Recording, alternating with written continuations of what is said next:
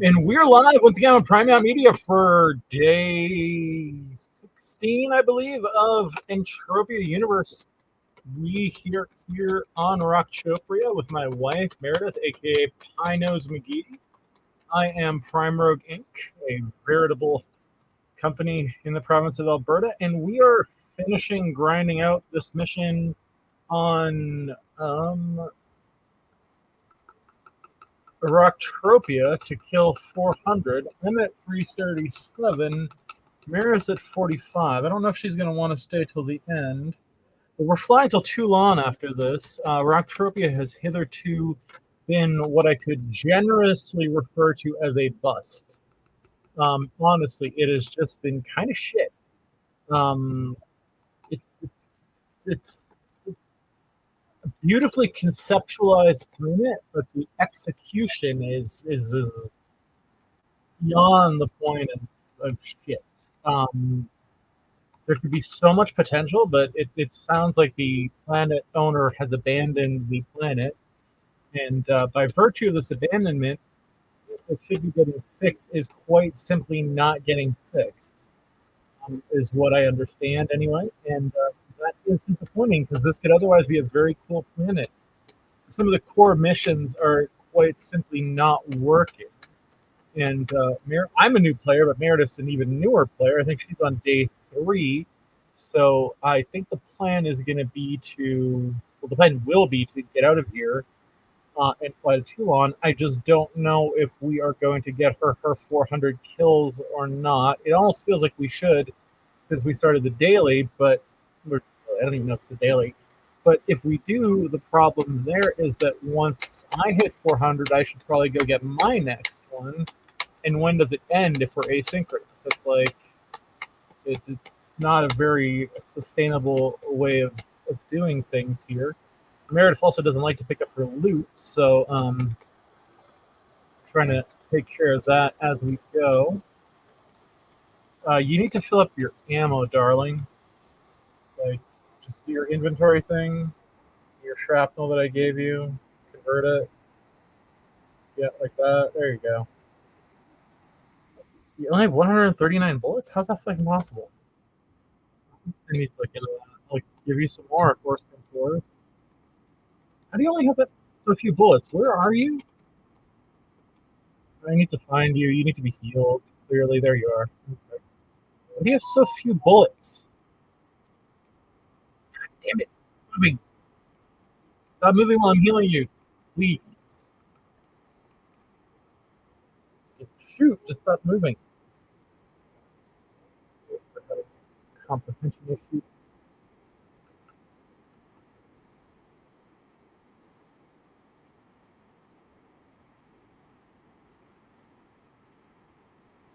What's your issue right now?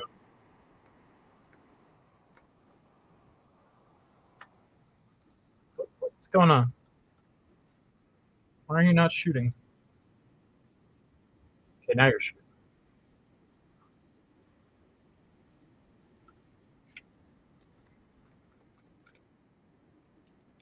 We're trying to go for the thieves and the thugs, but we are hitting our fair share of pissed off cops and ones that don't count, which is kind of annoying. These Rocktropians.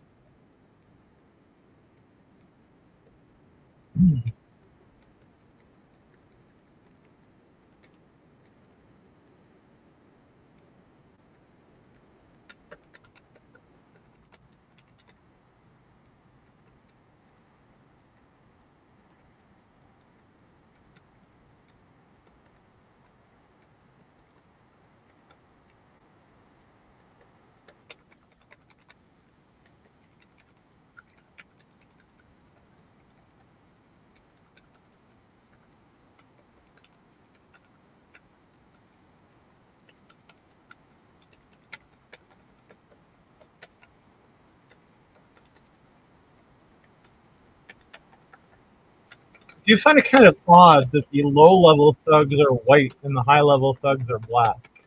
I'm not saying it means anything, but it is, to say the least, a bit interesting. Part of me wonders if they did that on purpose or if it was just art and coding, or if Never Die wanted it like that. Never Die is the person who owns this planet and who seems to have really abandoned it. I've heard. Toulan, on the other hand, is getting some pretty active development. It's a smaller and newer planet, and far from perfect, but I'll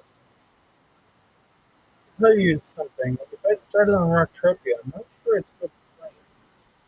That's something that Mind Art should probably deal with in one way or another. Mare, I need to heal you.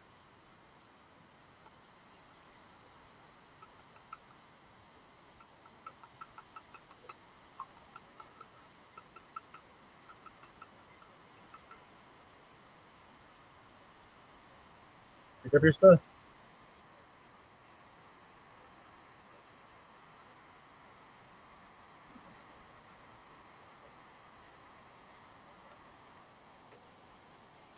I'm trying to figure out how kills are awarded here. The person who does 50% plus one, or we're both shooting at the same target.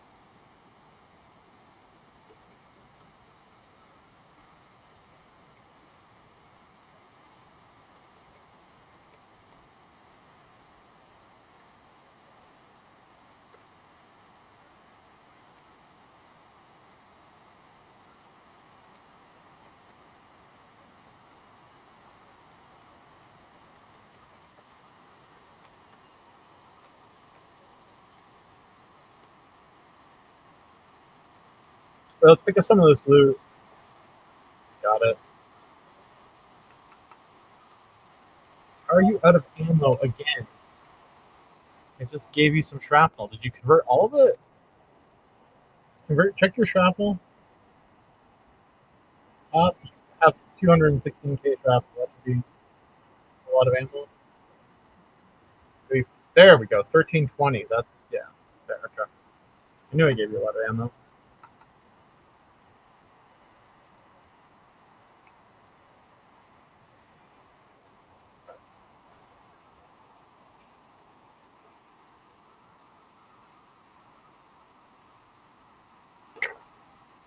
Yeah, just focus on killing. I'll pick up the loot.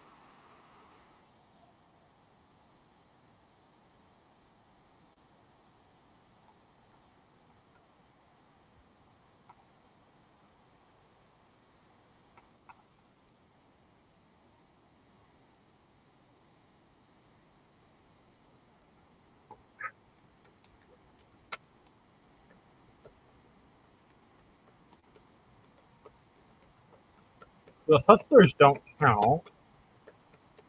The thugs count. The thugs do.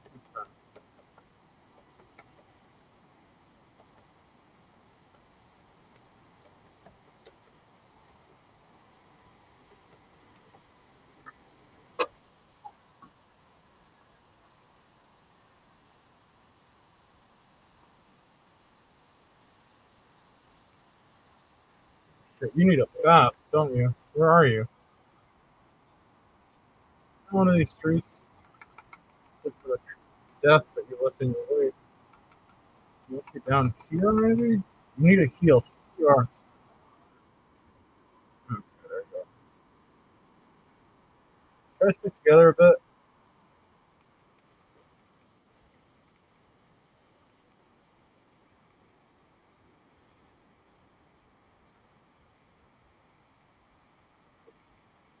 There you go. I'm gonna go pick up some loot and be right back.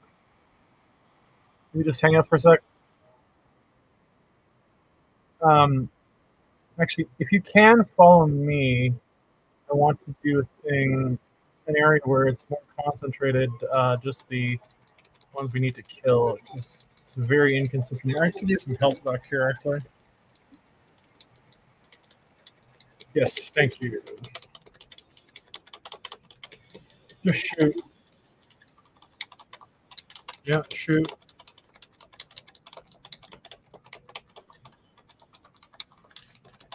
You can draw fire, draw fire. I'm getting wrecked here. Okay, that's not what I meant, but Shoot the guy who's near me. There we go. Thank you.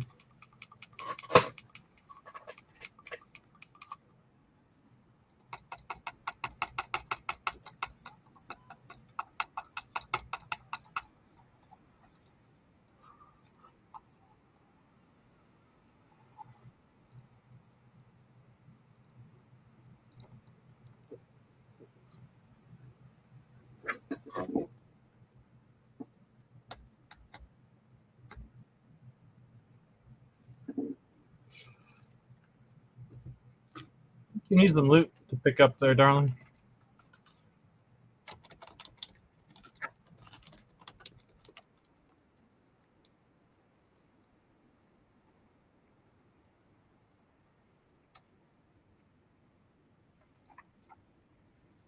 Right. They seem to be more concentrated near the dumbbell park. Here, I think. Follow me? Yeah, you can do that.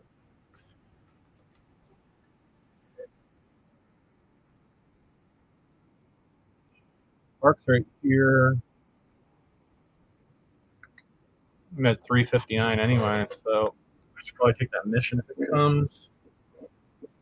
Not finished with it, but we're gonna get out of here. When you get your 400. I think this way, the thugs. Yeah, let's shoot this way if we can.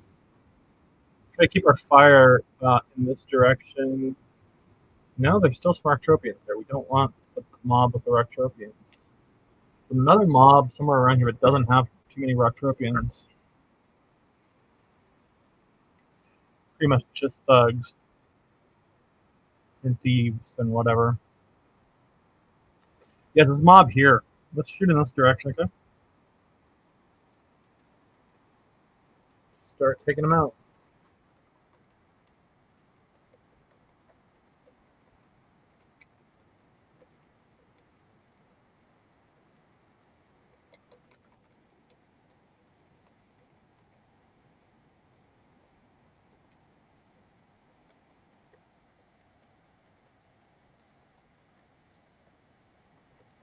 I'm actually not sure the hustlers count.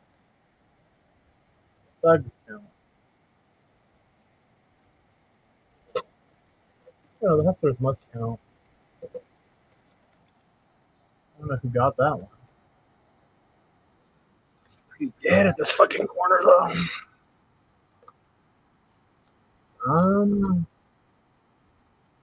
I think it's towards here that they are. Yeah, get on my tail again? Or just turn around. Yeah, the other way. The other way? Alright. Yes, here. Yeah, you can go in front of me. Try to stay together this time.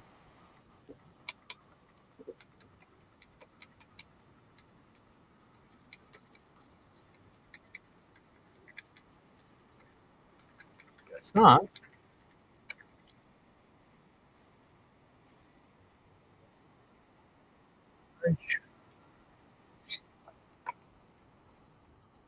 Get the thief. The thieves are the ones we should. What are you stuck behind a pole for?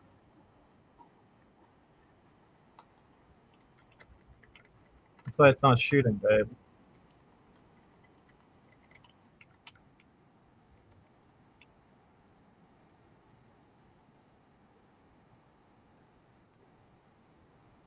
Gotta get the loot. The only good thing I've found so far about Rocktropia has been the oil drops at the docks and the beer keg drops. Although I haven't tried to craft yet because I can't find a fucking crafting station.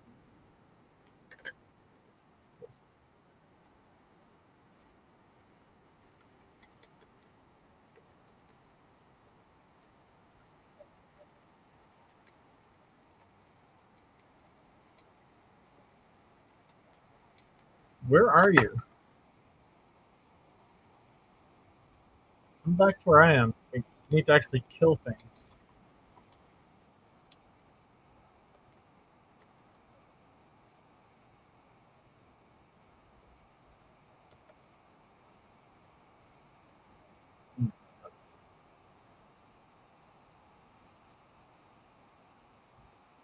You get that kill? Yeah? Okay, good. Let's go towards these guys here. Yeah, exactly.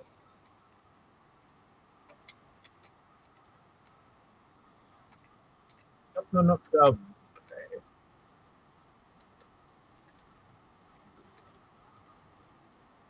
Fine.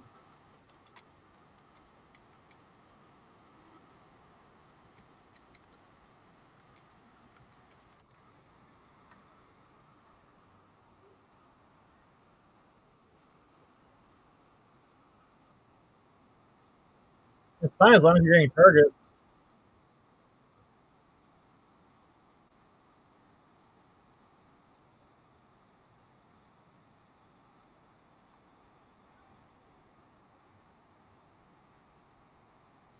Do you see anything? Galanica. I see you.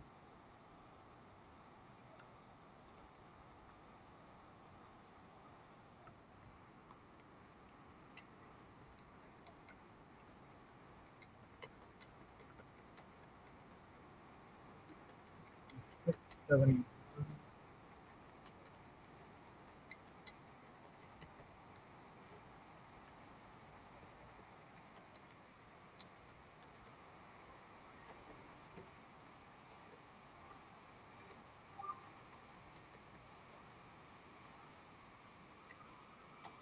I will come heal you. I'll heal myself, actually.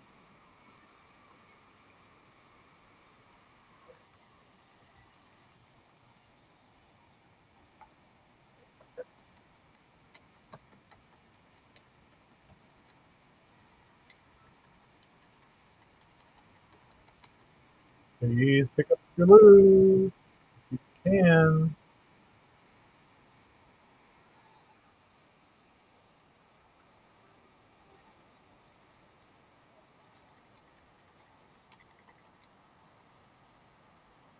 I'll come heal you right after this guy.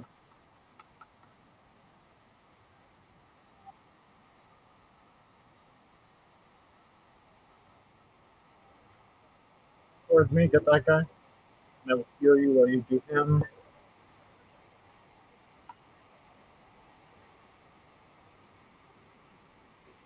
%.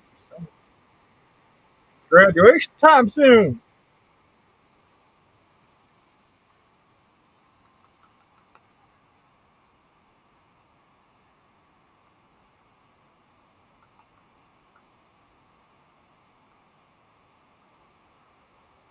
If you can shoot that guy.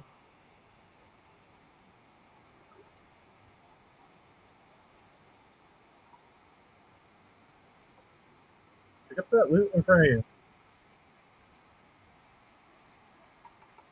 Will it not pick up for you? I'm seeing it on my screen. You're not seeing it. What? What are you doing?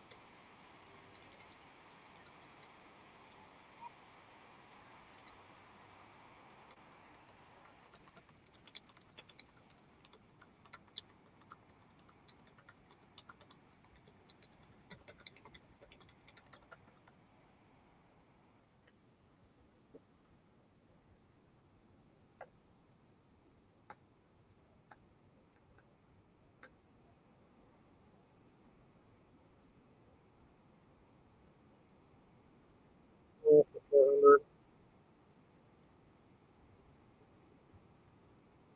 Uh-huh. Give you a point.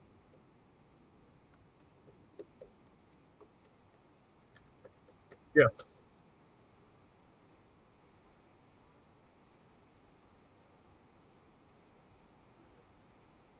You can stay over there. That's perfect.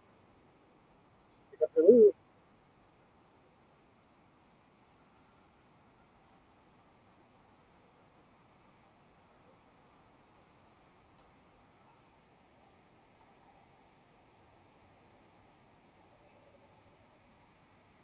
That piece just keeps respawning. You're good.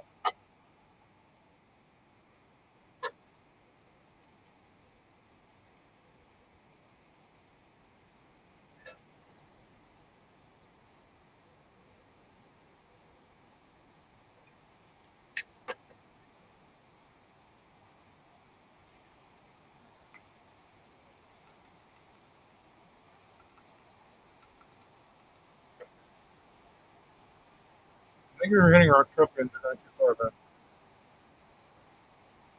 And you're dead? Oh. Okay. Not ideal.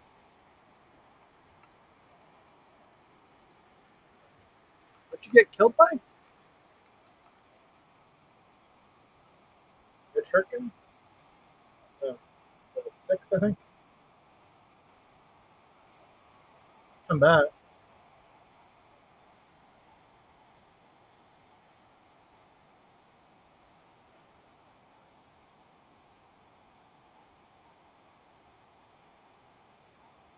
I think it's right out of the building.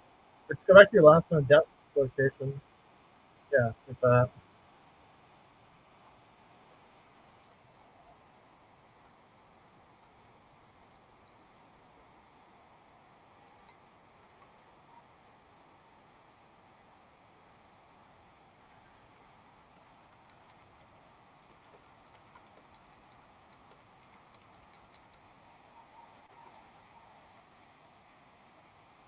Is it you behind me? Okay, wait. Don't do anything. Oh, no. Don't do anything. Wait. Okay,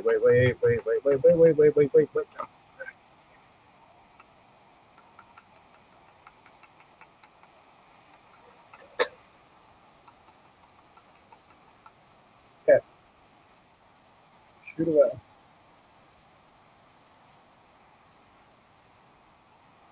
I think it's not working. Do you have a gun equipped? We're getting wrecked here. There you go. Okay, shoot. Yes.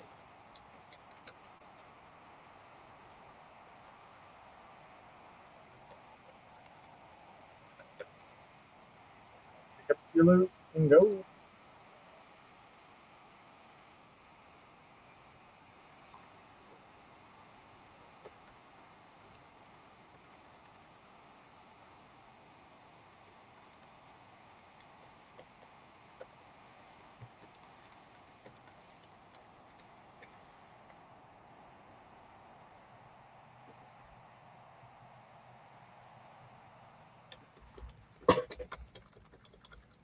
I don't know if it's worth it for you to do your 400 here.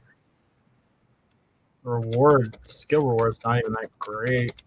It's gonna take forever.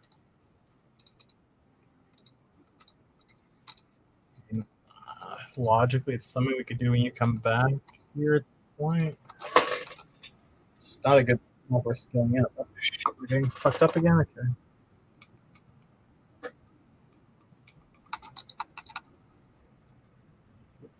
Hold on.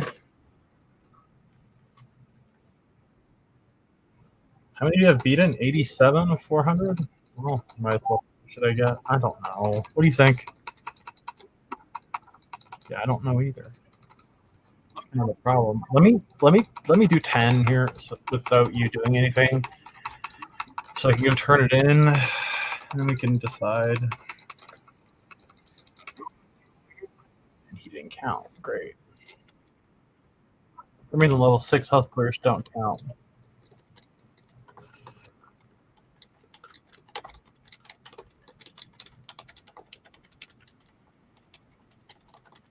Up to level 5, they count. Yeah, I'll check if the next mission is 800 or probably is.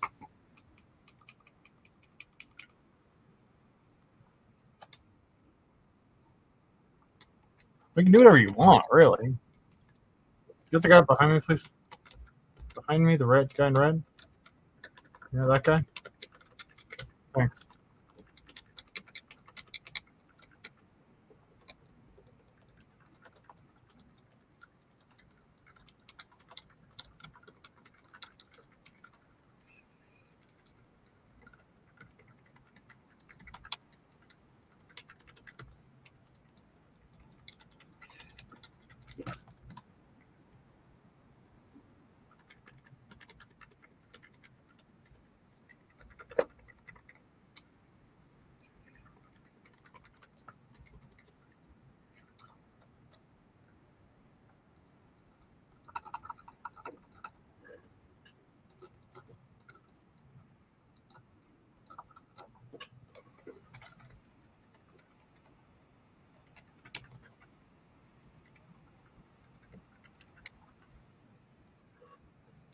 Pick up your loot, babe.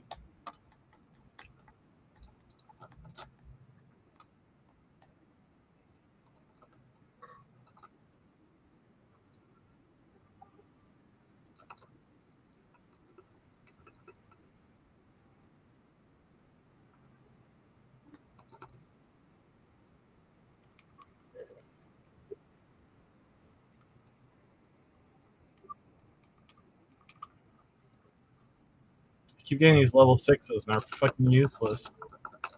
If you can shoot the level 6s, that'd be great.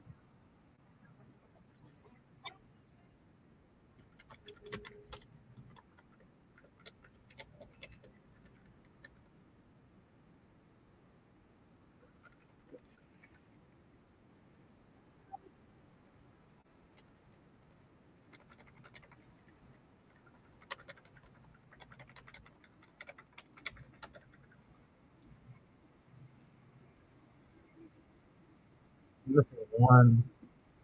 I got a 6 on the hill. You're at 94? That's not that much. That's to 400. It just depends what the next mission they give me is. Just like leveling up here doesn't seem worth it.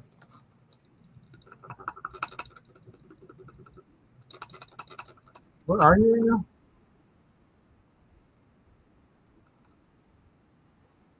Okay.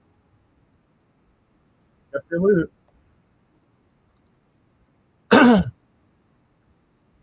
Getting all these level 6s, which are completely useless for me. Alright, this guy should do it. Level 5.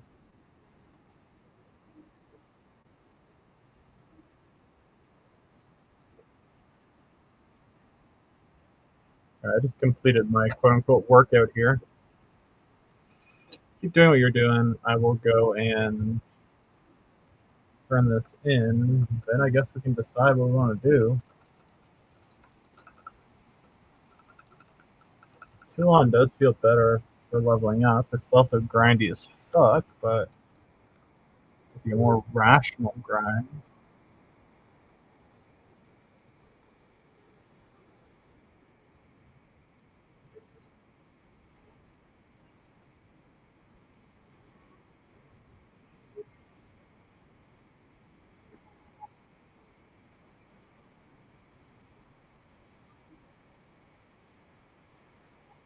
That's a ton of loot you've got on the ground there. You need to pick that up.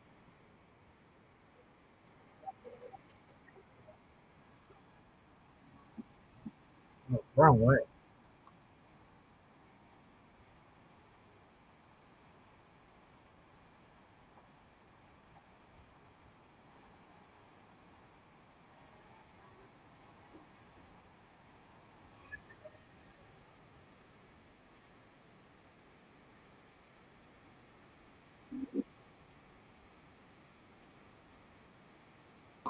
Honey, that arch is this way. I think. Yeah, it's right here, right? No, it's not. Yes, it is. Okay. What would my next mission be? 800. I think we should go.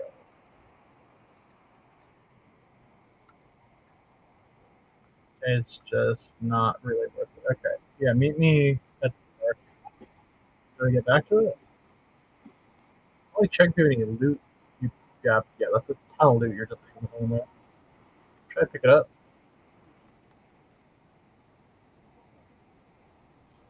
Click on the body. Good stuff. You can't find me, I'll find you, but I think you just need to go up the way. North. I'll take you back. I think in Motorhead Stadium, and also to.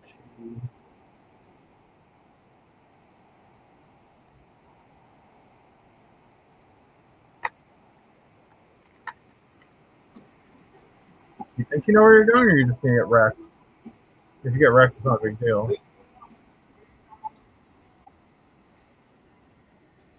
I think you're gonna get wrecked there.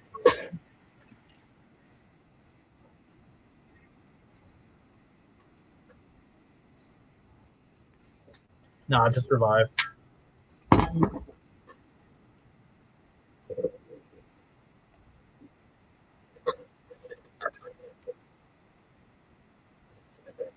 Damn, thanks for telling me, Megadan. Much appreciated. We fixed that. Just TV/Prime Media. Let's get this edited. Why does it keep doing that?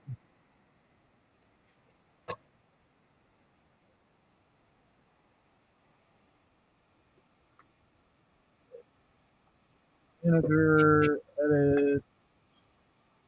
Why does it keep doing this? Entropia.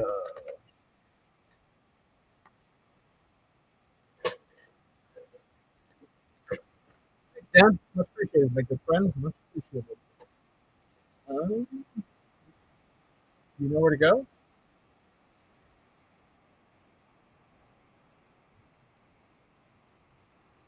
Can you turn left over there, if I'm not mistaken?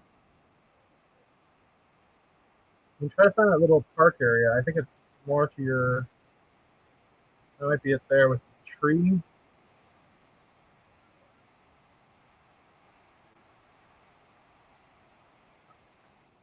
It's not too far from your depth location.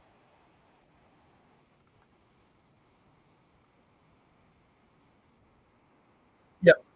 No, you're in the right way. Yep. Just go that way.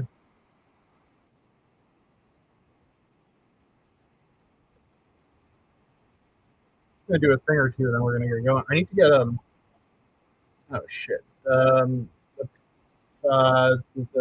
probably should FAP. Yeah, FAP. FAP it. Yes, definitely FAP. Oh, wrong way. Yeah, this way. Come on. Right to the turret. There's a turret built. There's a turret. Oh. I'll come get you.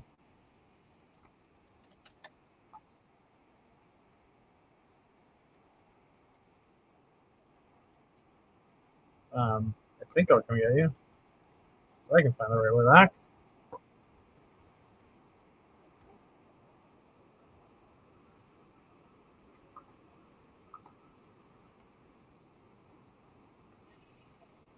Just fap a little bit before you start coming. I'll try to find you. Go back to your depth coordinates first. Yeah.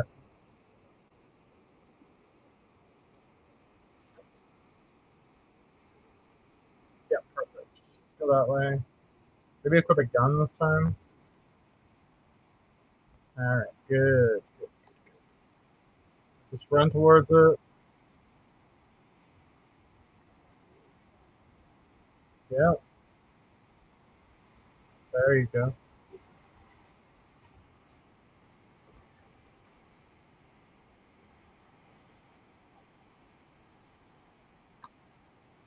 Trying to see where you're at. I think you hook a right at your depth location.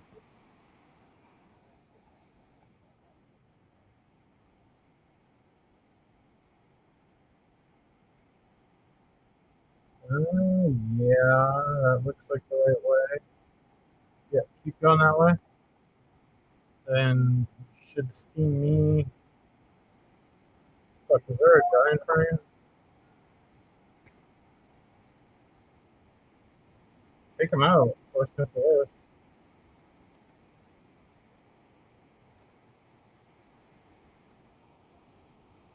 Just take them out. How many of the LA? 3? You should be fine. 3.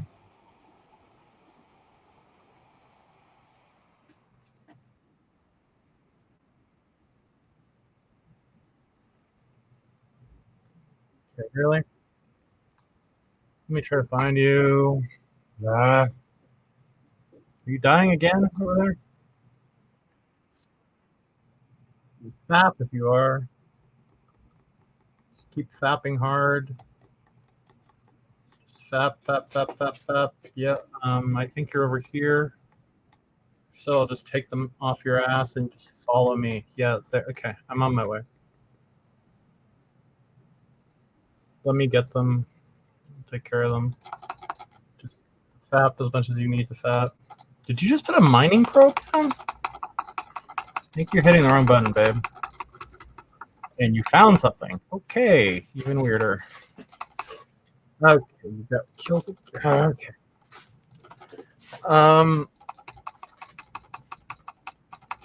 If you can see, it's time to see this thing. Oh my god. Okay, she got killed again. And she put a mining probe down. Okay. I'm just gonna wait at this corner. So you heal like okay. So fap before you come.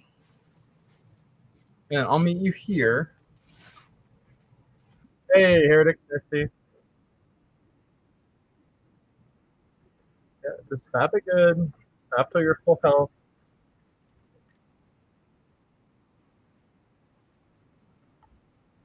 Yep, wait, no, not yet. Wait, not some more.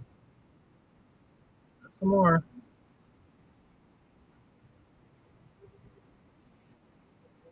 Because I have a better fapper. You have a fucking thing to excavate here in this little danger zone on top of it, man. So, let's see. Equip a gun. Run towards your death location. The one before this one. Now, take that right, and I will be waiting for you at the corner, and I will take out the guys who get aggroed on you. I'll start taking out now, but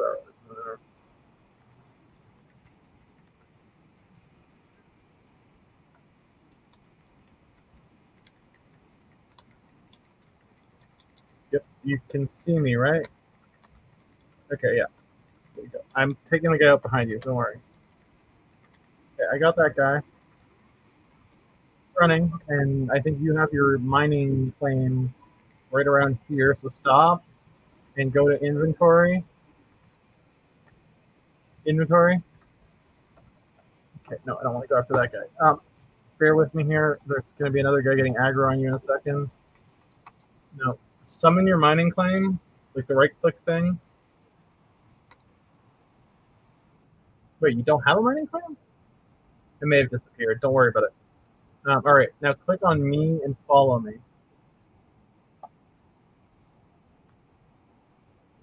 There we go.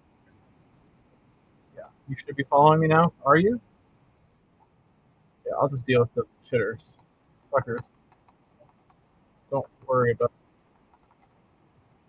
it. It doesn't matter. Okay, another one. Yeah, you can shoot. Doesn't matter. You have a gun equipped? No, don't shoot other ones. No.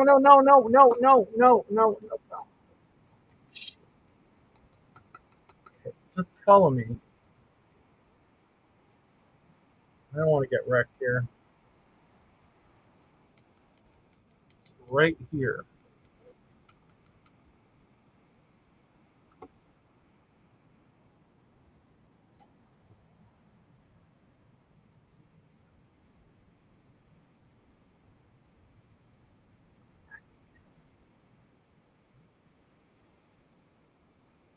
All right. Let's spawn the quad here, and I'll take you to Lemmy's castle. Get in it, please.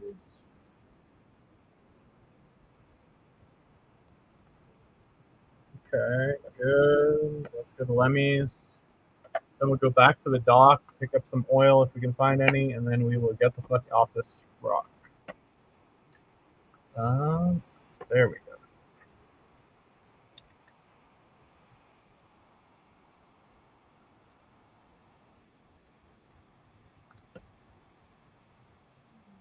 I don't know if I can fly it all the way in, to be honest with you.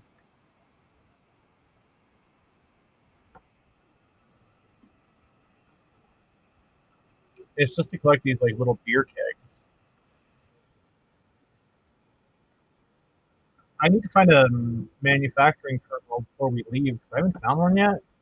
And I need to buy blueprints too, because I have blueprint books, especially because I have blueprints for this planet. So I think our best bet is you just give me the shit that dropped for you and the shit I gave to you when I was encumbered. You take her over to where the oil is. Yes, I did, Dan. Yes, thank you for that. Yes, I did. I think she enjoyed that a little too much. Especially when I just taken like 80 seconds to revive in the last one. Yeah, she picked up some oil. Like quite a bit. The oil respawns like quite rapidly. Like it's not a slow thing. Like, but we were both seeing it every time. Yeah, I'm just gonna land in this thing. Yeah, no, it was. That was fun. I think we're gonna head there one more time before we leave. Hopefully I can land this in the middle of the stadium here. By the way, she should really take a mentor. She doesn't want to yet. I don't know what to tell you.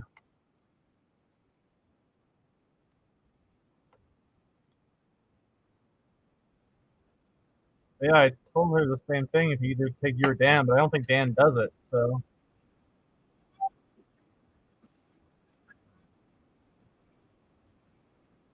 someone else is here.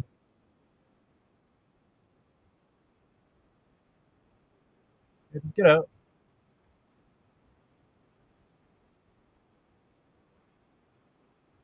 They're really they're getting stupid. Oh, all right, perfect. Follow me again, maybe. See if we can find some beer cans. Yeah, I've made that pretty clear to her.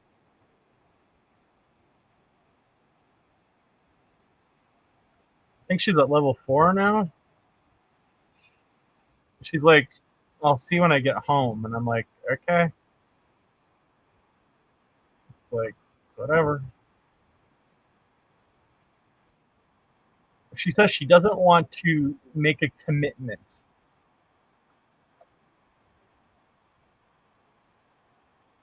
So there'd be little kegs of beer floating in the water here, but there might not be. They might have just cleaned it out.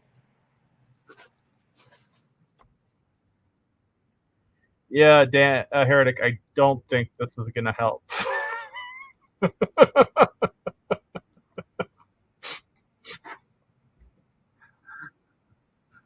I think, I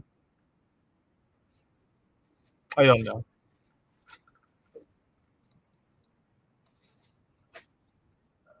She's like, I won't be playing much for the next 2 days. I'm like, okay.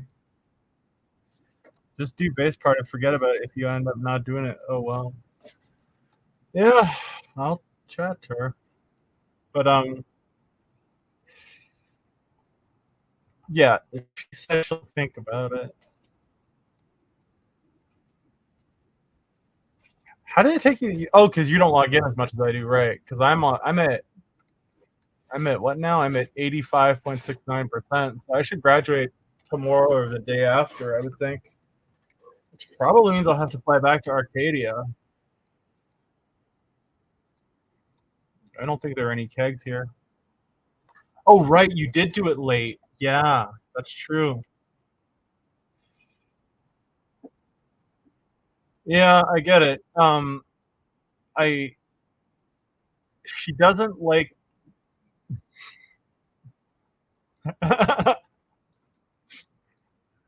um yeah. Oh, here's one. Meredith. Get it. Get it. Get it. Get it. Go get it. You see it? You see it right there? Go pick it up before someone else does. Yeah, the Motorhead keg. Right there. Yeah, go pick it up. There you go. Go to your inventory and click on it. Uh, maybe in crafting. Yeah, right next to the oil, right? Yeah. Your information. Isn't it cool?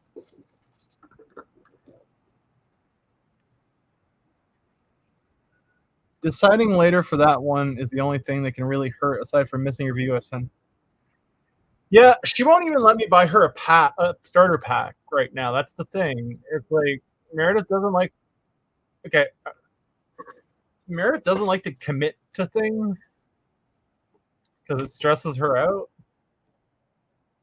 So she's like, she doesn't want to do it unless she gets a starter pack, and she doesn't want to get a starter pack until she gets home. She doesn't know if she wants to play it or not. So I'm kind of like, I mean, hey, rabbit. No, I mean, like, if she's to play it, if she wants to play it, she should play it and get the like. I'm happy to buy her the starter pack because like just the fapper alone would save so much TT value long term. Like, and now I'm basically just giving her my shrapnel so she can have ammo when she plays. Look, another one. Grab it. Grab it. Yeah. Go ahead. You can grab it.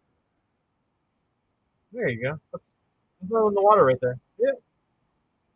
See, they just respawn. Did I shout out rabbit?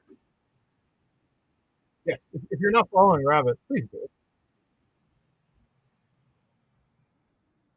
Oh yeah, we're gonna do some grubfish for some faded skins again tonight. We need to get those loaded up at some point. If you can follow me, that'd be great.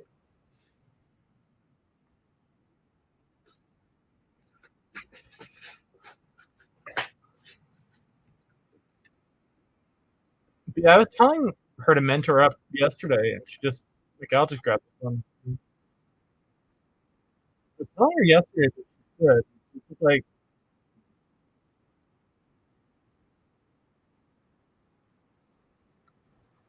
yeah, she's like saying that like every time she plays a game, she likes it for a week, and then she stops playing.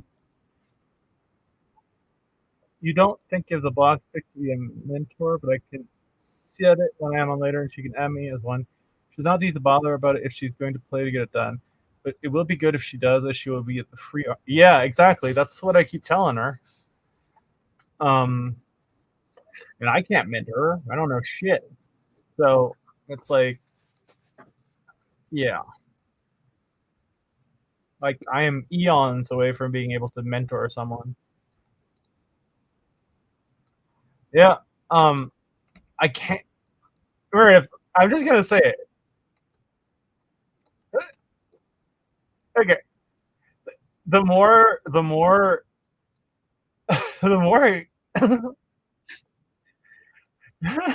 she's the more I ask Meredith to do something, the less likely she is to do it. I really think she should take Dan over me since he's been around to help more. No, I mean, I think one of us should take one of you and one of us should take the other, is what I think. Just like split the load, kind of. It's not about not being around. You've been around plenty. That ain't it at all. You're good on that front, brother. When she asks me never plays again. Well, there you go.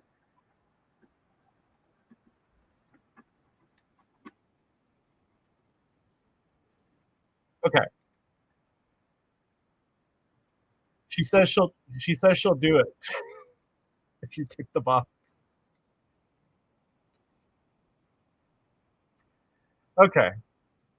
As long as you don't care if she never plays again. Well, she doesn't want to. What? Yeah, she doesn't want to feel like stressed out about having to do it if she takes it. That's basically her issue, it seems.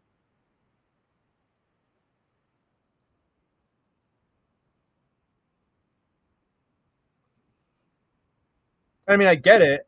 I know her personality, and she like gets pretty anal about this kind of shit, about finishing things she starts. So she doesn't want to. So I kind of see where she's coming from, but at the same time, it's a video game. Like you don't really have to do anything more than what you've been doing. Like you go hunting with Mentor once, and that's it. Nice, thank you, Dan. Appreciate it, and appreciate you guys pushing because I don't think I could have convinced Mara to do that on my own. Let's go to the oil area one last time before we get off this rock, um, because the oil just keeps spawning, and well, it's free oil. Oh no, we do need to find a manufacturing terminal. I don't know where to find one. Like I've seen them, but I don't remember where they were. They're kind of few and far between. But I need the Rocktropia books, and I'll just take the shit you got because I mean I don't know when we're gonna come. Are you in the plane? Yes. Okay.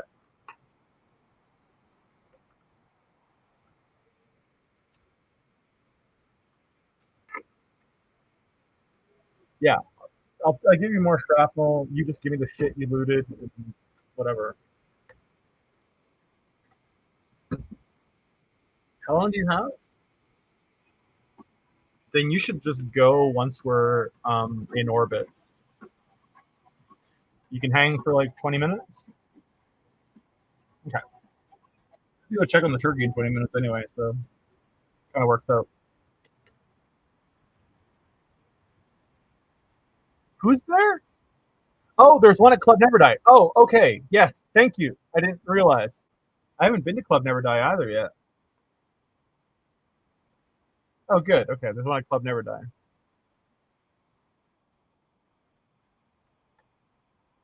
There's probably a blueprint guy there as well.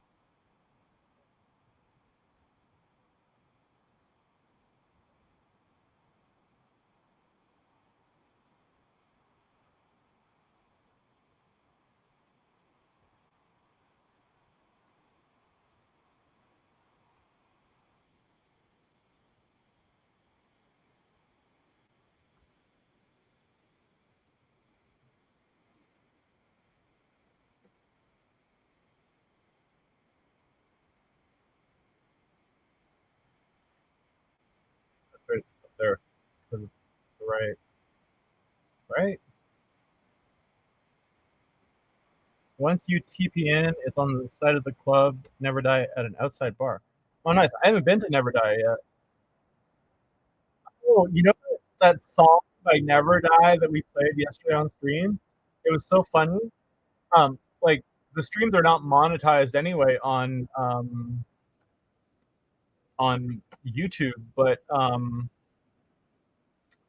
he's monetized, which is fine. It's his music, so it's not a copyright strike or anything like that. But like, I got a message from YouTube being like, those like if you choose to monetize your video at a later date, something something something, it will go to someone who has done something something something. And I was like, oh, that's weird. But it's not like a penalty or anything like that. It's not like it's I just never got that message from YouTube before. Yeah, I know. I'm not driving it very well. Get out. Get out right now. Yeah. Doesn't matter if it's bouncing. Where are you? All right. You want to follow me again? Where are you? Where are you? Oh, you're there. Okay. Yeah. Let's just go get some gas. See if we can find any. I think there's a teleporter near here.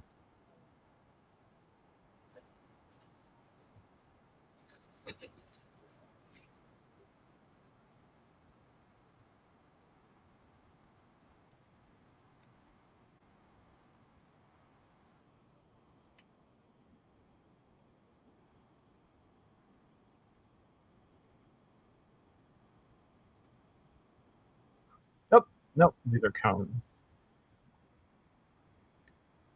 LSD. Okay, this guy's clearly doing his rounds for it as well. And he has his little stick so he can run fast. That's kind of funny.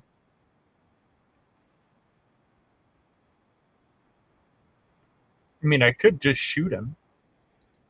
He might get mad.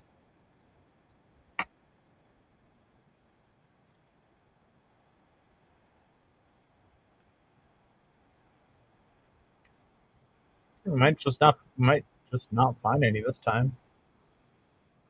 That's cool when it drops. Like, it's dropped every time we've been here. But yeah, look, he's cleaning up. Like, he's taking it. That's fine. I wonder if he's doing the water thing or not. The one thing, Dan, I showed you earlier, you just do this. You go down, all the way down. Are you following me into the water? Oh, you are? Okay. That's fine.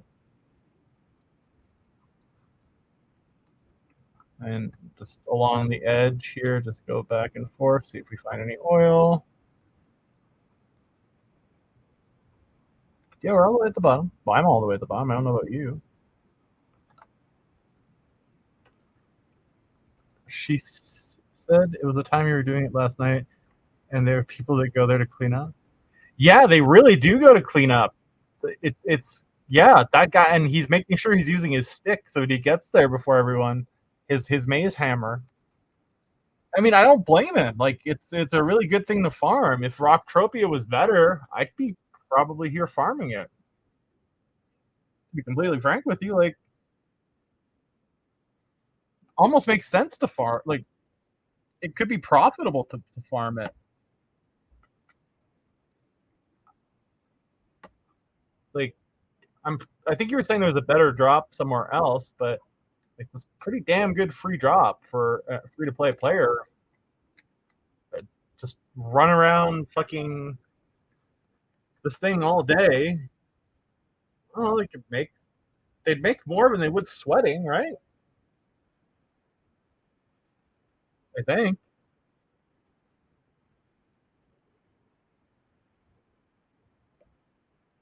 But then if there were too many of them, you know, what is it?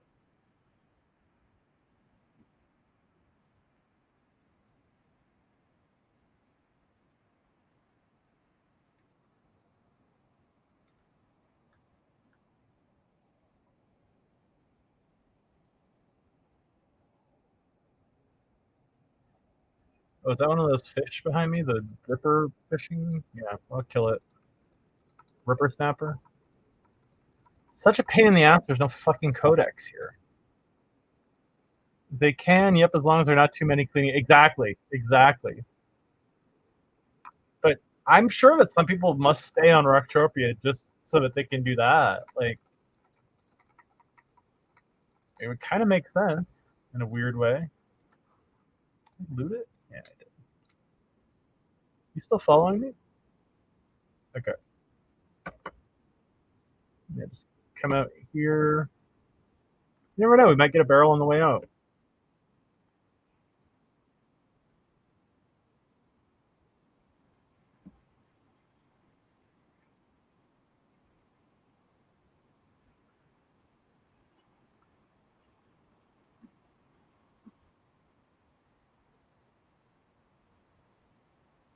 Wait, are you still in the water?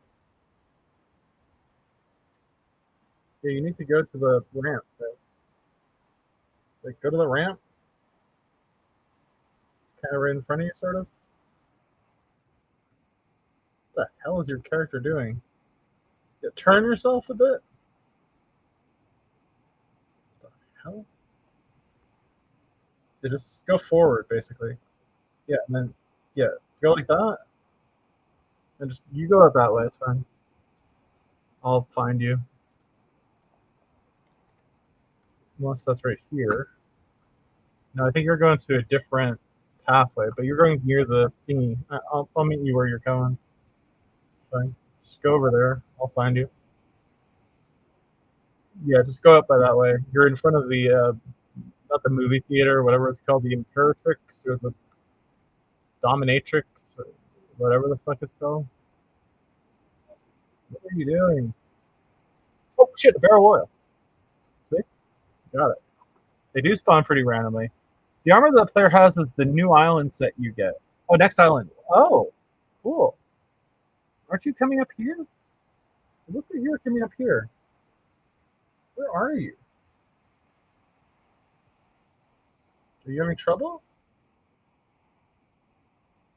Yeah, just okay. Just like you need to adjust your camera so that you can like see properly. What is going on? Yeah, just swim out from there. You can't. Why not? There you go.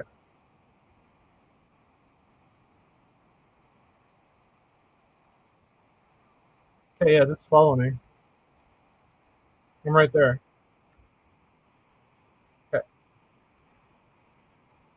Oh, she managed to get out. It was just glitchy, I think. Yeah, I think it was just really glitchy over there for some odd reason. Like she was like, I'm staring at her screen, and she was like, how do I put it? Like it kept pushing her back underwater, even if she was jumping up, which was kind of weird. This is not a no. Where's the fucking TP? Oh, more oil.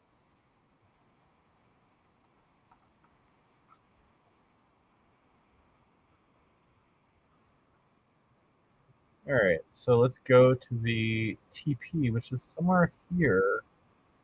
Isn't it like right on the other side?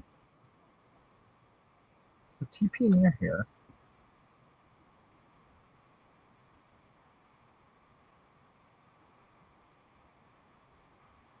I guess this is the closest one. It's not very far. We'll run to there. Is your health full? Okay.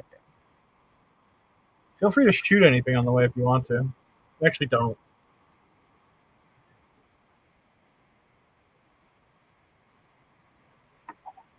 Yeah, the phone booths are harder to find than the other TPs. I think we're, by the time the delay, I think we're almost on our way to Shatler.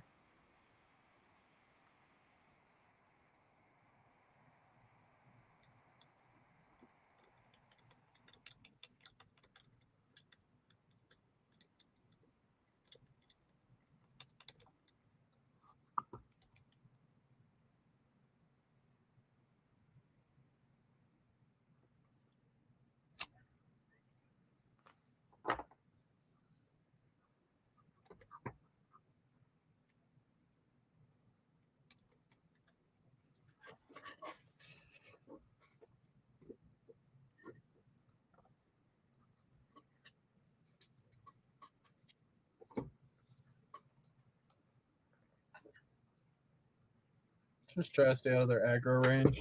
You were looking right at it when you. Oh my god, was I really? I thought that by the time you said something, the delay was too big. I was looking right at it. Damn it. No, great. Now we're getting fight. Yeah, Meredith, shoot. Equip a gun.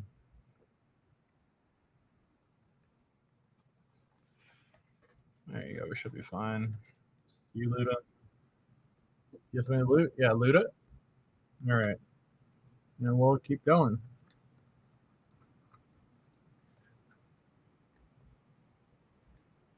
Are you not following me anymore? Just yeah, run after me.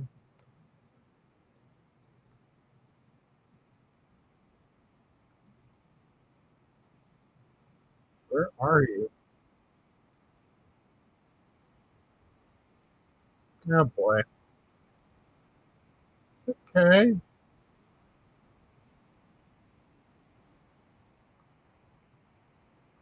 This is a shit show.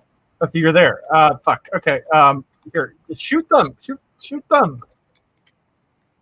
Shoot them. Turn up. Stop running and shoot them. Stop. Stop. Yeah, shoot. And I'll shoot the ones that are on you. I think we should have listened to Dan here.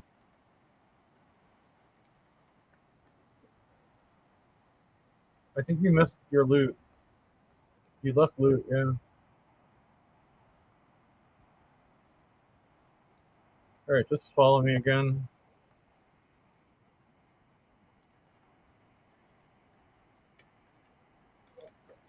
Probably best if you don't shoot. I'll do the shooting. Your health is fine. I'll heal you anyway. Oh, God, why do I do things the hard way? If you join a team, you can loot it and it will go to her. Oh! Yeah, we did. I did make the team thing. Are you following me? You are? Okay. Good. We're almost there.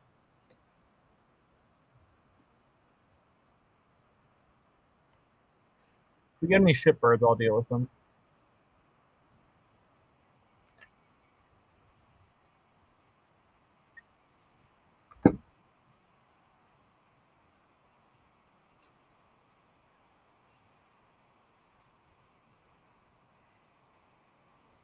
Earlier, though, when we got separated, when we were doing the mob, she wasn't picking up all her loot, and it showed because the ammo, the shrapnel she got back from the ammo she used was way off. And it's fine, like she didn't know, so whatever. Yeah, it's just important to pick up the loot. I got him. I got him. I have the mission anyway, so.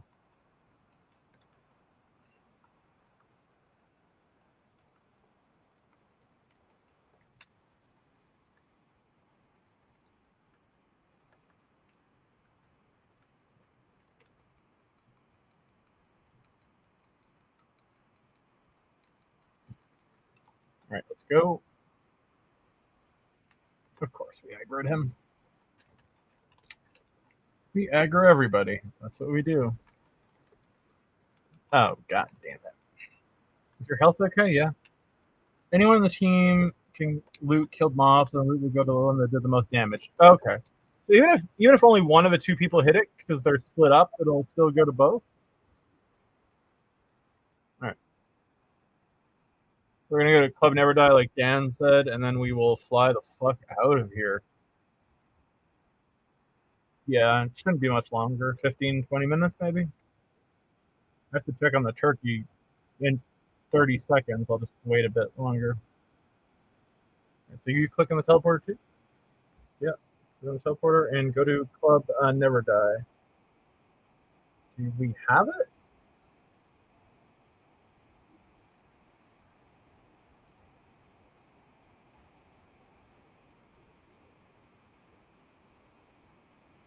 Do you have it?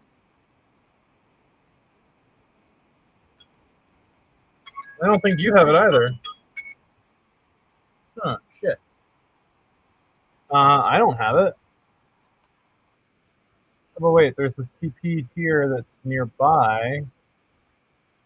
Maybe we could go to Motorhead Stadium and then up it to Club Never Die. Just go to Motorhead Stadium. Oh, you don't have that TP.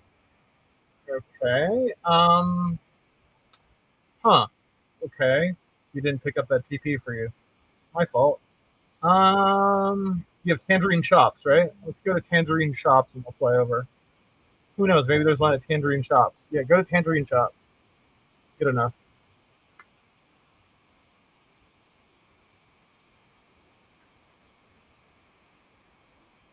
If it will not go to both, just the one that killed it. Now, if you both shot it, oh, I got it. Okay, yeah. Because at some point we were split up during the thingy, and I think she may have missed some loot. There might be one here. It's a pretty big area.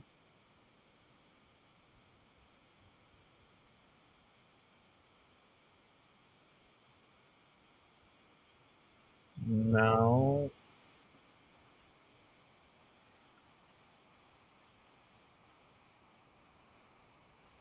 Let's just fly to Club Never Die.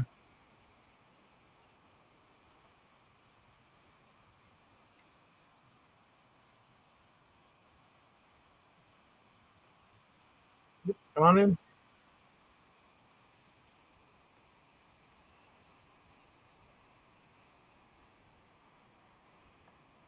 go. Damn, it's good to have a spaceship.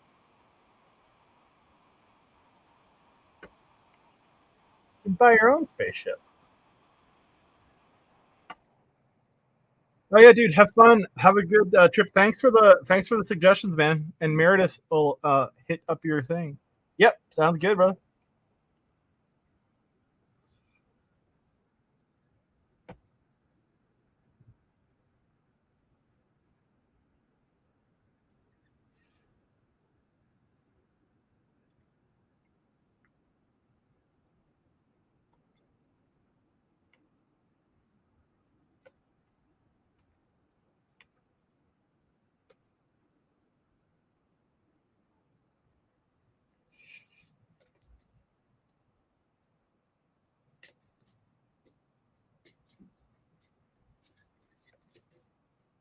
No, I'm not. I'm not gonna hit the thing. It's fine.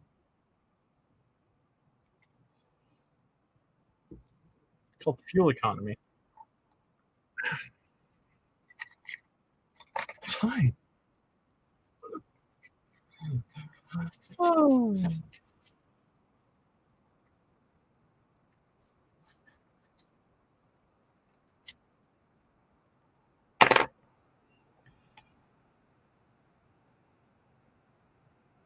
All right, let's go in for a landing.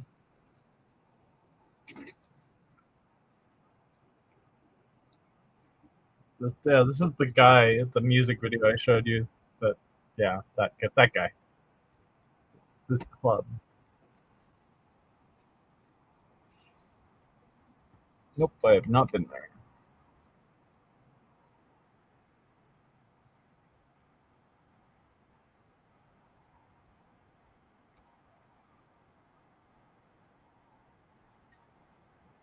Looks like one of those Hard Rock Cafe things, doesn't it?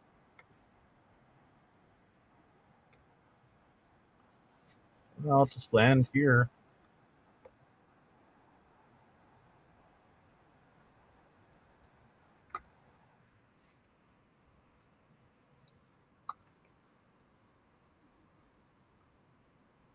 Follow me is probably best.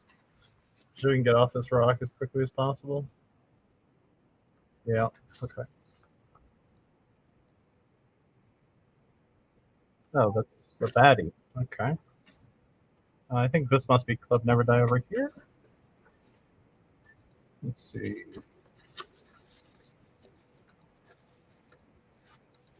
This thing. Yeah. Oh, yeah. It's right there. It says Club Never Die in giant letters. I need to equip a gun. Are you not following me? You come follow me.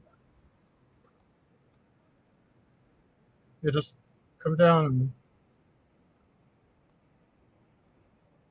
Where are you? I can't see you. I just genuinely can't see you right now. Oh, you're there. Okay. Yeah, just follow. The left outside bar. Cool. Thanks, dude.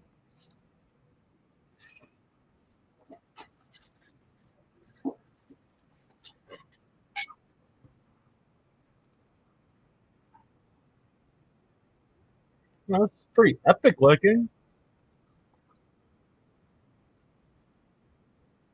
I guess that's meant to be him, maybe?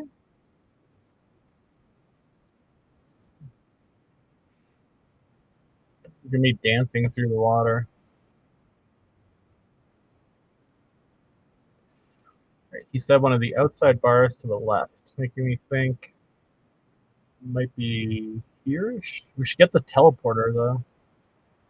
Maybe that's inside. Let's see if we can find it.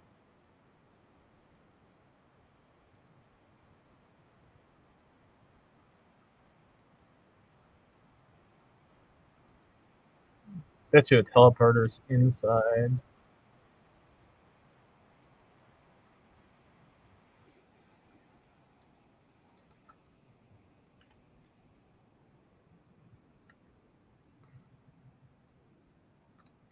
Oh wow, we're preparing for the opening. How long have you been preparing for the opening for? Like fucking 10 years?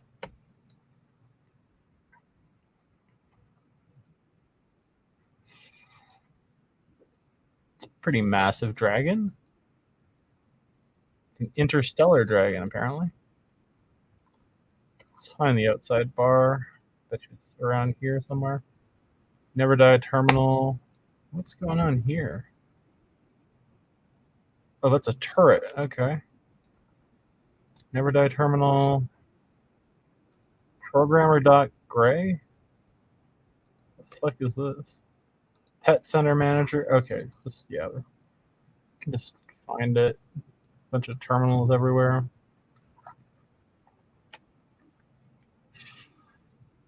Oh, TP is outside. Thanks, Dan. Oh, great. I gained a skill boost. What is it? Laser weapons. These fembots are... What loot is claimed by someone else?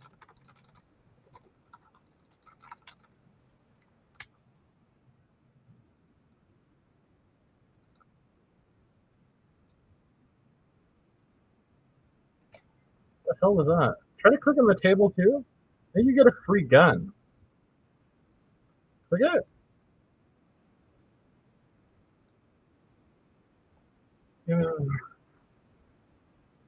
Yeah, take the mission. Definitely take the mission for next time.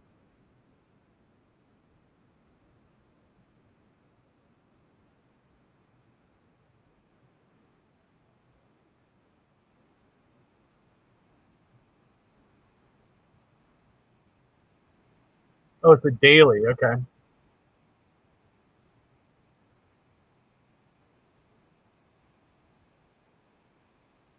And you have to use a specific gun. Interesting. Yeah, we're not going to do that, though. Okay.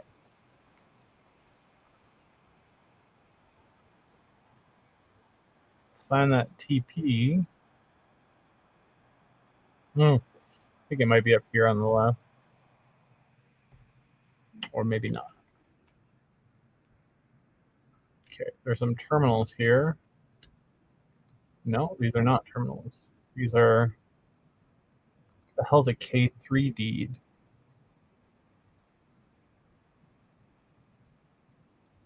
I have no idea what these are. No idea. Just the shop. More shop.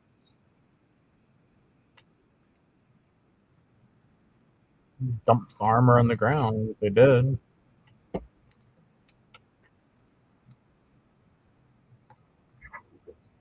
Big guns, small guns, buy guns. Where are you? It's a little past on the ground in front. Oh, a little past. So it should be over here, I think. So this person is a shopkeeper. Are you there, Eric? It must be over here. Why is my keyboard not taking it? God damn it. I think Dan must mean it's over here. Look at the blue dot. Oh my god. Yeah, yeah. Yep, that's a good approach. Landing pad ground control. What does this thing do? Oh, okay. So select the floor. Oh, here they are. And direct to this right.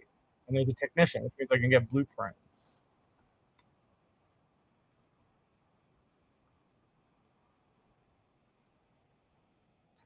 All right, let me do that real quick. Speak to a technician chick. Okay.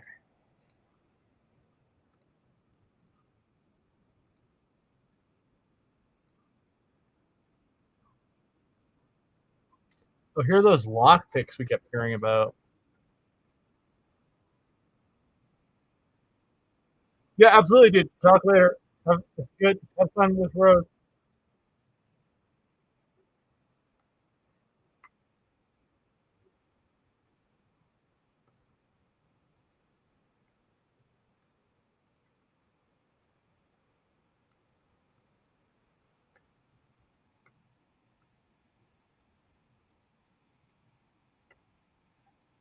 We have to organize them in space. Oh, this is the grindhouse blueprint that Heretic was telling about. I was telling you about that completely degenerate gun I was using. That I came in third at the time. Yeah, exactly.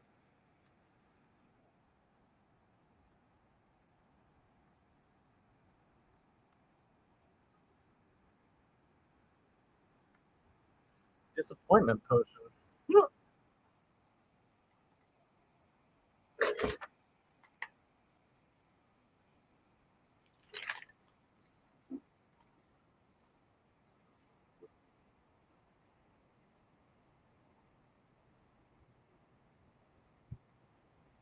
I'm gonna be burdened for sure. Doesn't matter. Remember though, I do have those blueprints that. Oh shit. That's where I was, right? Yeah.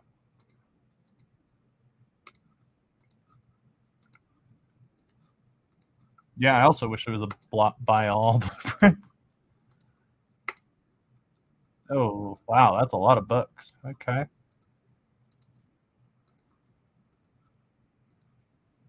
It's fine.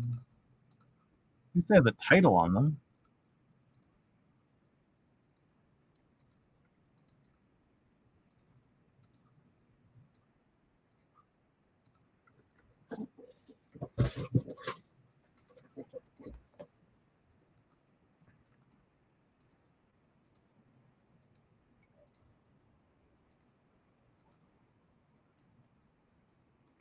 Yeah, this is a lot of books.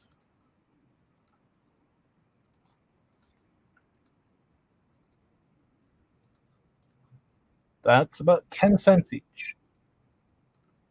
I don't know why it's not an NFT.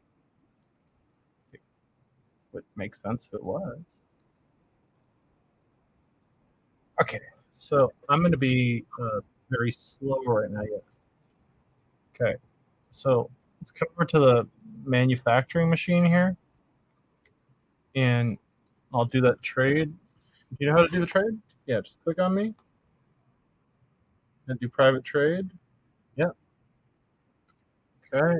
Now you need to open up your inventory. Greg, get all that crap. Yeah, that, and now everything in there too. Not those things though.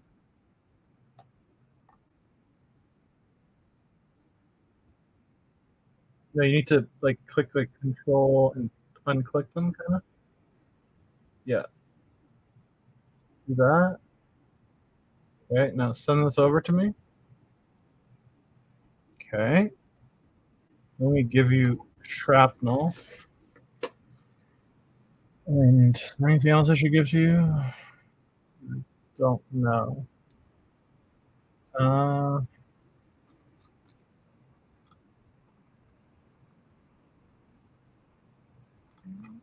Probably not right now.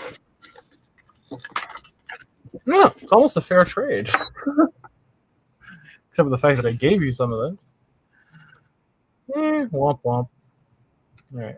Click on accept. Click on accept. I'm going to try to do some craft if I can. Then I'm going to put all the stuff for this planet in storage here. So I can try this one 12 times. Okay. Let's see. 12. I do not have the required skill to handle this blueprint efficiently. Okay. Okay.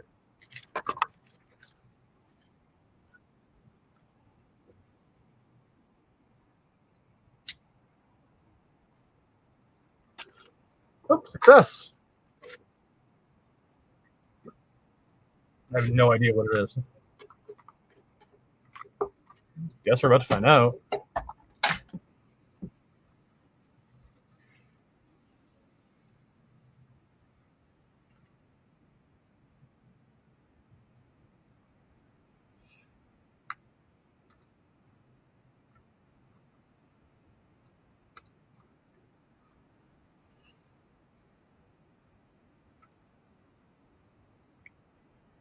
We made 2 of them.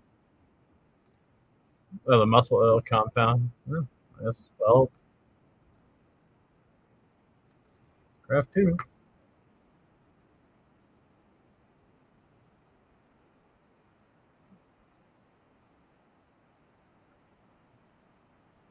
Anything else we can make? Oh, one more demonic refiner MK1. Honestly, I have no idea what it is.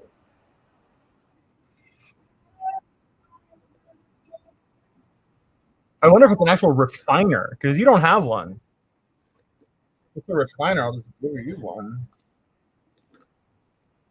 Nothing else we can really make. Okay.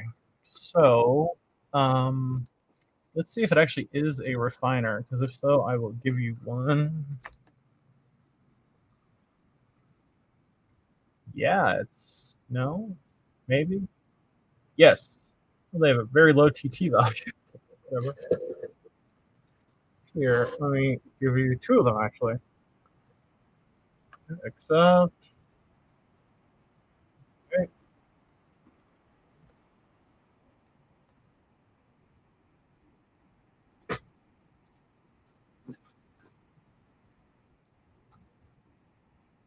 Anything else I don't need here? What's that? A cheap ass FAP. Wish I had a better FAPper for you. Doesn't seem like I do though. Yeah, accept it. Alright. I'm gonna use storage really quick here.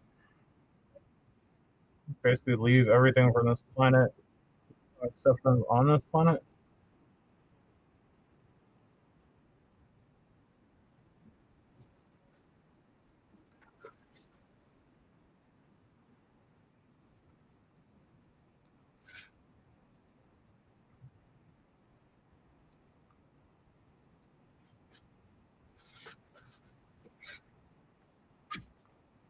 These are things I can use to craft elsewhere.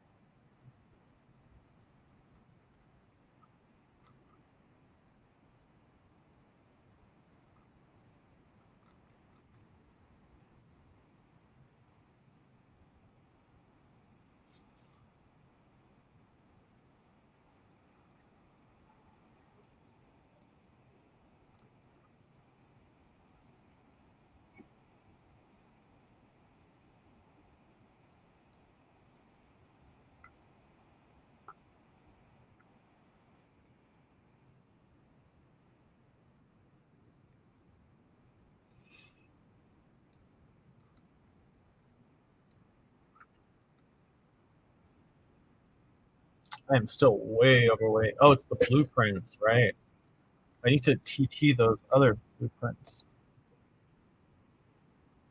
I'm walking like I have a load of shit in my pants. I have a few things to TT beyond those, though.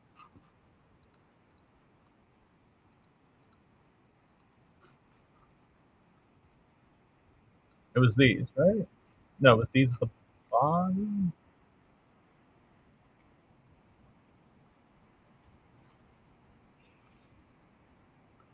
Or was it these? Oh, it was these, eh? Yeah.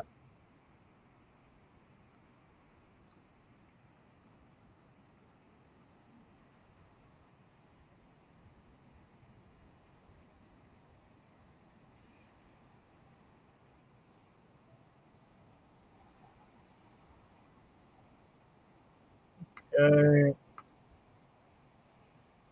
Anything else to TT? I believe so. Bear with me a sec. This thing's dead. Okay. This one's almost dead. I'll keep it for now.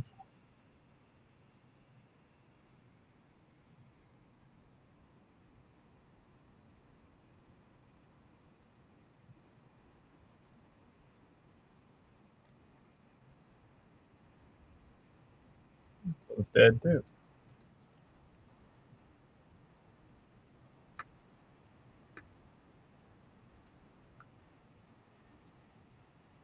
Let me see your inventory.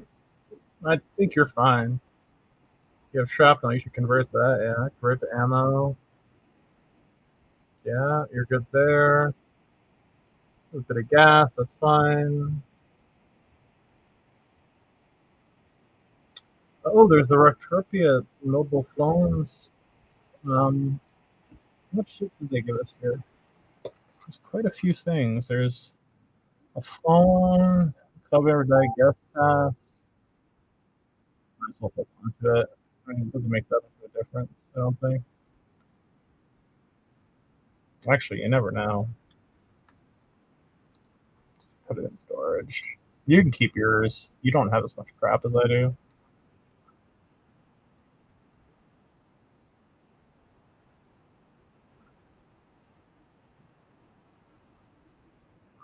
Okay, what are these? Tabs. No, we're going to home of the tab.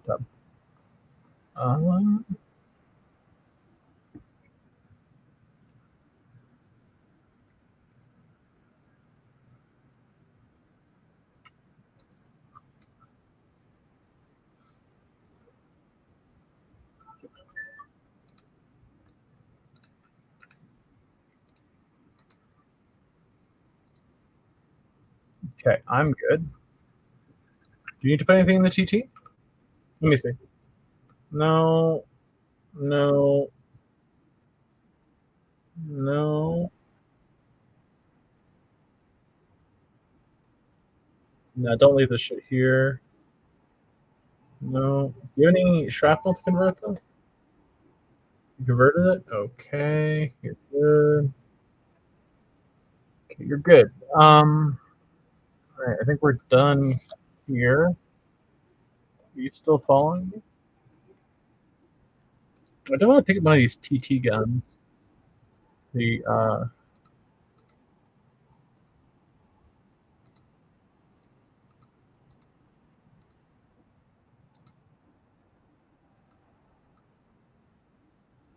I just like trying the gun. Never have too many TT guns. Oh, alright, follow me again? Yep. On the thing. I don't think we got the TP.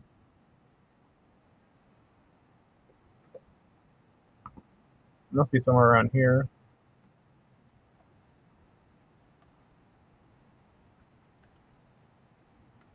Oh yeah, she's a vixen.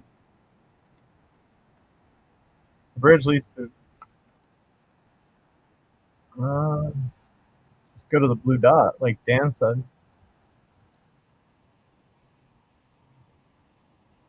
Yeah, just touch the phone booth. Yeah. Where are you? What are you doing? Come over here.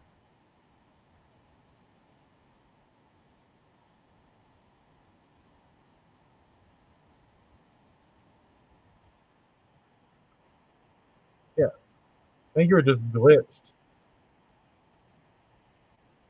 Yeah. Keep coming. And just come touch the TP. Like I did.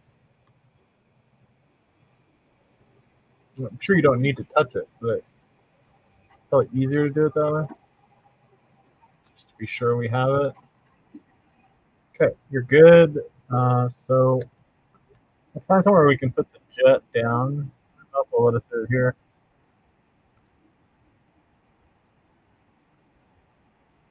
Oh yeah, we're good. Let me see if I need to repair it at all. See how much fuel's in it, actually. Oops.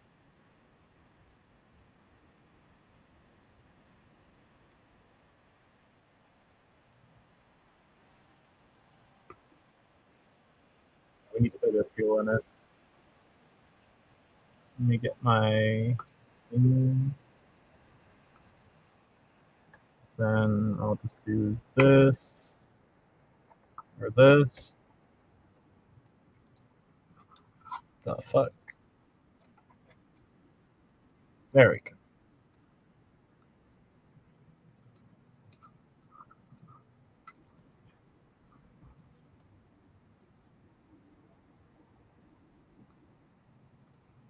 Yeah, you can keep your fuel. You're fine. All right, let's get in. So what I'll say now is this would be a good time if you need to go. You could just go. I will leave this here while I check on the turkey and put Rogue out. And basically, I'll just drop you on Toulan like I dropped you here last night, if that makes sense. Yep. Okay. Cool. So I'm just gonna. Yep. Love you too.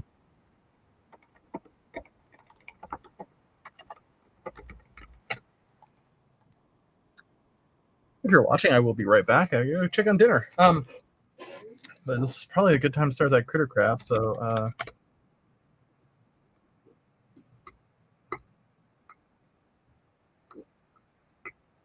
Expansion Yacht, Waxwell ID, we're giving away some Faded Monsoon skin. Get down in there, when there's some there.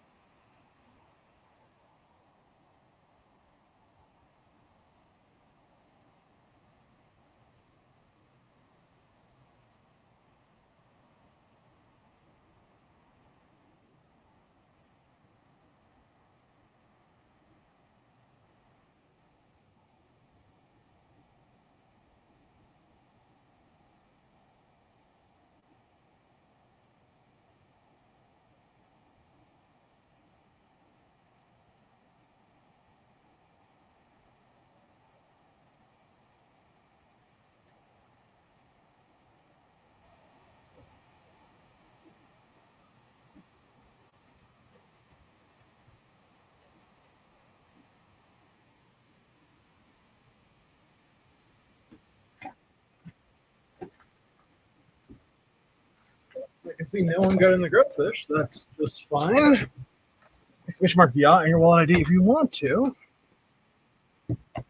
All right, let's fly to Toulan.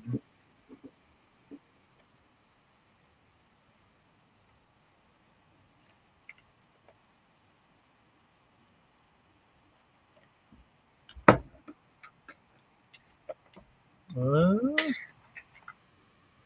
some reason we're having a bit of trouble getting outer space.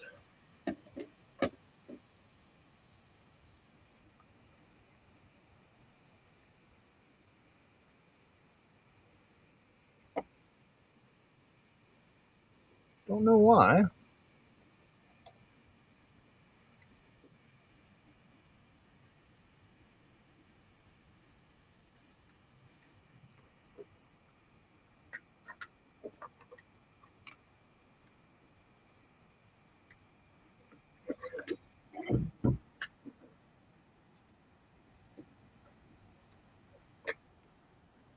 Yes, we want to go to space.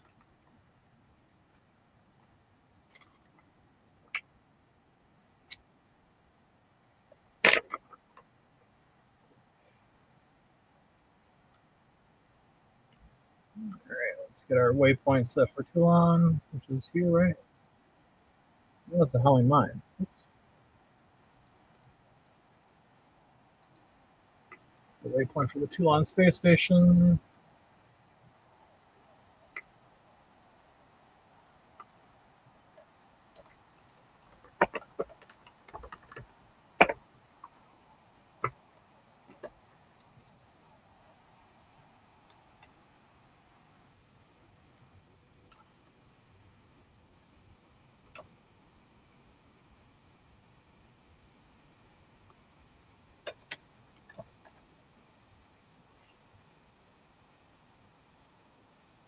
Perfect. And I can organize my blueprints while we do this.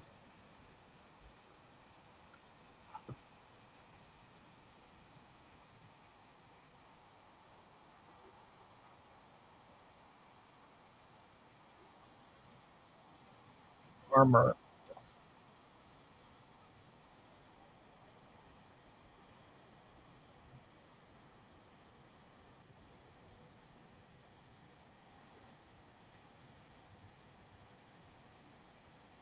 Armor 1. Vehicle 1.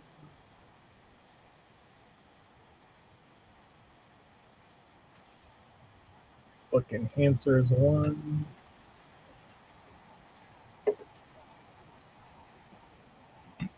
Enhancer 1.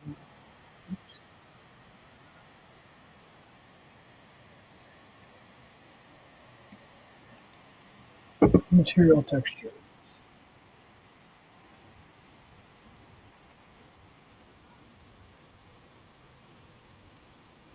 Furniture.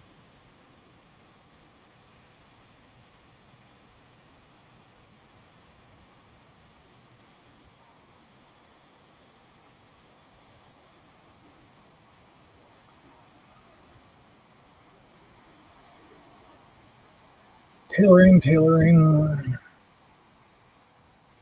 This is regular tailoring and regular tailoring. Okay.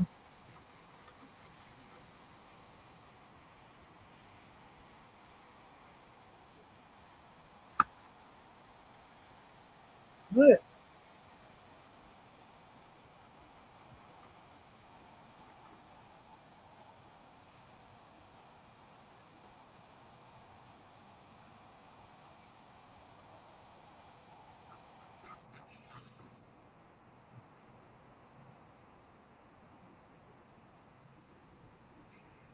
Furniture volume 1.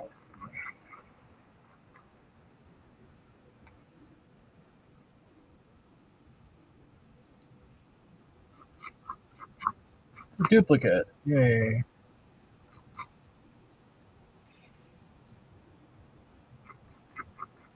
Material textures volume 1. Oh boy. We're gonna have duplicates again, aren't we? Enhancers volume 1.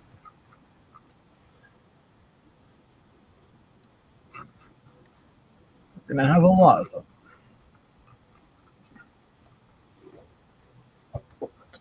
here.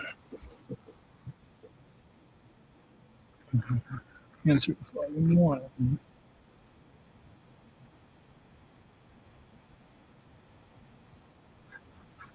I have one of those already.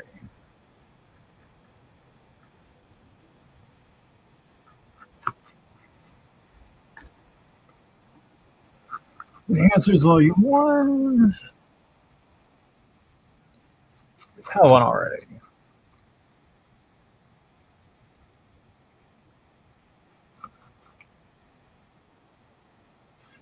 The answer is volume 1. Let me guess. I have one of those already.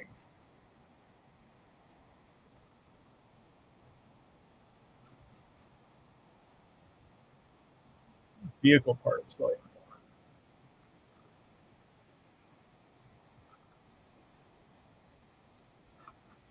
1. Okay, we have that.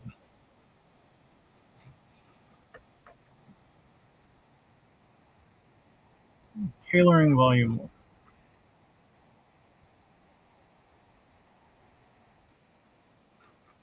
Have that.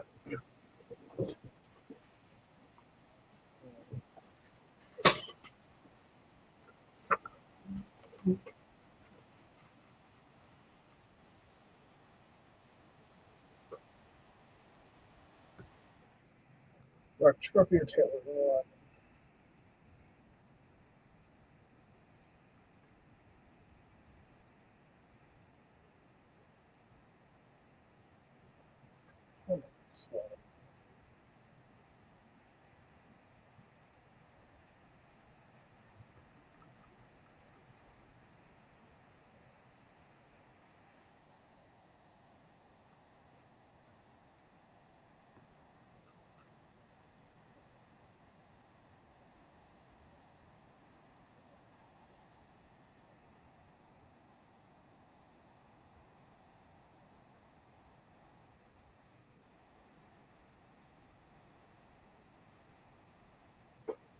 That's regular components volume 2. It's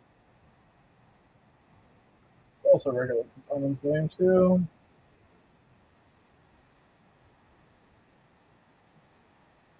Tropia tailoring.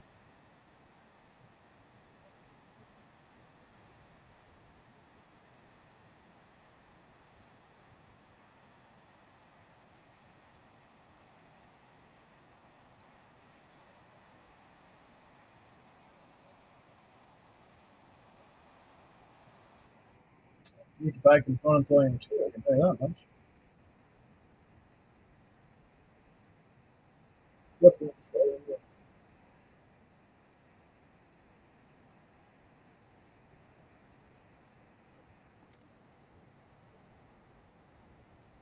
1. Rocktropia blueprints with limited.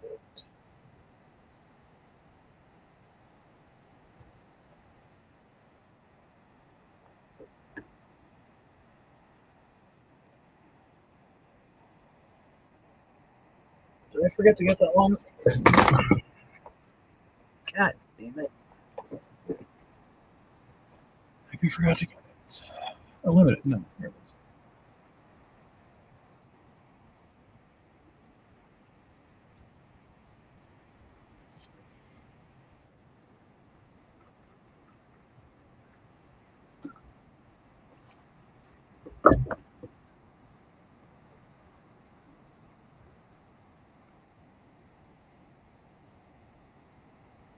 Armor volume 1.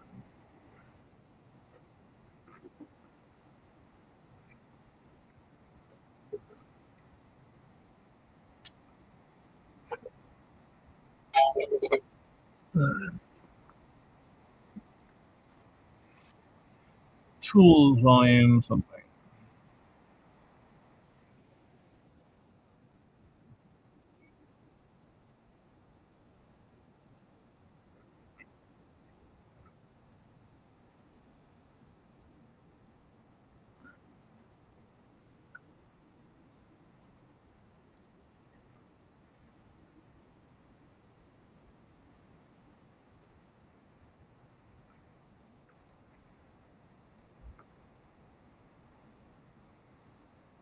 Tailoring Volume 1.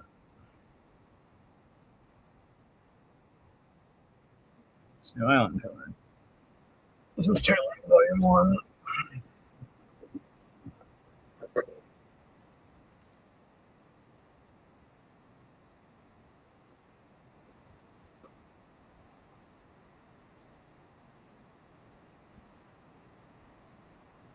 Entropia Armor 1.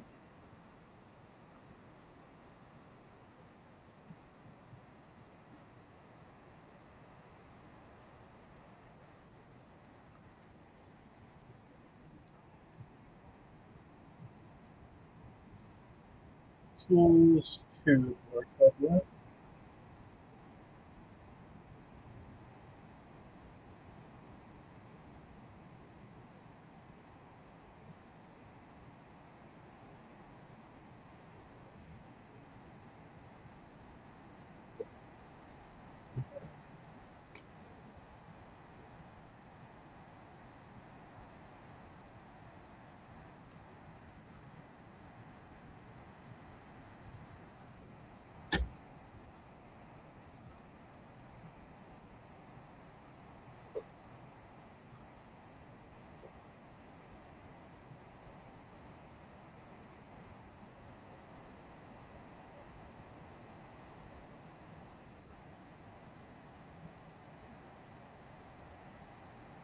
And Rocktropia Components 2.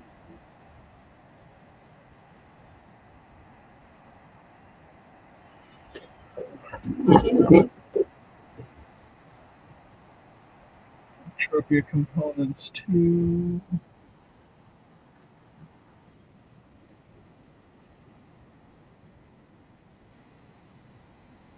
Entropia Components 2.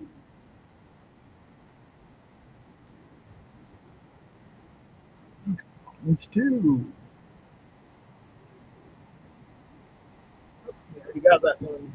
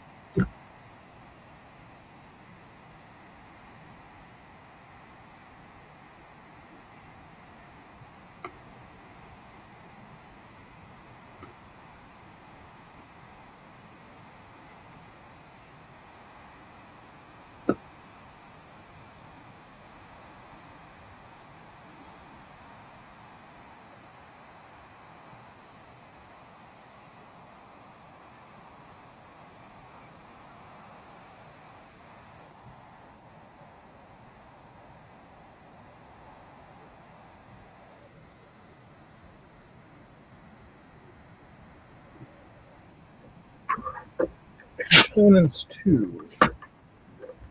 Have a look.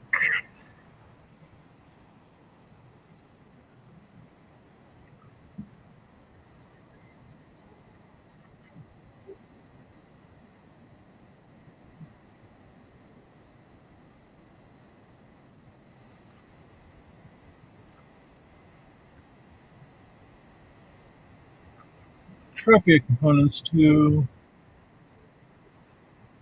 Arcadia Attachment. Did we buy the Arcadia books? Toulan, Arcadia.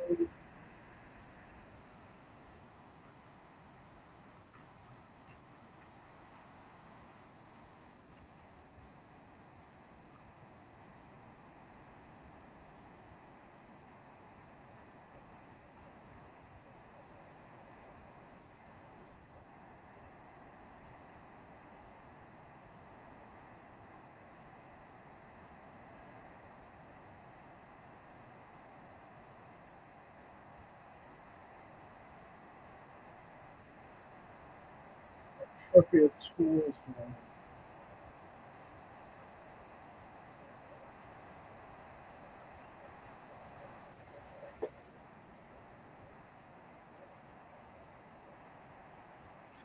Buy this one.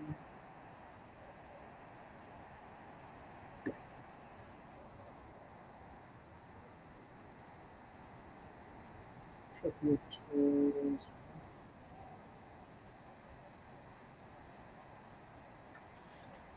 All right, well, that's cleaned up.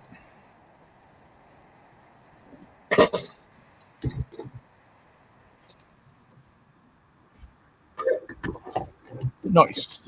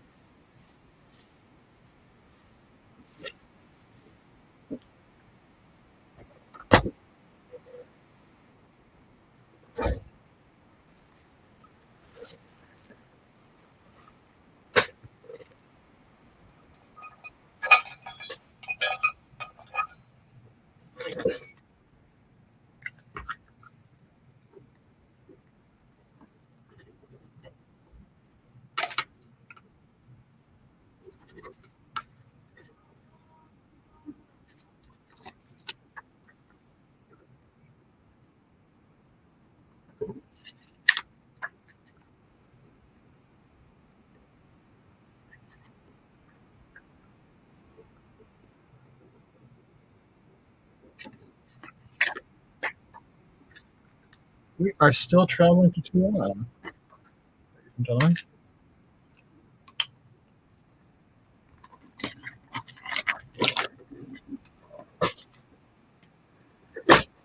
This is not an insignificant voyage.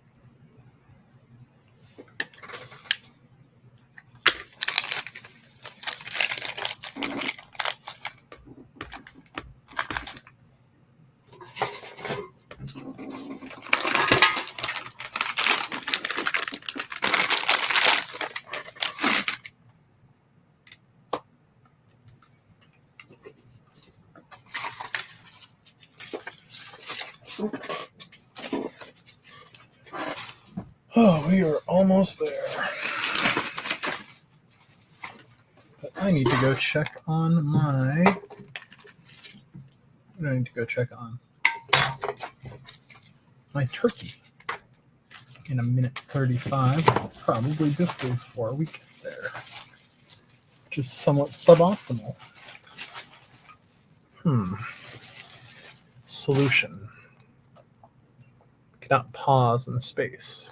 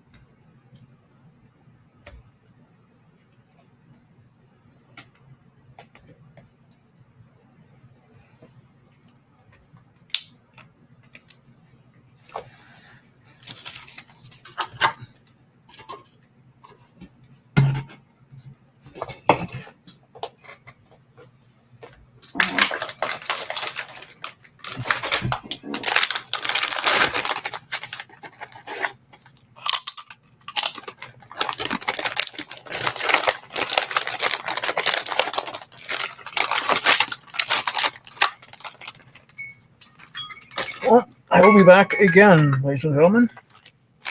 Let's go attend to a turkey.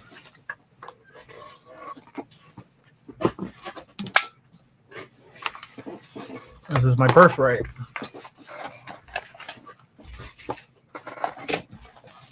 Turkey master. Oh, yes.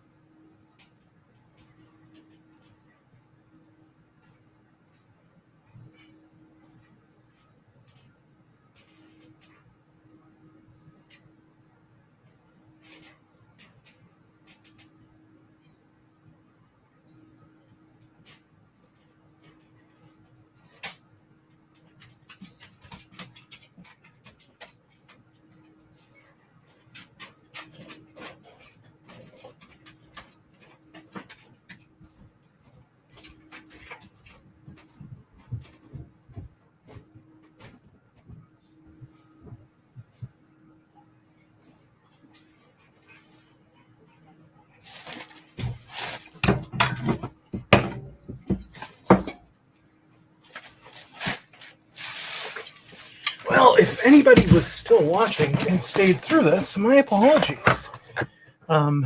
Dealing with dinner took quite a bit longer than I thought it would because things.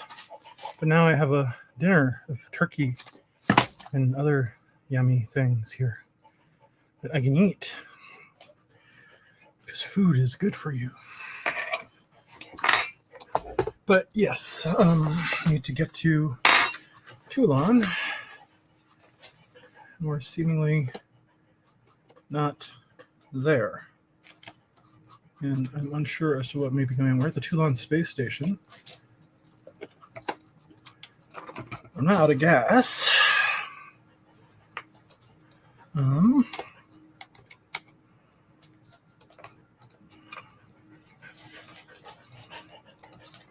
we need to back up? We've lost all controls. Okay. I don't feel like this is normal. Let's see. Should I exit out?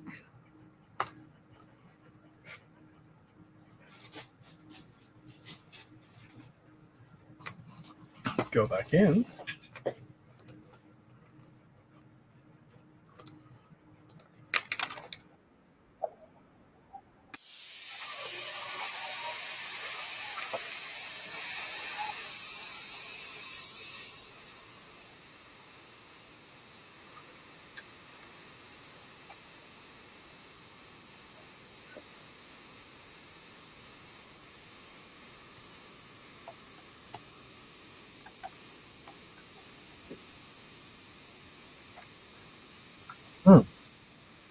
Damn, this is good. Wow. Miso honey chicken. Yummy.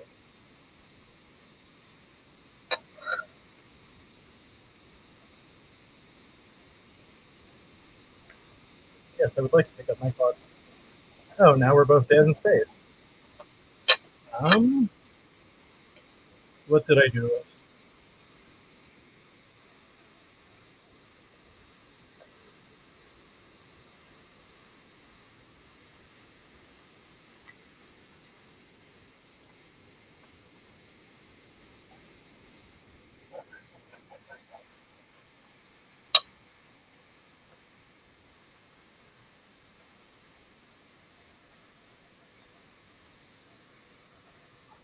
My wife did not have Toulan downloaded.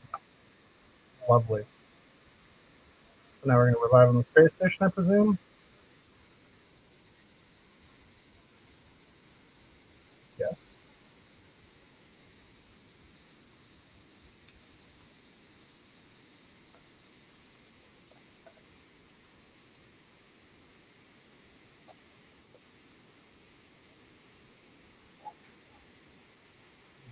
Suppose I need to wait for my wife.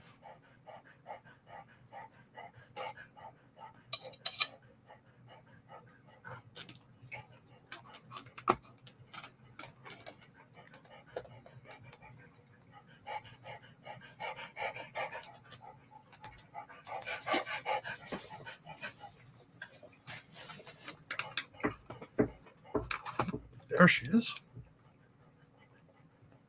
Lovely woman. Now, I presume you can just drop the quad again. Get in.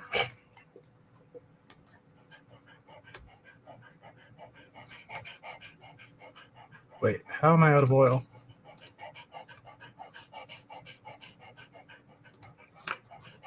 Am I really out of oil? Okay. Interesting. That's shocking, to be honest. I literally filled her up right before we came. Well, we don't need to teleport down because we have a little bit of a hack here. An oil dealer.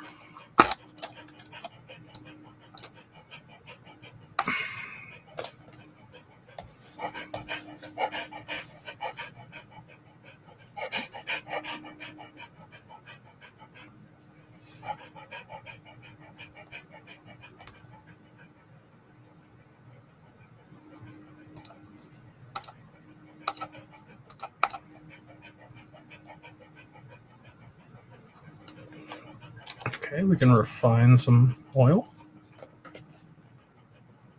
Or not.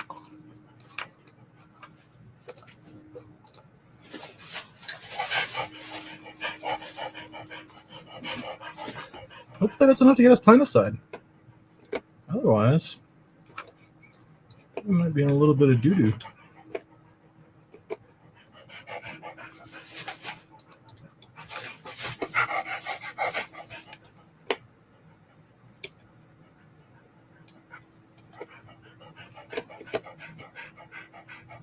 Oh, we're going to need to secure some oil on Toulan, that's for fucking sure.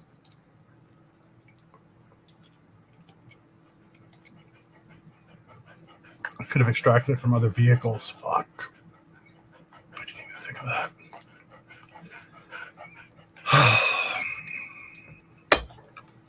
And where's Toulan?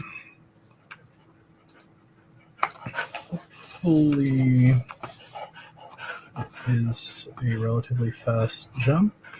How many light years? 6.8. I guess we're about to find out the hard way. Yeah, low on fuel. I know.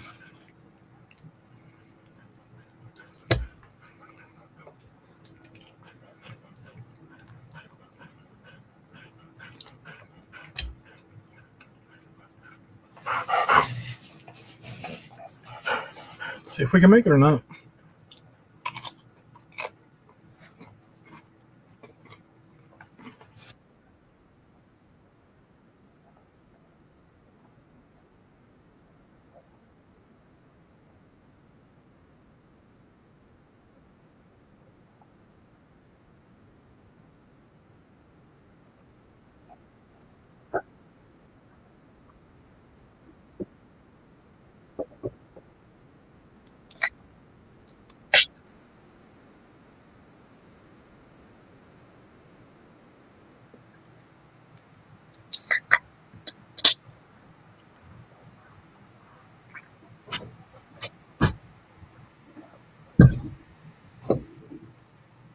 The apparent lack of a fuel gauge in this game is not ideal.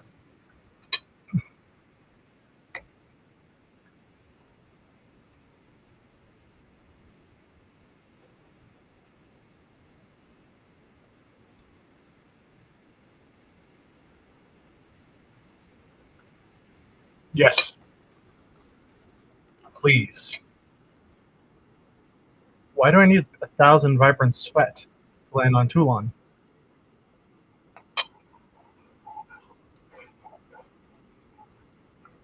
Oh, that's like a joke? Okay. Fucking sounded like one. So we're starting at Meredith. Not the Jelly Zone. The not Snow Mountain. Not Nahar City.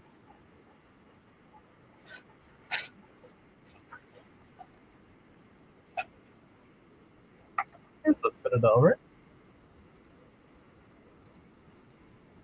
Snow Mountains, Chili Zone, Citadel. That's right below us. Yes, that's where we're landing. Last time I landed on Toulan, first thing I did was get a very lovely global for mining.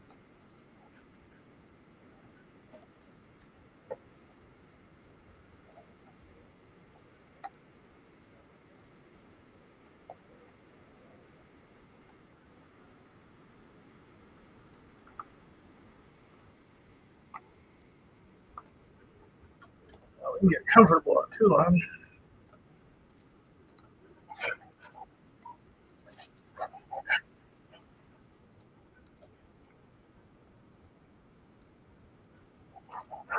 Feels good.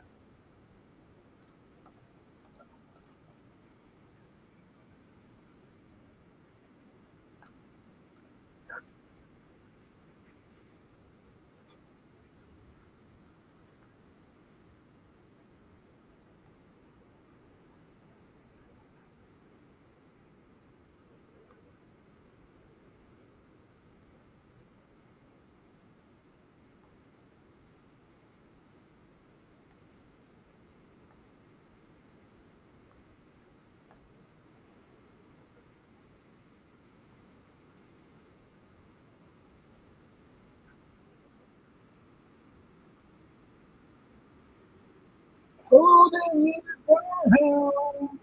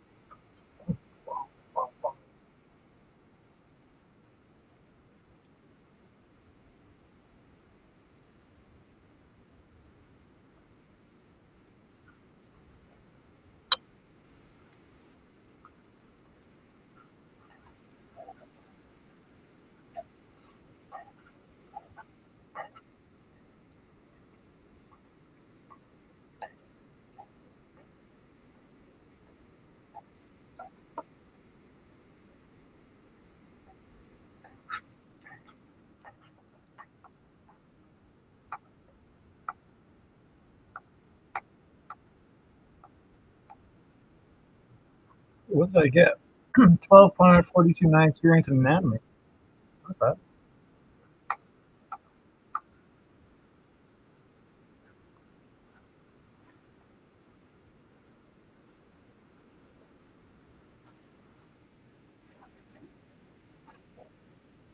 Yep, except all of them. I'll wait for you. It's fine.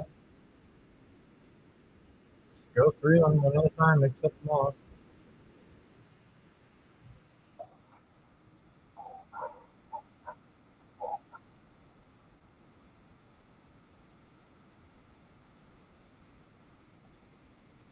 By the lights on.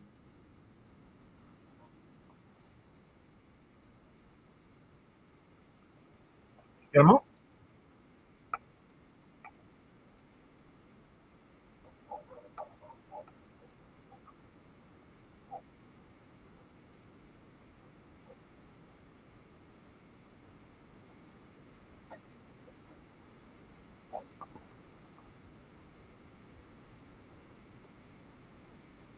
Yo, Rabbit, welcome back.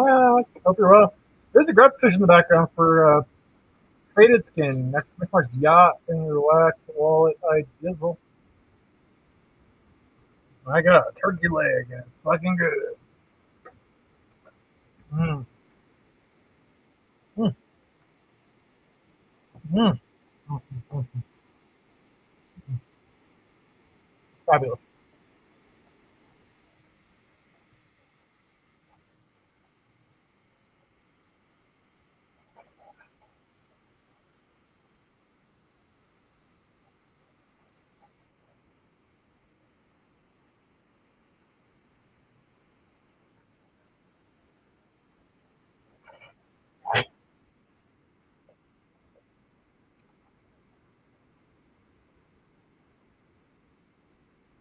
Oh no.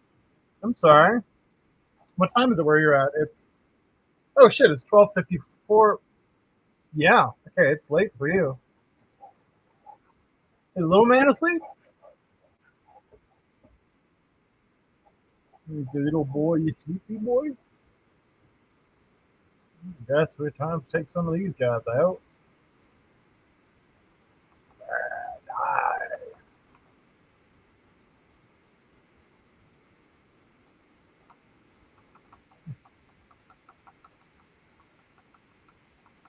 Oh, he's close to falling asleep. How do you know when he's close to falling asleep? Like, what's the sign of a kid, like a toddler, being? I genuinely don't know. Did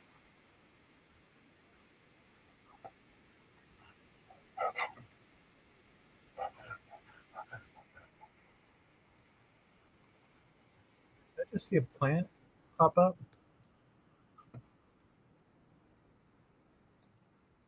Is this it? No, that's not a plant.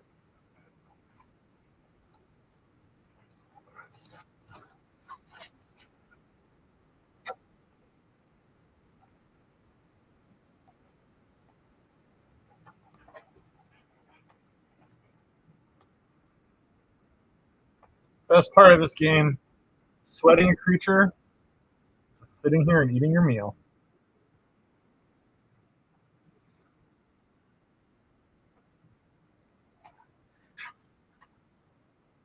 Hmm.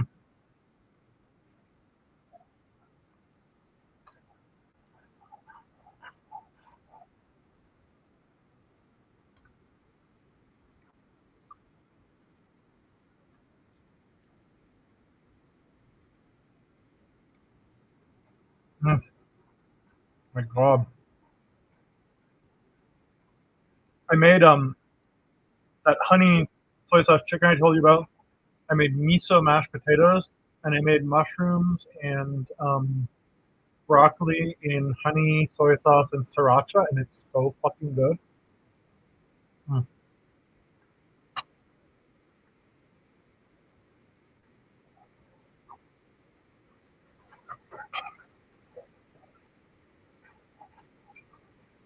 Oh lordy.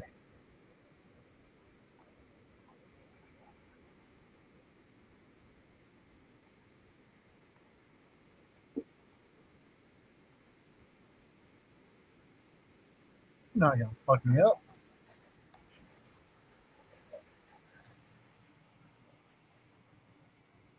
Rogue. You'll get food when I decide to give it to you.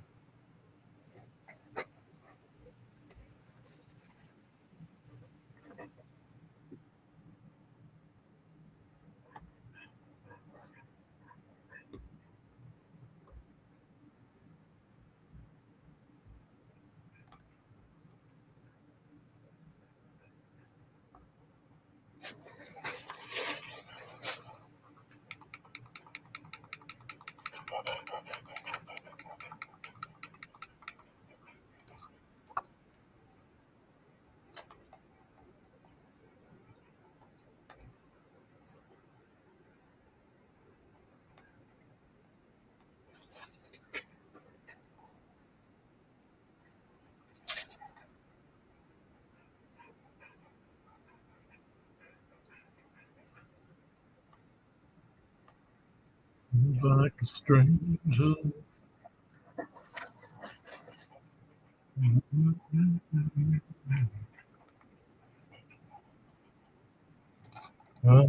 Please be.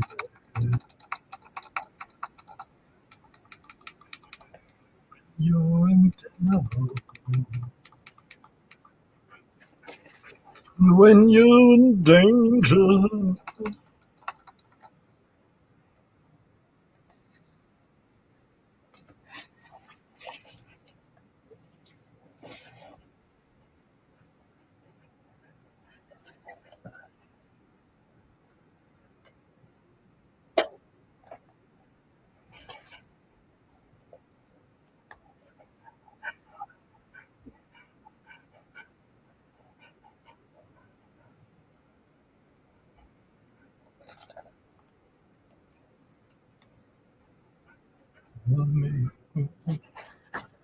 Promise you I will.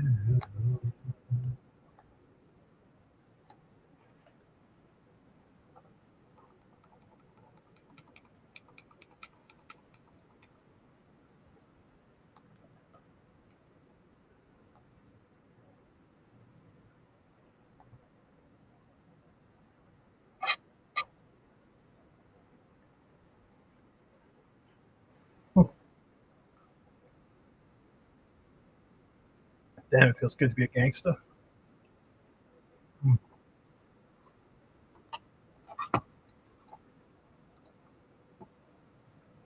Oh. Murder these smashed potatoes. Oh.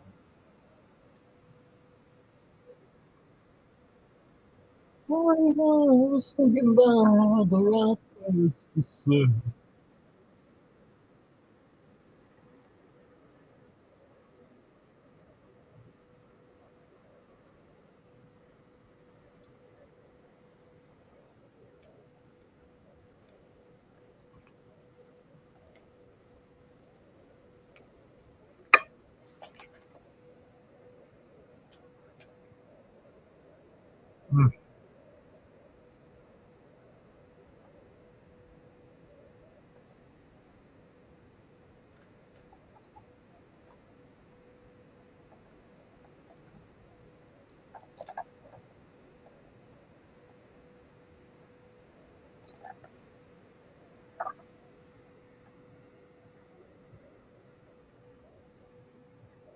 Well, it's the same.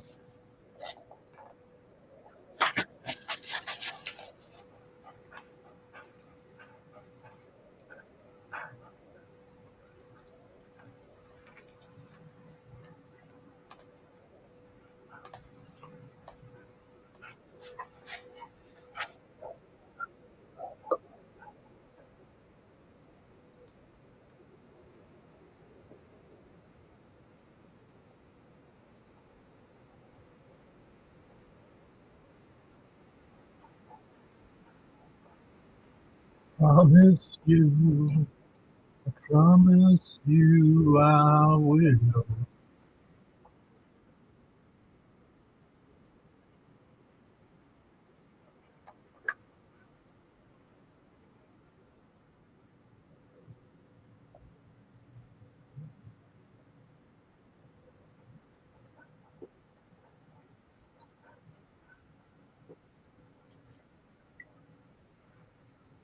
Yo, McDan, welcome back, good sir. Nice to see you. If you want to hang out, I can drop you a link in your Discord. Don't feel any obligation. Let's see.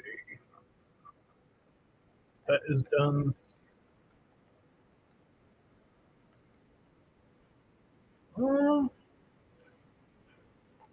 Where are you?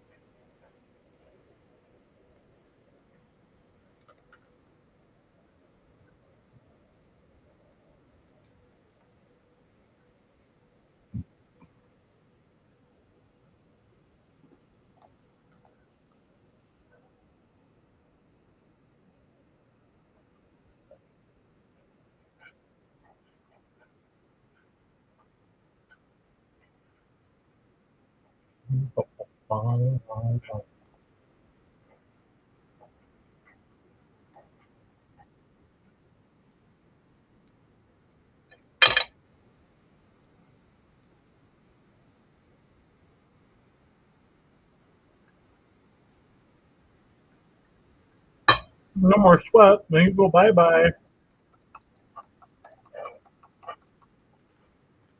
How sad.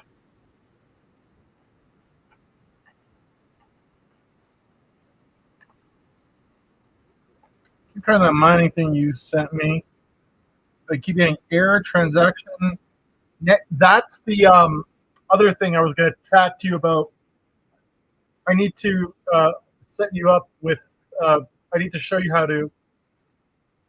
Oh, it's very complicated. Well, it's not very complicated. How can I explain this?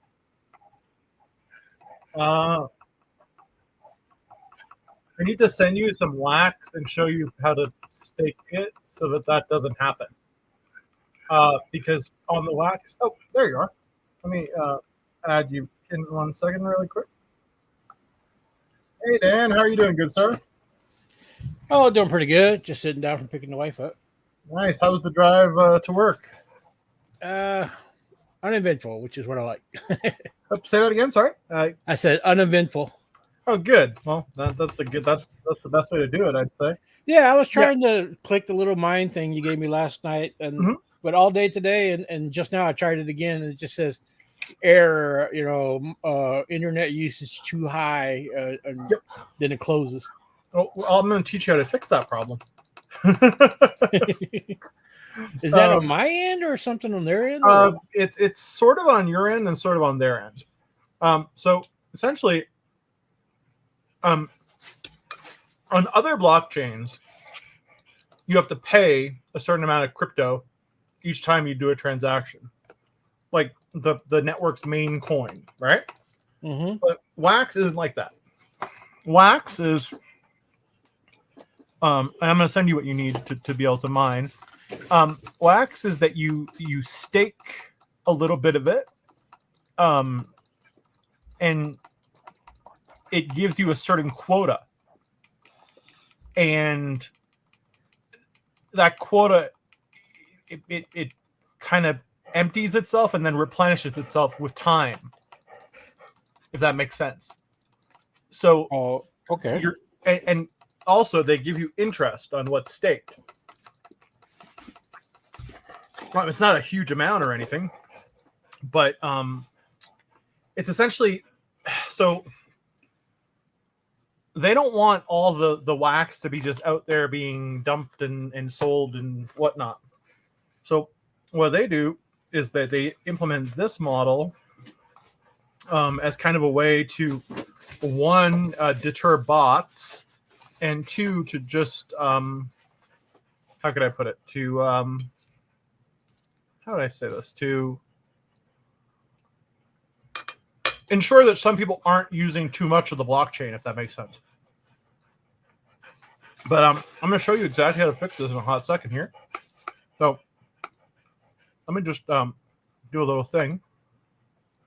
No rush, man. Just take. No, no, no. I actually meant to do this. So, give me a second here. Like I said, I'm all new to this. I don't know anything about it. But Yeah, I mean, I'll try to. This is I've never explained this to someone before. This one is it's not the easiest thing to explain. Do you remember the name of your account? It's W4. yeah, I just WFI4. I put it on there to type that. It's right there in the chat. Oh, in the okay, perfect. Oh, other chat. Okay. Yeah, the stream chat. Okay, sure. Let me just fix this for go to the stream chat. Oh, there it is. Okay, right. So WFI4W.C.WAM. Okay, perfect. Do something here. So, oh, and here's that. Yeah, I don't know it offhand, but I got the page bookmarked so that I can go back and check it and stuff. Oh yeah, no. This should sort you. Let me just figure it out real quick here. Active, because I use a more complicated type of wallet, to be honest with you. I use something called an anchor. There's no real benefit except that it's easier to have multiple wallets, if that makes sense. I got you. Yeah, so let me just finish doing what I'm doing, and we're gonna get you set up so that you don't get that error anymore. And I'm gonna try to figure out how to explain it better, because I don't like the way that I'm explaining it. WFI4W.C.BAM. Confirm. Okay, and then we go here. Rogue, stop that. Man, my dog is going crazy next to me. Because food. Feed me. Yeah, she's like being a little bit nutty. If I'm gonna be completely honest with you. I smell that turkey. Give me that leg. Oh man, that's exactly what I'm eating too. Damn, it turned out good, by the way. Like, I'm shocked. It's very nice. I was in my around 19 or so, and I was at my grandma's one time, and she wanted to go off somewhere. But we had she had turkey legs. You know, she was going to make dinner, and I was staying with her at the time for a couple of days, and she wanted to cook the turkey legs. Okay. But then she also wanted to go shopping, so she took the turkey legs and had doctored them up, you know, seasoned them and stuff like that, and put them in the oven at like 200 degrees or something. Okay. Not very high. So because she figured we'd go out and do the shopping she wanted to do at the grocery store and stuff, and then come back, you know, and she could turn it up a little higher and finish cooking them. But that would get them started. Yeah. But we ended up going out and we forgot about them. Oh no. We ended up staying out for a few hours instead of just a little bit. Please don't tell me the house burned down. No, the house didn't burn down. But when we come back, she remembered like, oh, the turkey legs. She's like, she was hoping they weren't all dried out and everything, you know, from being in there so long. But when we got in and we picked everything and she checked on them, they were so cooked perfectly that when she went to pick up on the bone, the meat was just falling off the bone. Wow, really? Yeah. And you talk about the juiciest legs we had ever ate, but we'd made like macaroni and cheese and some other stuff to go with it. But when we ate that, man, it was so freaking good. I was like, that's how you got to cook turkey. You just got to put it in the oven and forget it for a while. Well, you know what? That's kind of what happened with me, honestly. I was really late on going to check it. It was you just got to slow cook it. Don't put the high heat. Just put like low heat and slow cook it and just forget it. I had it at 275 for about 6 hours, and then at the end, I turned it up to 350 for 30 minutes to crisp up the skin. Yeah. Yeah, but that was like some of the best legs I'd ever had. Man, that must have been a while back. Oh yeah, a long time ago. It's I'm 53 now. So, and that was when I was like now around my 19s. Oh, okay. 19. Is your grandmother still with us, or? No, she's long passed. I'm sorry about that. I And asked. she lived pretty old. She was almost to her 80s when she went. Good. I am. Excuse me. I was raised by my grandparents, and my grandma lived to 83. Died of a brain tumor. She'd been having symptoms for that's sad. for years though, and she kept going to the doctor, and the doctor's like, "Well, we'll send you for an MRI and we'll see what it is." And I'm driving her somewhere, and she strokes out in my car. I drive her to the hospital. I don't even have a driver's license, mind you, at that point, because I don't really drive. Yeah. So no point in having one. And get her there, and they look at her scan, and they're like, "Well, look, there's a tumor." I'm like, "Yes, I can see that." Now look at the notes at the bottom, and the note from the radiologist who looked at it was unremarkable. So essentially, they had not. I could see the damn tumor from 3 years earlier with the naked eye. Like, there's a big thing there that didn't belong there. But the doctor had, I don't know what he was doing. It was like, but I gotta guarantee it was that they didn't want to open her up because she was so old. Well, no, I had the power of attorney, and essentially they said, well, we honestly don't know if it's benign or if it's malignant. We can open her up. We'll go in through her nose. And I'm like, well, okay. How long will she survive like this? Because at that point she was kind of like pretty much a vegetable. She could talk a little bit, but barely, and she was hallucinating. And I knew she didn't want to live like that. And they say, well, maybe 2-3 months at the outside. I'm like, okay. If we go in, how long will she live? And he goes, well, I'll be honest with you. It's even if it's benign, just at her age, we might kill her with the surgery.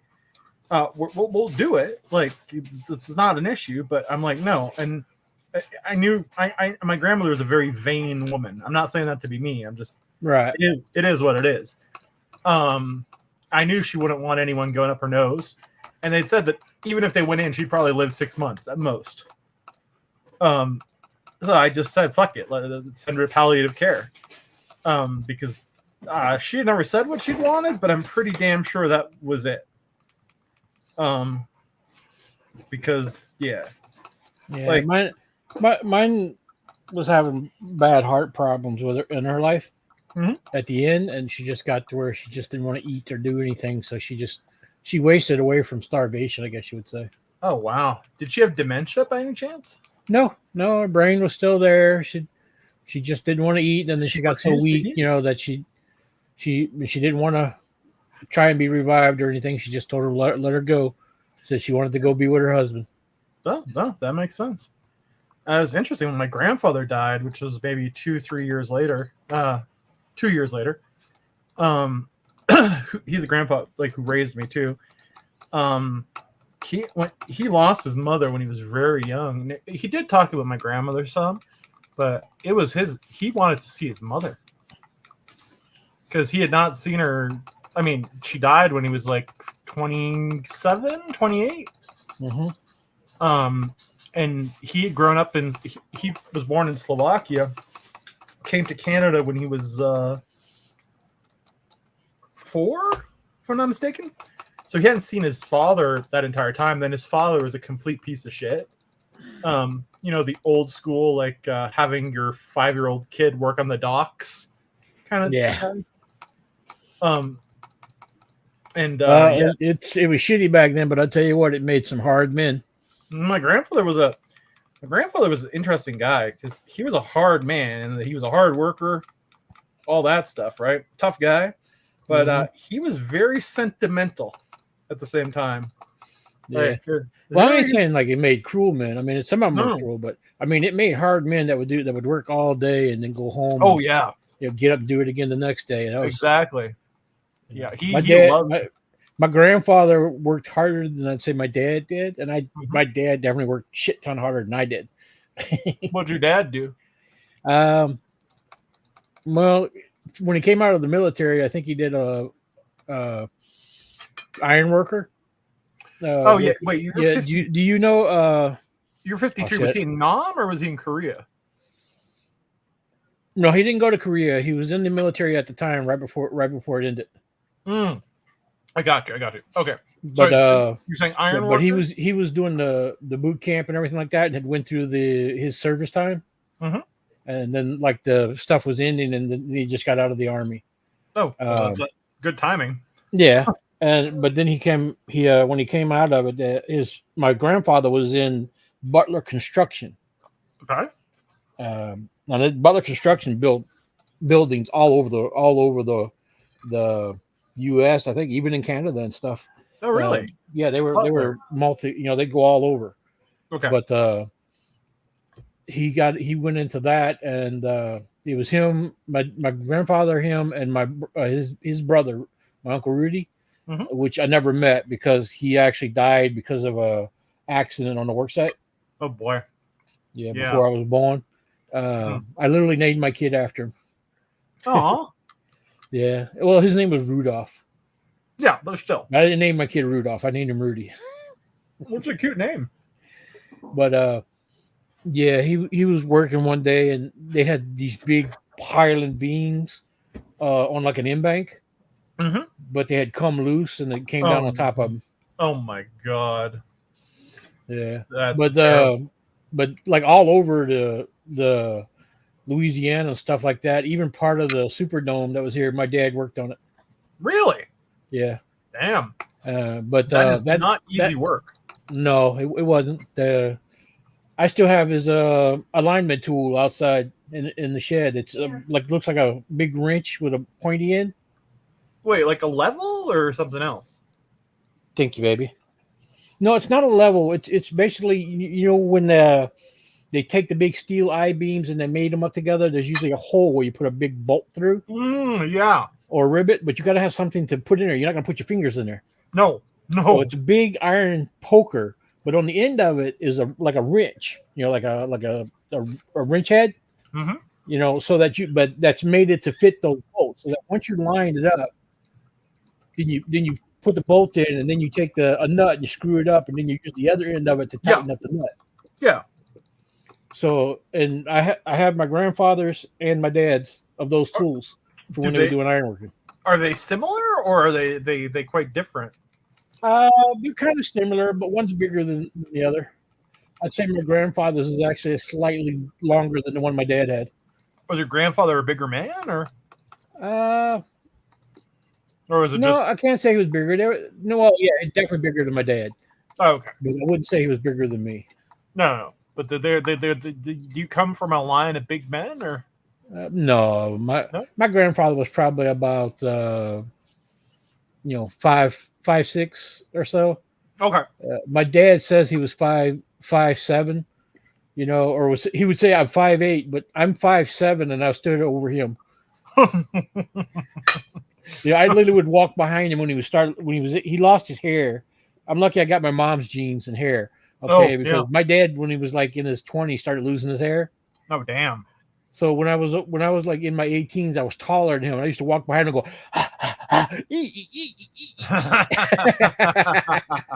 for his bald spot. Yeah. And then piss him off. But so he would say, like, I'm 5'8". That's like, hell no, you ain't. Yeah, I'll show you 5'8". But my grandfather was probably like an inch taller than my dad. And my grandmother was actually taller than both of them. Really? When she stood up, she was almost 6 feet tall. God damn. That's a tall woman. But I used to kid her because I said, man, Grandma, you went from 6 feet tall when I was a baby. And I said, now that I'm older, you're like 4 feet. Because she had to sit in a wheelchair because she got like osteoporosis. So she couldn't really sit up straight. So she'd sit in the wheelchair. And I was like, you went from 6 feet to 4 foot. Man, getting old is not funny. No. But I got both of those. But he went out from construction, probably got away from that when I was in my around 12 or 13. Mhm. and he went into mobile home house trailer moving. Okay. So he'd move mobile home trailer houses, like Yeah. prefab houses. Mhm.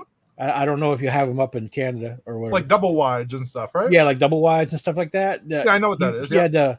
He was one of the first drivers that was starting to drive those around the United States to deliver them to people. Damn. Those are big loads. Yeah, but he drove that around, and he did that for until I was around 15, almost 16. Mhm. And then him and mom got a divorce, and he went to Florida and started working for another transporting company. Okay. And then went over road. I mean, he went to so many parts of the United States that he used to, every time he went into a new state at the truck stop, if they Mhm. had one of those little state magnets, of the Yep. state he was in, he'd buy it, and then when he'd come home and he'd put it on his ice box, and when I'd go visit him, it Mhm. looked like he had a map of the United States on his ice box. That's cool. We do that with magnets of the countries we visit. Yeah. And I do it with the states I visit too, but I haven't been to that many US states. Been to Yeah, I've never been to that many states. I mean, I've been to Texas, Mississippi, Louisiana, Alabama, Florida, Georgia, and what's on side of Georgia? Is it Carolina? Tennessee? I think Tennessee, Yeah, I've been to those, but that's probably about as far as I've been. Where have I been? I've been to New York State, Vermont, New Hampshire, Massachusetts. I don't know if I've been to Rhode Island or not. Yeah. Yes, I've been to Rhode Island. Yeah, I've never been to pretty much those. Washington State, Oregon, Virginia, Maryland, Florida, Louisiana, Ohio, West Virginia, Colorado. I think that's it. It's funny. I've been to more American states than I've been to Canadian provinces. Oh, but driving Canadian provinces are freaking big. Eh? Y'all think Texas is big. Alberta or Quebec, you could fit Texas in here 4 times. And Texas is big. Oh, but I need you to go to your Wax Cloud Wallet page. Do you remember that one? Give me just a moment. Yeah, and I'll load it up mine screen so I can show you what to do. Yeah, I've got it bookmarked. I just got to get to it. Oh shit! Rogue just licked my keyboard and somehow sent it into full screen, like the crazy degenerate dog that she. All right, so was it the Wax or the Cloud Wallet? The Cloud Wallet. Okay, yeah, I'm on the Cloud Wallet right now. Okay, perfect. You see my screen here? No, I see the game. What about now? I still see the game. Nope. I think it's just a bit of lag then. Okay, I see it now. All right. Click on Resource at the top right. All right. And go to Stake Wax P down here. Stake Wax P. Okay. Yeah. Now, the box popped up, says Network Resources. Yeah. Stake Okay. CPUs. So start at the bottom with RAM. Wait, actually go back a second. How much wax did I send you in your account? I don't remember. I think I sent you 21, something thereabouts. It says portfolio balance. Is that what you mean? No, at the top next to the bell. Like right up here. Oh, okay. It says 24. Yeah, 24. 24. Wax. Okay, perfect. So go back to Stake Wax P. Now start with RAM and put 4 into RAM, and then just say buy RAM. 4. Okay. Drop down box. I got to pick it. Drop down box. We'll start at the bottom one first. So you and input amount. Put 4. Okay, and then buy. Yeah. Then for net, I want you to do 5. All right, give me 1 second. It's still. Oh, sure. Absolutely. Take your time. Man. Always track. Okay, there we go. I did that. Okay, transaction successful. Mm-hmm. And then go back and do the same thing again. for net and CPU. So you're going to put 5 into net. Okay, net 5. Mm-hmm. Okay, stake net. Okay, transaction successful. Perfect. And then 15 into CPU.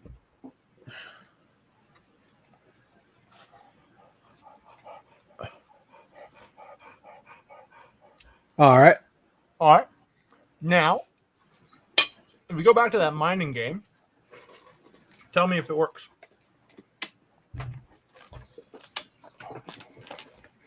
I'll kind of explain to you what we just did.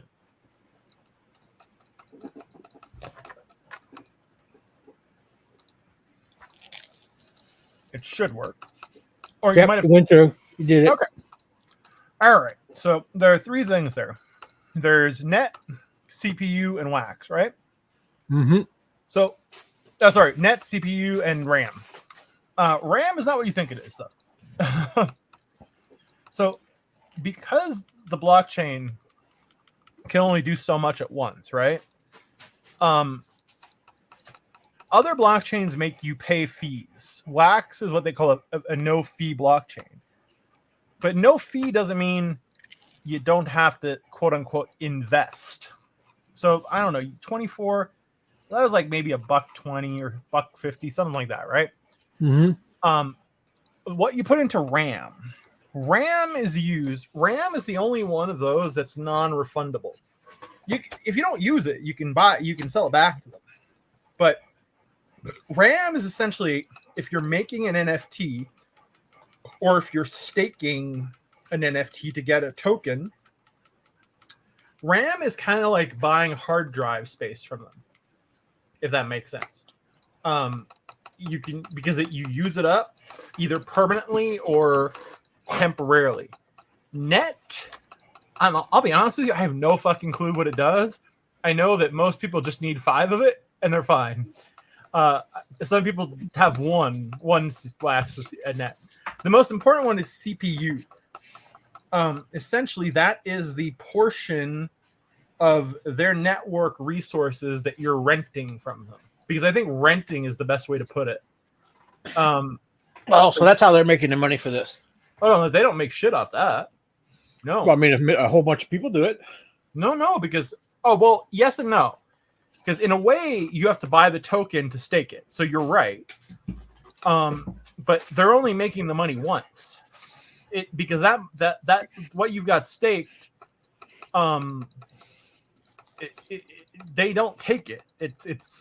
It regenerates. Like, oh, okay. You could take it out at any time, cash it out, and in fact, we'll show you this another time. When you vote with your wax for the block producers, you actually get interest on it. So you have 15 wax of CPU. You're not going to get much interest. You're going to get like 0.03 whatever or something like that, like every month or something. But I mean, I think I have 7,000 staked or something thereabouts, and I don't need it staked. It's just basically so I don't spend it, because it takes 3 days to unstake. So it's like a savings account, basically. You're saying that they just use and give you interest on it. Yeah, but it's a savings account you're forced to have, because if you don't have anything in it, you don't have very many transactions. So yesterday you were using up free transactions from Alien Worlds. Mm-hmm. So I think they give you either 10 or 20 a day, if I'm not mistaken. And after that, you start using your own CPU. I think it's the same thing with Brigade. They might give you like 1 free one a day. But now you'll see that your CPU, if you click on that resource thing again, a certain percentage of it will be used. But the percentage that's used will go down. So say for some reason you get up to 90% usage tonight, right? Or even you go up to 100 and you can't do another transaction. Well, you wake up in the morning, it's going to be back down to 0. Because it just constantly regenerates. And it's also based on how many people are trying to use the network at the same time to sign smart contracts. Okay, that's their limited to keep bots down and stuff then, right? To keep bots down, and it's called proof of stake. So other blockchains, like Bitcoin, is proof of work. You need to actually do the producing of the next block to get your rewards. On Wax and some other blockchains, you get your rewards just by basically, like you said, using the savings account. And one person explained it to me as kind of like, by holding the token, you're showing a commitment to the blockchain. So your reward is the transactions that you get to do. So I mean, with 7,000 like I have, I can do whatever the fuck I want. Like, I could be running transactions all day, and I don't think I'd run out. Right. But there are people who have millions of it. Some of them aren't even rich, because a million wax is what, 60 grand right now? $60,000, yeah. But at some point when wax was at $1, that was $1 million. So which they wish they'd sold when it was $1. well, they probably didn't have it at that point. That's the thing. But I do know a lot of people who had a lot of it and did not sell it at $1 because they thought it was going to go up further. And I'm just like, guys, that was really dumb. You should have sold at $1. It went up to $1, and a month later it had crashed down to about 10 cents. Then we're in the bear market now, right? It went down to about 3 cents was the lowest I saw it at. And now it's back up to, I don't know, 6 or 7. It's just hovering around there. It went up to 8 at some point recently. But the point is like, even if wax goes up in price, the number of resources you have does not go up. You still have that fraction of the blockchain that's embodied by your staking. If that makes sense. Like, just if wax was $1, you'd still have the same amount of transactions a day, because everyone's wax would be worth $1. Right.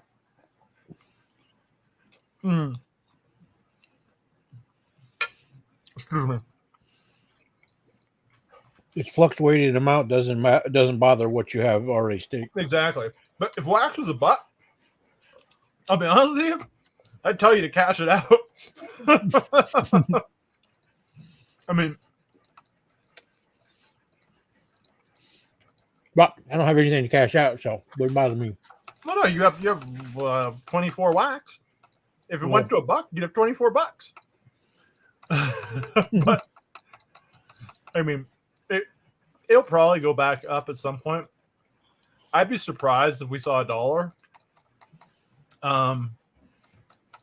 I'd be happy. I'd be very happy if wax went up to 25 cents even, because most of mine that I have staked was something that I was paid to do. Like, I worked for a game, and part of my payment, my payment was partially in cash, partially in wax. And they sent me wax when wax was at its lowest ever. That is to say that it was at 3.5 cents. Mm-hmm. So essentially, they gave me $500 worth in wax. That's already worth $1,000, and it's been 2-3 months. If it goes up to 12 cents, it'll be worth $4,000. So it's just like, it goes to show you, like, a little bit can add up. And as you're getting that compound interest from claiming your rewards every once in a while, when you vote for the block producers, which we'll show you how to do it in maybe a week, because there's no point in voting now, because you're just going to get like nothing. You won't even notice it. But you can choose to either use that wax to buy something, the wax you get from staking, or you can choose to stake it. And then it's kind of like just putting more interest into the savings account, if that makes sense. Right. No, I kind of understand a little bit. Yeah, I mean, I never thought of explaining. I've taught people how to make wallets I've taught people how to. Well, I'm probably slow at this stuff, to be honest. 'Cause like I said, I'm not 53, man, and I really don't know any of this stuff, to be honest. No, you're not slow at all. I'll be honest with you. I know how to do all the technical things very easily, and I used to teach university, mind you. So I normally am pretty good at explaining things, but explaining a blockchain is very difficult. But basically, when you think of the blockchain, just out of curiosity, when you think of the word blockchain, I just say blockchain to you. What comes to mind? Like, what are the first words that come, like, that you think of? And there's no wrong answer to this. Might be bad words, and that's fine. Well, I don't really have any clue what blockchain is per se. Okay. But when you ask me what does it come to mind, I just think of something that's like a bunch of things linking together. Yeah, sort of. So, what I think most people would say they think of when you say blockchain, they probably say Bitcoin, or just they'll name a coin, right? Mm-hmm. Ethereum, Bitcoin, whatever, just any coin, or they'll just say coins. And that's the biggest misconception about blockchain technology, because yes, blockchain is used for cryptocurrency, right? There are tens of thousands of different coins across different blockchains. Honest to God, it's like most of them, it's just speculation. It's just the price goes up because people buy it. There's a lot of pump and dump. It's kind of like the new version of the penny stock. But the blockchain was not created solely for coins. The most important function of the blockchain is to act as a permanent ledger that records every transaction that takes place and that automatically executes contracts when certain conditions are met. So on the Wax blockchain, we have 21 block producers at any given time, and we have another one on standby. What they're doing, every time you click on that button to mine in Alien Worlds with your account, that's recorded for permanently, for all time, because it's recorded by at least one of the block producers, and all the other ones back it up. So the premise of blockchain technology is really just to create kind of a permanent record. So for this kind of shit, it's not even really needed. It's just used and potentially overused. Because I've read a lot of the philosophy associated with blockchain, and one of the main ideas that's associated with it is tied to decentralization, as it pertains to the coins. A lot of them were created because people just didn't want to deal with fucking banks anymore. They wanted to have control over their own money, and on their own terms. Like, I mean, I'm sure you bounced the check. I don't know. I'm not sure. You probably bounced the check in your life, or you probably had an overdraft. I sure as fuck have. I've had overdrafts, but never bounced a check. I bounced the check once. It was fucking awkward too, but it was an honest to God accident. But yeah, overdraft. What, your bank will charge you $35 or $40, something like that, for being short. Yeah, 20 cents short, and it's like a tax on poor people, really. Buddy was telling me his Netflix went through, and he was like a few cents short, and they charged him $10. He would have rather his Netflix not go through, and just waited. But the bank, it controls what you do in a way. It sets the conditions. So I had a problem with my bank a long time ago. No, did you? Some of that shit. Uh-huh. Believe it or not, I was about 25, 26. Mm-hmm. And I'm still with the same bank, to be honest. But at the time, it was Christmas time. I mean, literally, the day before Christmas. Okay. I went online to check my account, mm-hmm.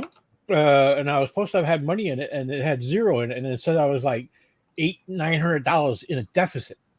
You know, like Overdraft. behind. Yeah, Okay. overdraft. And I'm like, I call them up. I said, "What the hell is this?"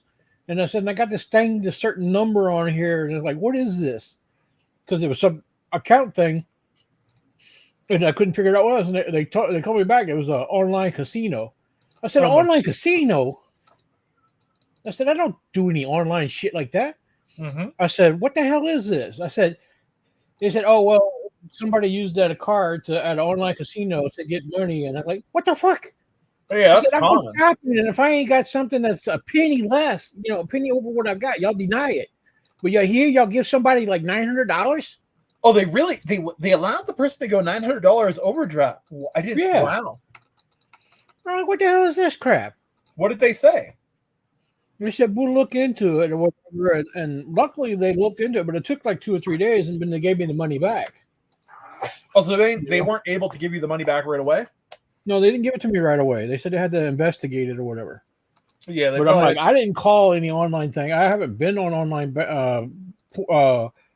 websites that do gambling or anything like that. I said, I don't know what the hell this thing is.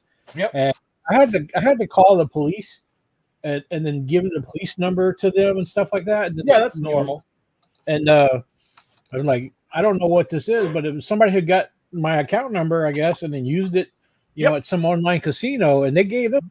I said, like, look, I go into a store, and because it was a debit card, not so much a credit. It was like a Visa debit card. Yeah, I have. Yeah, one and of if I those. don't have that 3 cents that in the bank to cover the account, It won't go through. It won't go through. No. But yet they give this sucker like $900 to go gambling. That's interesting. I complained about that. I was like, I was hot about it, but they finally gave it back to me. I don't blame you for being hot about it, but I wonder though if he did something to trick the system. There are some things you can do with those debit cards to trick the system, that have to do with. Well, no, I mean, essentially, from what I understand. I mean, I can see if I had a credit card, and that they used it and it went on the credit card, but it was a debit card. Yeah, and I know. And if I'm usually at a place and I try to run something and I don't have it in the bank account, it'll come back as denied. Yeah, as it should.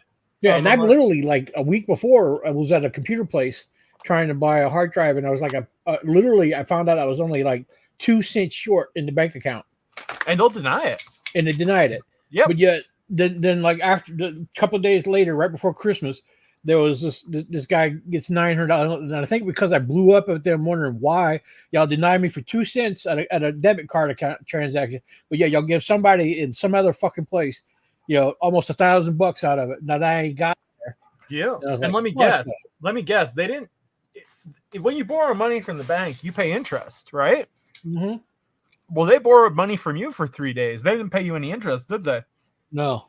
Yeah. Goes to show you. Banks are a ripoff. Oh, yeah. I mean, it's like banks and payday loans, man. Are probably here in America, you can't even. You're supposed to be able to carry cash and stuff like that. But let's say you don't use the bank and you want to pay cash, and let's say you go through one state to another state, and you have like over a few $1,000, but you don't want to use a bank. But then you get pulled over a cop, and they use the thing and says, "Oh, we want to check your vehicle." Then they find that $3,000. They will confiscate it and say you're drug dealing from you and say it's under suspicion of being drug money. Yep. And then you not have done anything. You didn't do anything illegal. Mm-hmm. You're not in the wrong because you're supposed to be able to move your cash if you want or sell it or use it. But they'll take it, and then you got to prove that you're innocent. Yes. It's not innocent until proven guilty. Right. In those cases. That is so bullshit. You have to show how you earn the money. It's complete horse shit. Now, interesting question. Are there any towns like that whereabouts you're at, or? Oh yeah, Louisiana, big on that. Yeah, I've heard that the South, they're big on that, and they get people from the North a lot of the time.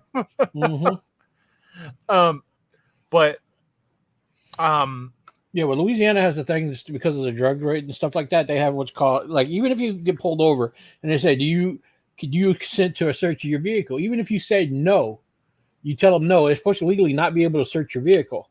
if you're not being, suspected of a crime or anything like that. Right.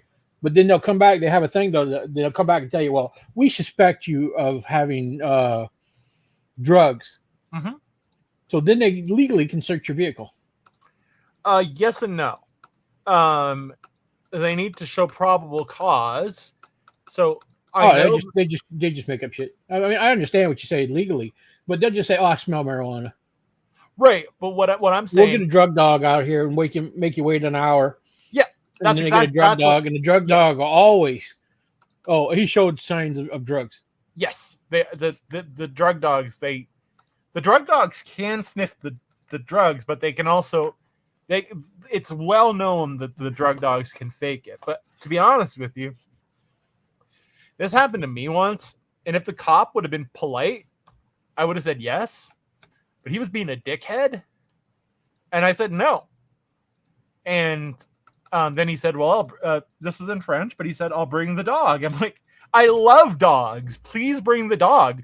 When the dog comes, can I pet it? Can I give him a treat? I just, I was fucking with him. Even though I would give the dog a treat. And he made me wait for half an hour. He was just in the cruiser behind me. I don't even think he called the dog. Then he comes back to my window and he says, "You're free to leave, sir." I just wasn't having it from that fucker. I didn't have it's stupid out here, but they'll try to do anything they can to, and it's always against the people who can't really afford it.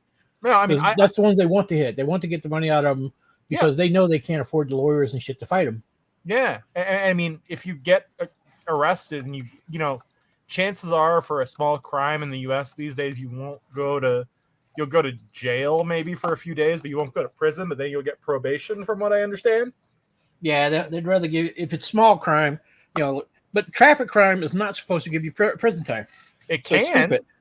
It can, but it's not supposed to. That's a misdemeanor. Well, it's not even a misdemeanor in some cases. In some cases, it's just a code violation, no? Or is it always a misdemeanor in Louisiana? Well, I think most of it's a misdemeanor, unless you're like 100 miles over the speed limit or something. Oh, okay. Yeah, because you generally can't go to jail for it's a traffic infraction, not a misdemeanor. Traffic infraction. Yeah, and that's you're supposed to, at the worst, you're supposed to lose your license. You lose your license for so long, and you have civil. It's not supposed to be jail time, and you can be sued, civil liability.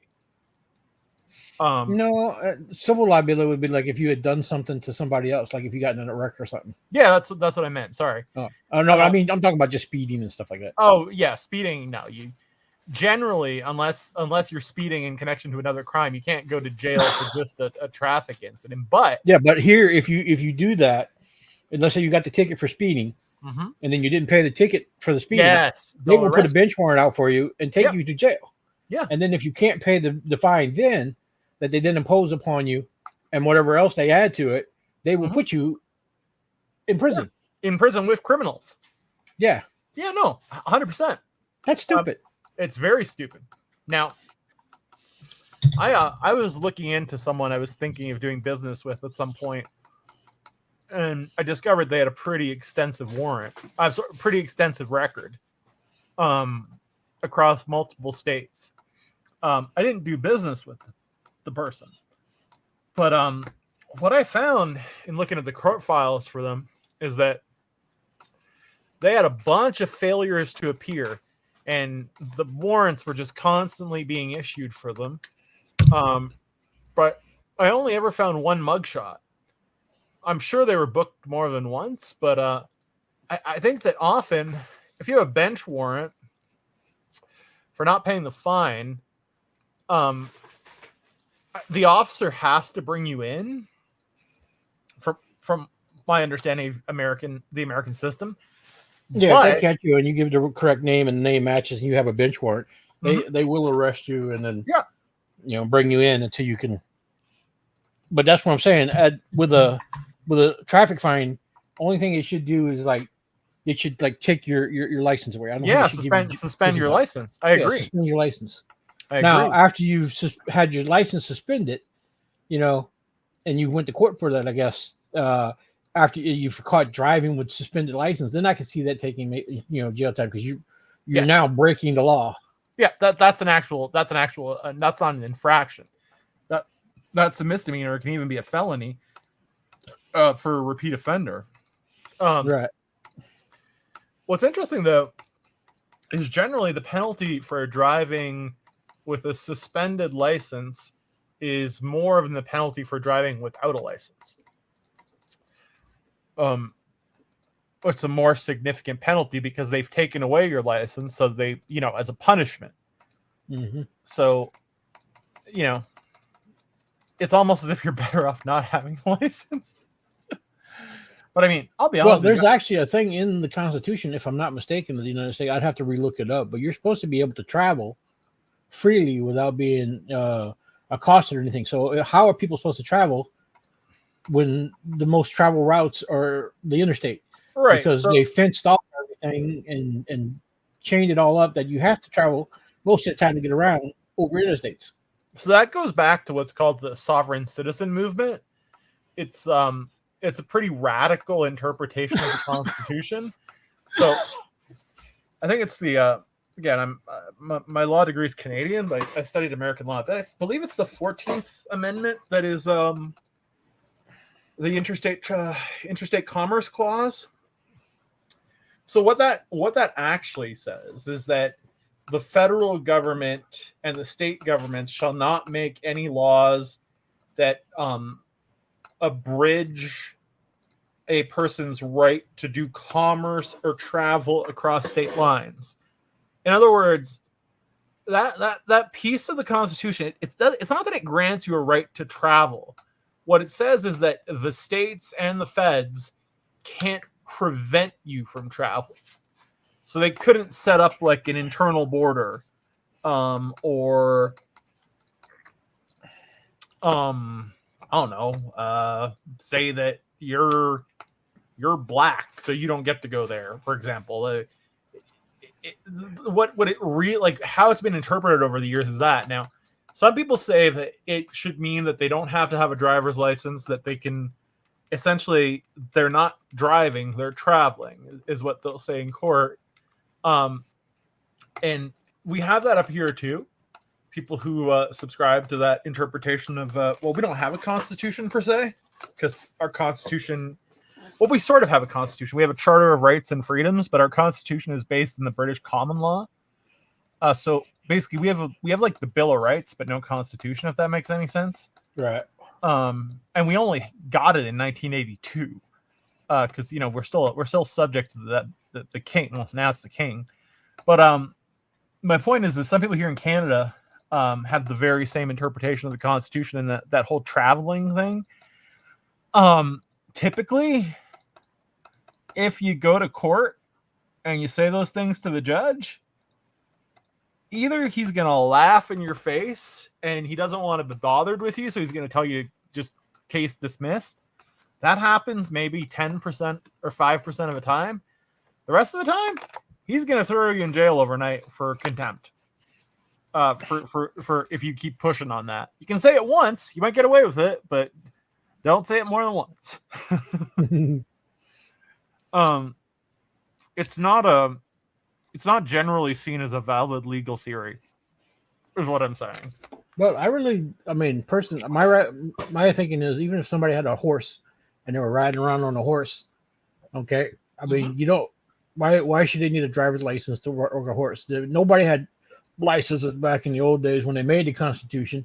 Yeah, to ride a horse. But wait, do you need a license to ride a horse? If you take it on the interstate, you do. Really? Yeah.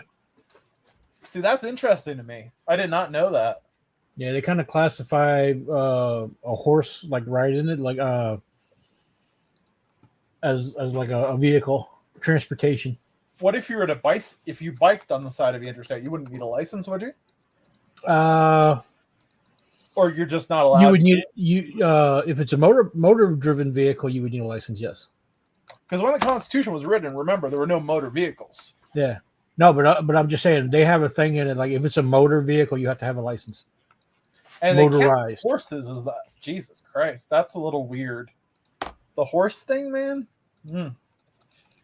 I'm not a big Now fan. there's of that. things on horses too, though, that are put in the thing that they had horses that if you drive vehicles, if a person's driving on a horse, a cop cannot pull the alongside a horse and things like that, or cut off a horse. Because That's in state law, you mean, or well, state laws and stuff like that, but they were put in the thing when vehicles started coming in, because if a vehicle pulls up on the side of a horse, they could spook the horse. oh yes, Causing that's a true. person, and if they drove in front of a horse and tried to block it off, that could actually make a horse throw the rider. Yep, 100%. So they had put those into laws that a police officer cannot use sirens pulling a person with a horse over, or pull in front of it and block a horse or things like that. Now that's interesting. I did not know. I've never heard about that, but I never lived in a rural area per se. Yeah. But it is true. I mean, even Alberta is the Texas of Canada. We have cowboys here, we have ranches, cattle country. And I've seen people riding horses. On not on the highways. We have we call it the Trans Canada. It's like one interstate that goes from one end of the country to the other. Yeah, usually they ride in the grass beside the highway or something. I ain't never seen that either. I've seen them riding. No, yeah, ours don't really ride on the highway, like taking up a car lane. Mm-hmm. If you go by it, they'll be on the side. Oh, okay. But like I said, if a cop gets it up his ass, like, oh, this horse ain't supposed to be here, and he don't know the law and shit, and he goes up and goes next to the horse. Oh yeah, that person could literally sue the police department for that. Yeah, with good reason, because that's fucking dangerous. Yeah, they could be seriously injured. Yeah, and plus, I mean, there's horse drawn. I don't know if you need a license to it, but there's buggies that are horse pulled and things like that. They're slow moving vehicles. I know here you don't need a license. You need a plate and a registration for the buggy. Yeah. But I mean, that's like tractors and stuff like that. We have farms and stuff around here. They're supposed to be legally allowed to move upon the road to get to other parts, other places. Oh, right. And if I'm not mistaken, down in the south, and you're not supposed to need a license to move that either. It's just supposed to be a registered vehicle, like it's a red track, like you own it. Yeah. Or whatever. But let's say you have a 14-year-old who's working on a farm, family farm. Yes. And he's driving the tractor, and he's got to move it to another place that's down the road, and the only way to get it down there is by taking the road. He's allowed to do that. Yeah, he's supposed to be allowed to do that. Like if a cop pulls him over and says, "What are you fucking doing?" or whatever, the cop's in the wrong actually. Oh, I think the cop is allowed to pull him over and ask him what he's doing. Not unless he's breaking the law, and he's not breaking the law by moving the tractor down the road. I guess it would depend what road he's on, because the standard is reasonable suspicion, right? And the cops but they're allowed to move it on any state road to get to the point where they got to go to. Right, but if they're underage, from what I understand, if they're 14, and I know 14-year-olds can get limited driver's licenses in the U.S. No, but you don't need a driver's license to ride a tractor. But you can get one. No, but that's not my point.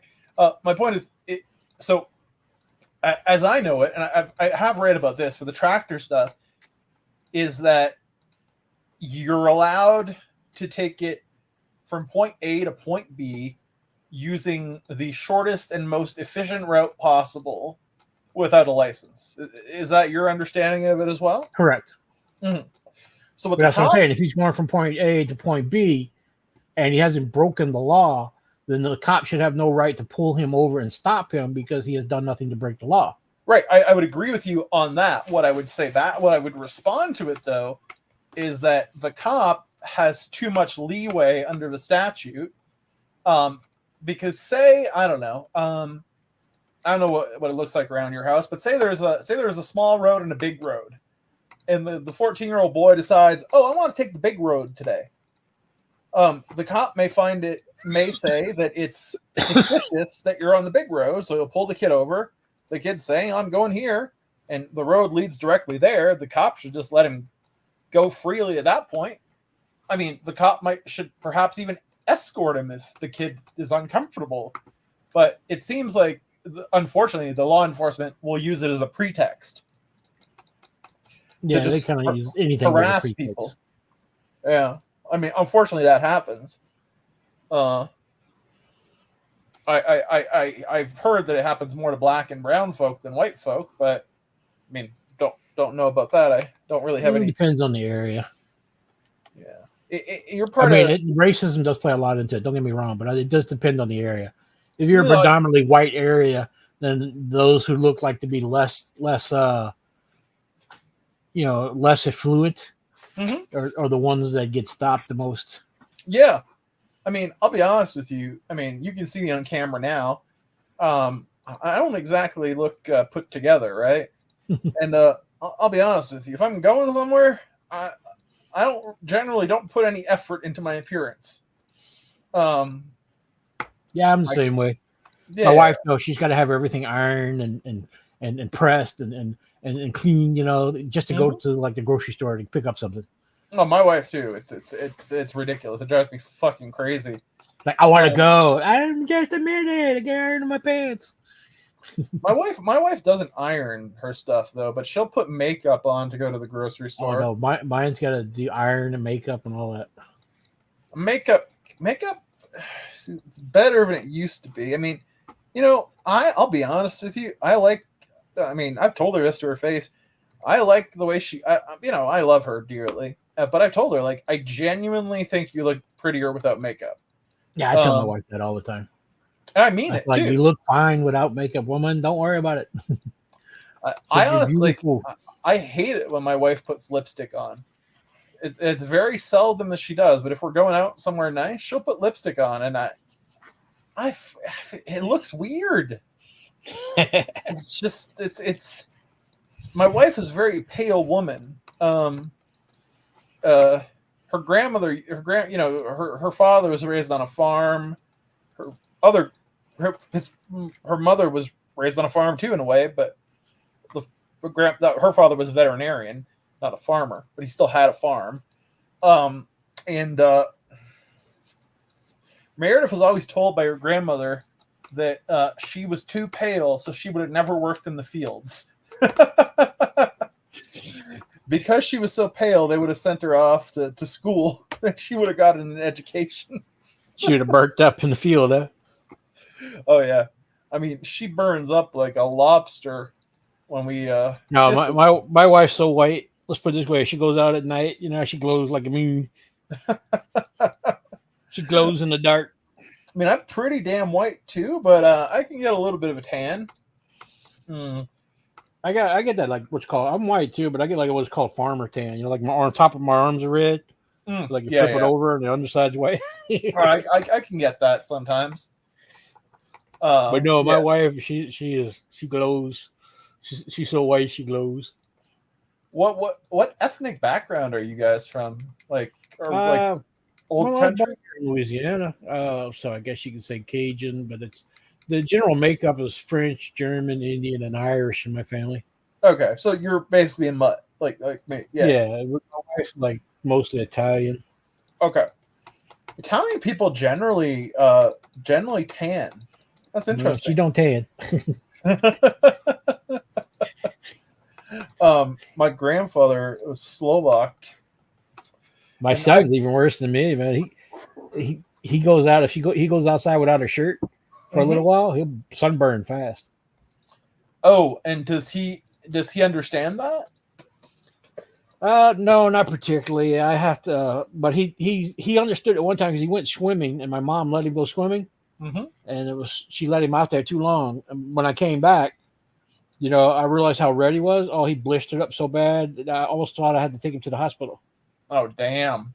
But we got him to the emergency room. They looked at him, and they said it was like some degree burns, but not enough that he had to go into the hospital or anything. Yeah. They just gave her a prescription for creams to apply to him and stuff like that. Yeah. Let me guess. Then he knows not to go outside without a shirt on. Oh, so that's a lesson that took for him, despite the fact that he has special needs, right? Yeah, I think that how painful it was after that. So he knew that after he went swimming that next time that he had to have a shirt on. Oh, so he'll swim with a shirt on now? Yeah. Okay. I mean, in my case, it's not that bad. I just have to put sunscreen on, but I had something very similar happen to me when I was maybe 11 or 12 years old, I went to the water park and we were there all day. And I put sunscreen on once, beginning of the day. And I didn't notice anything. I didn't feel any pain. And get home, and all of a sudden, I can't lay on my back. It's just too painful. And at some point, I'm like, I'm a little boy, but even as a grown up, I'll be honest with you, I might have cried. I started crying, and I went to see my grandfather and my grandmother. I'm like, well, my back really hurts. And my grandmother, or one of them, I think it was my grandfather, was lifting my shirt up, but they were both there. And my grandmother, looking at my back, lets out a little shriek, like a, ah! And my grandfather, blistered up, huh? Oh man! First of all, I blistered up, and the blisters, when they started, probably about the same as your son, I would think. They were at least an inch in diameter. But what happened, and it lasted about 7 to 10 days, maybe 2 weeks, I don't remember, about all the blisters kind of came together. Oh. And made his swollen up pretty bigger than that, I would say. And but then from him not moving around and stuff, they popped. Yeah. And so I had to keep applying the cream to keep it soft, and I had to put like I don't know, a dressing over it. Yeah, to keep it sterile. I get what you're saying. Yeah, to keep it sterile. And when I had to change the dressing, it would even pull the skin a little bit. Yep. Because it'd stick to it, and I had to. And it was about 2 weeks of that before it finally healed up enough that, I could leave the dressing off. Mm-hmm. But he was in pain for a long time with it. Poor kid. And he didn't understand. He just kept crying, and I would come to me and I would put the stuff all over his back, and and I told him, I said, you can't go outside without a shirt. You can't go outside without a shirt. This happened because you had no shirt. Mm-hmm. And I don't know if that's stuck in his brain or what, but now when he goes out, he puts the shirt on. It must have stuck somehow. I mean, the brain is a strange thing, right? Like you said that he doesn't know how to write, but he can find the YouTube videos he wants. Yeah. So, He can't read or write, It's I spent years trying to get him to spell his name. And at one time he got to where he could write, his Rudy. He could write Rudy. Mm-hmm. But then after a certain point, he did not want to do it anymore. And no matter how long I would sit there at the table with him trying to get him to write Rudy, he just would not do anything. At what age did he stop going to school? Around 17. 17. Okay. So they had him in a special ed program until then? Yeah, I was in a special ed class, but when he was about 13 or so, they he wouldn't cooperate with them in class. Uh-huh. So they actually kicked him out of the school. What? And it was like he wouldn't behave or whatever. So Mississippi doesn't have any autism, doesn't have any specialized autism classes. Jesus fuck. It's just a general put them all in one room. Oh boy. So anything with a special ability, special needs went in one room, whether it was Down syndrome or in a wheelchair or some type of learning disorder or autism, whatever. It was all in one room, and you had maybe a teacher and a helper, for like 10 or 15 kids. Well, that's damn stupid. Yeah, it is. But he would like not want to listen, didn't want to sit in the seat, want to get up, move around, and so eventually they kicked him out of the school. But the teacher worked with him so that she could come out at least twice a week and see him at the house, and she would give us like papers to do homework with him. Yeah, and then we would sit and try to get him to do the homework. Mm-hmm. But I mean, like I said, when he turned a certain age, he did not want to do any of it. Yeah. Now, we kept at it until he was about 18. But when he got 18, and I'm tired of fighting. I'm tired. Yeah. I said, he doesn't want to do it. He's, I said, I personally can't sit up and deal with him anymore. And I kind of dropped it myself too. I mean, I don't blame you. He kind of told you what his limit was, I guess, right? But I mean, You know, I still try to get him to spell and say spell Rudy and stuff like that, but he's just And he can't be incentivized. not to chat, not to talk too much. I mean, he can talk when he wants something. Yeah. You know, like he'll come in and say, "I'm hungry." Mhm. So he's like, he comes in and says, "I'm thirsty." I say, "We drink water." No water. But is he able to tell you what kind of food he wants? In a generalized thing, what he knows is chicken nuggets, French fries, ramen. Mm-hmm. But Hey, you're mentioning how he's not going to come in and says, "Oh, I'd like French fries and pizza rolls and things like that. Give me a whole bunch of that." No, he's not going to do that. But like my question was kind of like, say you're getting McDonald's, right? He'll say chicken nuggets and Sprite. Oh, so he does know that kind of stuff. Yeah, but like, you want a hamburger? No hamburger. Okay, so he does. Okay, so if he wanted a cheeseburger, he would be able to tell you he wanted a cheeseburger, for example. I think if he wanted a cheeseburger, he don't eat burgers. He won't eat a burger. Oh, okay, fair enough. I tried to get him a chicken sandwich one time, the plain chicken sandwich. Yeah, and I said, "Look, it's a big chicken nugget." He didn't eat it. Did you try giving it to him without the bread? Yeah. Oh wow. I said, "Look, it's a big chicken nugget." He put it on the seat beside him, didn't touch it. That's so interesting in a way, isn't it? Yeah. But you give him a box of 10 nuggets, well, they're gone in a second. I bet you he can eat the 20-pack. Oh, yeah, easy. He goes in right now. If we're not watching him, I keep telling my mom to split up the chicken. She'll split them up. My wife won't. But we'll buy a big bag of like 70 chicken nuggets or whatever. How much does that cost in the States? Probably about 10 or so bucks. $10 or $12. That's pretty decent. Okay. Yeah. Yeah. But, and I tell her to take the Ziploc bags, put like 10 or 15 in a bag, zip it up and put those in the freezer. And he can grab them in a bag because he knows how to work the little air fryer we have. Okay. He plugs it into the wall because we don't keep it plugged in. He plugs it into the wall and he'll press the little cook button, and he knows he pulls the little card out on the bottom of the air fryer, puts in a liner, like a little paper liner we have. So he knows how to operate this thing. He puts the parchment and paper he'll dump his nuggets in. He'll dump his nuggets in, push it in, and hit the cook button. And it's already set for a certain time to cook. Yeah. And it'll just keep going. It'll do that. And even when it beeps later, it tells you to shake it. It beeps to tell you to shake it. Yeah. And he's done it so much that he knows to go over there when he hears the beep and pull it out and shake it and put it back in and hit start. And it'll finish cooking his nuggets.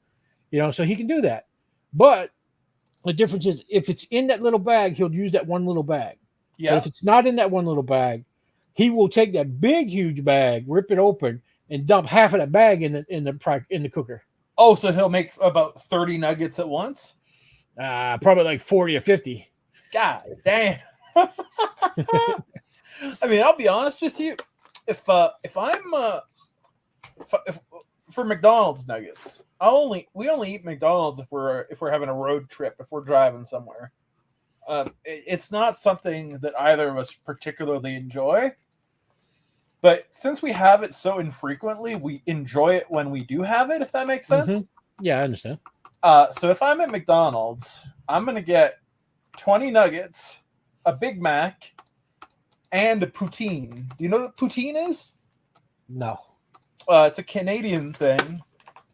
It's, you know what chili cheese fries are, right? Yes. So imagine chili cheese fries, but instead of the cheddar, you have cheese curds, like the squeaky cheese curds. Mm-hmm. And instead of the chili, you have gravy. And the gravy melts the cheese, and it becomes all sticky and ooey gooey. Mm. That's something like a white gravy. Sorry, like a white gravy. No, a brown gravy actually. Oh, brown gravy. Oh, okay. Yeah, brown gravy. Either a beef or chicken gravy normally. Surprised they put that at McDonald's in Canada. I guess there's something in Canada thing though. Well, yeah. I mean, if you go, because they don't have no chili stuff here at McDonald's here. No, but you probably have things at McDonald's that we don't have. Probably. So if you go to McDonald's in Japan, right? they have like a bunch of different types of fish. They'll still have the Big Mac, but if you go to one in I looked at a thing one time. They were showing the McDonald's Big Mac in Japan. Yeah, it looked like our regular Happy Meal burger. it's much smaller. Yeah, but in Maine, they have and Nova Scotia, Canada too. They have the McLobster at certain times a year. It's not real lobster; it's the fake imitation fake lobster, imitation lobster. Jamie's Penguin asks me if I'm naked. No, sir, I am not. I am wearing a mankini, like Borat here. Everything is covered.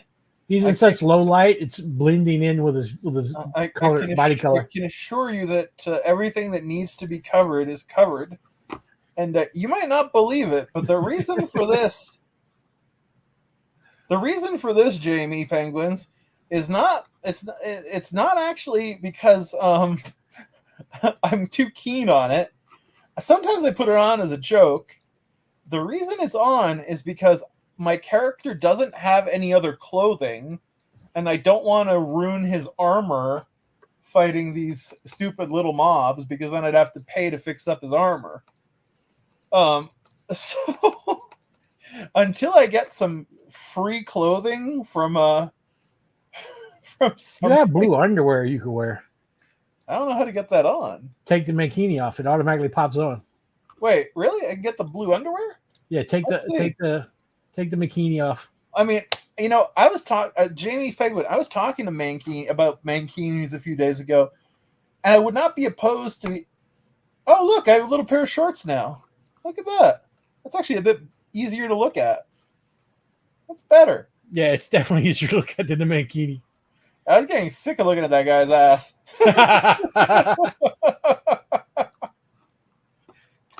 Zanka says, "Don't you have the clothing from the tutorial?" I don't know. If I do, it's in storage somewhere. Because at some point I bought the main. Well, you had that Monreal shirt.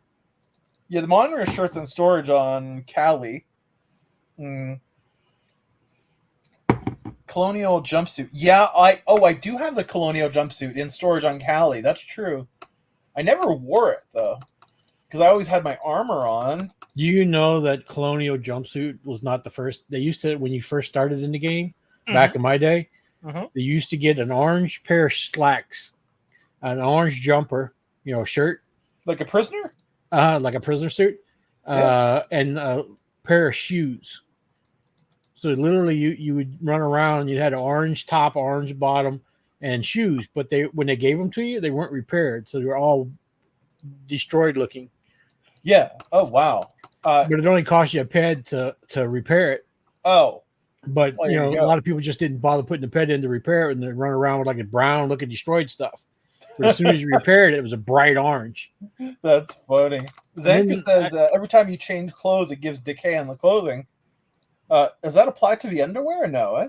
No, not the ones you got on now. The mankini, yes. That no.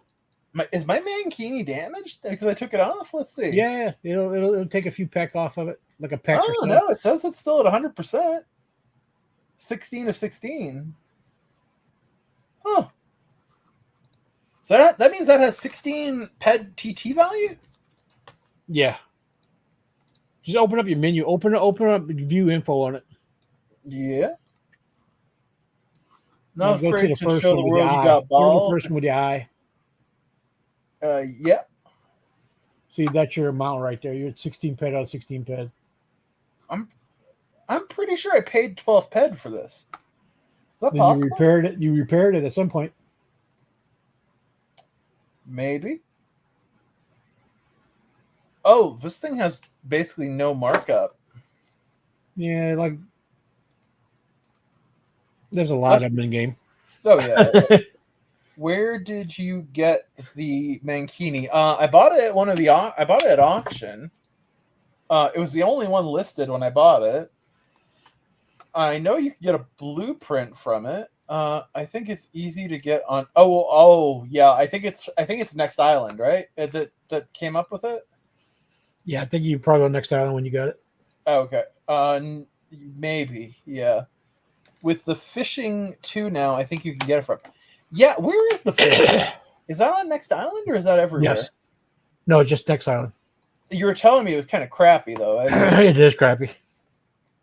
What do you do with the fish? You use them to turn in after you get so many of them to get bonus things, like a skill bonus or things like that. But you need like 100 of one type to get a certain bonus or whatever. And let me guess, your fishing rod gets decay every time you use it? Yeah, your fishing rod gets decay, and you have to have tickets. You have to get bronze tickets to use it. So not only do you have to have like a ton of bronze tickets to fish enough to get all the fish you need to get the one bonus, then you got the decay on the rod and stuff to repair. It doesn't sound like it was designed very well, was it? And it's not even like fishing. You just basically all you do is you go to this one little sign and board they got there.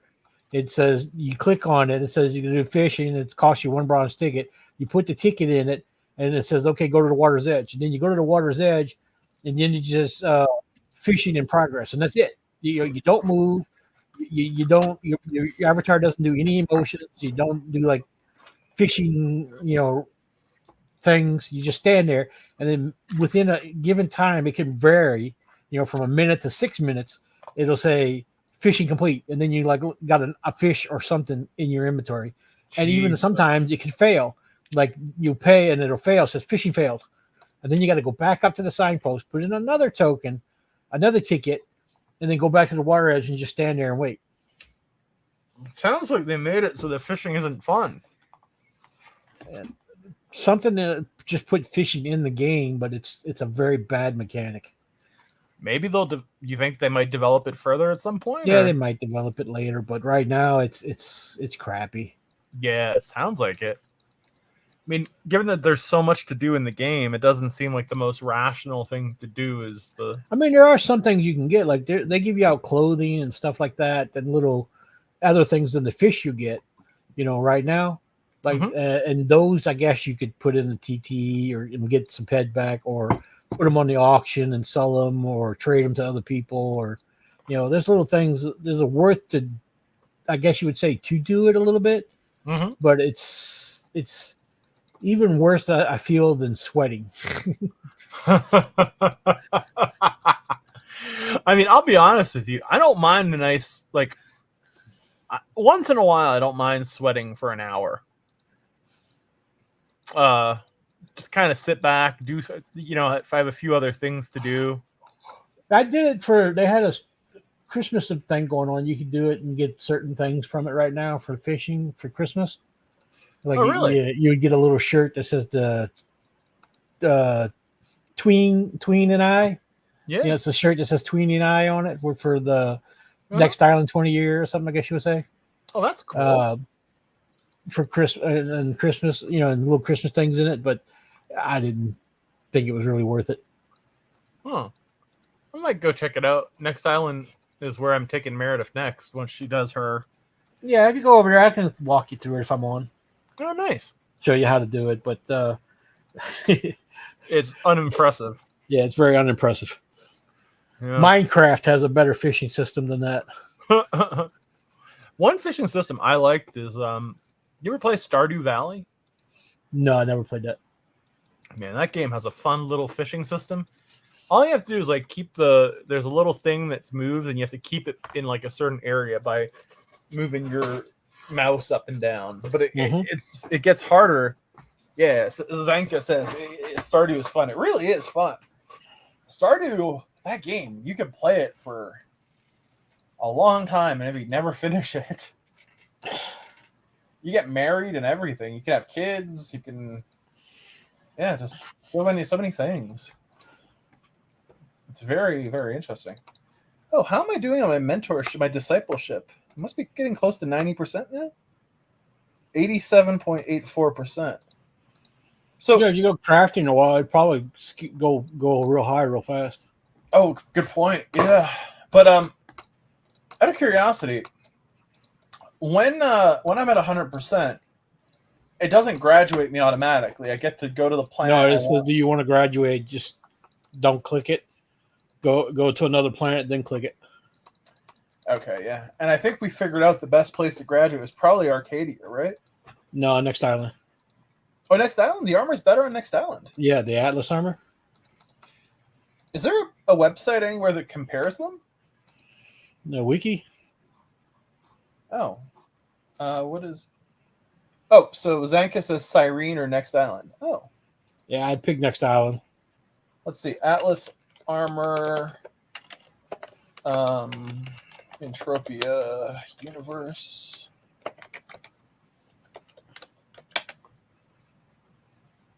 I know that Atlas is the coolest looking one. Let's see. Well, that's good because that's where I'm going next. Is Next Island. So I guess I'll just stay there till I graduate. Might head over tomorrow or might head over the next day. Because Meredith needs to get her starting mission chain going here tomorrow morning. Her time. Once she has that done, she can tell me, and we'll probably hop on in the early evening. I'll fly her to Next Island, and then after that, I told her I'd fly her to Monria because it's the only planet she hasn't been to. And after that, she can go where I'll take her where she wants, and I will go where I want. And I'm still debating. I think I'm going to go spend a week or so on either Calypso or Cyrene. I'm leaning towards Cyrene, to be honest with you. Cyrene is it's done better, in my opinion. Oh yeah, but I'm looking at the the Atlas armor. So Max TT. This is unlimited armor, right? Yes. Okay. Yeah, that's a nice looking suit of armor. And if you want to enhance it to where you can do slightly bigger mobs than what that armor will allow you, you can buy probably like a set of 5B plates. Oh yeah, and put on it, and that'll allow you to do slightly bigger mobs. Is it? It's an unlimited armor, right? Yes. Okay. And what's the vehicle you get for graduating? Do you know?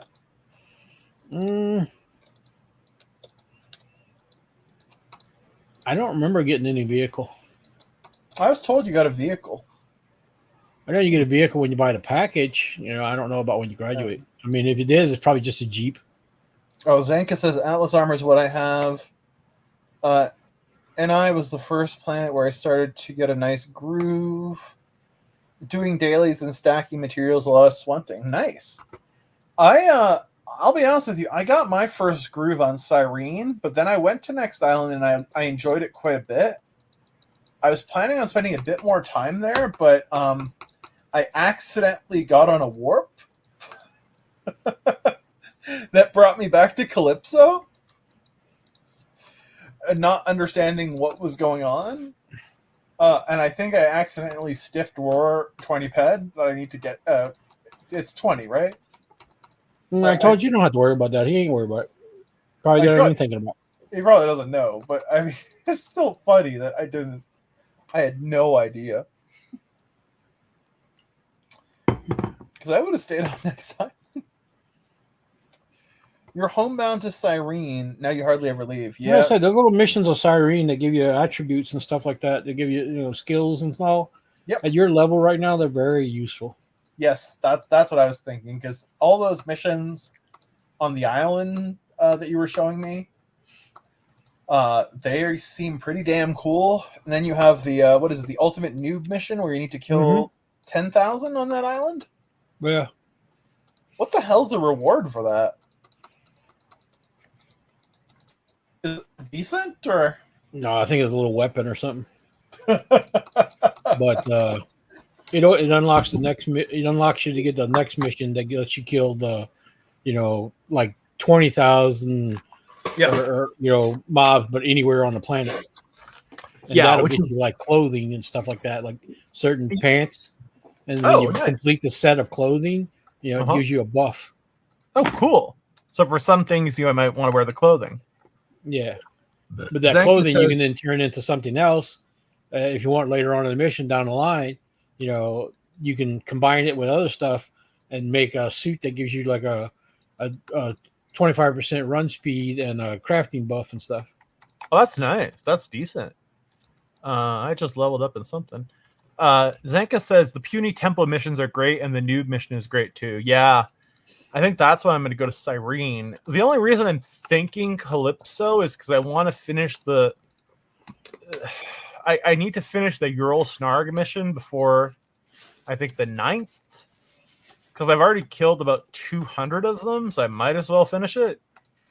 But other than that, there's nothing really to do. I mean, there's tons of shit to do on Cali. Don't get me wrong. It's just I feel like there's better stuff to do on Cyrene.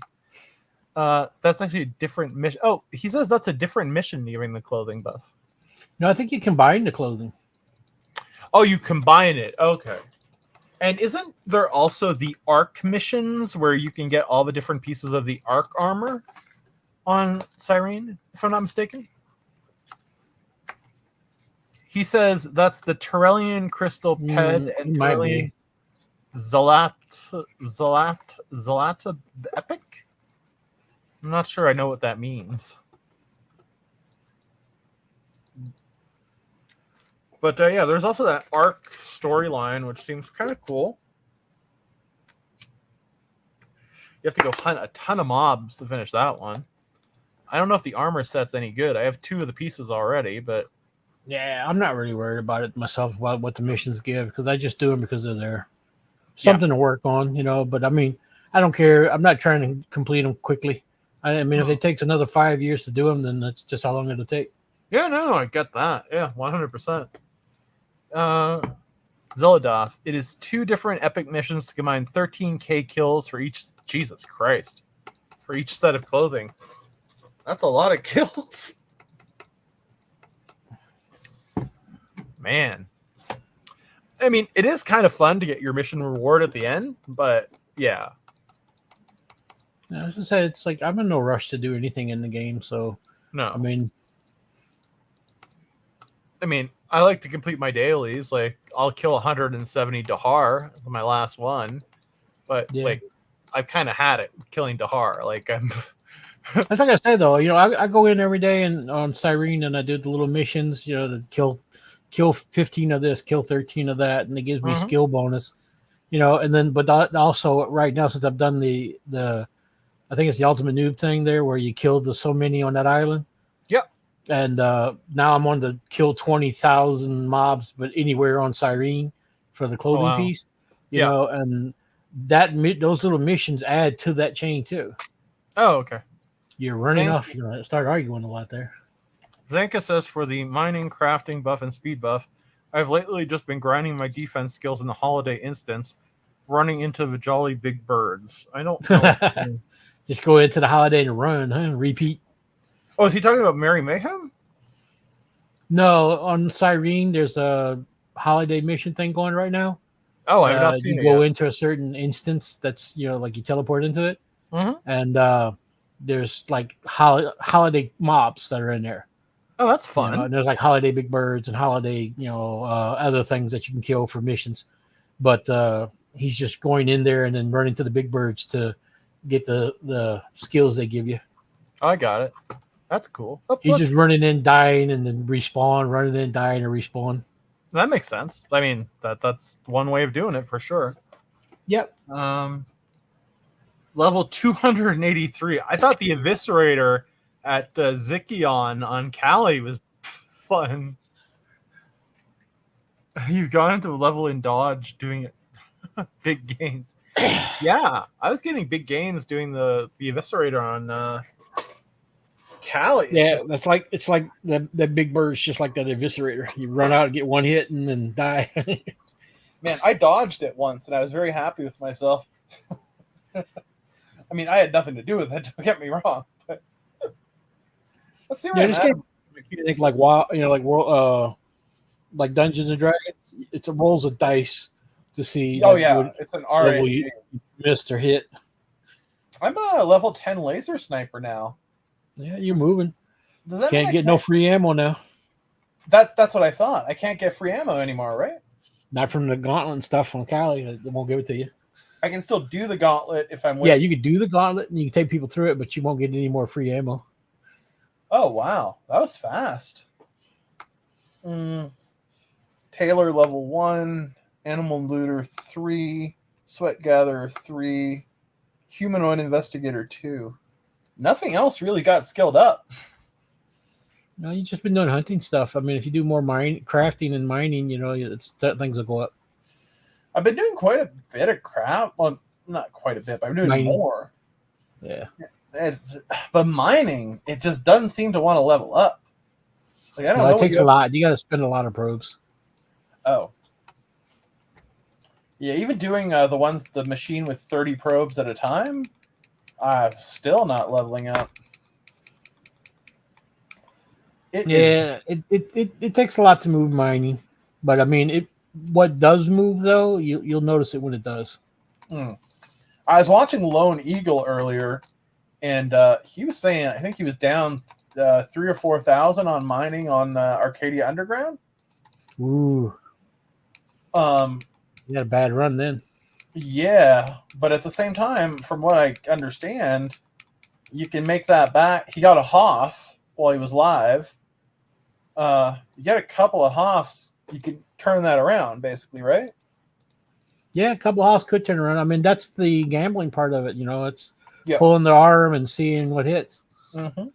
Yeah, but most people try not to rely on that because that's not a given. No, I mean, you can go a long time without getting a Hoff or a global. Oh yeah, I mean, I think he'd gone a while without getting one. He was saying. Yeah, so I mean, I would never rely on that. What you're trying to rely on is to make a profit. You want to chase markup, so you want to get things that you know have a certain markup, and you try to work towards hunting or crafting or mining that item that gives you the markup, so that you can then sell it and make a little bit of profit on it and keep repeating, and building up over time like that. But if you're a hunter, then you pretty much have to be a crafter to make the markup, right? No.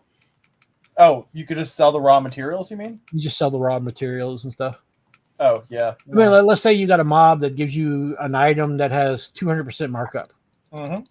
Or like 250% markup. You grind that mob.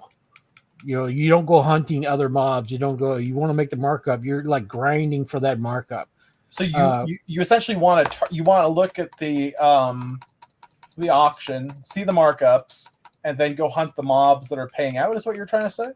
Yeah, well, you want to hunt what's available, what you feel comfortable in hunting, what gives you the return. Yeah. Like, let's say there's certain mobs that give you like a tier 5 component, which basically is a component used to unlock your tier of your weapon on unlimited weapons. Okay. Now, I think they have like a 300 and something % markup right now. Oh, wow. Maybe more. But not every mob will drop that tier 5. Let's say you find a mob that has those tier 5s, and steadily you can hunt it, grinding it, and make enough back to pay for your grind, and have a little bit of markup after selling the stuff you got. I see what you mean. Okay, yeah. Now, if it's too big of a mob for you, and you're not making enough to pay back from the markup, then you're losing money. Yeah. But if you're grinding it and you make enough of that item to sell and make back your money, and with a little bit of profit, then you keep grinding that mob and keep stacking that item and selling it on the auction or to other individuals. Oh, okay. So that's kind of how it's not a profit strategy as much as it's a break-even strategy, right? Well, you break even and you can make a little bit of profit, and save that profit and do other things later as it builds up. Yeah, of course. But occasionally you might get lucky and get a global or something. Yeah. I mean, we have Zanka, who was saying his biggest global was 569 ped in Halloween Mayhem. My biggest global was on Toulan as soon as I landed, and I thought that was a bit strange because it was also right after I depoted. I depoted while I was in space. I depoted $20. I landed on Toulan, and I put a probe down and got a 69. No, it was 130 was my global. I just thought it was very weird that it happened right after I deposited. I don't know if that's a fluke or if that's That's because Sanka, you're not chasing the markup. You're just stacking your stuff and you're selling it at probably with lower percentage markup it's got. And yeah, you will feel ripped off. But if you would chase that one item that had a high rate of markup and grind it that only for a long time, yeah, you probably would make a profit. Mhm. Now, whatever else you get, you let stack, the little cheapy shit. But if you would like chase that markup for that one item, like a tier 5, component, you probably would make a markup on selling stuff like that. When you say stack it, do you mean just keep it in storage? Yes, I mean, you could go out hunting. Let's say you do a 500 pet hunt. Yeah. All right, and you get that loot and you stack it in storage. And most of it only has like a 101, 102% markup.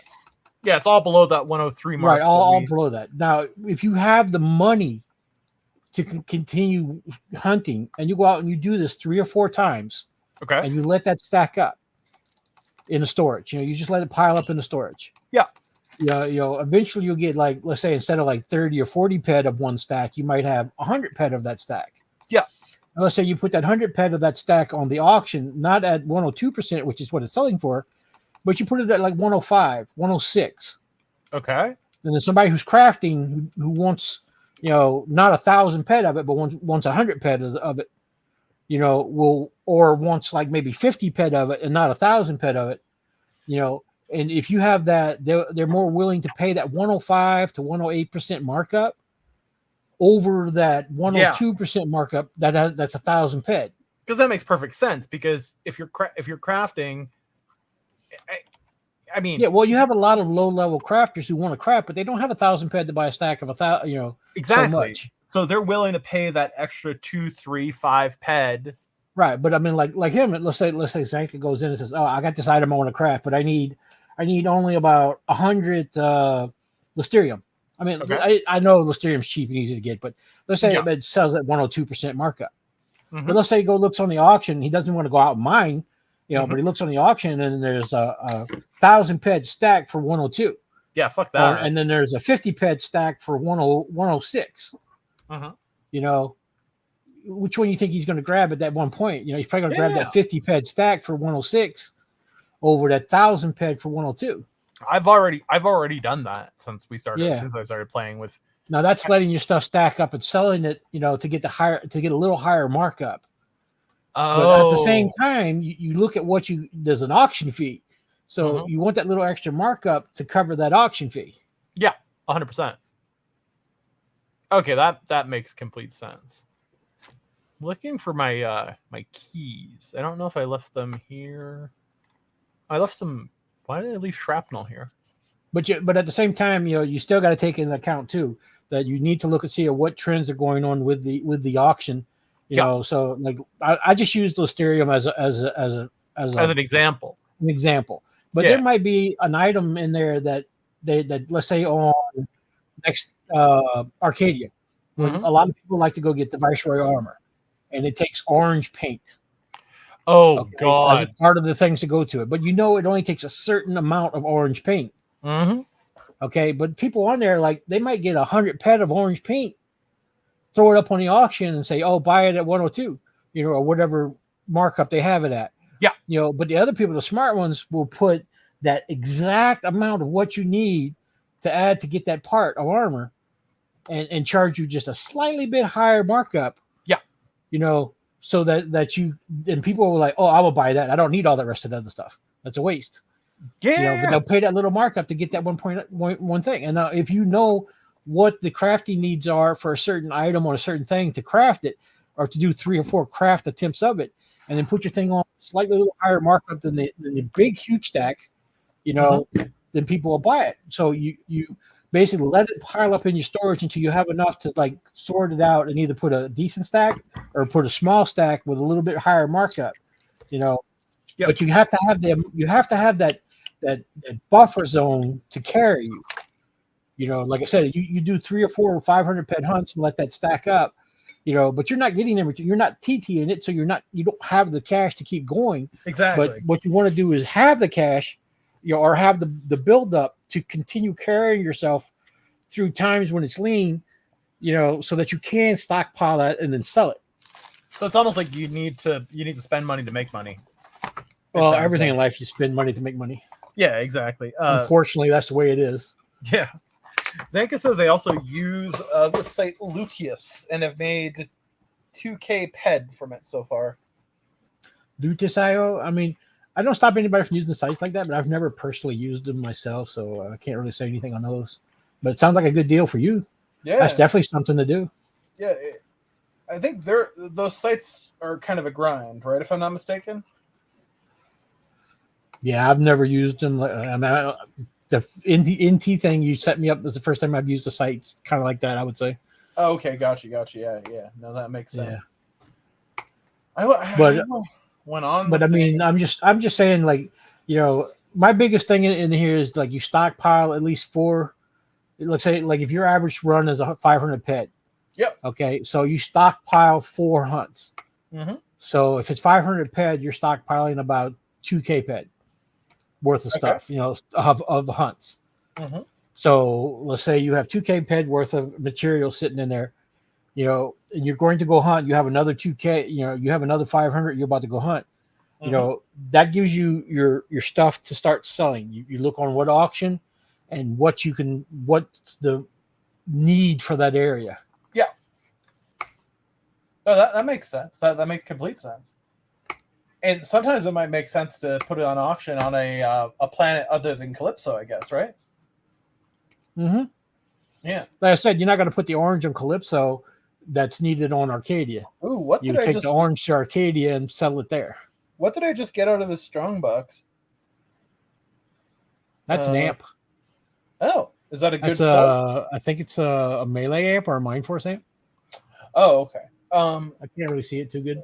Zanka says he just has ads running in the background all the time, and one window for the dungeon, which is a mini game to earn ped. Oh, interesting. I'm not really big on those kinds of things either, to be honest with you, but I have nothing against them. It's just like I don't want to have to deal with it. That comes to the point where I one of those things is like I'm lazy. I'm like too lazy. I don't even want to click on. Yeah, it's kind of the same for me. It's like I click on enough stuff as it is. I don't want to have to click on any more. Oh, let's see what I get. For some people, it's fine. Some people it's just too. It's not what they're looking for. Yeah, no, I'm sure that. Oh, I got 24 experience in handgun. That's not bad. Yeah, I have nothing against it. It's just I don't think it's something I would do. Yeah, I don't know. Yeah, so you got dailies there like hunt 40. See, like that 200, hunt that 200. I probably wouldn't do that daily. The tab? Yeah. There's a Luteus. There you go. I think I need to do that daily because it's part of another daily. Sorry, part of another quest. Yeah, if you have 2 quests going, it can benefit. But if you only had like that one quest, yeah, it's not I'd worth probably it ignore that daily and go do something else. Oh yeah, no, 100%. I agree with you there. It's just way too much and way too time consuming to Yeah. do. I wonder if any of these trees can be cut down here. Let's see if I pull out the tree cutter. The what is it called? This guy here. But yeah, this game has a lot of quirks and learning how to do something to make it sustainable. Oh yeah. There's a lot of people say, "Oh, I spend too much," because you're over hunting, or you're over mining, or you're trying to use too big of an amps, or you're not saving your stuff, or you're not watching the auction site, or you're like I said, I put money in the game. I do. I admit I'm not a free to play player, but like I said, I only put maybe like 50 ped in every 6 months or so, and then I do small hunts. Did you say 50 ped? Well, 50 US. Oh, $50. Okay, sorry. So 500. Like $50. No, yeah, I did it. I played this game for 16 years, so I've even went into a bank and said I'd like to withdraw like 300 ped. Yeah. I was looking at me like, what? What the hell is this crazy man talking about? He's like, oh no, $30. I need $30. Pretty sure I'm gonna aggro this guy. Oh yeah. If I had to go try to go. Oh, I've already aggroed him. Shit. But yeah, I've done that before. But it's a lot hard learning curve. But it's you can make it to where it's. I can't say profitable. I mean, these high level guys can make it profitable, but like your average player, there's ways to just make it sustainable for a while. I mean, you're eventually going to lose because as you hunt and craft and mine, you're going to lose a bit, and then you're going to lose a bit, and then you're going to lose a bit. But you have to make that bit that you lose back up and mark up. Yep, and that makes it sustainable for a while. That's the break even basically. Yeah. Or the 1 to 2% profit you might be able to. And then when you get lucky, it's like when you're pulling the jackpot handle, like, ooh, global. Yeah, that's your, you either made back what you lost with that one little thing, or if you were really sustainable and kept going, and didn't lose too much, you made a little bit of profit. And I'm sure they do it in a way that makes people want to play, right? But the average player comes in, like I said, they want to go out and they want to hunt and they want to do the big mobs and they want to run around and do everything like you've been doing. Yep. And that causes big loss. Oh yeah. Zaka, that's why he tries to mix in free to play aspects to offset costs as much as I can. Yeah, it's like I was on Rocktropia earlier today, and those oil barrels that drop. Jesus Christ! If someone was to farm that all day, I mean, they could make decent pet, I think. Yeah, all that's things to make it sustainable. But like I said, sweating. I mean, like I don't buy sweat. And I don't really sell sweat. I mean, I have sold sweat before, but mostly I sweat for my own needs. Yeah, so like making mind essence and then selling the mind essence sometime, or using it for crafting because there's crafting blueprints that need sweat, or using it to start instances because like on next island you go to the Gorgon wave, and you need 1,000 sweat to start it. So there's places like that. I use sweat for like that, so I sweat my own thing. So I get sweating skills and skills that are tied into that, and it's free enough to do that. Yeah. And like I said, if I do a little mining and I get force nexus, I add that to some of the sweat I've sweated, and if I don't need it, I have like I barely use 100 pet of sweat in nearly a year. Wow. So like if I have like more than that, I'll just take it and sell it for like whatever markups available at the time, and make some profit off of it. Mm-hmm. Which makes sense. Zank is saying something about if he sweat epic on Cyrene. I'm not sure what he's referring to. I think that's a new one that came out recently. I don't know too much about that one. It must be a quest with he crafts muscle oil B and Zorn component A and Zorn mixture C and turns them in daily for skills after completing that mission. Oh, I see. Oh yeah, I remember I did that one. That's the one where you did like 10,000 sweat or something to turn into a certain guy to get the Zorn mixture and all. Yeah, I know which one you're talking about. That's a hell of a lot of sweat. Oh, but you don't need it once. You need it like 3 or 4 times. Oh, Jesus. Yeah, it's epic. That's I sweated. I didn't buy it. I sweated it all. 10,000 is what, like 5 hours of sweating? Yeah, I literally was on Cyrene probably for about 2 months doing that mission, sweating all that sweat myself. Oh, damn. Well, no, even more than 2 months. Maybe about 3 or 4 months, probably. Wow. I mean, I was literally locked on Cyrene for a long time. That is dedication to... Everybody was like, you coming over to do this? No, I'm sweating. But even then, I was still doing it. Like, I would do the taming mission daily. Mm-hmm. So I'd sweat it and then tame it. And then turn in the tame mobs for the daily turn in, for the taming mission. So I'd get zoology skills and stuff and looter skills. Then I'd use stuff to sweat and storage until I had enough to turn in for the mission. Oh, there you go. Yeah, that makes sense. Zenka says, I squinted myself to bought some for cheap and the sweat you get crafting counts. Oh, swunted. Yeah, he swanted himself. Zigtuna Psyche Master. Oh, is that the quest? Yeah, he bought some. He cheated a little bit. He cheated because he bought some. I mean, I don't blame him. No, I didn't buy any. I actually did that whole mission sweating myself. Oh, damn. I mean, But that's what I'm saying. I have time, I mean, granted, it's only like 3 or 4 hours a day because I can't really sit up much longer than that. right. But I mean, all I got is time. So I mean, it could take me months or a year, and it doesn't bother me. That's fair. And I mean, because of the nature of my job, I work from home. I'm my own boss. So, like, if I, like, oh, I mean, I haven't been Yeah, playing my style of play would drive other people mad, and they'd run away from the game quick. Zeka says, what does he say? AFK Swant all day, basically. I'm home with the kids during the day. Oh, there you go. Yeah. Yeah, he's probably out there at Royal Club, AFK, and or probably over the Swant spot on Cyrene. Where is the Swant spot on Cyrene? There's a couple of little spots you can go to.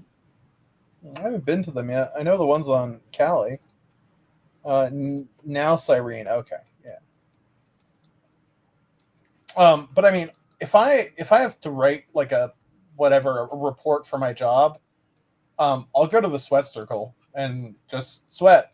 Probably Royal Club most of the time. In the auto loot cave. What the fuck is the auto loot? Yeah, I don't even know that one. That does not ring a bell to me, but I mean, Cyrene, if I understand correctly, Cyrene and Is that the Pantaline cave you're talking about? Oh, I know the Pantaline cave. How's that auto loot? It's just like you go in and it has like an auto. Yeah, Pantaline Young. Yeah, the Pantaline cave. When you go in, like normally, like you buy a loot pill and it your mobs actually killing it. Yeah. Yeah, well, that cave has an auto loot feature in it, so when you go in and you kill something, it just automatically loots it. Do you have a time limit on how long you're in it for? Or? I think 5 hours. Oh, Jesus Christ! So you can really go AFK there. Yeah, I think it's 5 hours. It might be longer. It's been a while since I've been in there. I was just there and I stayed only a couple of minutes. I should have stayed longer. Now that I think about it. And the rookie TP has a mission for Cyrene mission tokens just by collecting 500 sweat. That's decent. Yeah, and you got I showed you that one where you turn 500 also in by that guy by the TP. Remember? Yeah. Hand the 500 and it gives you a token. Yeah, man. Yeah, there's 3 or 4 sweat mission turn-ins there. It's interesting because for me, it's like, how'd I put this? Like, I'm very new to the game. I feel like I've done a lot already, but I haven't even scratched the surface. And it's like I've learned so much from y'all in such a short period of time that it's almost like forget some of it. Yeah, and like I said, you talk to 100 people online about how to do something in this game. You get 100 different ways of doing something. Mm-hmm. It's up to you to find out which one works for you and what's the best for you. Yeah, exactly. I tell people, take in all the information you can, sort through it, and find the one that works best for you, and then follow that. Yep. No, and that makes sense. I mean, I know the way that works for me, so I'll tell you what way works for me, but that way may not work for you at all. No, exactly. I mean, some of the things you do would work for me. Some of them, I don't necessarily think they would. But it's also going to. Yeah, it's like with anything, right? Like, yeah, it gives you a starting point and a learning point, but then the rest of that you build off from that. Mm-hmm. And it's like, I'm sure there are plenty of different ways to quote unquote break even, right? Like, there can't just be one way. That's a whole bunch of things. Yeah, I feel like mining is the biggest gamble in the game, like 100%. It's a gamble, but you'd be with the tools that are available that you learn to use. There are a lot of people that do mining to make a decent profit doing it. They put in quite a bit though, too. Right? Yeah, but they put in quite a bit. Like if you look at Long Eagle and you watch him, I mean, he's got a chart. He's breaking it down. He's doing certain runs. He knows when he's done bad, and he knows when he's done good. And I guarantee, over a long run, he's broken even or made a little bit of profit. Yeah, he has a method to doing it. Yeah. Yeah, he has a method he follows that works for him. Mm-hmm. I mean, he made that very good loot tracker that I have yet to install. That's very detailed. Is the one he made, far more detailed than Loot Nanny or anything like that. He said he learned to program just so he could make his own. Yeah, some people do that. Well, I really find programming boring. I love programming. Yeah, I can't look at it after a while. Funny thing though is, like, I'm kind of similar to in that respect, in that 2 or 3 days into the game, I said to myself, God damn, I want a loot tracker, but I don't like how these ones do it. I need to make my own.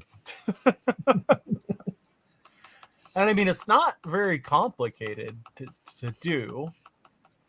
Everybody keeps doing it to where you have to put in so much of everything. I wish there was a thing that just auto pick. Like I wish somebody would go into Wiki, take all the items from Wiki and everything, and it's in the game, and add it to just a drop down, pick and choose. Instead of typing in the features, you know, you're like, oh, I'm using Apollo with a 101 amp with a, you know, and then hit apply and you're done, you know, and then it just tracks what you're doing. That's actually a really good idea.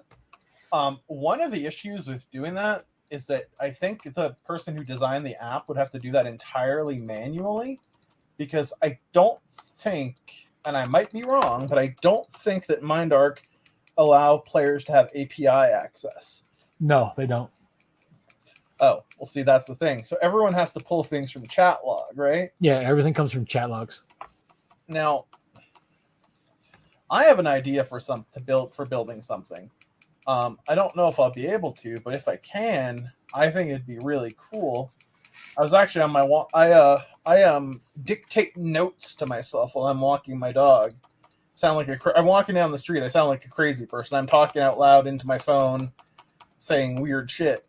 And I was thinking, because I code AIs, or machine learning models. And wouldn't it be cool if you had a tracker that not only tracked your loot, but I don't know how to do this. I got to see if there's a way of doing it that also monitors the markup prices at auction so that it can tell you what to hunt or what to aim for. Ooh, that would be hard to get, I would say. That would be really hard to get because it fluctuates so much. Right. That's the thing. It would be hard. Okay. So using traditional methods, it would be hard. But using the new techniques that have emerged over the last 5-10 years in data analysis, if you get it enough data, if there's a way of pulling that data and feeding it, it'll learn automatically. It's called deep Q learning, neural networks, basically. So I think you'd have to make a character that probably did nothing but auto look through the auction site to find up prices and markup. But you're not allowed to have multiple characters. Yeah, I don't think you're allowed to that. Yeah, that'd be breaking terms of service there, but that'd be the only way I could think you could do it. I mean, that'd be an interesting. Yeah, I'm novice at this, so that's the only way I can think about it. I mean, I, at some point, I'm just going to contact MindArc and be like, is there any way to access this data outside of the actual game interface, or is it solely in the game interface? Like, there's no website that has up-to-date auction markups. No, not that I know of. Right. Because you would need the API.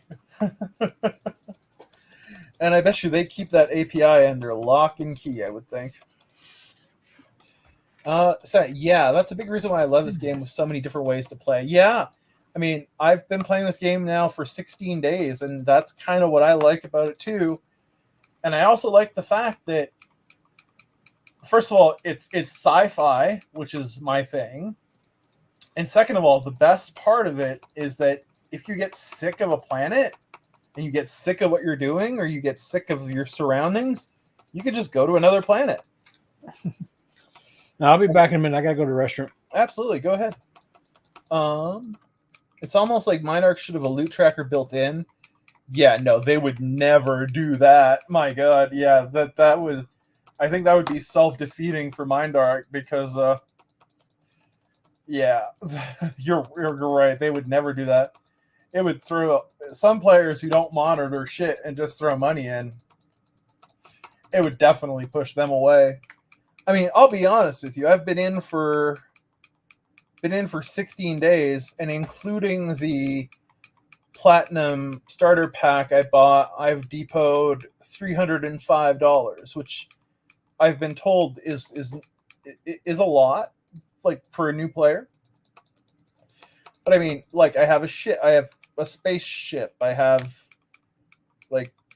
I have enough ammo to last me. I think Dan said like 6 months. But I can afford it, so it's like that. I mean, that's kind of pretentious to say, in a way, but like, I kind of look at it as like, I'm going to buy games anyway, or buy NFTs, but I like this one, so why not just take that money and put it into this game and build something long term? Because the game never finishes unless Mindark goes bankrupt.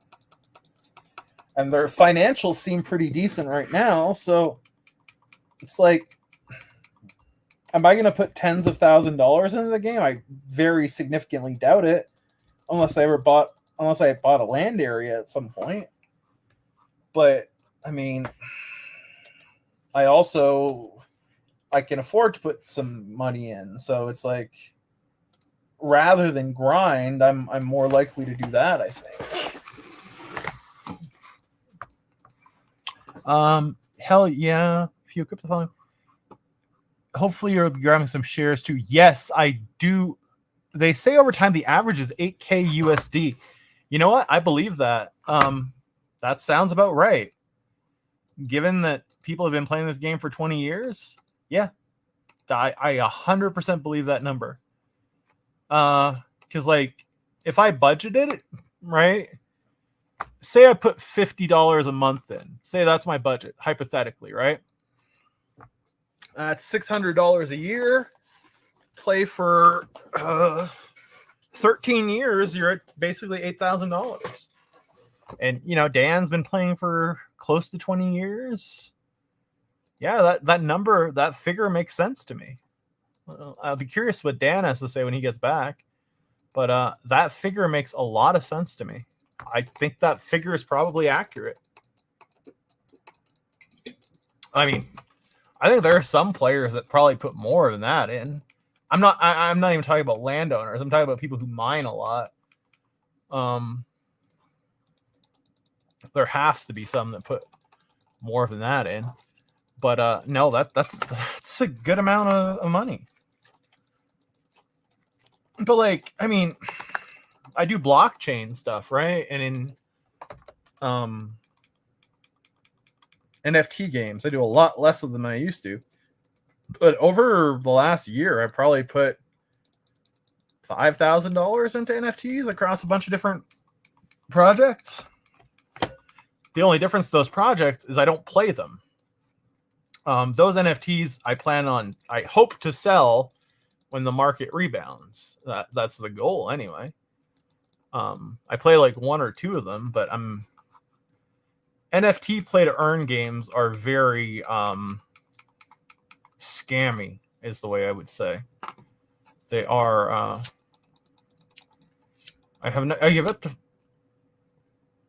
If it says play to earn, they're lying. You ain't gonna earn shit. Sorry, I can't see the chat right now because I'm focused on my health bar. I'll be right back with you. Sorry about that, Zanka. Just bear with me a second. This guy's a little bit too strong for me, so I keep having to fap.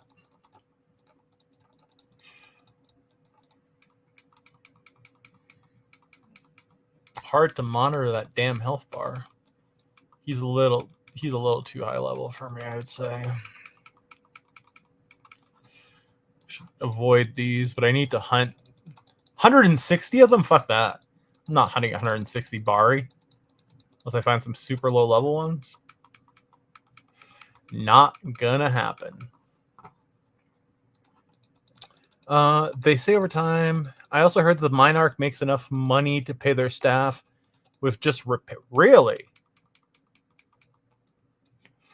Wow, that's crazy. You would be close to Uber by now with 5K in Entropia. I don't know. Let's ask Dan when he gets back. Dan, I don't think so. I think Uber is way more than that now. I think Uber is maybe 20,000 minimum. But Dan, I think Dan would know because Dan knows Ubers. But I'd say the best element of this game is that, like Dan says, it's a social game, right? Like I'm playing right now, but I'm also chatting to you. I'm chatting to Dan. And the chatting is just as fun as the playing, so if not more so. So I think that's very important for this game, keeping that social element in. But I've also learned that over time I feel like they've shot themselves in the foot in some ways by taking away some of the social elements. Like they used to have the what was it, the voice chat built into the game. A few other things that I've heard of that contributed to making it more social. It almost seems like this was a metaverse before the metaverse was a thing.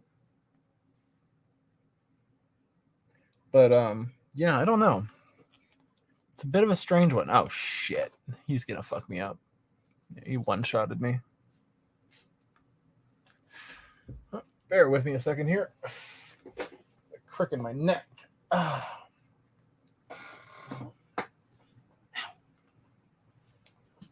Damn.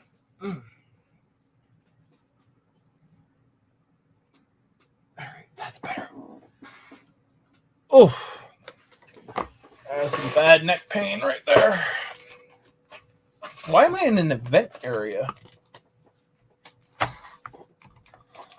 don't want to be in an event area right now. But Zanka, do you participate in any events ever? I participated in one of the what is it, the HSL, highest single loot or whatever the hell they call it. And I'm a noob, but I came in third and I got 25 ped. And it was basically profit. It's pretty fun to enter. Oh, low on fuel, really? God damn it. I want to go to, not the Citadel, not the Jelly Zone. I want to go to Guardian Village. There we go. Do we have enough fuel to get there? If you're looking to socialize in the game, what's SSI, Zanka? I'm not familiar with that acronym. That's good. I don't do the events from the list that much. I mean, I didn't think I would do them either, but it's like, I mean, do you have a ship or do you not? Because since I have a ship and I like going from planet to planet, if it's on a planet I like, and if it's a mob that I can handle, I don't see any reason not to do it. Because I'd be doing something very similar anyway at this point. Maybe when I have more of a plan for what I'm going to do, I won't do them as much because they might be less break even than I think. SSI is Cell Sweat Initiative. Is a daily sweat circle. Oh, that's at is that at Royal or is that at another one? Royal has events like that, but I don't think that's what he's talking about. They do other sweat events on different planets and all. Do they have a website or are they just I think they advertise in game, at one of those things. You could probably find the information there. Oh, that's cool. Like the ad screens and stuff in auctioneer houses and stuff. Yeah. That's I think they and sometimes I think they spam like general chat and stuff like that where to join it. I mean, yeah, I had seen that they were buying Sweat for a lot more than the market value, but at the same time, like, Yeah, they buy it more for the market value, but they only buy like 1 or 2K at a time. So let's say from one person, they'll buy 1K from you, and then they won't buy any more that day until like the next event comes up. Gotcha. Miss Watson rather, was putting on an event at some point. I think she was buying it for 2.5K, and I didn't have enough for them. They wanted more. Get back and sweat. Yeah. Zenka says, that's true. I probably would check it out. I just fell into a rut with my style of play. Kind of, I get, I 100%. Yeah, most people don't want to think, man. They don't want to figure out how much like 600 sweat is, for 1.2 and stuff. They know like 2.5, for a K. They know that's an even number, K. There's 2.5 there. Go away. No thinking about it. Yeah, I know. That's all they want to do. They don't want you to hand in a tiny thing. Hand in what they ask you for. Yeah, 100%. No, because I had handed them 1K, and they were buying it 1K. I think they were buying up to 5K per player, and I dropped 1K into the thing, and they're like, "Do you have any more?" And I'm like, "Wait, am I supposed to have more?" And they're like, "No, it's okay. Don't worry about it." Oh, and I see your little chat thing on it. Average players, if they've been in the game over a few years, will probably put in about 5K ped, over time. But using 5K ped to get to be an Uber, that kind of depends on your definition of an Uber. Because if you're saying, is that going to be like level 100 or 120 with a big gun and things like that? No, not even close. Now, if you like came in the game, dropped in 5,000 ped and wanted to let's say, could that get you with just grinding to like level 70, with maybe like 40 agility? And yeah, that probably could easily. It might take you a year of constant grinding, but if you just use that on ammo and stuff and then cycled, that 5K could probably get you to like level 70. But I wouldn't consider level 70 an Uber. And you're a level 70 in something, right? Right. I'm level 70 BLP pistoler. Right. And at some point that would have been an Uber back in the day. Yeah, when I first joined, that would have been an Uber.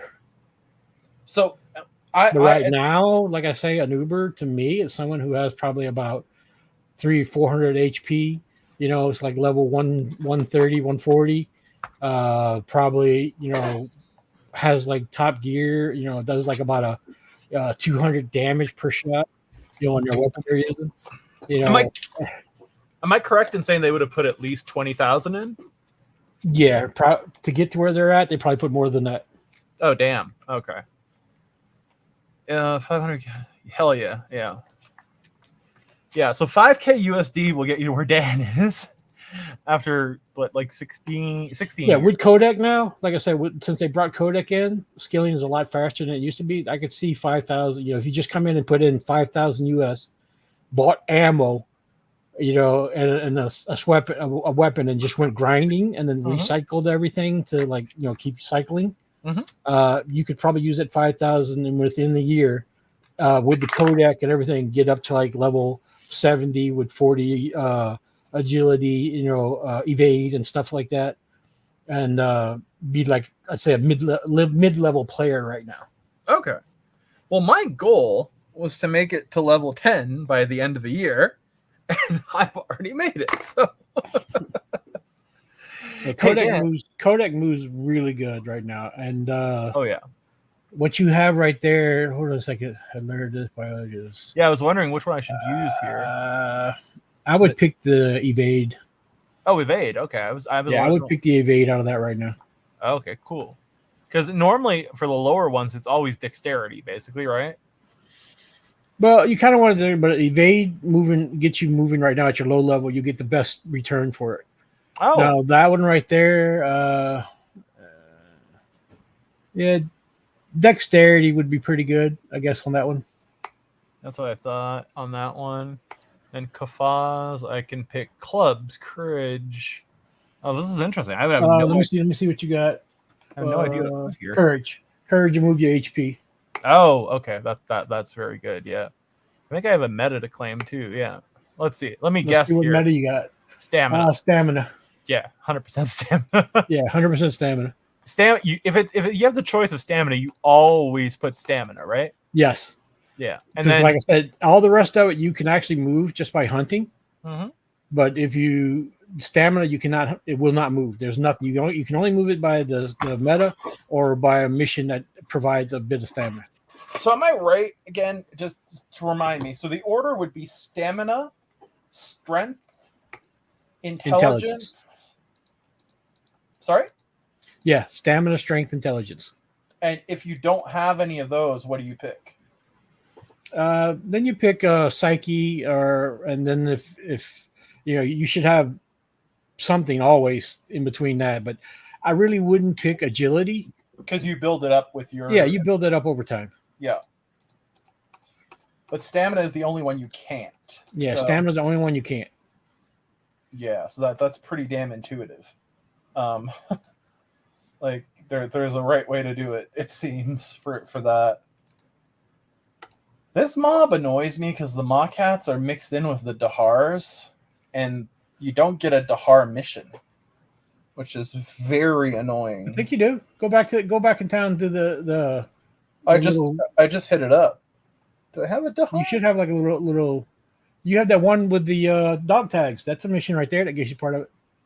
Oh yeah, The daily for the dog tags. I forgot about the dog tags.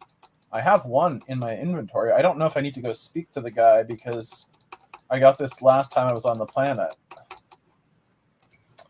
My attributes are in the 60s and 50k, except stamina at 19. Well, that sounds pretty good. What's your HP at that level, Zanka? I wasn't given stamina every time on meta to start. Oh. You do know it's only like every 11 stamina you get an HP point, right? Oh, really? Yeah, like every stamina you get you'll get an HP point. That's pretty damn good, actually. I mean, you may not see it because every time you click it, it's adding a tiny little bit in. Mhm. But it basically, if you count out 11 stamina points, that's equivalent to 1 HP point. Oh, okay. That's super interesting to know. I did not know that. I cannot say that I knew that. Same way, like you're not going to click like 11 and boom, yeah, I got an HP point. You know, like you click a tiny little bit and it'll move the HP bar a little. You know, and then you click another stamina and it'll move the HP bar a little bit. You know, so that by the time you're at 11, you know, you've moved one whole HP point.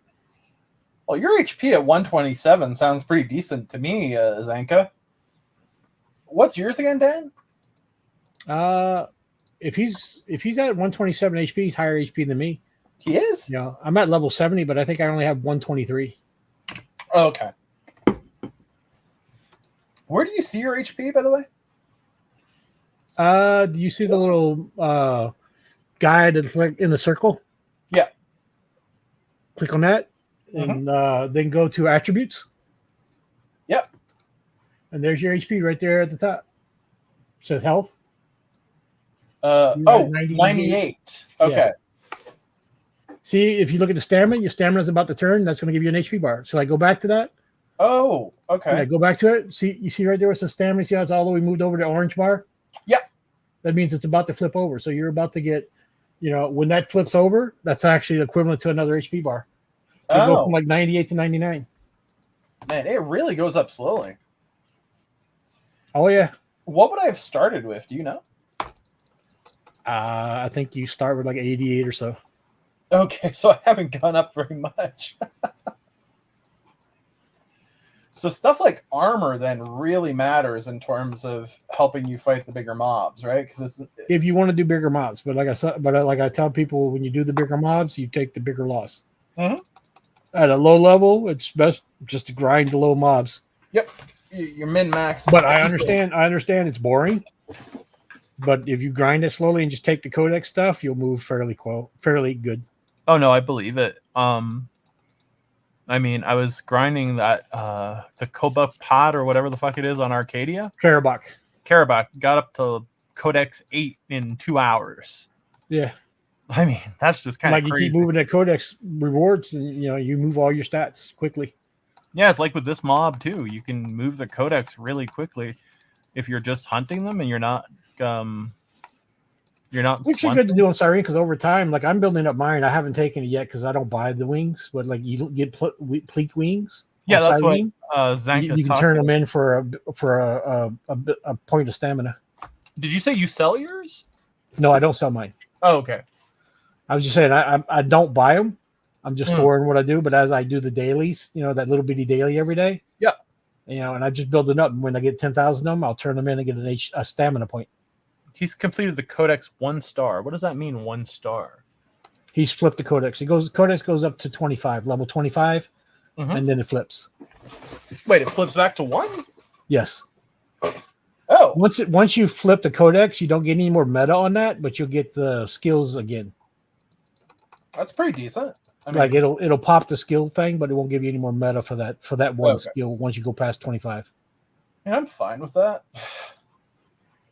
Is this a mob I should be trying to swunt at least a little bit? Would you say, or if you were doing it constantly, I would. But if you're just doing it to complete the mission, don't. I mean, I'm doing the mob to level up the Codex too. Yeah. It almost feels like it's worth sweating them once, like and extracting and then killing them. It seems like the best bet.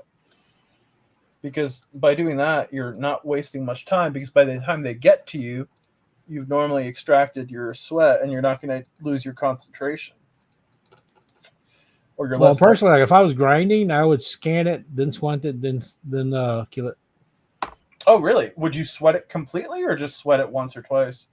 I would sweat it completely. Oh, okay. I have about 3 to 4K wings. Tabs are good to swant there. That is one way to do it. Efficient way to pull them on. Oh, there.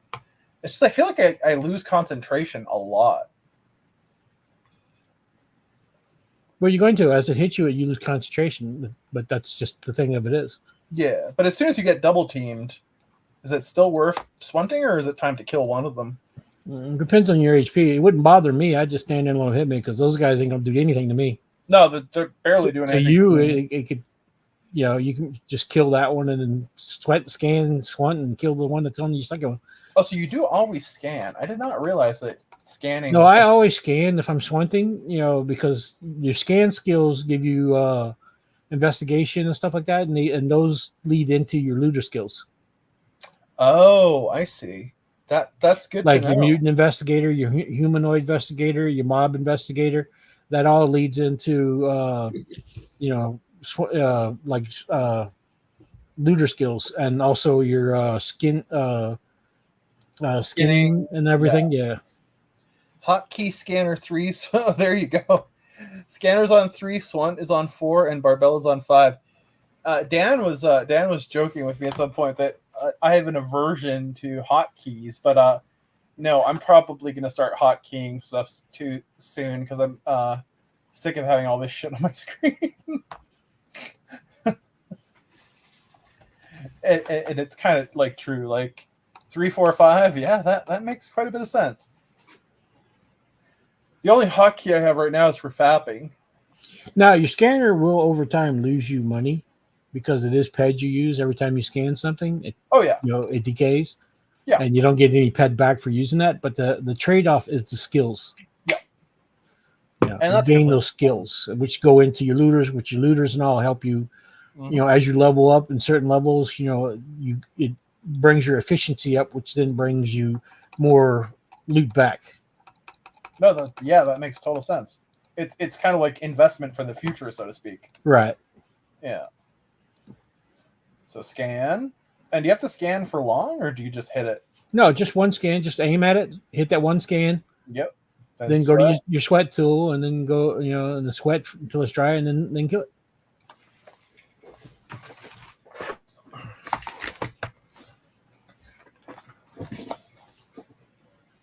Let's see. I forgot how much stamina he had because I found out recently that their amount of sweat was 10 times their stamina, right? Debug told me that.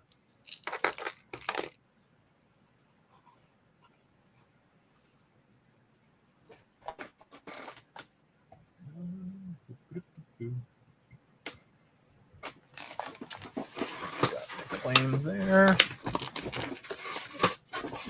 Oh, I need to hit that mining game. see what I get.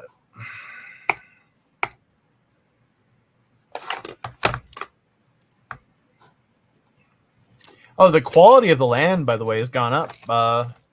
It's now 102.07. First time I've gone over 102. So that's good news. Got one more miner on it. Oh yeah. Fair point. But the rating is actually me putting the TLM back into it. I was telling you, like, because over time that means that by mining we'll get more TLM, if that makes sense. How much did I just get? I didn't even see it. Damn it.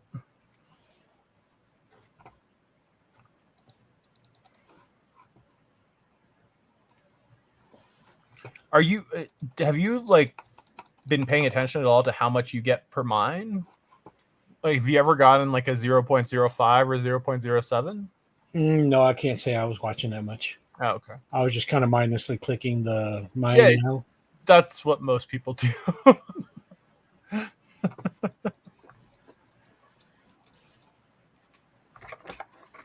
I mean, when it comes down again and I hit it, I'll let you know what it gave me, but I wasn't paying much attention to it. No. Oh, it's pretty damn random. You could get as low as 0.01. You can get as high as 0.1. It depends on the time of day. It depends on how many people are doing it. It depends on the RNG. There's so many factors at play. It's kind of crazy to think of. Mm-hmm. Just so much different shit that's operating in it.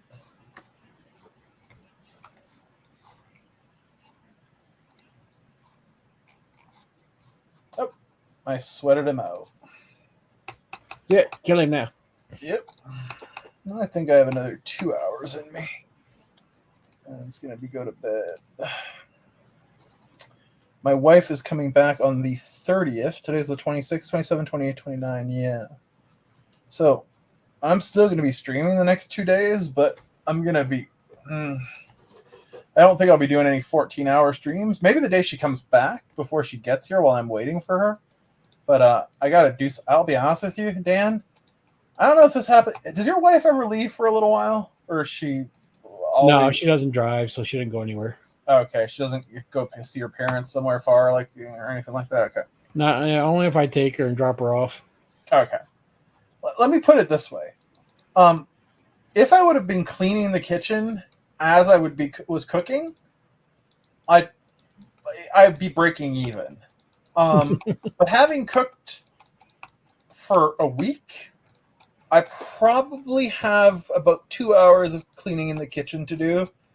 And I need to clean all the rugs. Oh, man. That's nasty.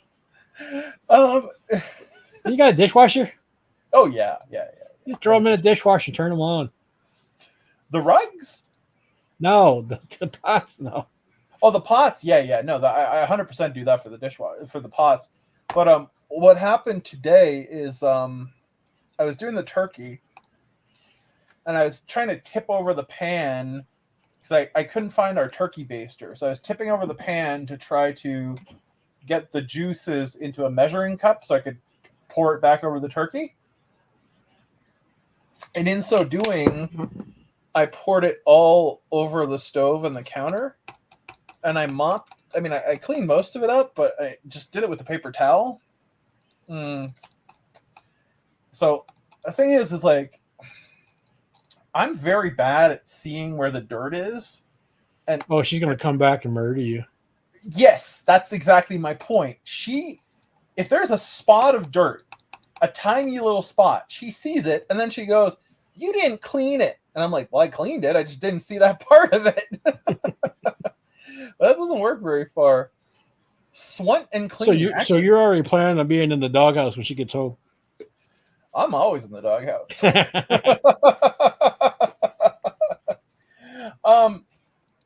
I mean, I'll be honest with you.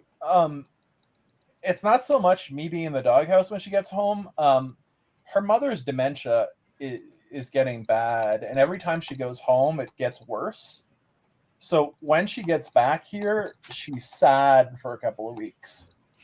Mm.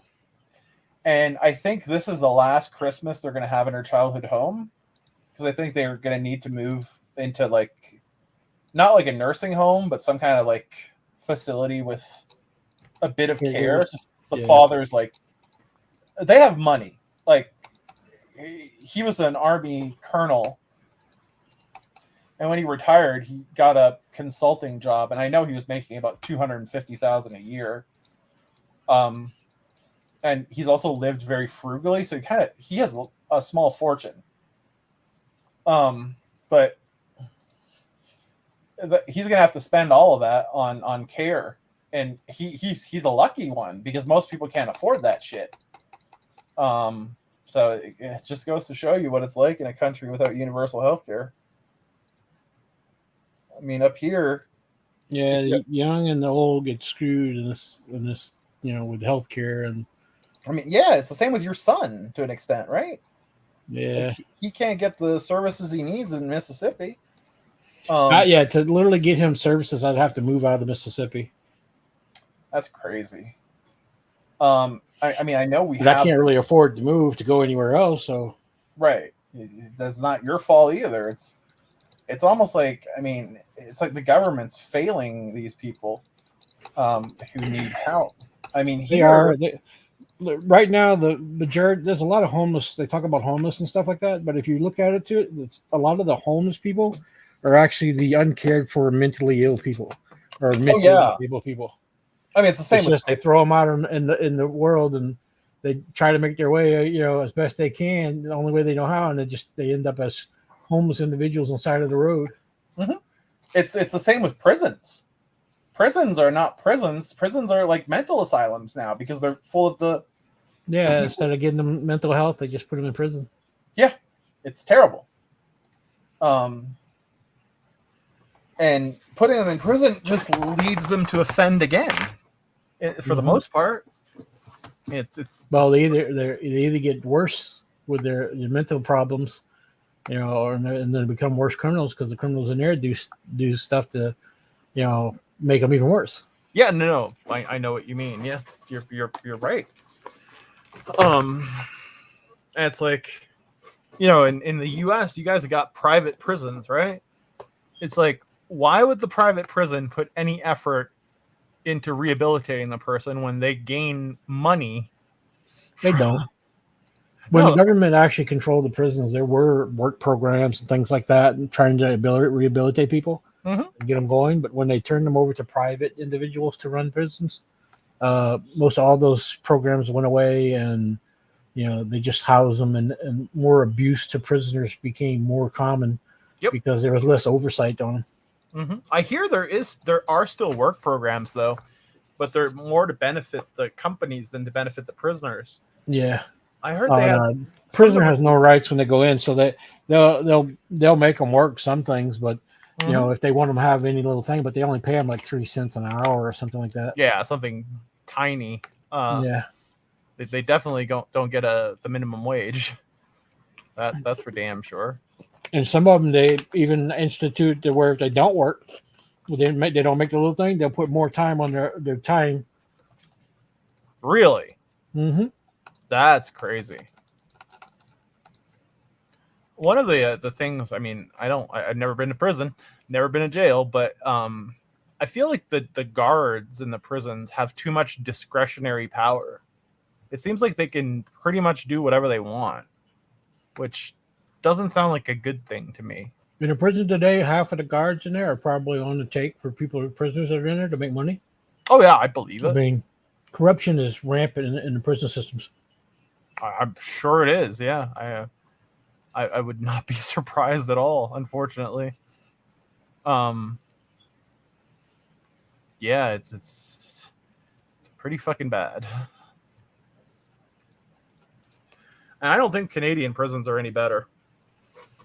Well, I mean, our government doesn't build enough prisons to hold the people. They literally throw so many people in prison that you have places that were only supposed to hold one person holding 3 people to a cell. Oh yeah. Prison overcrowding is a huge problem, and it leads to it. I've heard that it leads to more drug use. It leads to more attacks. It leads to more rape. Just all the shit that you don't want to see happening. It happens in prison. I mean, it's like I'm a big boy. Like I'm tall. I'm like almost 6'4", and I'm like close to 300 pounds. But if I had to go to prison, I would still be scared of getting fucking raped or some shit like that. Like I'm not a fighter. You know what I mean? Like there's places in the U.S. you don't want to go to prison. That prison in certain places at all. And I'm not saying I'm an authority on because I've never been to prison either myself. But I've known people that have been in prisons, and there's places you just don't want to go. I've heard one of the places that's really bad is Maricopa County, Arizona. They have like a very hardcore sheriff who was trying to feed prisoners on something like 31 cents a day. I mean, can you eat on 31 cents a day? No, they got some shit. They're trying to make it hard. They don't want you to come back. Like you take it as a hell and you want out. That's what they're trying to do. But the only thing they realize is the guys in there are just got it so rough when they come out with stuff that they end up back in there no matter what. I mean, if you look at Norway, like where some of your biggest gang recruitment is from? In prison. Oh yeah, 100%. You look at Norway. They spend I forget how much it is per inmate, but it's a ridiculously large amount of money. It's something like over $100,000 a year per inmate. And like, except for like, unless you're a violent criminal, like you can have access to a computer. It's more like a dorm than a prison. They still treat you like a human, as long as you treat everybody else like human. And for what I understand, they give you certain rights, to go on and do stuff. Right. But our prisons don't. They lock you in a cage and say you're trash. You're... Yeah. But in Norway, the thing that's crazy is it almost makes more sense to spend that more money. Oh, yes, some prisoners do deserve to rot in prison. I agree with you, Zanka. Don't get me wrong. I agree it shouldn't be a chill hangout, but for some people don't. I don't think. Like, some people are in there for, like we were talking about earlier, some people are in there for traffic tickets that they just couldn't pay. That's kind of or people with mental illness that kind of. Me right now, I hate to say it. Some people disagree with me a lot, but I am also for a death penalty on some prisoners. Oh, I support that. They have these guys that go out and shoot people up. And I say if you got a dead to rights person that was like a murderer, you caught him with the gun. He confessed to it. He's got it. Why house him for years? No, I agree. I agree. Just put him up on a wall. Boom, gone. Don't have to deal with it no more. No more threat to society. My issue was always with the proof, right? I mean, if you go in and like there's a doubt, even if it's the slim doubt, like we don't know, we don't have 100% evidence proof. Yep. Okay, I can see lifetime term. Yep, me too. But if you've got like, we saw him with the gun, we saw him on video, person, it's smoking. I mean, there's no reason the mass shooters that don't kill themselves should be in prison. Yes, weed should 100. Well, weed is legal where I am. I'm in Canada. I can walk 120 meters is 360 feet. I can walk 360 feet from my house and buy legal weed. In varieties that some Americans would dream of. But yes.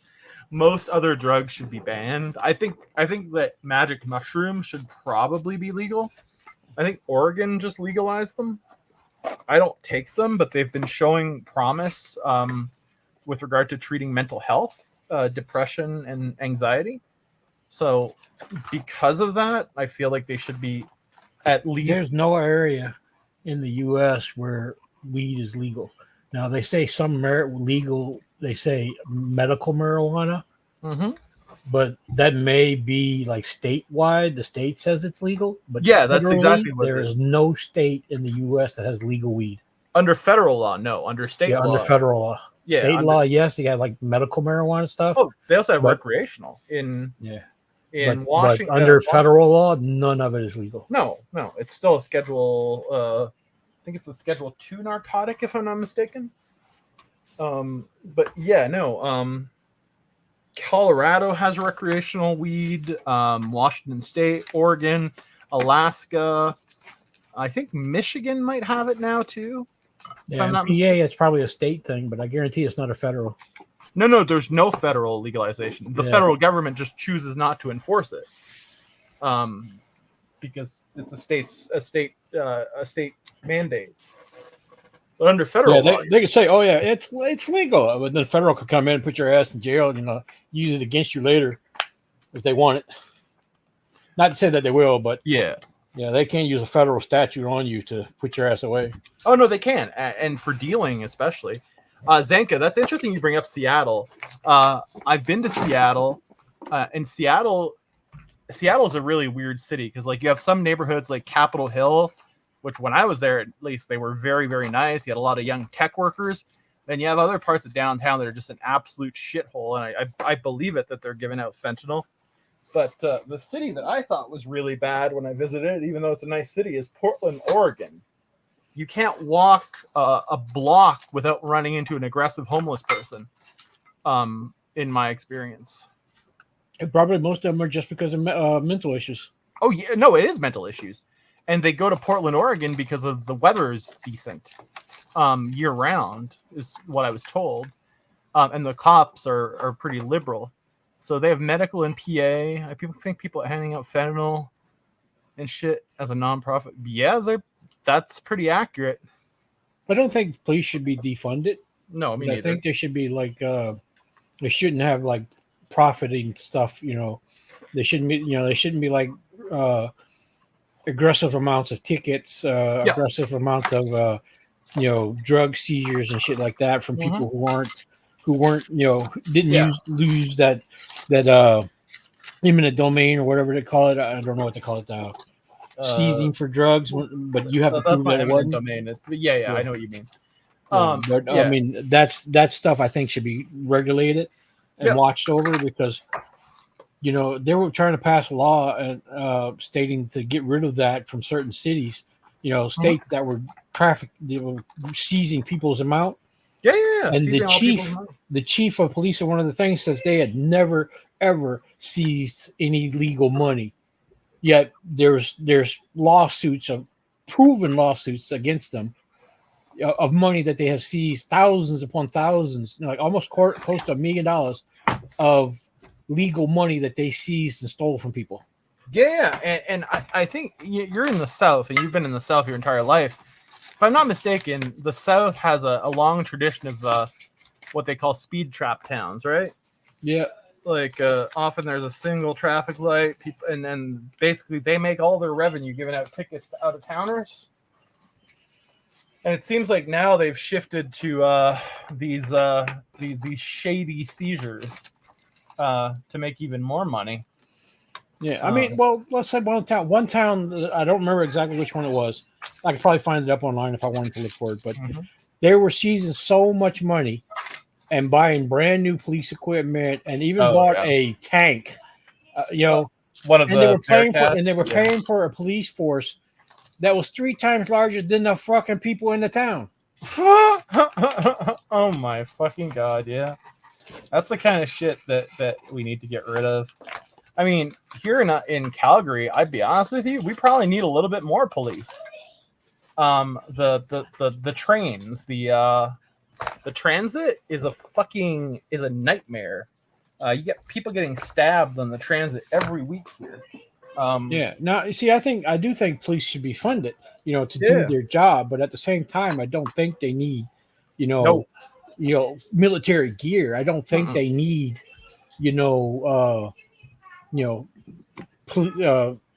tanks to bust into doors and stuff. Oh, big cities might, but not the little departments. No. Well, no, not little department. I mean, even in a big city, I mean, you might have a SWAT squad, with a bear pay for, but not every single police officer needs that. No. Basically, what they need is that I don't, and to be honest, I'd say like a bulletproof vest, a service weapon, a few rounds, a car, to get them around and to pay their salary and pay for gas in the vehicle, and that's pretty much it with training, and training. Yeah, They don't need assault rifles for everyone. They don't need No, we don't have that up here. They don't need all. Yeah, but down here it's like the military. They want to outfit themselves like a full blown military, and I don't think all that's needed. I mean, you have a specialized squad that has that stuff to respond. That they get, but not every single freaking cop. Yeah, I mean, England I think does it pretty well, and so do some of the other European countries, where most of the cops are unarmed, and then they have every well, you probably couldn't do this in the United States because there are so many guns, but every jurisdiction will have like 1 or 2 cars of armed police, specially trained armed police at every time, at any time, and they have the big guns if they need them. Like normally they'll just come with pistols, but they have their assault rifles in their trunk if they're needed, but they have to justify taking them out. Like they can't just take them out for shits and giggles, right? Like they have to file paperwork, which I guess deters them from doing it as much, we would hope. Zanka says it should be better regulated. The police. Antifa will scream for the defunding of the police, and then immediately call for the cops when they're in trouble. Yeah, that's very, very true. A lot of people have that, yes, but I don't think the police still need to have all this stuff. That's why you have a group for that. Like if the police came up to knock on a house and they found somebody with assault rifles that were firing back, they call in for backup, and then they send in that squad, to take care of that. I mean, the one argument in favor of all police officers having an assault rifle is mass shooters. Because how the police doctrine is shifted. They used to wait. No, even then you don't need it. I mean, sidearms on a mass shooter would probably take out the majority of them if they went in and did anything with it. I've seen some of the police responses to mass shooting, like some of the videos of the police officers going in, and generally when they've had an assault rifle, it seems like they've been able to take down the shooter much quicker. But I know a sidearm could do it. The good thing with the AR-15 though is it gives you range. Well, AR-15, to be honest, is not an assault rifle. No, it's not. It's they classify it as one because it looks dangerous, but it's not really an assault rifle. No, it's not because it doesn't fire full auto. It just fires semi. But yeah, it's not. But the government guys in government don't realize what an assault rifle is, and they think all these things that look like like an AR-15, which is a bolt action semi-auto fire. They think that's an assault rifle. But I mean, a Glock, if you go for that classification, a Glock would be an assault rifle. Yep. It's a semi-auto fire. I had a gun here. I had a 308 long gun that I actually had to turn back into the government through a buyback. It's the same as my other 308, exactly the same gun, semi-auto, but they decided that it was an assault rifle because of the way it looked. It was the way it looks. Yeah.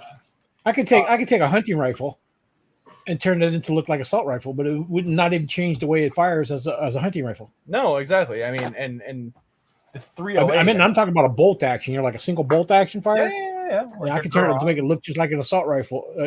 All types of accessories on it. Kit it out. Yeah. It's an assault rifle now. No, it's still a bolt action. It's still a hunting rifle. Everyone has assault rifles or Glocks with switches. Actually, Susan, let me tell you something right now. Okay, let's say like you say that the drug dealers have better guns than the cops. Drug dealers always have better guns than the cops. Even if they outlawed all the guns in the United States, with the way who you think is going to have the better guns, the police or the drug dealers? Whatever the police can get, the drug dealers will buy double. Oh, the cartels certainly have done that in Mexico for the longest time. That is true. Yeah, and even if they took all the guns away, like let's say you went to like England, you're not allowed to have guns and stuff like that. No, there are guns in England. 3D printing and stuff like that. Those who want guns will still have guns. Yes, we're having an epidemic of 3D printed guns up here in Canada. The bad thing about criminals is that they're criminals. They don't listen to laws. So putting in 30 or 40 different laws, saying, "Oh, you can't have this, you can't have that," Oh, you're not coming off as an does asshole. not stop the criminal. Zanker, It you're only not stops the law-abiding citizen. Zanker, you're not coming off as an asshole. Don't worry. You're not at all. You're good, man. Don't worry about it. You're fine. We're just having a conversation. Yeah. But no, I don't think, if a home dealer, I think, people should be allowed to have weapons in their house. I think people should be able to defend themselves. But at the same time, I don't think people should be, able to just pull out their gun and go outside and start firing at people who are stealing their Amazon package. Well, see, that's the interesting thing. I mean, when can you shoot? When your life is in threatened. I mean, if you're sitting in your house and somebody's trying to bang in to get in your door, and they break open that door, I think you have the right to fire at them. I agree with you, but they might just be in there to steal your change. Doesn't matter if they bust in that door and you say, "I got a weapon" or something. They've taken it upon themselves to get shot. No, I agree with you entirely, and I would like to think that I would shoot them. You can't say that till you're in the situation. But like if they're like, but an item, like let's say they're out stealing your radio out of your car, I don't think taking your life for a radio is warranted. Probably not, but at the same time, there's also does it make you mad? Does it piss you off? Yes, but is it warranted? No. I think that's murder at that point. But if they broke into your house and you told them I've got a weapon and they run away, and they're on the street and their backs to you and you shoot them, that's murder. I mean, yes, but there can be extenuating circumstances. For example, if they start turning while you shoot, then you're kind of if they turn while you shoot, you were the one firing first. They were running away. But I mean, you don't run after them. That's the thing. That's the thing with people. Yeah, I get what you mean now. I mean, if I meant more of a situation where you had someone at your door or someone breaking into your house, and when you shot, they were still facing your direction, but then they were in the process of turning and you didn't know it. No, if they came in the door and then noticed you had it, that was instant defending yourself. That would be too fast of a judgment to call. I would say you still had the right to shoot at that point. Oh yeah, they busted into your door. Okay, as soon as they cross the threshold, that's kind of my point of view on it too. If they cross that threshold, they've fucked around and found out, so to speak. But like I'm saying, if they're outside and they don't come in, pepperball guns, and they're stealing something like your Amazon package or whatever. Yeah, you may hate that they stole it, but it's an item; it can be replaced. Yes. Zanka says if someone comes into their house, he's curb stomping them. Yeah, if they come in, at that point, I think it's legal. I think it should be legal to defend yourself. They come in that house, they choose to get killed. Yeah, I don't disagree actually. Yeah, I mean, honestly, even if it doesn't matter how old they are, like, yeah, no. I say this because when I lived in Columbus, Ohio, there was this gang of kids that used to break 14 to 16-year-olds that would break into houses. But I mean, it doesn't matter how old the person is; they might still have a fucking gun or a knife. Now, at the same time, also, I do believe in carrying a weapon to protect yourself, like concealed carry or whatever. Yeah. Like, let's say if you're driving on the road and somebody tries to carjack you. Yeah. I believe you should have the right, like at a home, to defend yourself. If they rip open that door and try to get you out, or you don't know what's happening, I think you should be able to pull your weapon and let loose on them. I agree. You don't know what they're doing. They might be trying to kill you or whatever. Yeah, no, I agree. Yeah, I mean, if you're in, but I don't think if they come out, you pull your weapon and they run off, and they're running away. I don't think at that point in time, I think they should be able to go, and not shoot at them. But I mean, if they're coming in the door, they come up, they've opened it, they're like, "Get out, motherfucker!" Boom, boom, gone. Yeah. That's how it should be. Yeah, I agree. I mean, up here in Canada, it's very hard to get away with shooting someone in self-defense. The courts have made it nearly impossible because here our guns in our homes, and I have them, are supposed to be not only locked in a safe, but locked in a safe with a unloaded with a trigger lock on them. Yeah, you see, that's stupid. I mean, how are you supposed to use it for home protection if you don't have it out for home protection? They don't want. Like, wait a minute. Let me unlock my gun. No, please don't bust in yet. Let me get the lock off. They don't want you using it for home protection here. Your gun is supposed to be for hunting. They're And you know that's stupid because like and you know there's probably like a bunch of people who probably just bust in the houses knowing that they're bigger and badder than the other people, like old people and stuff. Because they know there's no weapons in there, or the weapons are probably locked up in a way that they can just bust in and then beat these people up or steal all their stuff with without any worry at all. Unless you're in a rural area, most people here don't have guns. I mean, I do. Yeah, that's what I'm saying. Home break-ins probably are more prevalent than other places. No, that would be inaccurate. Thankfully, I doubt if it's been reported. I guarantee if you look, there's probably a lot more home invasions than anything. Home invasions. No, what we have. Well, I mean, in my city, what we have is just theft. If you leave something out, people will not. People don't. It's very rare that homes get broken into here. But what does happen nonstop is stuff that's outside. If you leave something unattended, it's gone. Yeah, that's how it is pretty much everywhere. I mean, people here will steal your garden hose. Yeah.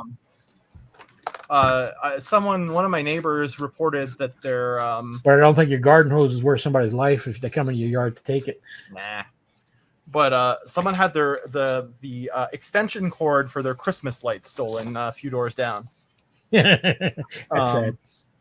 Yeah, that's just pathetic at that point. I mean, it's like, really? Like, god damn, I mean, you may want to go out with a baseball bat and curb them 1 or 2 wide, but then you get sued for bodily damage and shit by them. I mean, I've actually not a baseball bat, but I have a big Maglite flashlight, like one of those things that weighs like, I don't know, close to 12 pounds. Like I've gone to someone with it, planning to use. I didn't use it, but I was planning to. I thought they were a threat, but they backed off when they saw me, so that was fine. But yeah, I mean, if someone's gonna do a dumb thing, I mean, it's their choice. No one has a gun to their head until they do, right? Like, oh, yeah, they choose to do the crime, then hey. I mean, there are certain situations. There's so many situations in it though. Like let's say somebody's robbing your car, and you go outside. You say, "Hey, stop tearing my car!" If they back off and run. I say let them go. But like if they turn around and like fuck you and like come at you, I think you have a right to shoot them then.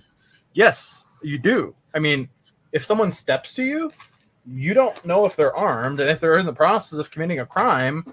Yeah, I mean that's yeah. I completely agree. But that's like even here where I live in Mississippi. The cops even came out one time. My mom, because somebody was trying to she was home alone and somebody was trying to get in. Mm-hmm. She told them she had a weapon and they ran away. Okay. But she called the police and police come out and said, well, somebody's trying to break in and says, let me tell you something, Miss Brenda. They said, if you shoot them and like say if they're coming through the window and they fall outside the window, don't call us. Get somebody to come over here, flip his ass back through the window and then call us. Yeah. Because if he's outside the window and you shouting, you could legally end up in jail. Yep. For murder. But if he's 100%. inside, in the thing, and I'm like, I said, that's perfectly stupid. If somebody's trying to break in, you shoot them and they fall out, that should just be taken that they were breaking in.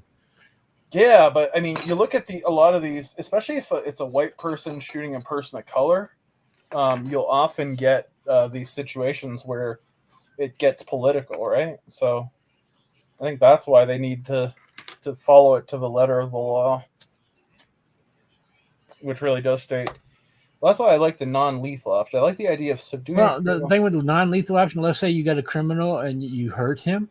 Let's say you shoot him with. Oh yeah, they can sue you. They sue you, Mm-hmm. and 9 times out of 10 they'll win in a court of law. Well, it's not 9 times out of 10, but they win sometimes. Yeah, they win and then your ass. There's a corner store owner in Canada who got it was near my house growing up. He had an illegal gun behind the counter, and someone came in and robbed him and shot him. Then he shot the guy back with his illegal gun. He got more time than the guy who shot him. That's fucking stupid. Yeah. We're penalizing the people who are getting robbed and shit and showing criminals that, oh, look, they can go do stuff and get away with it. Even if they get caught, they won't do as much as the person, so it makes people afraid to defend themselves. Mm-hmm. And that's stupid. I agree. I very much agree. And then they'll come up with places that says, oh, if you don't help somebody that's in a threat, that you could go to jail by non-helping. You're talking about the states that have Good Samaritan laws? Yeah.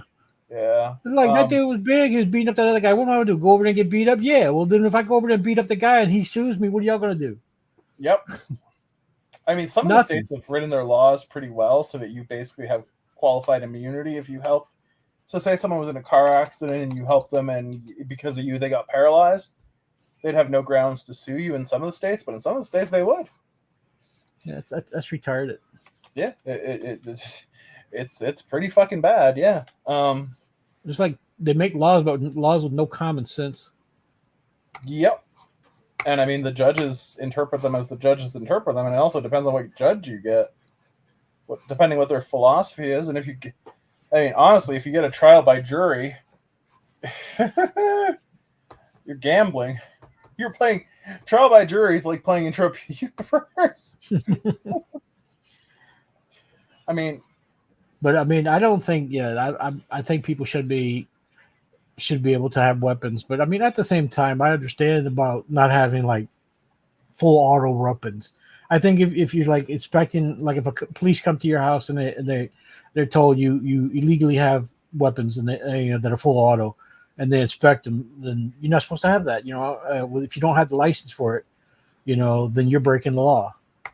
And almost no one has that license. Yeah, there are a few people I know that do have the license for that, but they're like special collectors and stuff like that have like weapons that are special things, and police and stuff like that.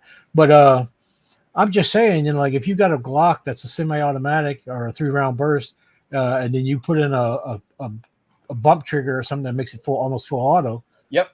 That's illegal. I think if you did that, you basically should go to pay a fine or go to jail. Is that illegal to put a bump stock? Yeah. Oh, that's new. Okay.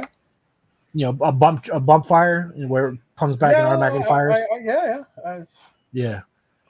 I've used one of those at the range just for fun, but it's not very practical, to be honest with you.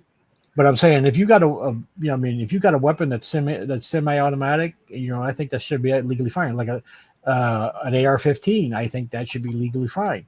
I don't think an AR-15 with an auto trigger should be fine.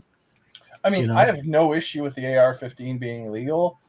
The only problem I have with the AR-15 is that it's not a very useful gun, in my opinion. I would for home defense, I would much rather have a shotgun or my 45. Myself for home defense, I keep a pistol. I like a pistol. Yeah, exactly. An AR-15 though, you can use it for hunting, you can use it for home defense, you can use it for a bunch of things. Hunting with an AR-15, if depends on what. Oh yeah, depending. An AR-15 is you can get in different size rounds. Makeups. You can go from different size bullets. Wait, they make it. They don't. I thought they were all 5.56. No. Oh, so you can get an AR-15 in what, 308? Yeah, when you clutch-fire an AR-15, it's just a receiver, but the receiver can be modified to hold any size weapon. Through a barrel on. I did not know that. Oh, thing is, shit like January 6th could happen anywhere, so that's why I'm more leaning towards being able to defend themselves if need be. I even voted for Biden too, so I used to be leaning left. I still lean left on a lot of issues, but I lean right on other issues. Like I believe in universal health care, and I'm happy to pay very high taxes like I do. But I also believe in guns. Now when I say guns though, but at home stuff, I also like if they put a law in place saying you can't have like a 300 round magazine, for your weapon. Mm-hmm. You know, I would sign okay for that. Yeah, no one needs a 300 round magazine. Yeah. Are you I talking mean, about if you bought a Glock and it held 10 rounds, you know, I would say that's fine. You know, if they Yeah, wanted I to mean- have extra rounds, you know, you have different magazines, you know, to switch out, you know. But I don't even have think a you should problem- have I like don't- I don't think you should have like a 300 round magazine that slips into that and makes like, you know, a shit ton of ammo. Yeah, I don't even have a problem with an extended 15 round mag. To be honest with you, I'm fine with it. I mean, I knew a guy who was a former Navy, not a Navy SEAL, just a Navy diver, and when he would go to downtown because he lived somewhere near there, he was one of my students actually. He would always carry his Glock, fully loaded, bullet in the chamber, and he would carry 2 extra mags. And I mean, I thought that was kind of overkill. But I mean, considering some of the shit that I found went on downtown in Columbus, Ohio. Yeah, but that's extra mags. I mean, that's fine. I consider that fine. Yeah, You still have to stop firing at some point and change out. But at the same time, who needs 31 rounds? Yeah, but I mean, it's just extra. It's just like an extra mag. But I mean, if you sit there and tell me like, oh, I dumped 30 rounds into this guy, you know, yeah, you murdered that dude. But not necessarily though, because I mean, 30 rounds, right? But if you dump the whole clip into, if you mag dump someone, yeah, like, you're just firing. You're reacting and firing at him. Yeah, if you have a 15 round clip and you have one in the chamber, and you put 16 rounds into someone. Well, you should probably have stopped earlier, but I don't think it's necessarily murder. Yeah, I mean, at the height of the moment, if you're defending yourself, you'll just pull, Yeah, you know, and that'll go. You can get so excited you don't realize how much you're pulling it or doing. Mhm. But No, I'm saying at the point that mag stops, your gun stops, and you drop that mag and put a new one in, that should be the point. Either you stop, you know, that you should right at that point know to stop. But if you slide that next mag in and continue dumping into a person, yeah, you're doing that, hating that person, or you definitely want to kill them. I mean, if you put 11 rounds into someone and they're still standing, there's a problem. So yeah, you're right in the sense that, I mean, if you've mag dumped someone, they should not be. Mass shootings, in my opinion, are bad, and I wish they wouldn't happen. But the thing of it is, there's no solution for it.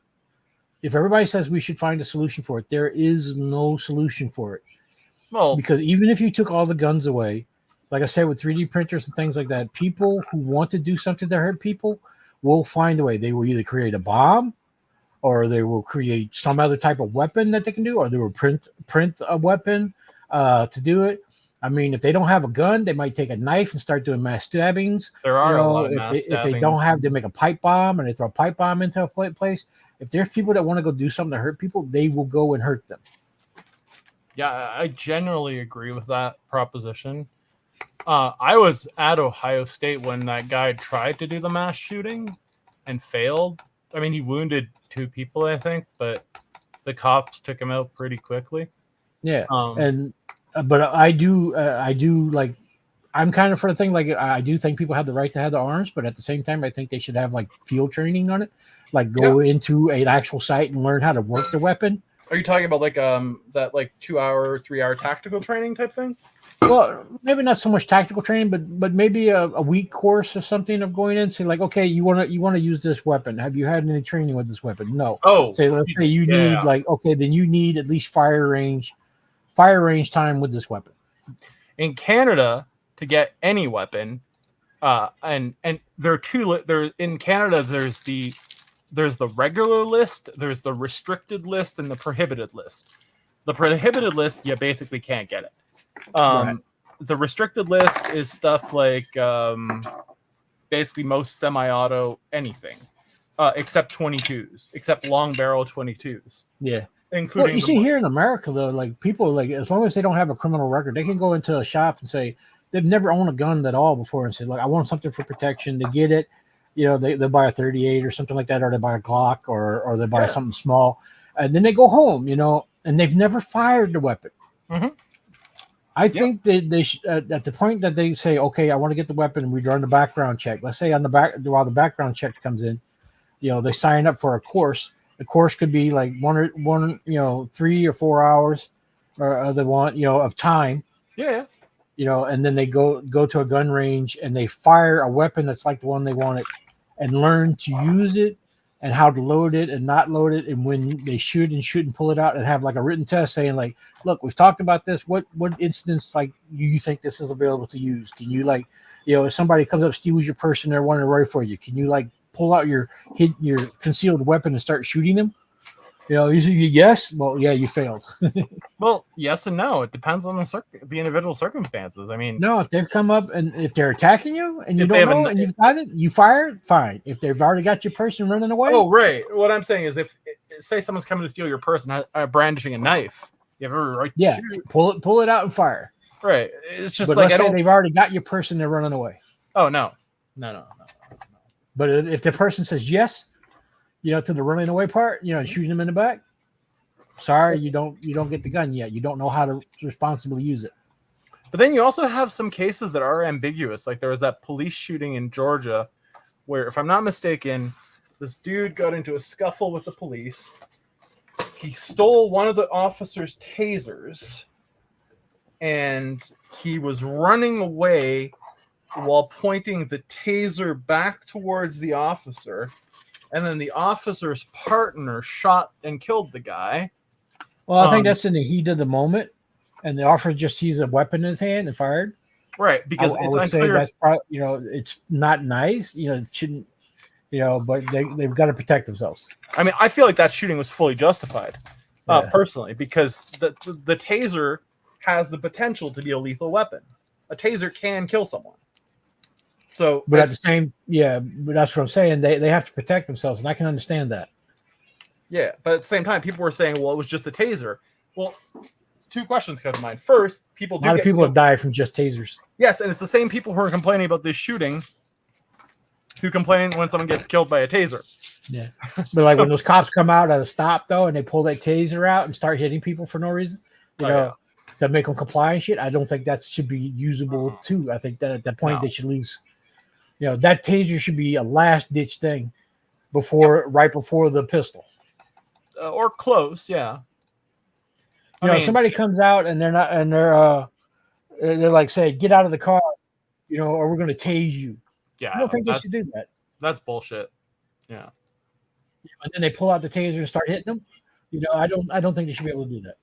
Oh, Zanka got tased once.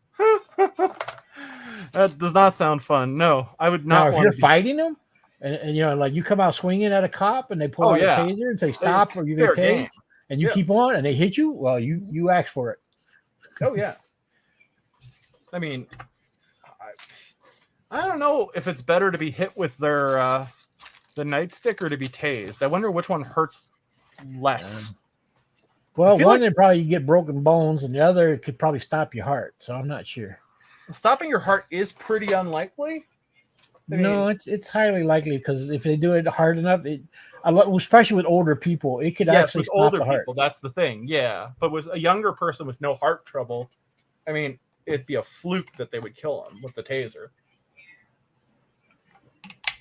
But then again, if they apply the taser multiple times, then they might hurt them or kill them. Yeah, because it can actually regulate your heartbeat. And they're causing an arrhythmia by shocking you over and over. If a young healthy person is tased one time, they're probably he was having a bad murder. He asked for it.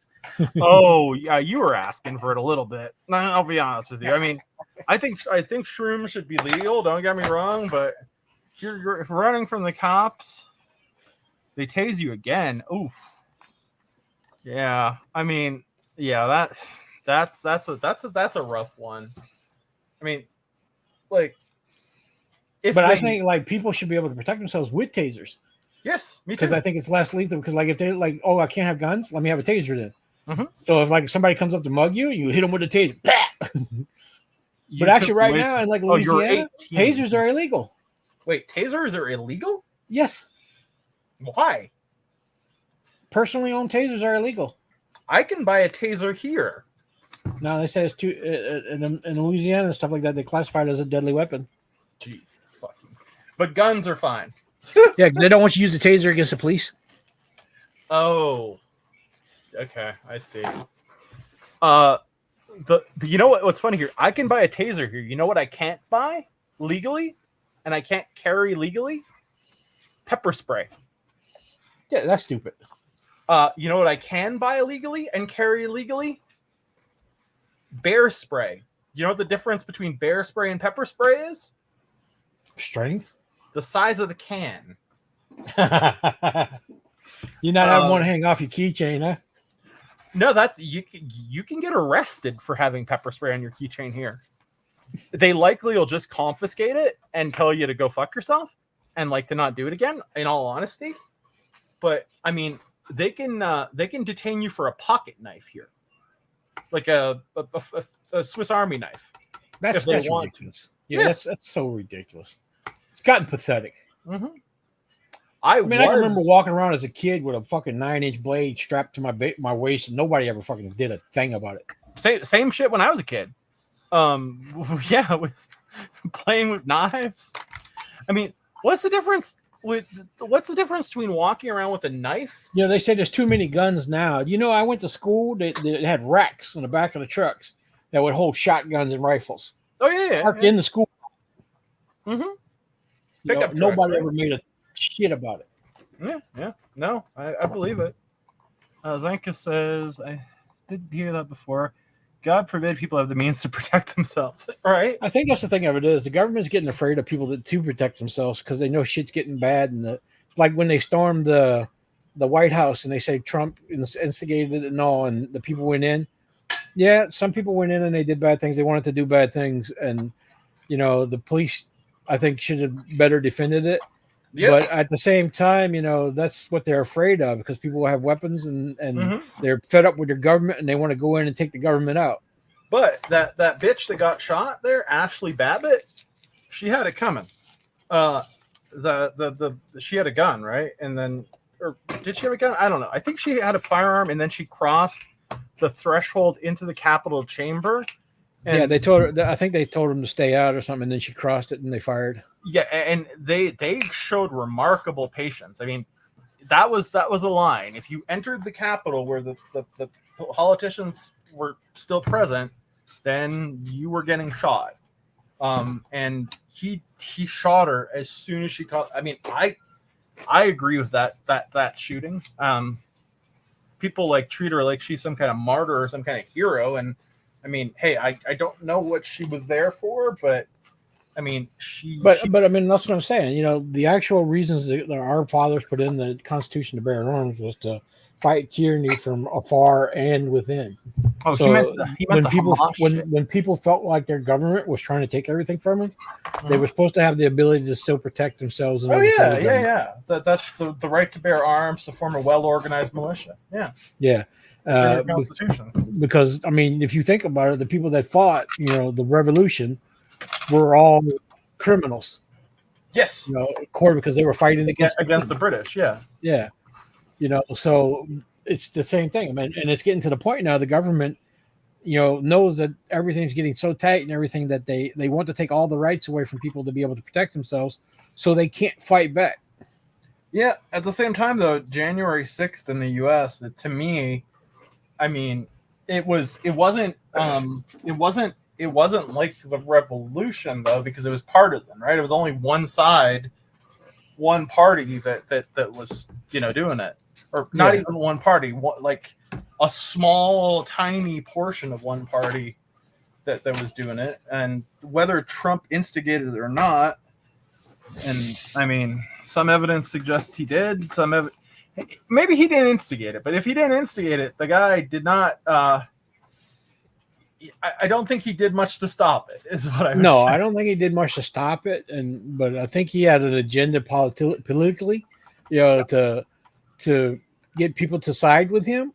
but that lit to the wrong idea. And I think a lot of what happened there, to be honest, might be conspiracy theory, was I think Antifa and shit like that were inciting people to go up in there and do shit like that. Possibly. Could also be the right wingers that were doing it. Yeah, because to make the other side look bad, so they had people stay. They paid people to go in there and incite people to do it. And when you get a bunch of idiots together in one big group, they get even collectively stupider. Yeah. So they're like, okay, let's go storm the castle. And everybody's like, oh yeah, that sounds good. Let's do it. I agree with what Zanka just said. The far right and the far left are basically the same thing. They say they want different things, but at the end of the day, the things they want are selfish and largely not compatible with democracy. That's what I'm just saying, though. You can have people with political far right and left, but if they're by themselves, they'd be like, no, that's a bad idea. We're not going to storm the castle. No. Oh, yeah. But then you get like 40, 50 of them together, and you're like, that's a good idea. Let's go do it. Yeah. It's like drunk people get that liquid courage, right? Yeah. Yeah, that shit can be very, very dangerous. But I mean, whoever let's say you ever seen these guys that go take over these streets? These riders, 4-wheelers and shit like that. They take over these places. Oh yeah, I can't. Yeah, if you only had 2 or 3 of them in some spot, they would ride around probably not bothering anybody. But you get a group of like 60 of them together. They'll start jumping on cars and breaking stuff and tearing shit up because they feel that power of all these people together. Like, oh, you can't do nothing to us, and then they all run and scatter when the police come. I've honestly in the past been of the opinion that when there's a situation like Katrina, and I'm not talking about looters, like people going to get food. I'm talking about people causing violence and law enforcement's not necessarily available because, they're doing what law enforcement is supposed to do. I feel like there's a case to be made that it's legitimate to shoot the people who are causing the violence. You can't. You know what happened to Katrina? I do. Okay, I was here at Katrina. I know. The police in Louisiana went house to house as the place that they knew they had weapons. Really? And confiscated all the weapons. Are you shitting me? No, I'm not shitting you. They went to places. They even had a news thing where one old lady had gotten beat by the police because they asked her. He says, "Do you have a weapon?" And she says, "Yes, I have a weapon." And it was an old lady. And she had like a little six round revolver. A 6-shooter, yeah. Yeah. They told her to give the weapon. She said, "No, I'm not giving up my weapon." And they went in and took it. And when she fought them a little bit, they fucking beat her to take away her weapon. Why were they taking the weapons in the aftermath of Katrina? Because they didn't want people to use them against them. That's their claim. Against the police? Yeah, against the police. That doesn't add up. That's because police wanted to be the only ones with weapons. No, I get that premise, but the police, the criminals came out so bad that they literally took over police areas. They made police barricade themselves in certain areas and had gunfights through the night. So the police went out and started confiscating all the guns from legal people. Are you talking I guarantee you the criminals didn't tell them we had guns, but anyone that had a registered weapon or had anything like that that they knew of, they went to the house, banged in the house, and took the weapons. How did the people get them back after? They didn't. What? Some had to sue and still they haven't gotten their weapons back. God damn. Is this in New Orleans or in Mississippi? Yes. Oh, New Orleans proper? Okay. Yeah, New Orleans had there's a big gunfight on that bridge, right? Or that overpass? It wasn't a gunfight. People were trying to get to water because the one side they were on, they were trapped on the bridge because it was all water on one side, and they were trying to get over the bridge. Okay. The police from the other side told them they could not cross. Okay. And when the people got to the point where they were starving for water and stuff like that, started like, we've got to come across. We've got to get off this bridge. We're going to die here. Oh, the people were stuck on the bridge. Unarmed people, the police fired on them. Oh, and the people were stuck on the bridge? Well, they were stuck on that area of the bridge. The only other way to go was they couldn't go back. They had to go across the bridge. Okay, see, that's not what the news told us up here. That's a very different story then. No, one area got flooded and destroyed. They had no electricity, no water, no anything. Okay, are you talking about like the And- lower ninth or another Yeah, part? well, I mean, all that shit got destroyed. They had to go Yeah. across that bridge to get to the other side to get to, freaking water and Okay, now I see shelter what and you stuff. mean. Yeah, okay, yeah, that okay. I'm following you But now. the police said no, you can't come across because they didn't want looters and they didn't want people stealing stuff and all like that. So they denied those people The right to come travel across. the bridge. Okay. Yeah, and the people said like, look, we got to come across. So they started walking, and the police told them to stop, and they didn't. So the police fired at them. Okay, see, that's fucked up. And then from what I heard, and you were there, so you can tell me if I'm right or wrong. Then the National Guard came with that General Honore, the light-skinned African American man in command. And I was told that he actually made things better. Now, I wasn't there, so I don't know if that's true or not. Do you have any knowledge of that? No, I don't have too much knowledge of him. I just know the general area and stuff like that. When the military came in, they took more control of things, and they did patrols and stuff like that to keep the crime down. So was the military? Did the military basically do a better job? Yeah, they did a better job than police. Okay, so the police, and a lot of the police left their posts too, I believe, right? Well, yeah. I mean, they packed up and left when they heard it was getting destroyed. Yeah, fair. I mean, but let me show you how much it was. Okay, the police station in one spot got wiped out. Okay. So they went and commandeered a Walmart. Okay. A local Walmart went in and said, "This is now our home base," and then started ransacking the Walmart for food and everything else, and ate all the stuff up, and took things out of like TVs and shit. Oh, see, and cleaned everything in it, and stole stuff out of it.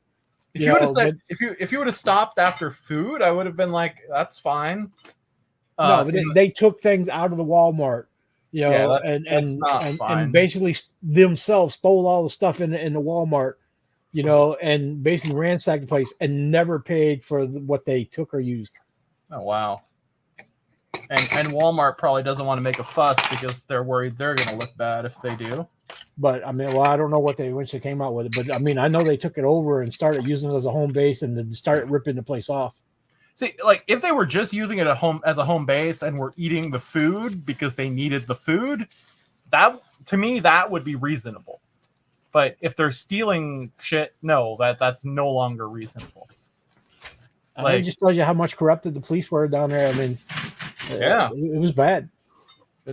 I'm not saying all of them were like that. I mean, there were some good police and stuff, but no, I'm sure there's always a lot of shit police, mixed in with the good ones. Yeah. No, I think it's like that in most police departments. I mean, I had a neighbor. My neighbor in Montreal was a police officer. He was a detective sergeant in the anti-terror squad. And he basically told me how corrupt Montreal police were. and the answer was very. And that he wouldn't have kept the job if he'd had to stay on the street. Like he just couldn't have, But working in the anti-terror squad as a detective, I mean, it was a very different gig, right? So, like, he was doing security planning for special events and stuff like that. So, I think it is a much more enjoyable job, to say the least. Yeah, it's bad and all over. There's too much corruption and shit, but there's not much you can do about it. Yeah, I mean, I would not want to be a cop, honestly. Sounds like a shitty job. I mean, the pay is good in Canada, anyway. I don't know how much. Canada, I don't think the pay is good here. Oh, that's one reason why the corruption is so much, because they subsidize what they're getting paid. They don't feel like they get paid enough, so they take bribes and kickbacks and shit like that. And I don't know. Here, a cop will make at least six figures. Not here. With overtime, yeah, definitely low six figures, like barely over 100,000. I mean, the starting salary for a cop here in Calgary is $68,000, which is a pretty decent salary. I mean, it's above average. Oh no, it's not. It's lower where you're at. Okay, it figures. If you're gonna arrest so many people, don't pay your cops well, right? That's why so many police forces, give out so many tickets and get as much and try and get as much stuff they can and seizures and stuff like that. Oh wow, some cops make what teachers make. That's not good. I mean, I guess my honest opinion, I think teachers should be paid a lot because that gives them a incentive to teach people. Yeah, so do I. But I mean, I think as much money as they put in like the army, they should put in teaching. Yeah, my mother-in-law was a special education teacher in Virginia, and I mean, albeit she had a master's degree, so she got paid more than other teachers. But when she retired with 20 years of experience, she was making something like $85,000 a year, and after she retired, because there was a shortage of teachers, she was able to do this thing where they paid her half of her salary for being on call and working 30 days a year, which is kind of crazy. So she was making like $40,000 for 30 days of work. Yeah, they spend way more on education there than here. I can tell you that. Oh, that was in Virginia. That wasn't even in Canada. In Virginia? No, I doubt they're doing that today. Yeah. This is a very affluent part of Virginia, though. Oh, okay. This is Prince William County, right south of DC, where all the CIA, FBI hire. Is that a lot of like private schools and stuff? Yeah, a lot of private schools as well. Yeah, I wouldn't say they do that in public schools. No, she was teaching in a public school. Oh, was she? Yeah, but I can tell you that like I've seen the public schools down there. They look like private schools. Like, yeah, not here in Louisiana. I can tell you that. I believe Mississippi, no. The what do you call it? The schools down there were very nice. Like, and my wife went to one, and like they had like AP everything, decent class sizes. And she was a social worker for a little while, and she's like the schools in Columbus, Ohio, where she was dealing with like students who were at risk, were nothing like the school she went to. So, and the reason for that is in the United States, if I'm not mistaken, schools are paid for by local taxes.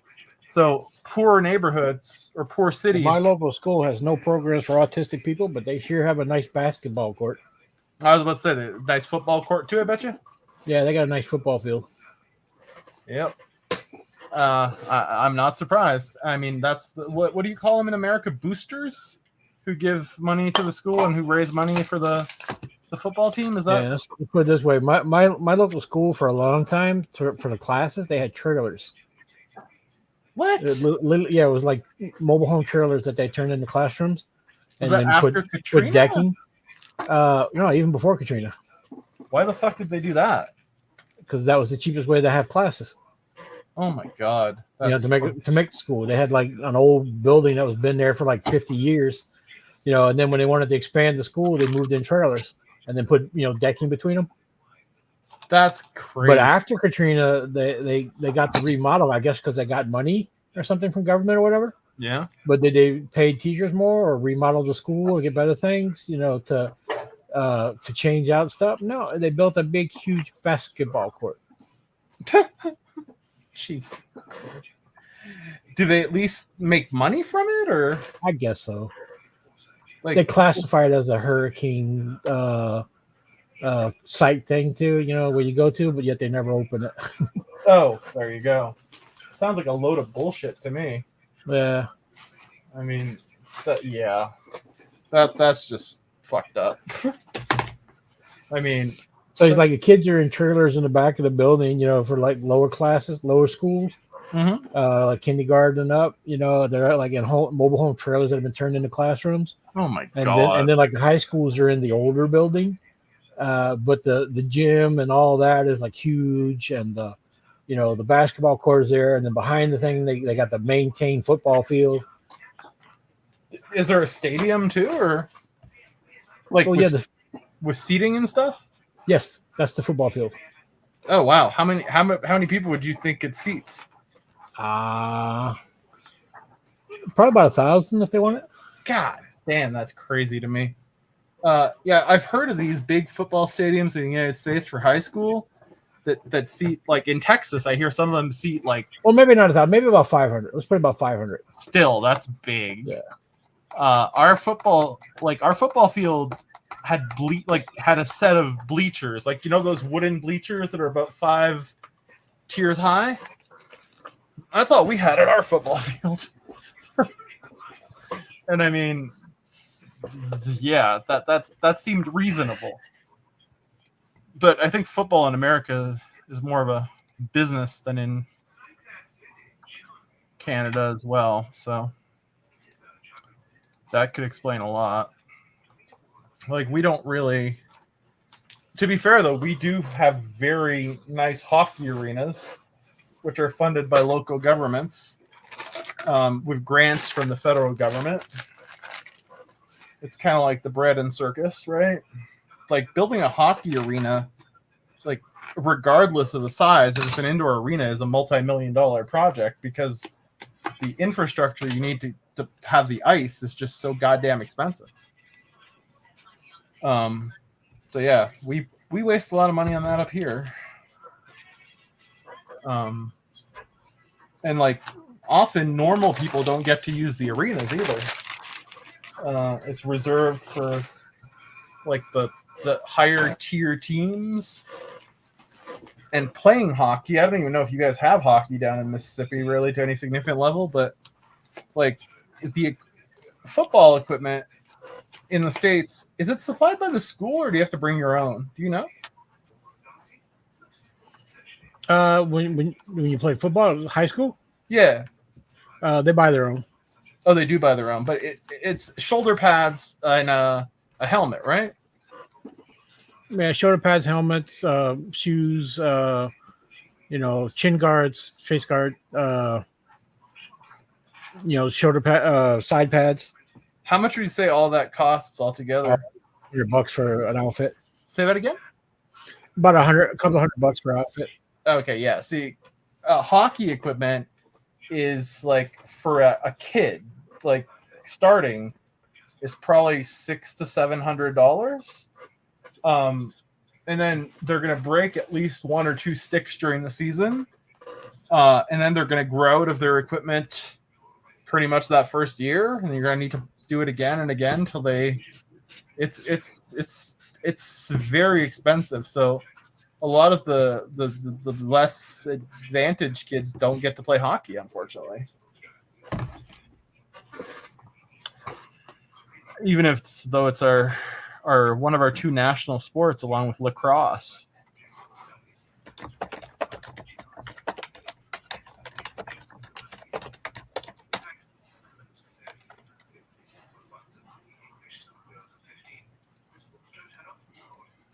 Did you make any stock from your turkey, or did your mother, as far as you know, or?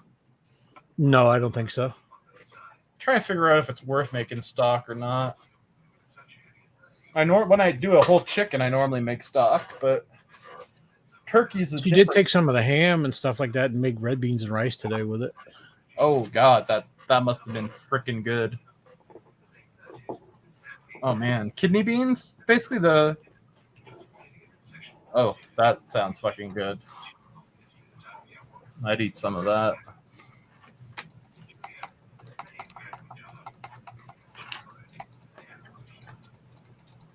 Does your mom make most things from scratch? Yes. Okay, that's pretty damn good. So you don't use any of that stovetop stuffing. You got the real shit. Yeah, she makes it. She makes it by scratch most of the stuff. So it's that's why I say she's like a lot of the old school stuff. Like fried chicken and fried stuff and all that. And it's all by hand. Gotcha. Yeah, that makes sense. And I mean, theoretically, it's cheaper to do that normally, but you have to have the stuff on hand.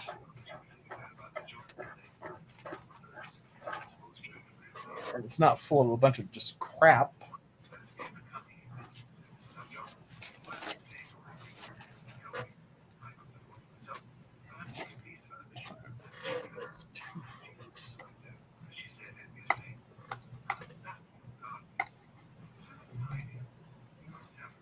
Probably going to log off in about 15 minutes, I think, and get to bed a little earlier tonight because I need to start cleaning tomorrow.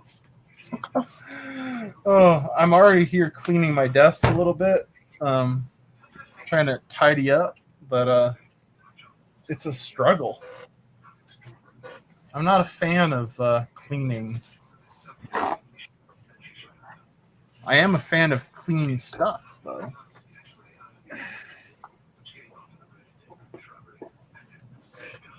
Yeah, here, I'm gonna send you let me see if it'll go on there. Well, sure. I'm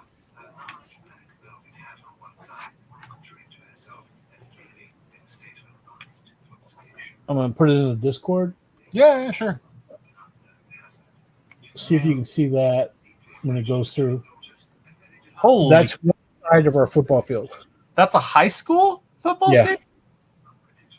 And That's one side. That's the stadium that you got. That's one side. Just two sides. That looks expensive. Yeah, that's just one side. That's like one section, and there's another section on the other side. That looks like a multi-million-dollar thing, I would think. But that's PRC school. That's their stadium. And that's a public That's just school. the football. And that's public. Yeah, that's for the public school. That has trailers for the fucking classrooms. Uh-huh. Wow. I mean, don't get me wrong, man. I love football. It's great, but I don't think football should be prioritized over learning. And you said there's a basketball thing, about a nice basketball court too? Uh-huh. You don't happen to have a picture of that, do you? I think the only one they have here is pictures of the old stadium, of the old basketball court. Are they worried they're going to get in trouble if they show off the new one? I don't know. It's a big. They made a huge building, but I mean the old one wasn't that bad either. But the old one was more of a dome building. Okay. And they made a big. Yeah, here's a bit of it, a side view of that court. Let me show you. I'm afraid to see it. See, that's like a side view. Fuck. That's huge. Do you have to pay to get into the game? To the game, yes. Okay, at least they charge. Is it a reasonable price or? I don't know what they pay now. Last time I was there was years and years ago. Oh.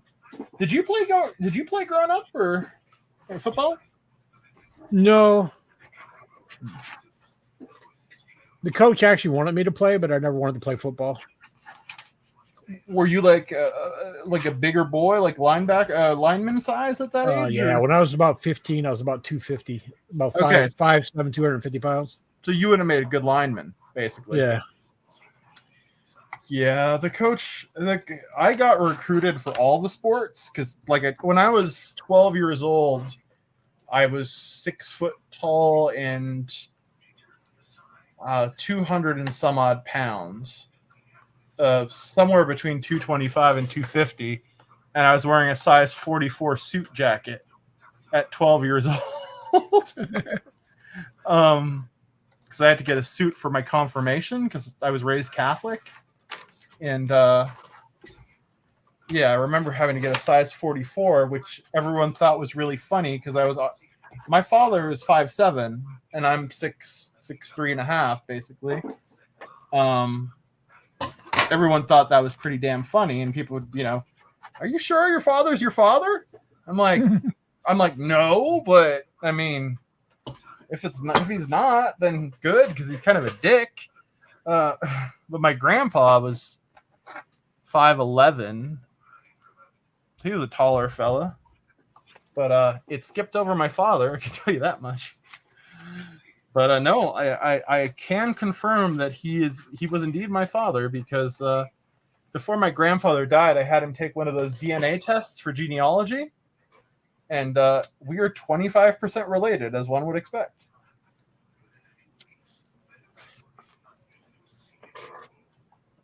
But oh, you want to hear a crazy story, Dan? I don't think you have this down in Mississippi, but up here we have a yearly furnace cleaning. Is that something you do, or do you not have furnaces? No, we don't really have that. Okay, so last year our furnace broke down in the middle of winter, and at the time my wife was pregnant. So I stayed up. I tried to get them to come the same day. They just couldn't.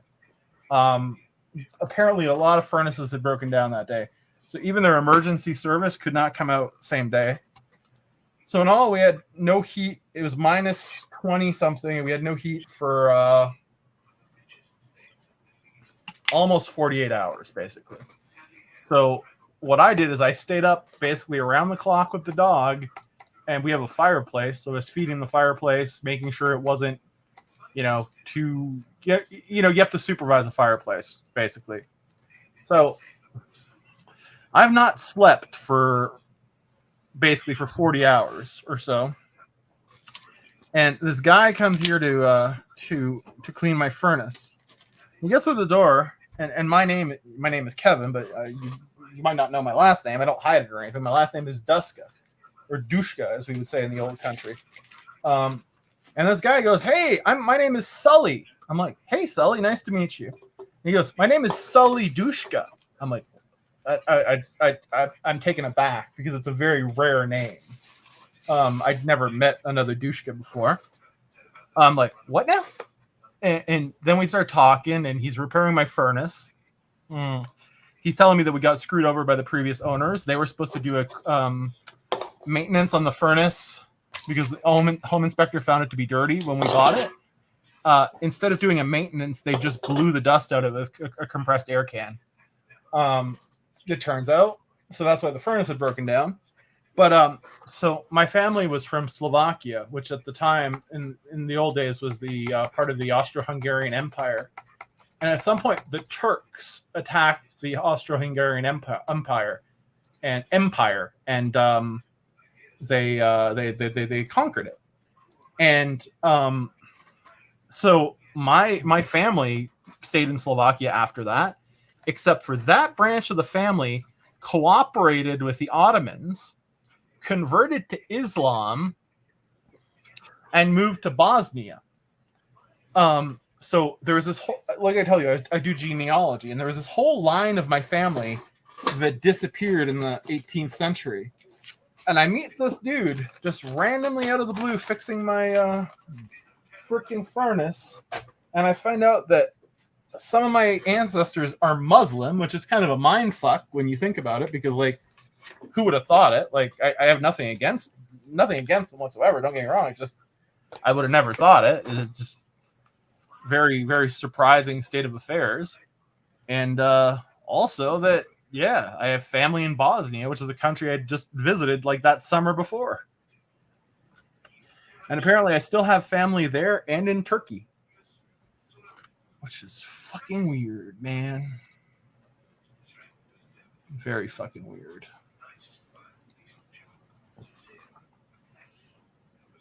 Oh yeah, USA does take football seriously, Zanka. Sorry, I wasn't looking at the chat there for a second. I had it to another window.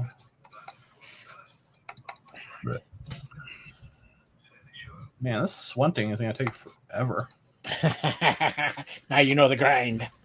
Yeah. I mean, at some point, obviously, I'm just going to say fuck it, and I'm just going to kill the amount I need for my daily. Most do. Yeah. I mean, the at ones some that have point, been there for years that just continue the grind. yeah, no, I can get that. But see, the issue is like, I need to do 40 of them, right?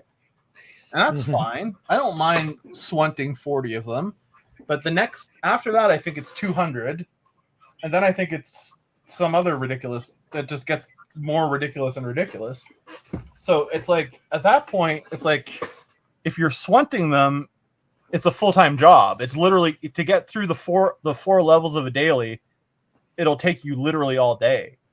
So at that point, is it worth it, or is it worth doing other shit? It's like, There's people find what's fun, what's worth it for them. I mean, there are people that would do that every day, every single day, but they'll take a daily, like I said, a daily of 200. mm-hmm. They'll combine it with other things, but they'll do, just so many per day and then go off, and then come back the next day and start picking up the next daily that only had like 10 or 15. Yeah. And they'll do that daily that corresponds to the 200 one. And when that's done, they'll go off, do something, and then they get the daily again and it has the 15 or whatever, and they pick that again and go on and they do that, and that'll eventually finish that 200 one. May not be in the same day, but it'll finish it in a week or so. See, that makes sense to me. And like, how could I put it? Like, if I had work to do right now, right? Like I was writing a report, because most of my work consists of writing reports. I could totally see myself swamping this, all 200 of them, because I'd be doing, every 3 to 5 minutes, I would just switch over to this screen and click on a new one, right? Yeah. But when you can devote your full attention to it, it seems like it's more fun to do something more. Yeah, that's why you'll see a lot of people. Like I said, they just do a little bit and and then go do something else. Like I said, they'll let the other ones go through the week, and get done, but constantly do the one small one over and over. Yeah. And that's how they grind through their thing, and that's how they get their gameplay done. See, yeah, I mean, we are using the word grinding, but it's not really it's not terrible grinding. Like in some of the I was telling you about that game on Wax that you have to click every 5 minutes. That one's done. You can kill it. Oh yeah, I was looking at another screen. It's like, this is not really a grind, because at least you're killing things. The one thing I wish they had in this game that they don't, I don't know, maybe they had it back in the old days, is I wish that the way you took your shot actually mattered. No, it's never mattered. Okay. It's always been a thing that you see when you highlight a mob and it lights up. Mm-hmm. If you pull the trigger, that's either going to hit or not hit by a dice roll. RNG, yeah, no, 100%. Yeah, so it's always been like that ever since I've joined the game. And I presume the RNG is modified by your skill level. Yes. With, whatever you're using. I would say it is. They won't tell you it is, but I'd say it is. Yeah, they won't tell you anything about the mechanics, will they? Yeah, no, they won't tell you that. That's funny. But it's like even in PvP, if you go in PvP and they're jumping around, it's not because you aim so great. It's because you have learned to trigger your firing when that health bar lights up. Yeah. So as soon as that health bar lights up and you hit the trigger, you could pass that person by and not even be on them, but that bullet will still hit because it fired at the same point in time that the light bar hit up. Fair enough, but it still requires some degree of hand-eye coordination, I guess, right? Yeah, a little bit. I mean, you got to get the health bar to come up. Yeah, exactly. But yeah, it was like, if it lights up and you fire at that second, even though you're constantly moving on, and your gun's no longer on them, they've jumped to the side. If you fired in the point that life bar hit up that you were pointing at them, that bullet's still going to hit. Oh, or not hit, depending on the roll. Yeah. It'll be a dodge. Otherwise, I guess, right? But like in other games, like shooters, like Counter-Strike Source or something like that, if you shoot to the left of the head and you don't hit the left of the head, it's not going to hit. But if you shot him in the headshot, you're going to get the headshot. It's not so much a roll. But like in this game, it's like, oh, the bar hit up. You hit it. Where did it hit? I don't know. It rolled for here's a dive. Oh, you hit him left shoulder. Yeah. So you get a little bit of damage. Oh, you missed. You rolled. You got a 0. You missed. Oh, no, you shot him again. Yeah. Oh, no, you got a 10 on that one. Yeah, you hit him definitely. And I guess the reason they can't or won't rather add that here is because of the gambling element, right? Right.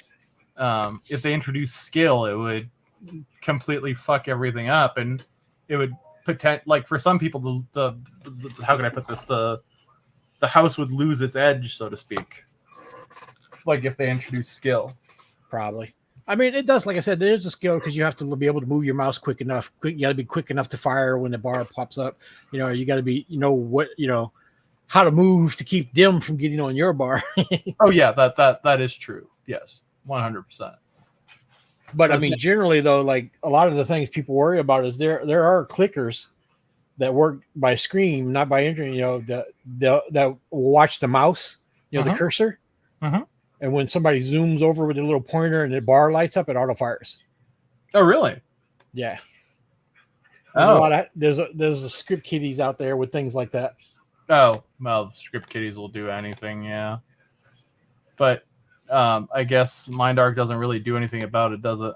Yeah, I mean, if you can prove it, but how do you prove it?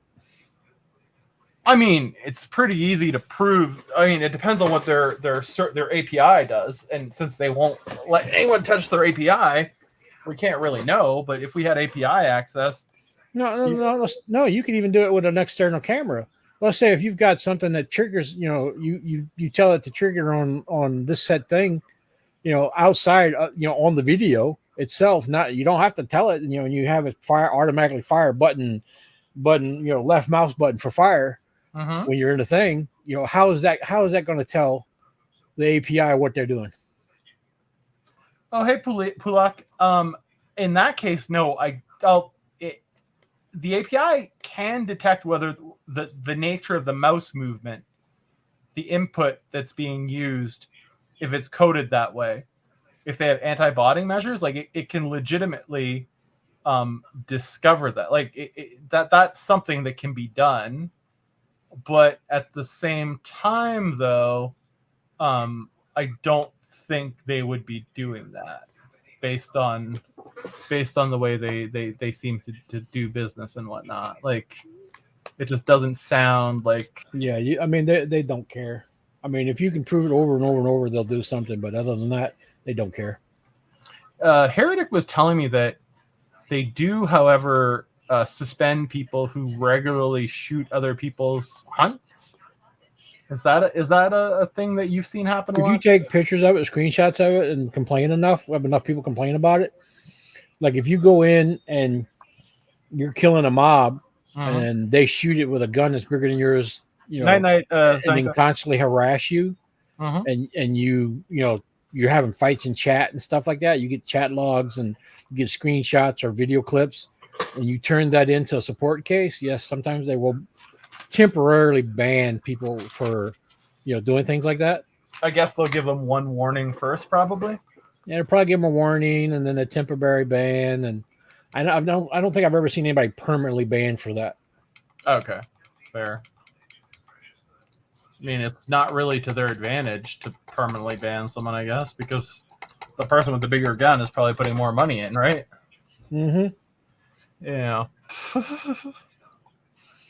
But there are times, you know, like people will be like hunting and somebody will come around with a bigger gun and, you know, they'll put one or two shots into a mob and then the person with the bigger gun shoots it and, you know, gets the notification because they put more damage into it. So they get to loot it. And then the guy goes to the next one and tries to shoot the next mob and the other guy shoots it, you know, and then the guy says like, hey, stop it. Quit being a dick or something like that. And the other guy will fucking get a bigger gun, you know, and it continues on doing something like that. That's like really, you know, interrupting gameplay of another player. Yeah. You know, just being a douche. You can turn that evidence in, you know, to a support case, you know, and a lot of times they will ban that person for a couple of days. Oh, nice. That's good to know. But at the same time, I mean, it does, I presume, happen. If it happens once. But if you write a support case saying, this guy's an asshole, he kept shooting my mobs, do you have any proof? You know, no, you know, they're not going to do anything. No, I wouldn't think so. They'll write you a nice ticket, say, we'll you know, refer this to the correct, you know, department and look into it. You know, thank you for using support, and then it gets filed in G. But I mean, I suppose that what am I trying to say? That it does happen on accident, though, right? Like, it does happen. I mean, you can tell accident over repeated doing it. Like if it happens once in a hunt, in all likelihood, it was an accident, right? Yeah. Well, Auto 2 came into the game just not too long ago. I mean, it's been in there a few years now, but not too long ago. But Auto 2, people hit like F and it targets the next target. Yeah. You've got 5 people in an area like where you're at, and you all hit F. eventually a couple of them are going to hit the same target. Yeah, that happened to me. I accidentally hit someone else's Karaboth or whatever it is. Because you probably just auto hitting target, next target. Yeah, and then they auto hit 2 of mine. So it's like, Yeah. I don't think anybody was doing anything on purpose. I just think we were hunting too close together.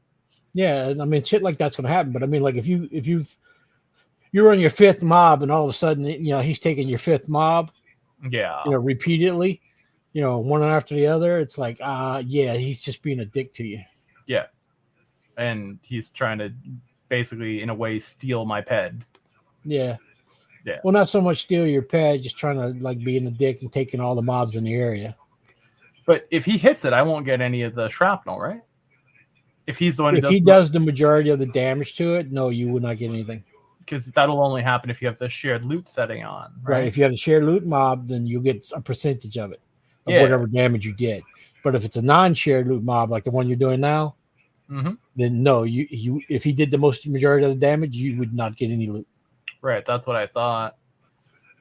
Yeah, I'm a pretty big fan of the shared loot thing. As long as everyone has a similar gun, it works out pretty well. I mean, even if they Night, don't, Zinka. he left a little bit ago. I mean, I guess even if they don't, even if it's different guns, it can still be fine, right? Because the people with the bigger guns are putting in more. Yeah, Polak came in saying hi. Pulak, yeah. Pulak speaks French, amongst others.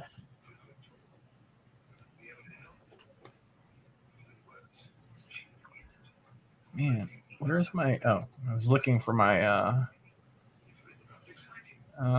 Is it the Dahar or the Kafaz? I'm hunting the Kafaz right now, and the Mokat.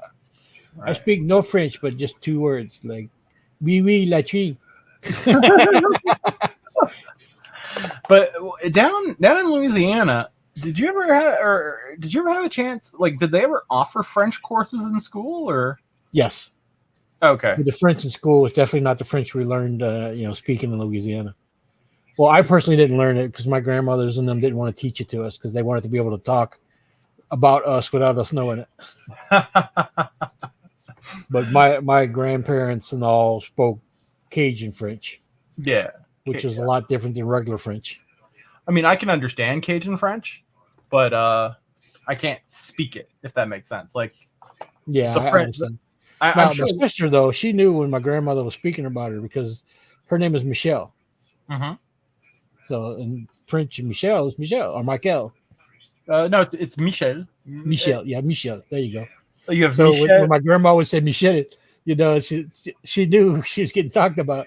Yeah. I mean, Michel can be either a man or a woman. If it's a man, it's Michel. If it's a woman, it's generally Michelle.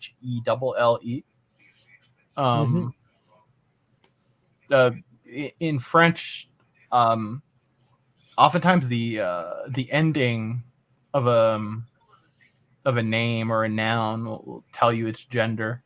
Yeah, because unlike English, I had enough trouble growing up with English. Yeah, no. The funny thing is, I went to French school till the end of high school, and then I went to university in English.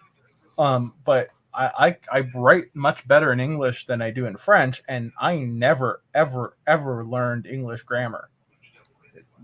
Like, no way, no how. I don't know what the English grammar things even mean. Yeah, I don't. I'm still bad with that too. Because when I was growing up in school, I was always like my son in special ed classes. I have a very how do you put it? Rare form of dyslexia. Oh, okay. So I can literally read and comprehend anything you put in front of me, but if I close the book and you ask me to spell half the stuff that I read, I couldn't spell it for you. Oh, really? Really?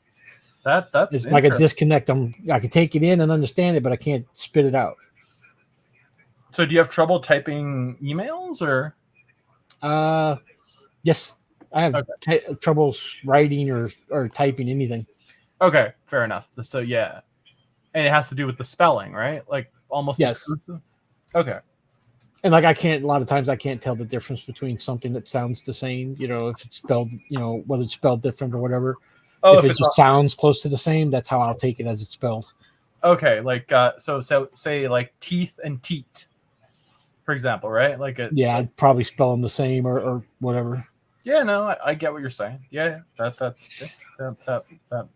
adds up. I mean, that I've never heard of that, but that sounds challenging. I've in my personal life, I've only met 3 other people that had the same thing, and one was a teacher. Oh, really?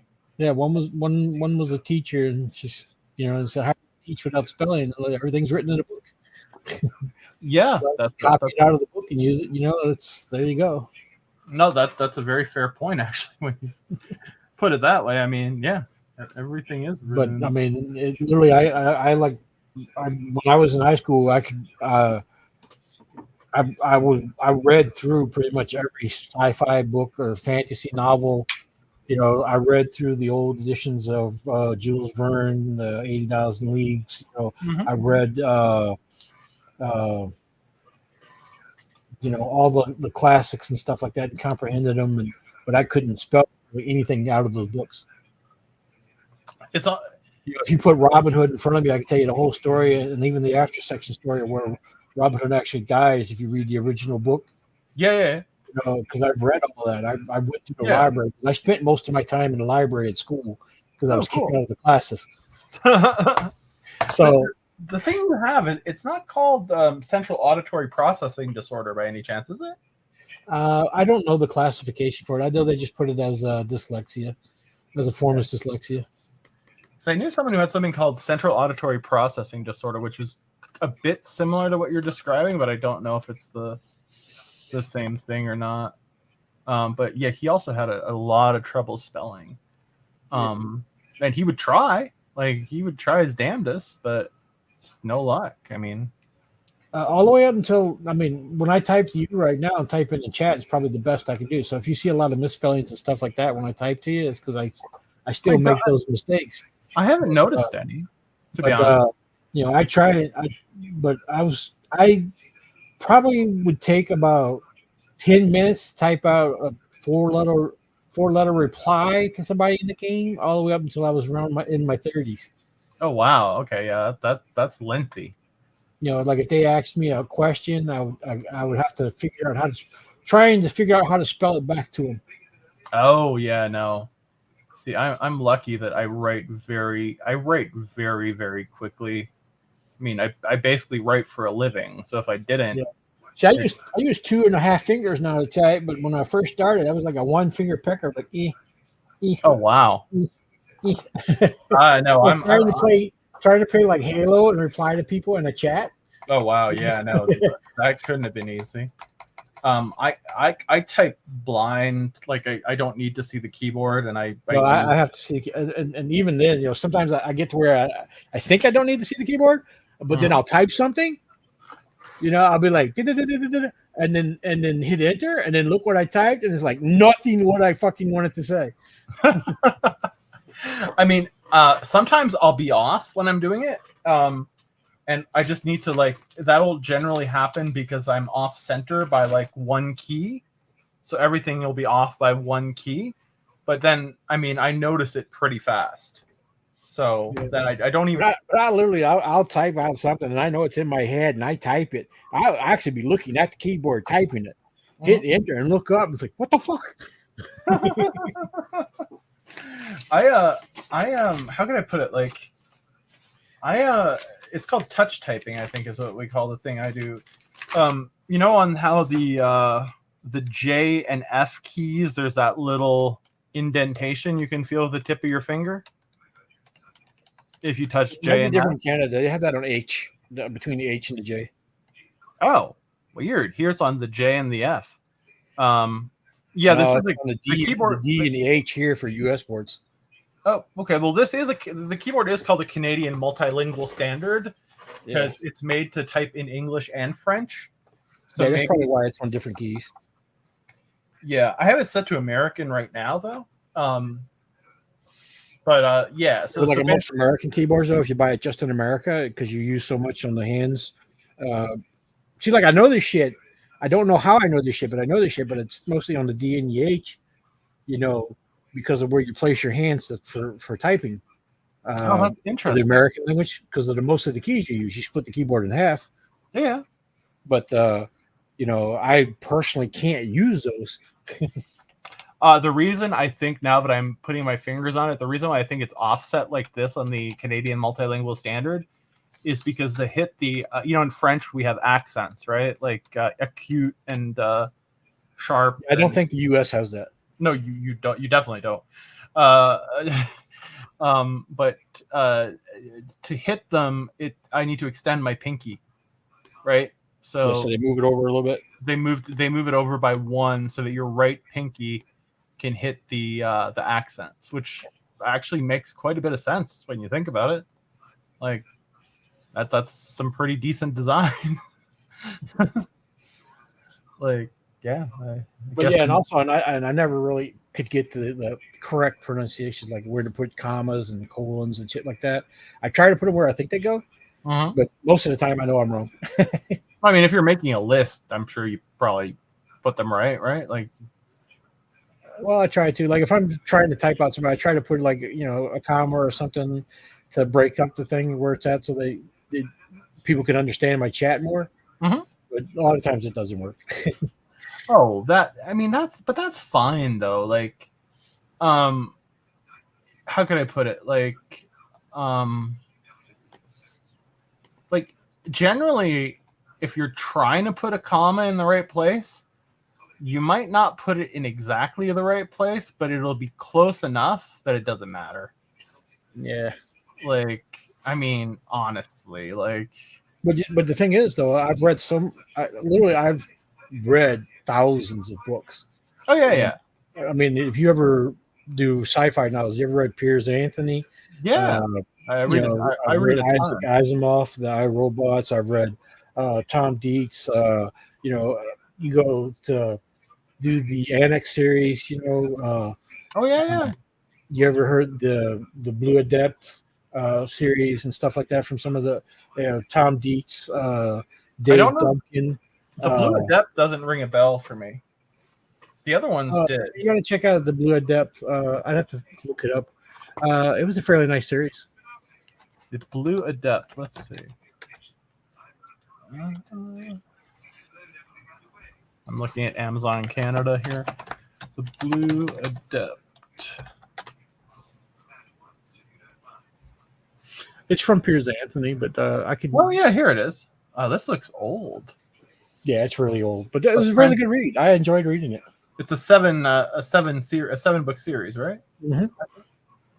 Yeah. Have you ever read the? Do you read any fantasy or just sci-fi? No, I read a lot of fantasy too. Did you ever read the Wheel of Time series? No. Okay. That one, I don't know how many books it had, but I have read the Ringworld series. Ringworld? Uh-huh. Wait, that's by I think I read a book in it. Who's that by? It's been a while. Let me see. I'm pretty sure I read a book, at least one of the books. Ringworld is showing me rings. No, it'll be Ringworld, like one word. It's a 1980 sci-fi fiction novel by Larry Nevin. Let me see. I don't know. Maybe I did Ringworld. No, I own this book, but I've never read it. You own it? Yes. Because I used to have I wouldn't say a problem, but I used to buy a lot of books. Okay. No, every book I bought, I read. No. In my case, unfortunately, I probably have, I'd say several hundred books I've never read. I used to, I read a lot, but I used to get the New Yorker magazine delivered to me I think it was every week. And I'd go through the page on, new and notable books, right? And I would buy them based on the description. whether it's Well, that. Ringworld is also a series here. I'll give you the Wikipedia page on it. Oh yeah, I'm staring at it right There's now. a huge. Oh, are you? Okay. Ringworld Engineers, Ringworld. Yeah, Throne. Ringworld Turtle. Yeah, there's a huge thing of that. It's an interesting. Each one can be in its own book on its own, but it's a connecting story through it all. Oh yeah, no, that's it's. I like it when they do that. There's one I'm about to start a new series. Well, it's not a new series; it's an older book, but it's the series is called Rendezvous with Rama by Arthur C. Clarke. It's the Rama World series. Does that ring a bell to you? No, I haven't read that one. Yeah, it was recommended to me by a friend, and I'm like, I ordered it. If you like puns too, read Piers. I think it's Piers Anthony. The Oh, Annex yeah. series. Oh yeah. That is hilarious. Yeah, it's funny. And there's also the God damn it, what are they called? There's so many of them. They're these tiny little white books. They're all set in this alternate. God damn, I can't remember what I'm thinking about.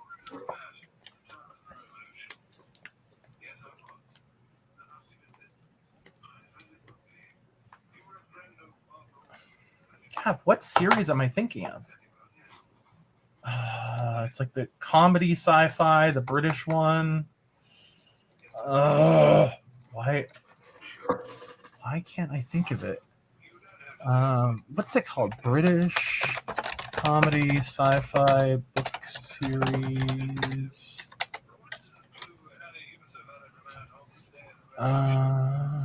No. That's not it.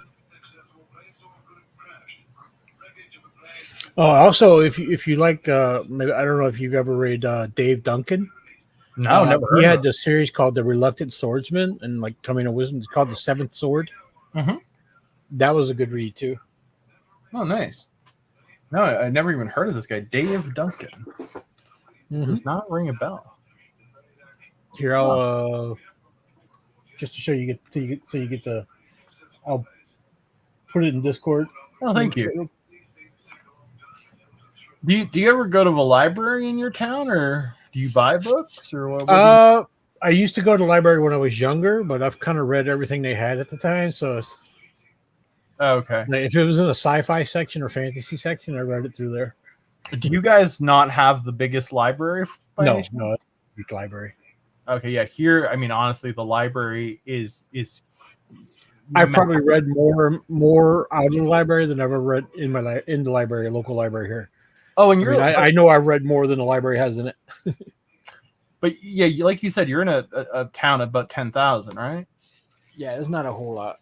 Yeah, so there's no real way they could have a crazy amount of books, I guess.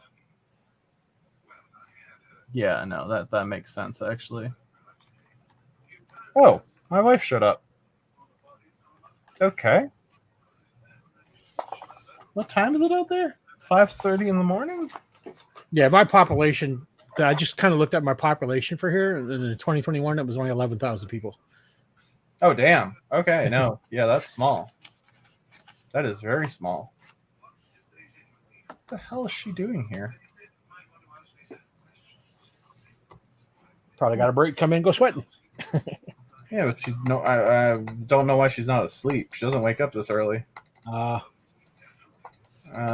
She has been having trouble sleeping though, because she told me she's on an antique bed that won't stop squeaking over there in Old Virginia at her parents' house. It's not the bed they Tell her stop moving. Yeah, that's what I told her, and she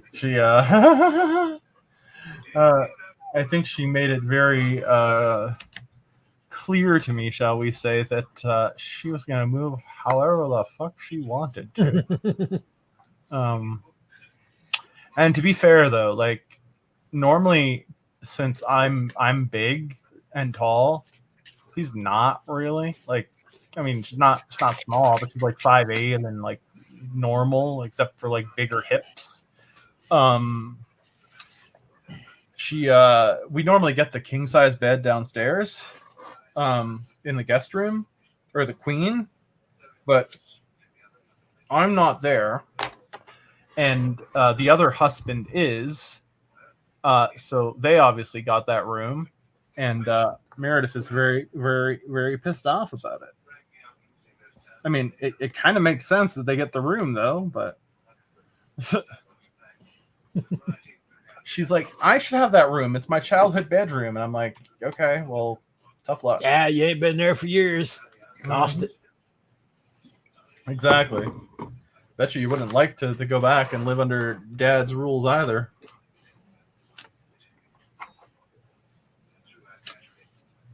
I mean, those people, they do wake up early, but not this early. Although maybe it's possible that she's up and she's not responding to me in chat either. It's possible that her mother might have had an episode during the night and that they had to wake up for that and she couldn't fall back asleep. Yeah, it could be.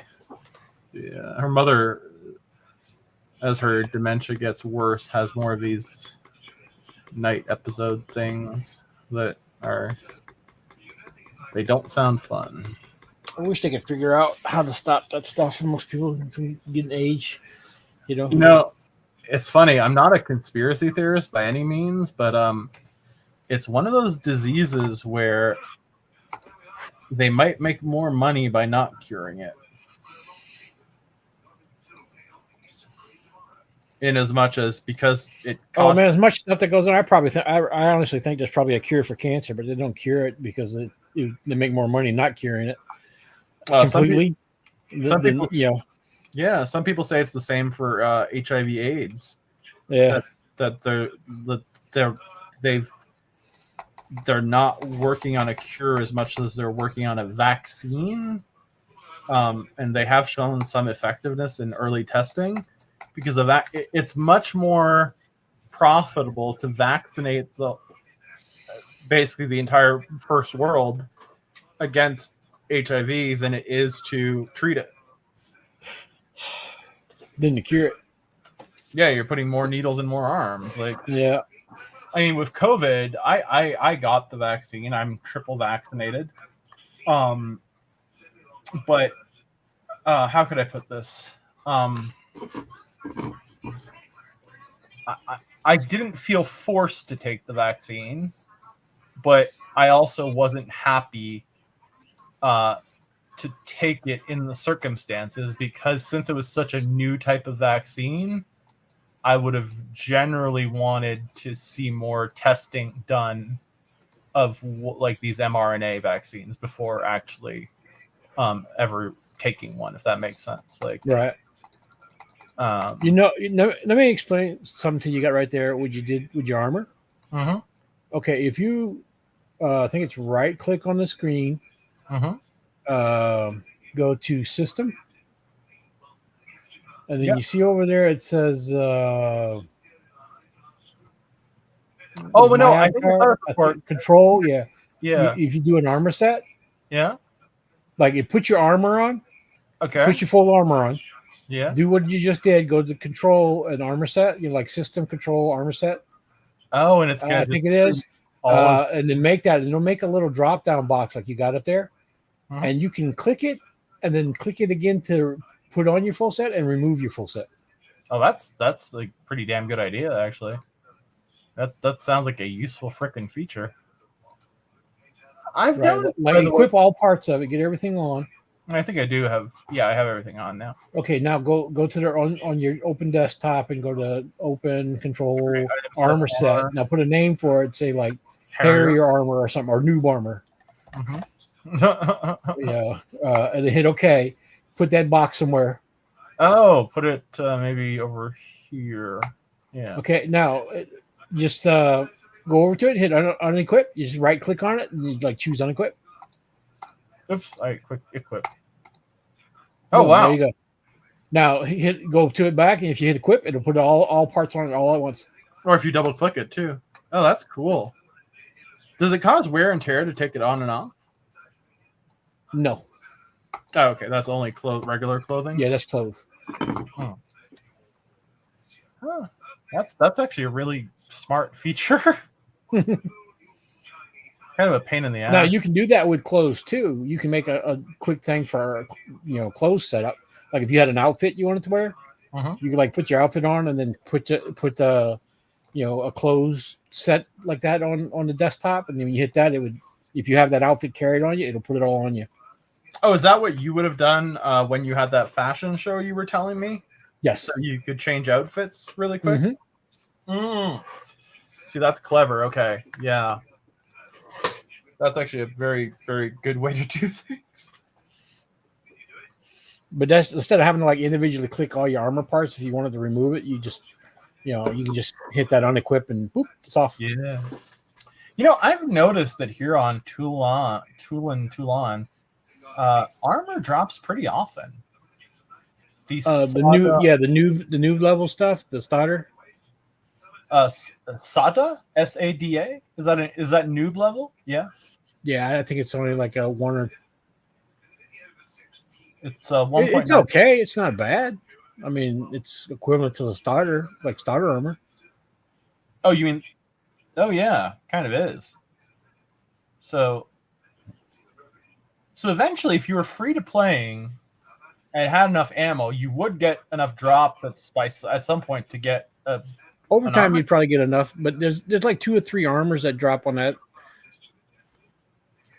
But it's weird because it's only on Toulan that I've noticed armor pieces dropping regularly. Yeah, it's since they started giving out new starter armor at graduation.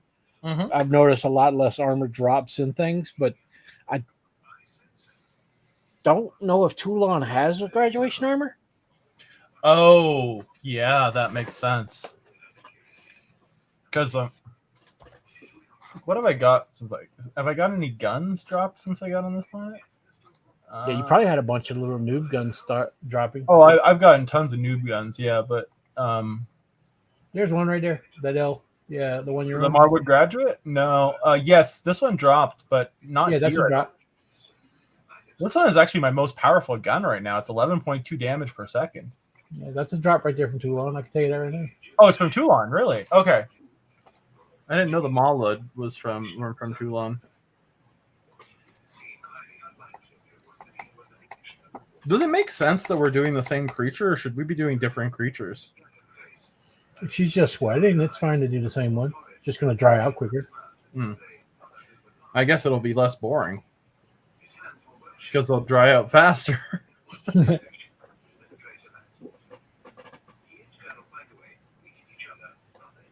Yep, I'm gonna get aggro on her. It'd be cool if people could agree on a place to do sweat circles on all the planets.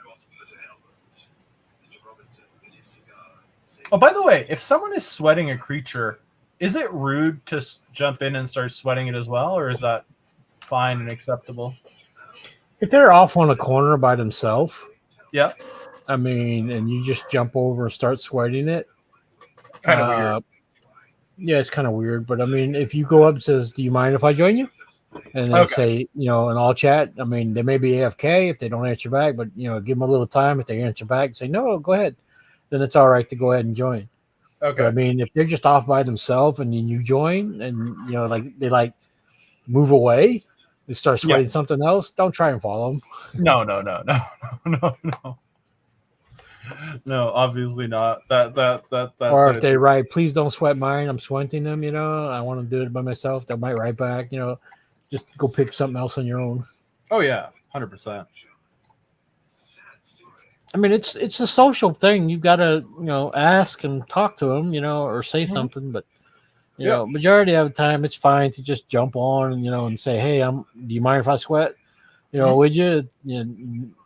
Because it takes a lot of damage off of the one because it bounces between the two of you. Yep. So you may actually end up getting more sweat and sweating it faster, move on to the next one. But a lot of people, they just don't want nobody to touch their mouth.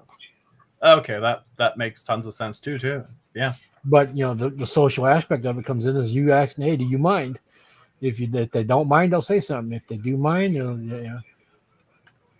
they might tell you, "Don't touch it." I accidentally killed the creature someone was sweating. It's best just to say sorry about that. Didn't mean to, Exactly. Yeah.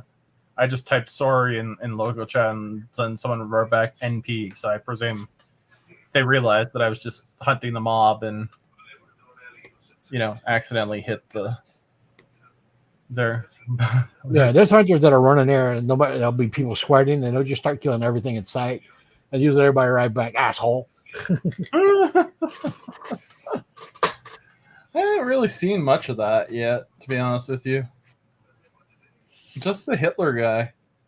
Just give it time. You'll run into it. Oh, I'm sure. I'm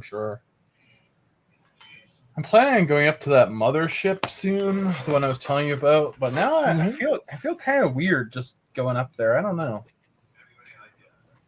But then again, I mean, they do benefit from people repairing their ship, so it kind of makes sense that they would do it. Yeah, but I mean, if you go up there, you can actually probably end your discipleship real quick through there through repairing. Oh man, it'll move your crafting skills, which, like I said, will move your thing on. I'm at 88.17, and I started the day at like 80. So I'm pretty sure that my discipleship will be over in 2 to 3 days, no matter what I do. Yeah. And now, one thing that's good about repairing, like if you can get up there and do it, because if you can grind enough, you open blueprint comprehension, which is something you definitely want to have. Is that where do you find that? Is it's in skills or? It's an unlock. You have to skill so high to unlock it. Oh, I got you. Okay, so once you reach a certain level in crafting, it unlocks as an achievement kind of thing. Mm-hmm. Oh, okay. Well, it's a skill that'll open up, but you don't have it right now because it's not open up. Do you know approximately what level you need to be, or? Not offhand. I can go to the wiki and tell you in a moment. Oh no, I can check it out. Just don't want to make you go. Yeah, if you go to the wiki, just look in blueprint comprehension. It'll tell you what unlocking level what unlocks. Universe blueprint comprehension. Oh, here it is.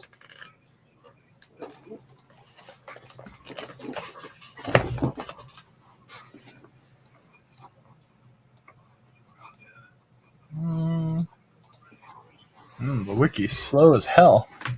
Always. Oh, it's level hosted 10. by Mindart. Oh, it is? Yeah. Oh.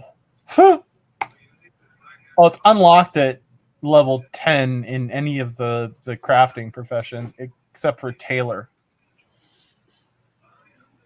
That makes sense.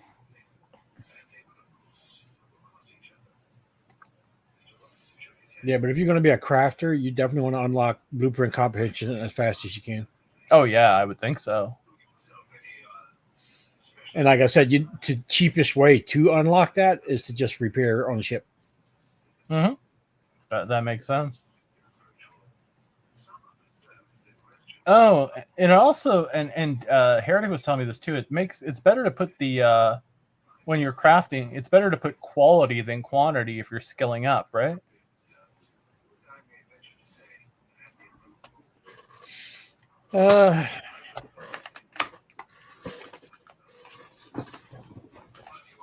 Depending if you want returns, because if you move the slider down to quality, or like the best chance the best item you can get, your chances of actually getting that item are very low. Very low. But it says here that you're more likely to level up your skills if you do that. If you get a success or a near success. Oh, it has to be a success, right? Yeah. I didn't think of that part. If you don't get a success, you don't get anything. Oh, or near success, you'll like I said, quantity you could probably get a bunch of 5 out of 10. You'll get a success. Yeah, I learned but if you move to quality, out of from quantity, you might go 10. You might get 1 success out of 10. Gotcha. But it'll have full TT value. Okay. No, not always full TT value. Just probably the best of what the roll is at the time. The only way you're gonna get 100% TT value, a full TT value of an item, is 1 if you're lucky, and 2 is if you use residue, like if you're crafting a tool or something like that, you use metal residue. Yeah. and you tell it to use the residue when you start the crafting, Mhm. then it'll use up all that residue to fill the TT value of the item you're crafting.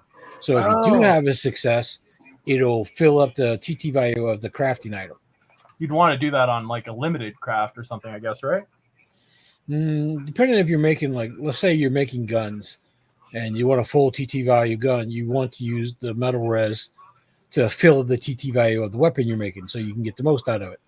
Oh yeah, that makes complete sense. But an actual success doesn't mean you'll get TT value on it. Actual success just means you crafted one. Oh, gotcha. Just give me 1 sec. I'll be right back. I need to use the bathroom.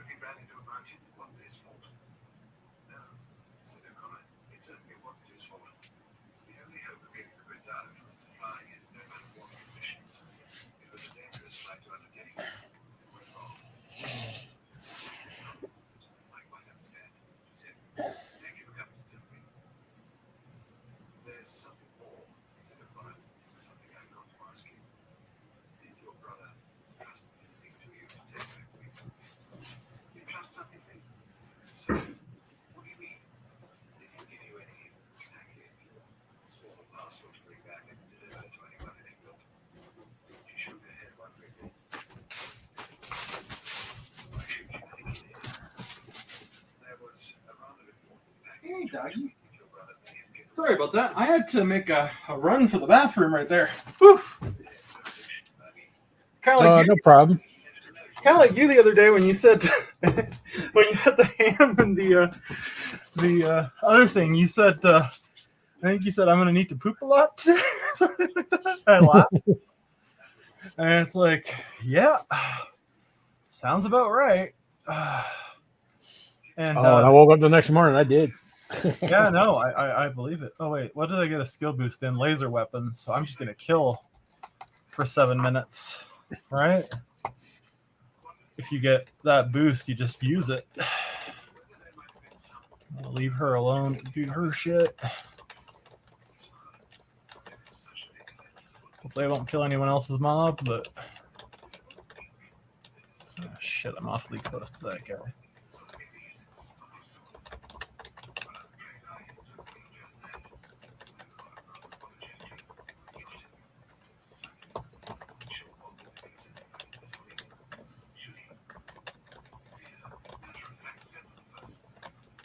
It's interesting when you get the bonuses. Is there any rhyme or reason that you know of, like what explains them? Not that I know of. It's probably a slot machine, eh?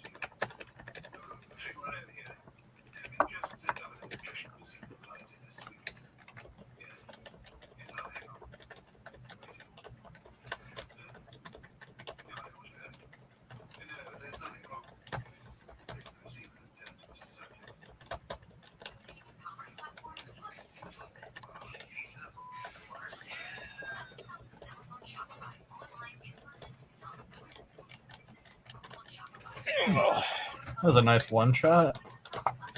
Some loots are hanging out in the back there. You need to.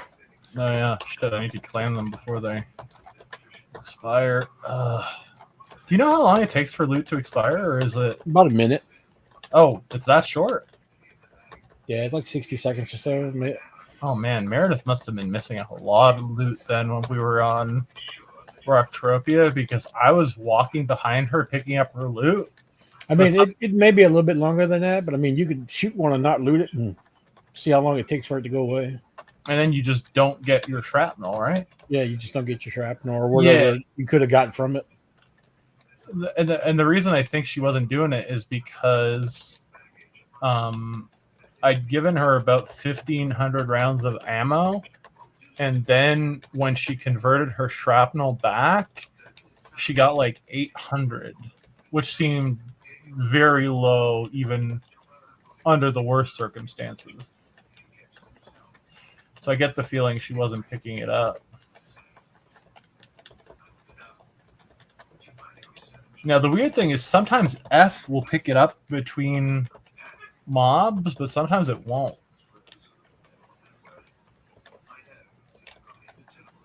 Okay, last time I got a 0.050, and this time I got a 0.024. When you remember, you asked me about the mining thing. Wait, you said 0.024 this time, and what was the previous one? 0.05. That's pretty decent for the tools you have. To be honest with you, like that's very good. I mean, like your tools in total are worth maybe 10 wax. Mine are maybe worth 800 wax. And I mine between 0.11 is the lowest I've seen it produce, and the highest I've seen it produce was 0.60.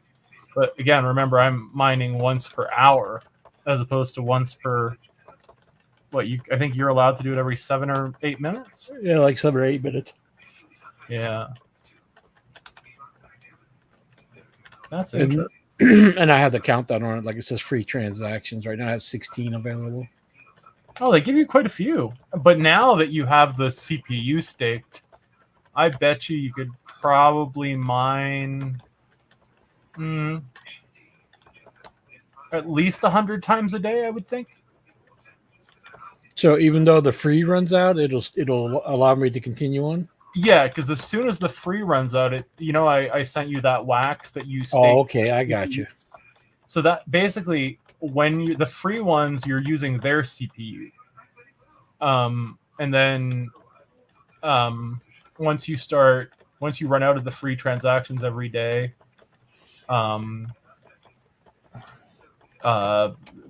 you start using your own CPU. And the reason they do that is because theoretically, this is a completely free to play game. If you're a new player and you don't put any money into it at all, they give you literally. I gave you I think 3 drills, right? Mm-hmm. But you'll notice in your inventory, I'm 99% sure you probably have a shovel. So people who started playing this game when it first came out, and at that point you could use the TLM you got in game to buy new tools, but then they kind of changed it a bit. I can explain that to you another time, but it's kind of complicated. Yeah, it's a standard shovel extractor. Yeah, the standard shovel extractor. If you mine with that, you might get 3 zeros on your. And it depends on the type of land you mine on, but like, you're not gonna get very much.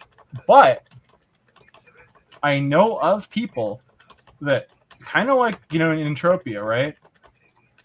Free to play, then they over years they move on up. People who started as completely free to play and used their shovel, and their shovel they used it to buy a drill, then they used their drill to get 3 drills, and then from drills they went to whatever, and now they have like $300 $400 mining rigs that give them back 4 or 5 TLM every time they mine. And I'm not a fan of clickers like that at all, but one of the reasons that I bought a land in this game and that I hold on to my TLM is because I've noticed a very interesting pattern. You know how I was telling you that every transaction on the blockchain is entirely public? Like, you don't necessarily know who a wallet belongs to, but you can look at any wallet and see what it does, right? Mm-hmm. The wallets that belong to the people who work for the projects, this project, Alien Worlds, they've been buying up TLM, meaning they probably have some kind of inside information that is leading them to think that TLM is going to go up in value. So from the perspective of someone who, for me, like, I don't click enough to make money from that, but I do own a land, right? So by virtue of that, I'm hoping I can sell my $200 land for, like, I don't know, $1,000 maybe when the bull market comes. Because in the previous bull market, these lands were selling for anywhere from $1,000 to $3,000 for these common ones. And this one is the Icy Mountains is the best common of all in terms of return on investment for mining. Mm-hmm. I just need to figure out how to draw more people to my land, because as far as I can tell, I have the lowest commission for my type of land, on all planets combined. My land rating is low though, because whoever owned the land before me wasn't maintaining it. So maybe I just need to get that up. I'm not sure. But also, I do know that some people who own land will give the people who mine on their land, like, they'll draw every week, they'll draw some free NFTs out of all those people who mined. And maybe that is like an incentive that I'd be happy to look into. There's another game where it's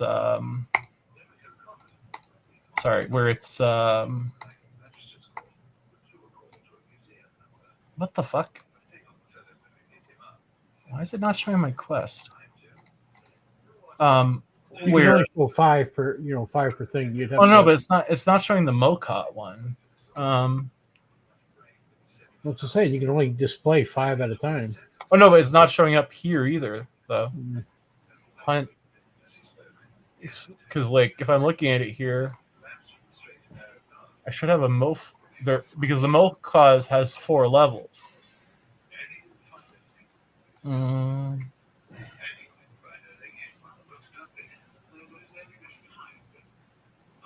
Jock, right?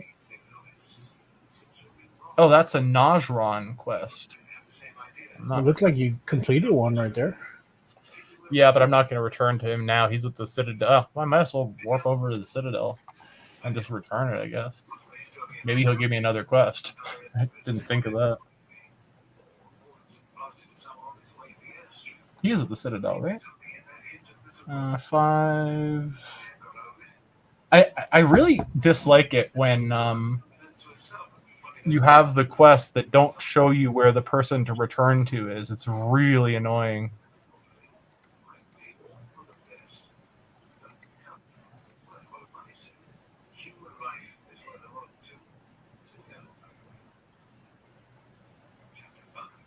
Kafaz.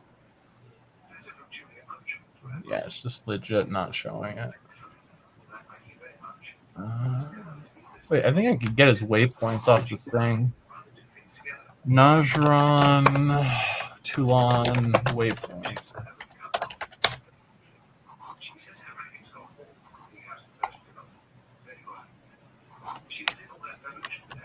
Najran, 131, 355. Right, relative to where we are.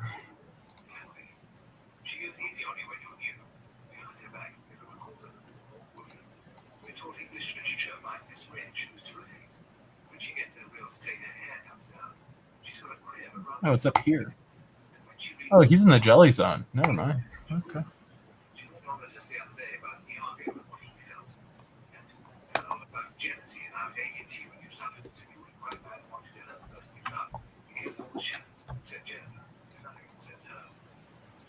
Teaches geography too. I always thought it was such a dull subject, but it didn't Miss Rachel. This morning she told us all about the spice trip. Why they can have spices is things getting better. He should be in. Takes us up to London to see picture galleries as well. In French with Ugh. Jennifer says French people can't. She doesn't get across though anymore. She says, 131, 353, 95.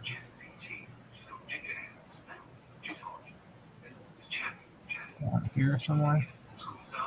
She teaches mathematics. It's rather fussy, quite nice. And there's Miss Fancy Bard who teaches history and German. She's as good as Miss Woolstroke, Ben left out. There are other foreign girls here, doing Italians and some Germans. Another jolly sweet. She's a princess or something. And a girl who's half Turkish and half Persian, and who says she would have been married to Prince Ali Yusuf, who got killed in that aeroplane crash. Jennifer says that isn't true. Charista only says so because she was a kind of cousin. She was supposed to marry a cousin. But Jennifer says he wasn't going to. He liked someone else. Jennifer knows a lot of this. She won't usually tell them. I suppose you'll be starting on your trip soon. Don't leave your passport behind like you did last time. Take your first aid kit in case you have an accident. He is not here. Letter from Jennifer Sutcliffe to her mother. Dear Mum,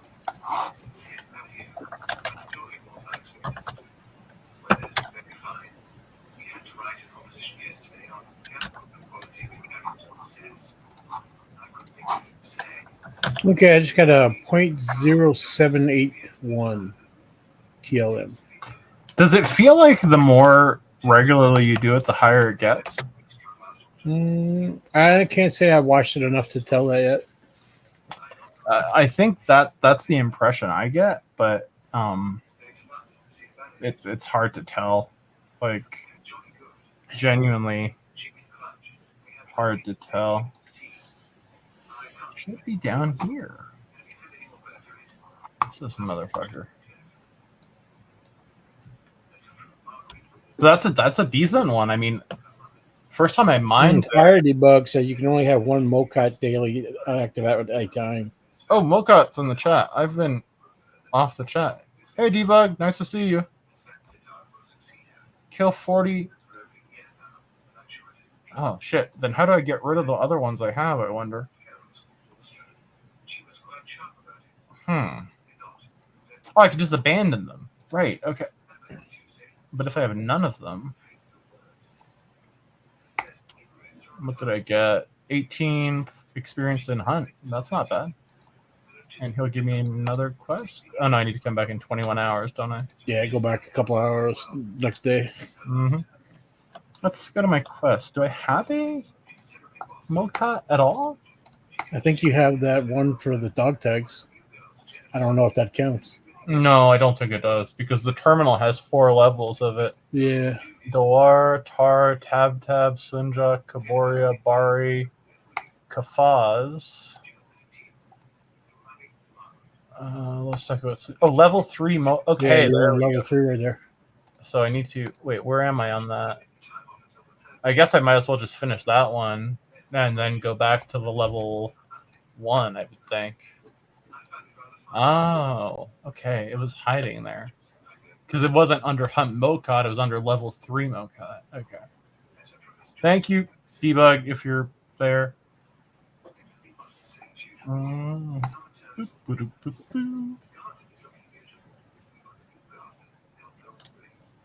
So you know Debug in game, I presume? You guys have both been around for quite a while? Well, been around for a while. I don't personally know him, but I mean, I do know him in the game.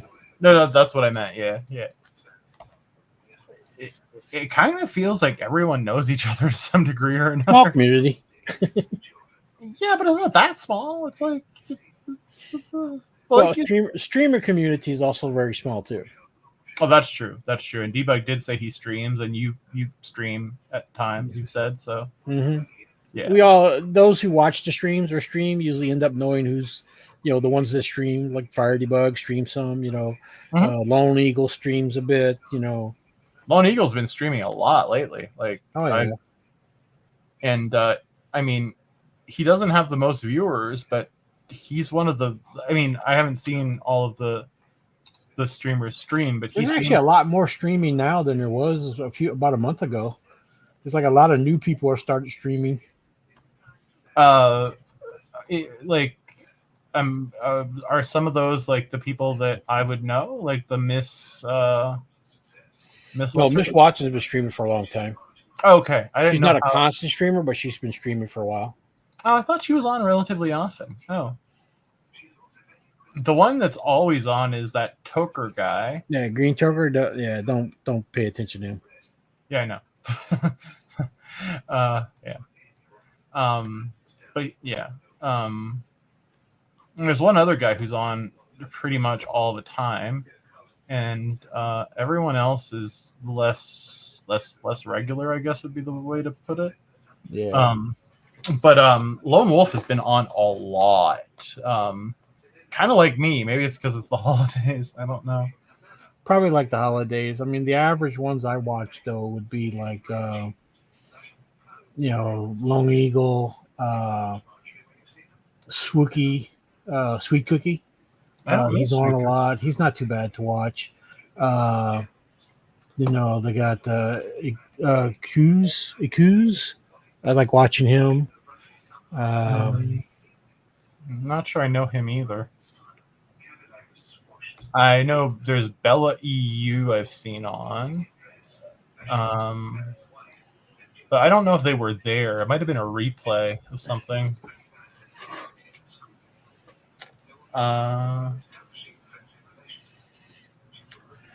Yeah, but Lone Eagle. Yeah, Bello's been on as a longtime streamer. Baby Oxide's a longtime streamer. That's Henry. He's into crafting and mining. Okay. He was a big crafter, but I wouldn't follow his stuff. He leads you down a bad path. Oh, fair enough. But there's people who are popping up like Legolas X Swede. That's like somebody I don't know. That's somebody that just popped up. The Grizzly 33233 that's on there right now. I don't know him. Pepman 2019's been there a while. Collision Pending's been there a while. Radian's a newer one I've only seen like the last few months, and but it seems like he's just wanting to generate page stuff like Green Toker, so I don't really pay too much attention to him. Oh, like you mean the clicking on the thingies there, or ads. I mean, it's looking like he's always just running crap. Yeah, I'm not interested in that. I mean, if people are, that's fine. But there's also the large gamer that streams. I watch him. I've seen large gamer. Yeah. He's the French guy. Mm-hmm. Yeah. I watch them and stuff. And there's a couple other ones, and like occasionally Vandal Hand streams. He's pretty good to watch. I have seen Vandal, I think. Large gamer, is he what you would call an Uber, or is he not quite at that level? He's up there, but he's not. I wouldn't classify him as an Uber. Okay, because I mean, he's an old player. You know, he's been in the game a while, but and he's pretty decent. But I wouldn't call him an Uber. Oh, okay, gotcha. Even Vandal's well known for PvP. And he will go out and PvP big people in the game. But I wouldn't even call him an Uber. And he spends a lot of money in the game. Like, in terms of PvPing, like, you're talking about lootable PvP, right? Yes, lootable PvP. But like I said, he's up there, and too, he's getting like 300 or 400 HP. And he has a sword that's, I think he keeps, it's a nano blade. It's, he rinse out. It's like worth about 200 something K. Oh, wow. But, he's Uber, but even him, I still wouldn't classify as a Uber. How many Ubers would you say there are in the game? Probably about 15 or so. Okay. Maybe 20. Now there's people that say, "Oh, I'm an Uber," because they think because they have like 200 HP or something. Yeah. And they have a big gun, and like, no, it's a high level player, but I wouldn't call it an Uber. Right. I mean, but I'm old school, so I have a high, standard of what an Uber is. Yeah, exactly. Now, a new player coming in and would meet them, they would definitely classify him as an Uber. I see what you mean. But someone, in theory, could basically buy themselves into being an Uber, right? Yes. That's kind of funny. Because they probably would never make their money back, I presume, right? Probably not. Yeah. One of the things I find most... Like I said, with codecs and all, people can come in and, you can probably put in like 15K, and you'll be a very high-level player in no time. Mm-hmm. But you're going to do a lot of grinding, a lot of shooting, and you're going to use up all that 15K. Yeah. And move codecs, but, I mean, you can end up with like 250 to 300 HP, like I said, with like 70 to 80 avoidance, building up, but your other stats will all be like your crafting and things and shit will be low level. Yeah, it doesn't sound like it's really worth it that much. For them, if that's their play style, it's worth it. But they want to get in and be with the big boys and do the PvP and hunt the big mobs, and so for them, it's worth it because they don't care about all the other shit. Yeah, I guess from my perspective, it feels that if you do that, you didn't really play the game. No, you just got in and fast forward through it.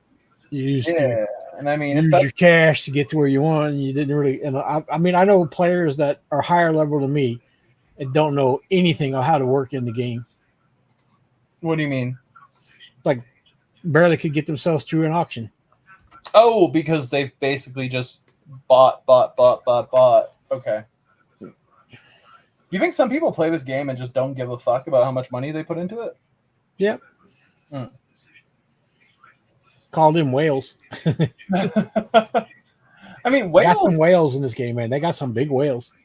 Yeah, but some whales actually care about how much money they make. Like, They might, but they got some in there that they will just plop down a few grand just to get something quick because they want it. mm. See, it's interesting to me to hear that because, like in Web3 gaming where I come from, the way to make money is to buy land. But here, I'm not sure that's really the case. Like, yeah, if you're doing something like big industries and you're running all these competitions, I guess you're incentivizing people to come to your land and buy it. So in that respect, Okay, on this mining temp, I got a 0.0114. okay, that's a lot for So yeah, there must be some kind of streak thing in this thing, because that 0.11 is a lot for your rig. But let me see. I'm gonna go mine right now in it and see what I get. Mine, submit. Well, when I say 0.0 though, there's another zero in front of it. It's like 0.0. Oh, it's a 0.01. Okay, now that's I'm actually, just not counting the zero because it's like there's a point there. okay. Yeah, no, that's a crappy mine. Sorry. Yeah, I was kind of thinking, I was like, it doesn't look like a high level to me. No, that was a low level one. You actually had a better one before. What did I just get? I got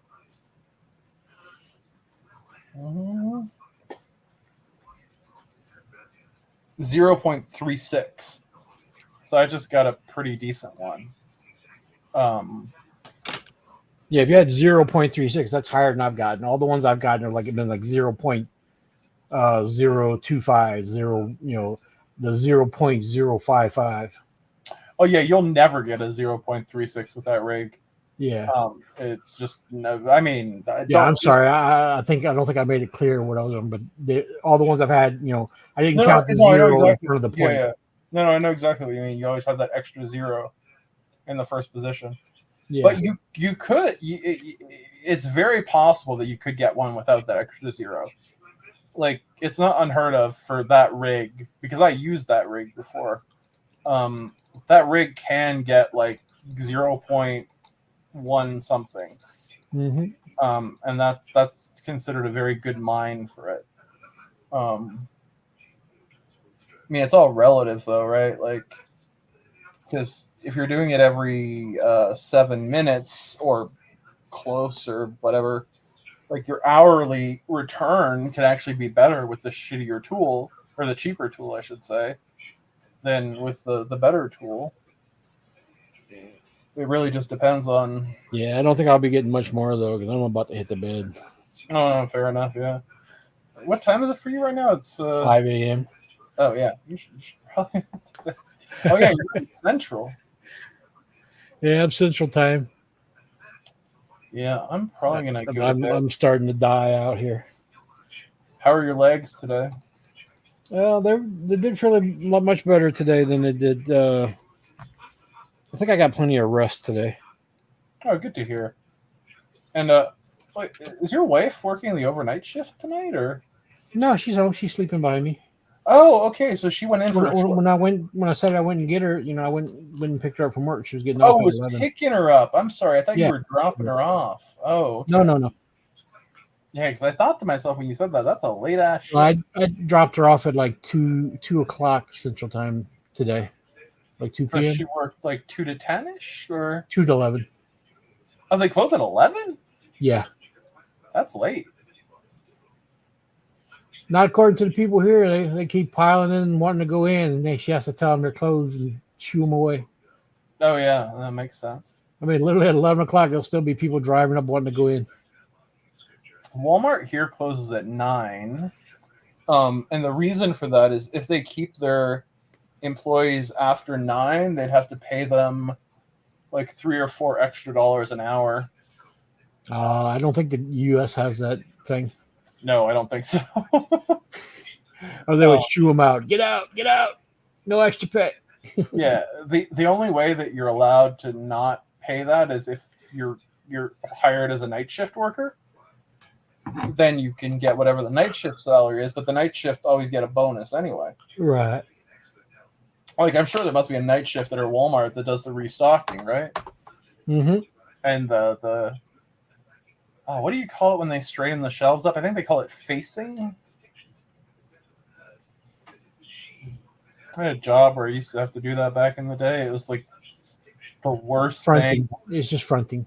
Fronting, that's it. Yeah, fronting. Oh, walking up and down the aisles, making sure oh god. Yeah, well, they hire general people through the day to do that. Also, the stockers come in, throw all the stock up at night, and then they kind of face it a little bit when they do that. But there's people through the day, that they hire to work in the departments. Each department, it'll be like sporting goods, electronics, and fabrics and like that, and then those people will run around, pulling the shelves and fronting and stuff. Doing it in electronics or sporting goods is probably not too bad, but the place where it sucked when I had to do it was in grocery and personal care, just because there are so many tiny items. Yeah. Man. It's not quite as bad now here because they put everything behind shelving. What do you mean they put it behind shelving? Well, to prevent theft, they put everything in a cabinet now, and you have to call if you want makeup or something, or you have to call a store employee over to unlock the cabinet to get it. Oh, makeup, razors. Yeah. Have they started doing it with diapers yet? No, I don't think they've done it with diapers yet. But like home stuff and all, like toothbrushes and things like that, like really weird. It's all behind a cabinet. It's like, damn. I've heard that diapers are one of the most frequently sold things. Diapers and laundry detergent.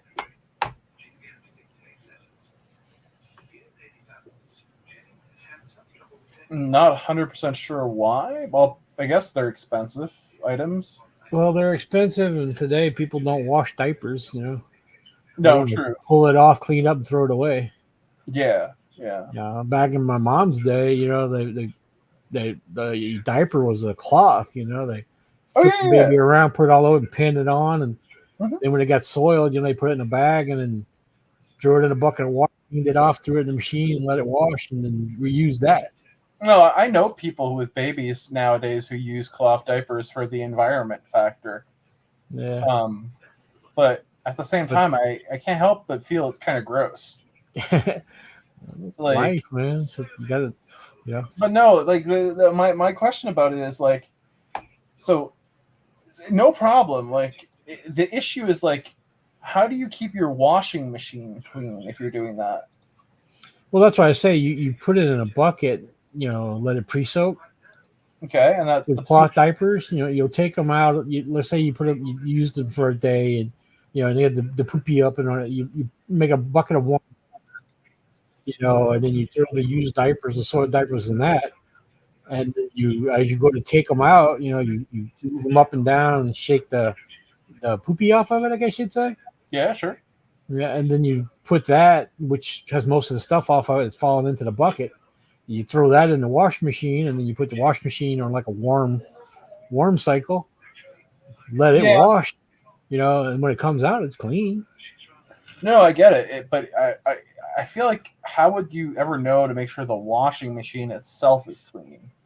Well, I guess you could put a cup of bleach through it, with wash, an empty wash, let it run through, and it would. Oh, yeah, that's true. That is true. I never really asked my friends about the nitty gritty of it. I mean, I thought it was kind of cool they were doing it.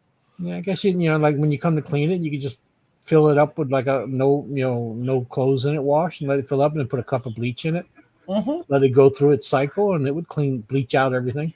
Yeah, my washer has a cycle called sanitary, which does the washing on very hot with the highest spin cycle. And I wonder if that's for like diapers, perhaps. Probably diapers, soiled linen, and bed. You know, like they use the heat, the hot water to get rid of like mites and stuff like that. Yeah, that's very possible. Very possible, actually. Now that I think, yeah, that's a good point. I used it once when my dog accidentally got some shit on our duvet. She stepped in her own poop, and yeah. Oh man, I had a. Before you go, I gotta tell you this. You don't get much snow down in Mississippi, but in Canada we get a lot of snow, as you probably know, and there are different types of snow, right? So I was out on the walk with the dog, and she took her poop, and low as me, I realized I don't have any poop bags on me. I had finished the roll and not refilled it. And you're gonna find this gross, but it really wasn't. I looked down at the snow, and I had two choices. I could either go back to my house, I was halfway through the walk already, or I could use the snow to pick up the poop. This is the kind of snow that's very good for making snowballs, so the snow sticks together. To make a shitty snowball. Well, kind of. So I would have just like scooped the snow over the poop and walked away. Oh yeah. I mean, I could have done that. And I mean, I'm sure some of it was left behind, but I made like I guess you'd call it like a poop a snow disc.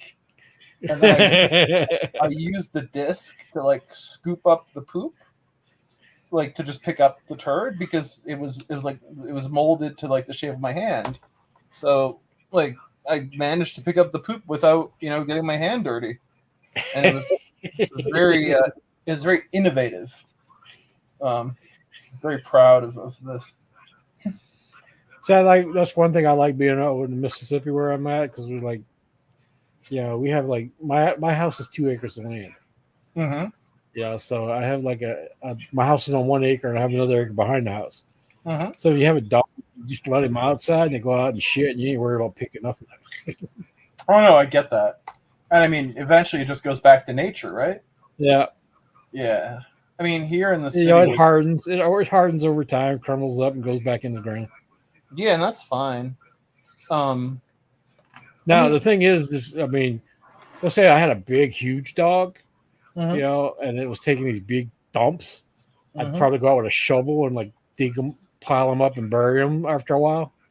Yeah, that makes sense. But like if you had I had a Chihuahua. It's gone now because something got it from out here.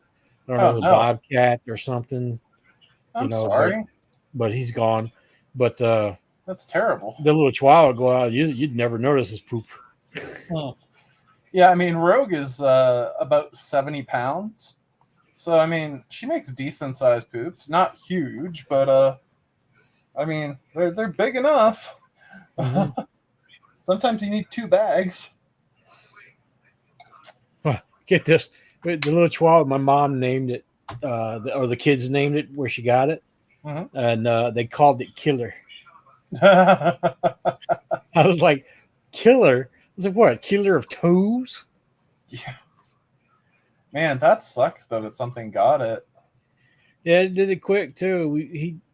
He was like my little riding buddy. I'd take him when I'd go out to get Rose. Mm-hmm. To go outside, he'd jump in the van and he'd get in the seat, and lay down and ride with me. Mm-hmm. And he'd stay in the van with me, and I'd pet him and stuff like that. And when we'd come back, he'd jump out of the van and come in the house. And he was house trained. He'd go out, and use it outside. But when we went out, I went outside to go get Rose, and he got in the van, but I didn't go in fast enough, I guess, and I was taking too long for him. Uh-huh. So he jumped back out, and he started barking and ran to the front yard. Well, I got in the van, and I heard him bark a couple of times, and then he stopped. So I started yelling, Killer, come on, let's go. Come on, Killer, let's go. And I'm in the van. He never came. So I waited a few months. I said, "Come on, killer," and he never came. So then I backed the van up and turned around to go look in the front yard. Nowhere in sight. Never saw him again. Wow. That's crazy. That's terrible. It's so sad too. I mean, it could have been a. You have bobcats, you said? Yeah, we have bobcats around here, big raccoons. You don't ever know. You have birds too that can swoop down and get them, or It was at nighttime, so I wouldn't say it was a bird. okay. I mean, it could have been an owl, but I I once didn't hear no screeching or anything. Like whatever took him fast, because there was no like "Ah, ah, ah," or anything like that. It was just I just heard him bark, bark, bark, and then nothing. damn. I mean, we ran into a bobcat last night, but I mean, the bobcat is more afraid of us than we are afraid of it here. Yeah, no, he was just I don't know what got him. Yeah, I can't say. I never found him. That sucks. How long ago was this? About 2 or 3 months ago. Oh my god, that's recent too. I'm sorry. Yeah. You planning on getting another dog? No, my mom don't want another dog around. Hmm. It's actually my second Chihuahua, and it's the second one we lost up here. Oh, because of the animals out there? Yeah, the animals. I had a one called Peanut when we first moved up here when I was about 15, Mm-hmm. and we didn't really have a house on the land yet. We got a little mobile trailer they put here, and we were coming up to work on the house because he built this house with it. Okay. Well, while we were working on it, we went in the trailer one night, and it's a little small trailer, and I was young at the time, but Mom didn't want to let him in. And he didn't, so they didn't let him in, but so when we woke up the next day, they found him in a field a couple of ways over, dead. Oh, Jesus. And, well, that was when I was around 15, 12, actually about 12 to 13, because it was 15 when they got divorced. So we were already living here, but, yeah, so that one was gone. And then, this one I had for probably about a year and a half. And then now he's gone. So it's not a very good place, I guess, to have an outdoor dog, is it? Well, I mean, a slightly bigger dog probably, but Chihuahua, no. Yeah, no, exactly. And he wasn't outdoor. It's just like we went outside though. But like that one time we went out, mostly he stayed inside. Oh, I see what you mean. Oh, and okay. That's just unlucky then. Yeah, it's just an unlucky time he went out and something passed by and took him. That's terrible. His little dumbass tried to figure he was the biggest dog in the world and went up and barked at something that didn't, said, "Oh, look, dinner." Yeah, I mean, yesterday when we ran into that bobcat, Rogue wouldn't stop barking. But she's big enough that bobcat probably wouldn't mess with her, and stayed hidden. No, well, actually, It's pretty funny because at some point, she's old, right? Mhm. At some point, the bobcat was in my yard and walked right by her. The bobcat was not showed no interest in her, and Rogue didn't even notice that time. Yesterday, she just smells the bobcat before she sees it, and she just went crazy. Like she wanted to kill it. It felt like, and I mean, hey, if she did, good riddance, because, so if this was America, basically, it's the state's responsibility, the province's responsibility. The city's not allowed to touch a bobcat. They can't remove it. They can't do anything. They're not even allowed to respond unless it's a threat to public safety and it's hurting someone. Thing is, the province, the Fish and Wildlife, they do not respond to bobcat calls in the city, meaning that there's no one to respond when the bobcat's around. All right. Yeah. You gotta watch them. They get pretty big sometimes. Big enough to take a little kid down. Yep. No. And there was an attack by a bobcat on an elderly woman. She wasn't seriously injured because there were people around that helped her. Mm-hmm. But bobcat went right after her. It was actually it was near the Walmart. Like at the she was carrying something that smelled like food. Or that cat probably had rabies or something. Maybe. Usually they won't attack unless it's something they know size wise they can take off with, or because they don't want to damage themselves. Yeah. So they're only attack, but if they're hungry, they'll attack people that have something that smells like food on them. That makes sense. And then, but if you're like an adult size, usually they leave you alone because it's just like too much. They don't want to mess with you. Oh, but this was like a frail old like an elderly woman. Yeah, I don't know if they tell about difference of age, but Yeah, but if she's coming out of the mall, the Walmart, she's probably carrying meat. yeah, that's what I'm saying. She's probably carrying like meat smell or something like that, and it probably attacked her for that. Yeah. I mean, it's quite unusual. And down in like if she'd had chicken or ground meat or cookies or something like that, something that they could smell. even cookies, really? Yeah, they like snacks. Oh, okay. I didn't know that. Yeah, as long as it smells like food, man. It's like a bear. You think a bear is gonna stop? Just Now, bear. Yeah, I believe me. I've had my fair share of encounters with bears out in the wilderness. I watched a YouTube video the other day. A DoorDash came up, put on a house. DoorDash put the McDonald's delivery, and the bear went up, grabbed the bag, and ran off. And then a few minutes later, came back and stole the drink. Wow. In Montreal, though, actually, that reminds me. I had Polish food delivered to my house, like sauerkraut with sausage and stuff like that. And they were giving away free donuts that day, like Polish donuts. They're called puchki. And I was not able to get to the door to pick up the food immediately. Like I waited about 2 to 3 minutes. But there used to be some massive squirrels on or near my property. And while it was out there for 5 minutes, a squirrel, and it had to have been a squirrel because it bit through the plastic and ate about half the donut. Yeah, they smell it. They'll tag it. Yeah. They're bad about garbage. We got raccoons are bad about tearing up garbage and stuff over here too. Yeah, raccoons. You think raccoons are small and cute? No, man, them things can grow up pretty big. Oh yeah, they can. I've shot a raccoon. I've shot a squirrel too, for that matter. But they can get vicious. Yes. But I had a friend in graduate school whose father had I guess you'd call it a ranch of sorts. You got Luke to your left. You're forgetting. Yep. Sort of like a little ranch in Ohio, and every once in a while, we would go out on the quad and we would shoot squirrels. I'm not sure why we were doing it, but we were, and we killed a lot of squirrels. Either he was just wanting to kill pests because he didn't like them. Personally, I'd never shoot squirrels unless I was going to kill it and eat it. You can eat a squirrel? Yeah. Oh, squirrels just like anything. Kill it, gut it, and skin it, and eat it. I didn't know they really had any edible meat.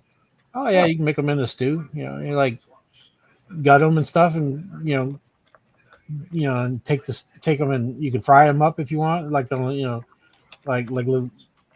have you ever eaten frog legs? Yeah. Yeah. Just like batter them up and fry it like that, or or put them in a brown gravy and let them cook down in the stew. I mean, it's possible he was eating them because he was picking them up and shoving them in a bucket. Or you could just be killing them and using them as feed for something else. Oh, that's true. But I mean, they were everywhere though. Yeah, like there were some some people just consider them as pests and stuff and pluck them out. Like bigger rats. I don't mind squirrels at all, though. Personally, yeah. Well, Killer used to run out and chase them up a tree that we have out here. And I told him one day they're going to gang up on your ass and take you out. I don't know if they did, but I didn't find him. Yeah. Now that you mention that, it's kind of interesting because at the dog park in Ohio, when we lived there were a bunch of trees, and despite the fact there was a dog park, squirrels were still living up in those trees.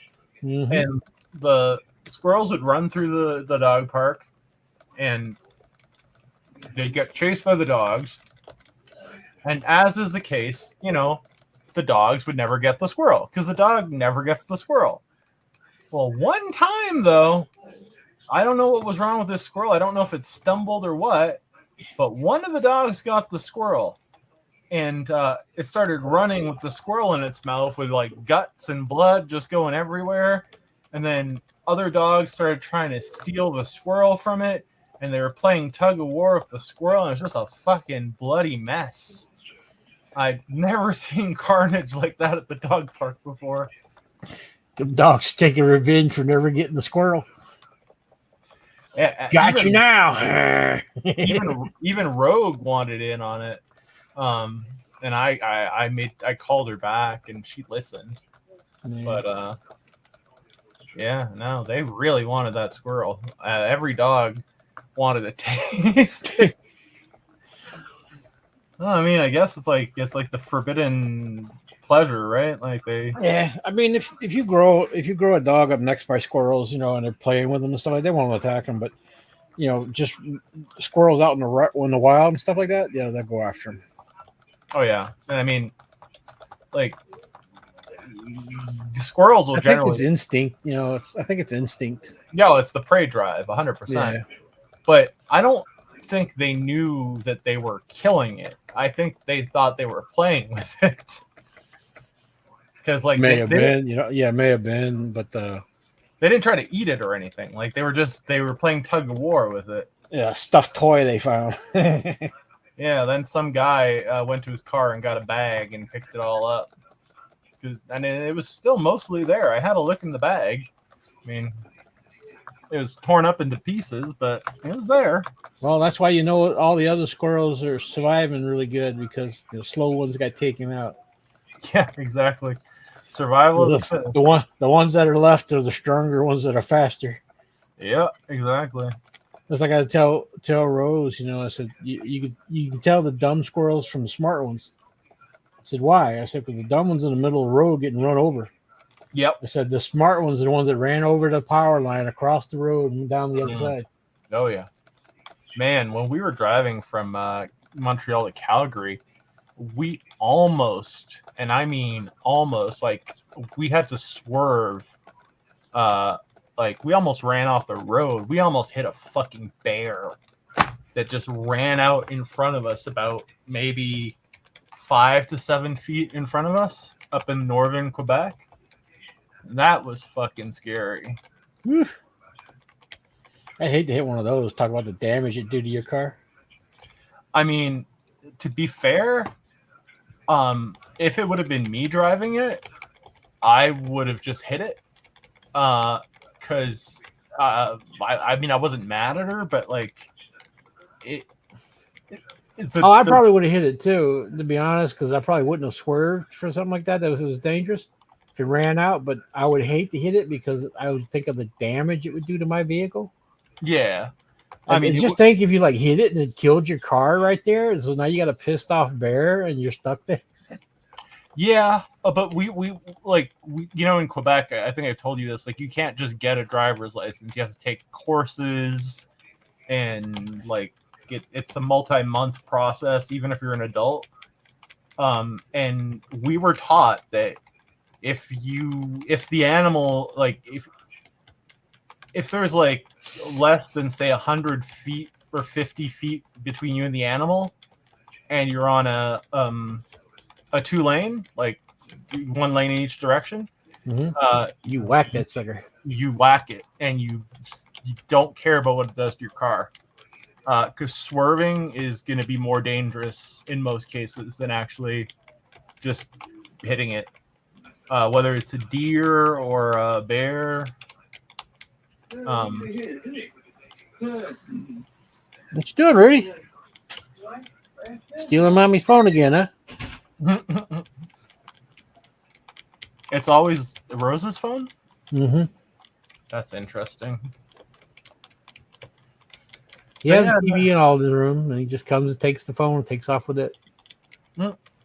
Does the same thing on the phone he was on the TV. Watches YouTube.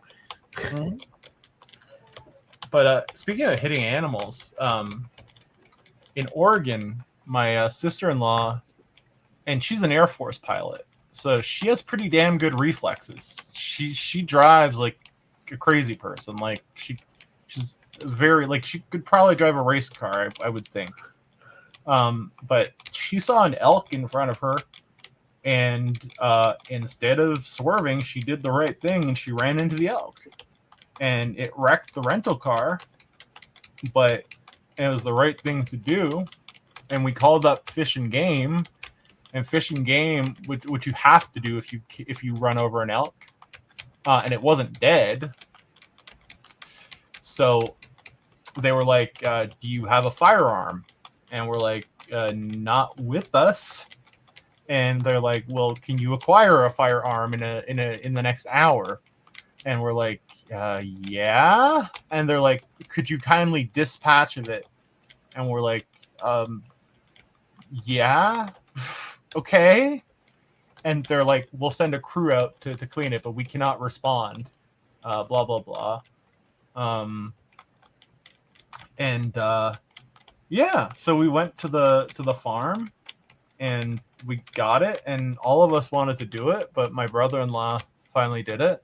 He got dibs on it, and yeah, he shot it, and they didn't need to get a freaking the crew didn't need to come out because one of the neighbors fucking was like, "Are you guys taking that?" And we're like, "No." Free meat. Yeah, and I mean, when you think about it, there's nothing wrong with it. Like it probably bled a little bit more than you'd like. The meat was probably not as good, but that's 400 pounds of meat. No, you want to bleed them before to. Right, but you want to bleed them out. You don't want them pooling in their blood. Like Yeah, right? no, yeah, you don't want to. I mean, where it hit, you want them to bleed out. Yeah, exactly. But what I'm trying to say is like the way it was. You talking about like internal bleeding? Yeah, it exactly. That's it. It was it must have been bleeding internally because it had a compound fracture, like the bone was sticking out of its leg. Yeah, but you can just leave that leg off and use the rest of the other legs and stuff.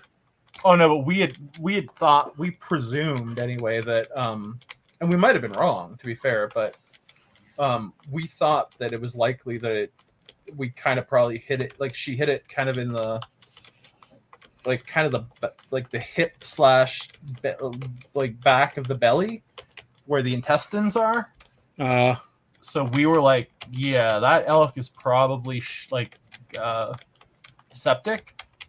But I mean, well, I guess I mean, it depends on how long it was doing it and stuff like that. Because usually you can go in and clean the meat up.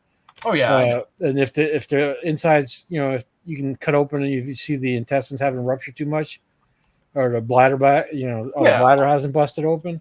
No, I feel just animals. Yeah, I know what you mean, but I mean, I'd err on the side of caution, frankly. But yeah, I mean, unless you perforated the bowel fully, like you can also just cut away the affected area. I mean, that's still an elk. That's a lot of meat. Yep, it really is. Like up here, people will hunt an elk, and it'll last them the entire winter. Native people. Yeah, I never per se went out hunting. I mean, like we shot squirrels and stuff when I was a kid, and would skin it, and make it like I said, fry it, over a fire or put it in a stew or something like that. But small animals and stuff like that. But for when I went to visit my dad, after they got divorced, he went to Georgia where my uncle was at. Yeah. And my uncle at the time had a slaughterhouse that would close up for deer season. So instead of slaughtering, he wasn't a big slaughterhouse. It was like a personal slaughterhouse. Yeah. But he was licensed and everything. Excuse me. Oh, damn, I'm drying out. But he would close up the slaughterhouse from doing like farm animals. Would just do the deer processing. It's more profitable.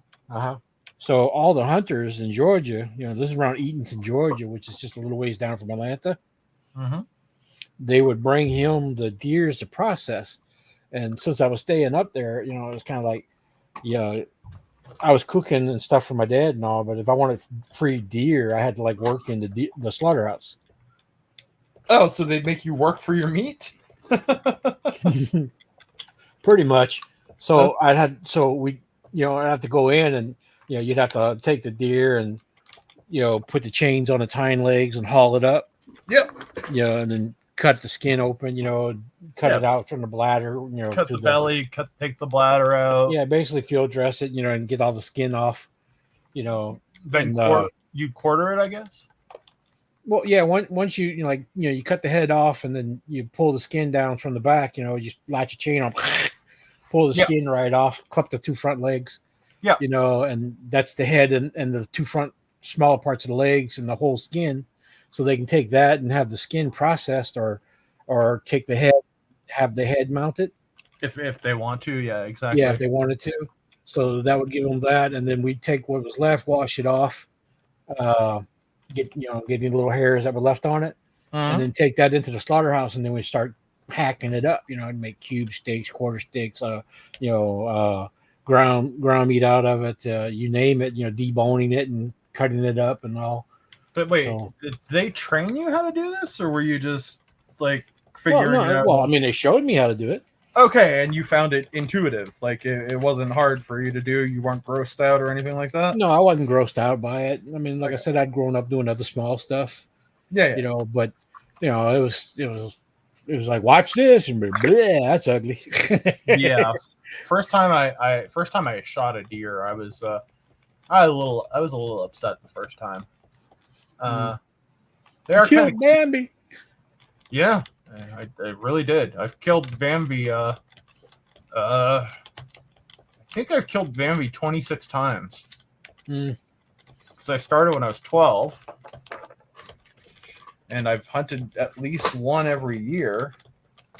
So probably more though, because a few years I got a second tag. And a few I think the only thing that upset me with killing an animal one time was a pig we were raising. Oh my god, that had to have been upsetting. Because we had a pig, but you feed it and run around. It's like almost like a dog. Yeah, and pigs are supposedly very intelligent and yeah, but it was made to be slaughtered, but we fed it good and fattened it up. But at the time when I was a kid, it was, I didn't know it was going to slaughter. It was like, it was feed the pig, go out and feed the pig and take care of it, and wash it and, and run around and stuff like that. And they chase after us. And then when they go to slaughter it, it's like, oh man. How did they take down the pig? Do you know? Put a 22 to its head and shot it. Oh man. Okay. Yeah, that's up close and personal. Jesus fuck. I call upon it and beep, beep, beep. Boom. Drop. Yeah. Gone.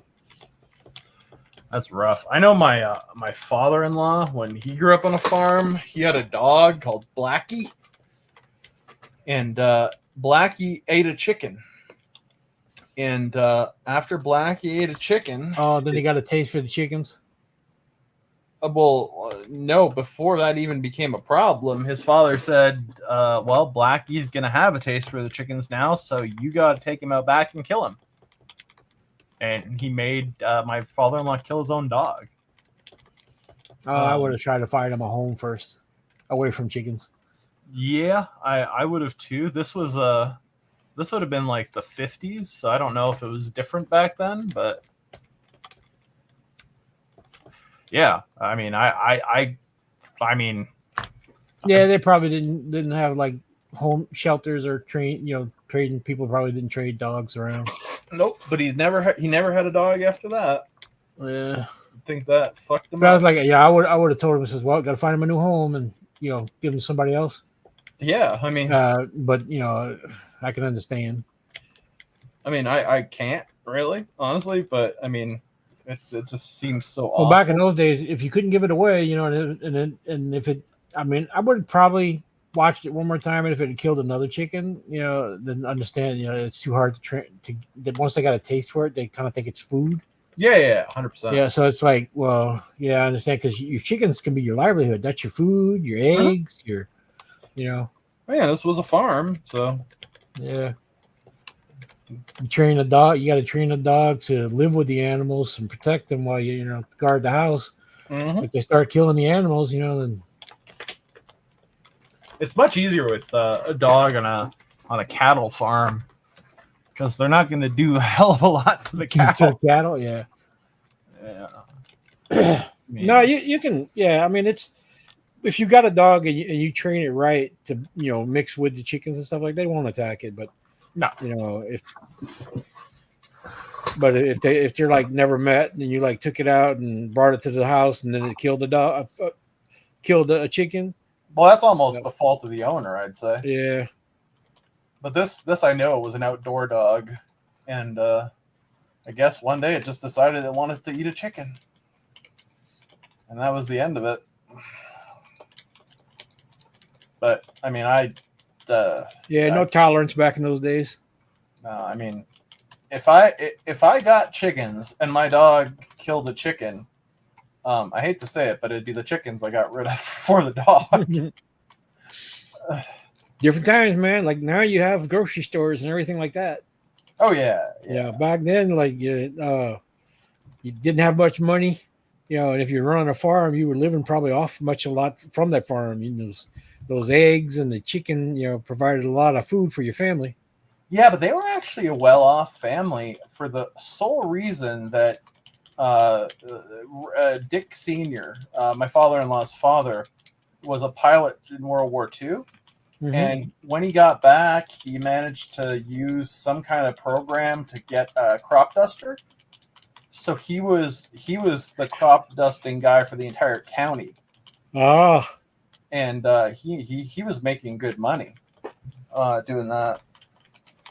To the point where like they had hands on the farm after that because he was flying pretty much every day.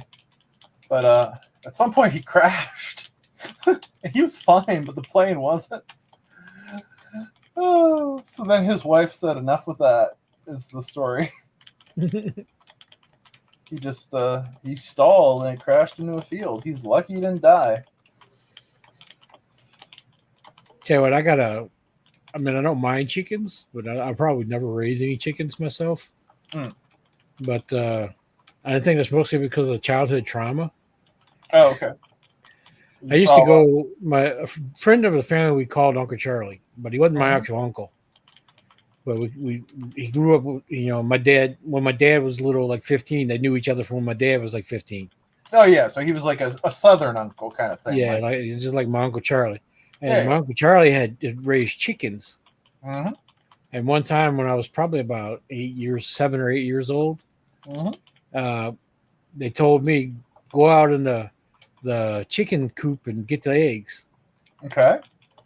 Okay. And I'd never messed. I'm a city boy at the time. You know, I'd never messed with an animal, you know, from the farm, chickens or anything. I just knew it was a chicken. Sure. So I go out in this chicken coop and they got these nesting hens. Oh. Some big ass bitches? Yeah, big ones. Oh. And I'm like this little kid, and I go to raise my hand up to try and pull an egg out of a nest, and the hens kind of like didn't like that idea. They reached over, started attacking me. So I like ran out of the thing and waited a moment, and I kind of went back in, and I tried to get another egg, and he started pecking me, and it hurt so bad. So I got a bright idea. I went and got a switch, a tree switch, like a limb of a tree. Yeah. So I went back in there and I was like pushing at the chickens to get them off of the things. Oh my God. And so I grabbed all the stuff I could real quick, and then I go to the next one and get them out, and they were fighting me trying to stay, and I'd grab all that. Finally, when I got everything I saw, I left out of there. I was like, fuck, I hate you chickens. And I go back to my uncle's house, and Bray was like, I got the eggs, you know? And I put him up, and he says, well, you did a good job, but you grabbed some stuff you weren't supposed to. I was like, what are you talking about? And he says, well, you see these ones here? They're made out of wood. You're supposed to leave those in there to make them want to lay.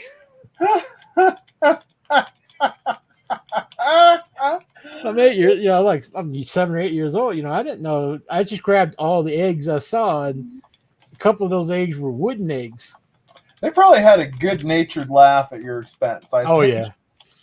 But the wood they put, at the time I didn't know, but I know now that they put the eggs in there to make the sitting hens like more wanting to roost on them and lay eggs. I didn't even know they did that with chickens. Yeah, like if you make a hen house and you have like nest in it and you want the chickens to like sit in a certain area, you put the little wooden eggs in there. Yeah, that And makes sometimes if you go in there and you take their eggs, they kind of like will either get stressed because you took their eggs, but and they won't lay. So if you have the little wooden eggs still sitting there, they still have something to sit on. And they have that nature of like sitting and sitting on the eggs.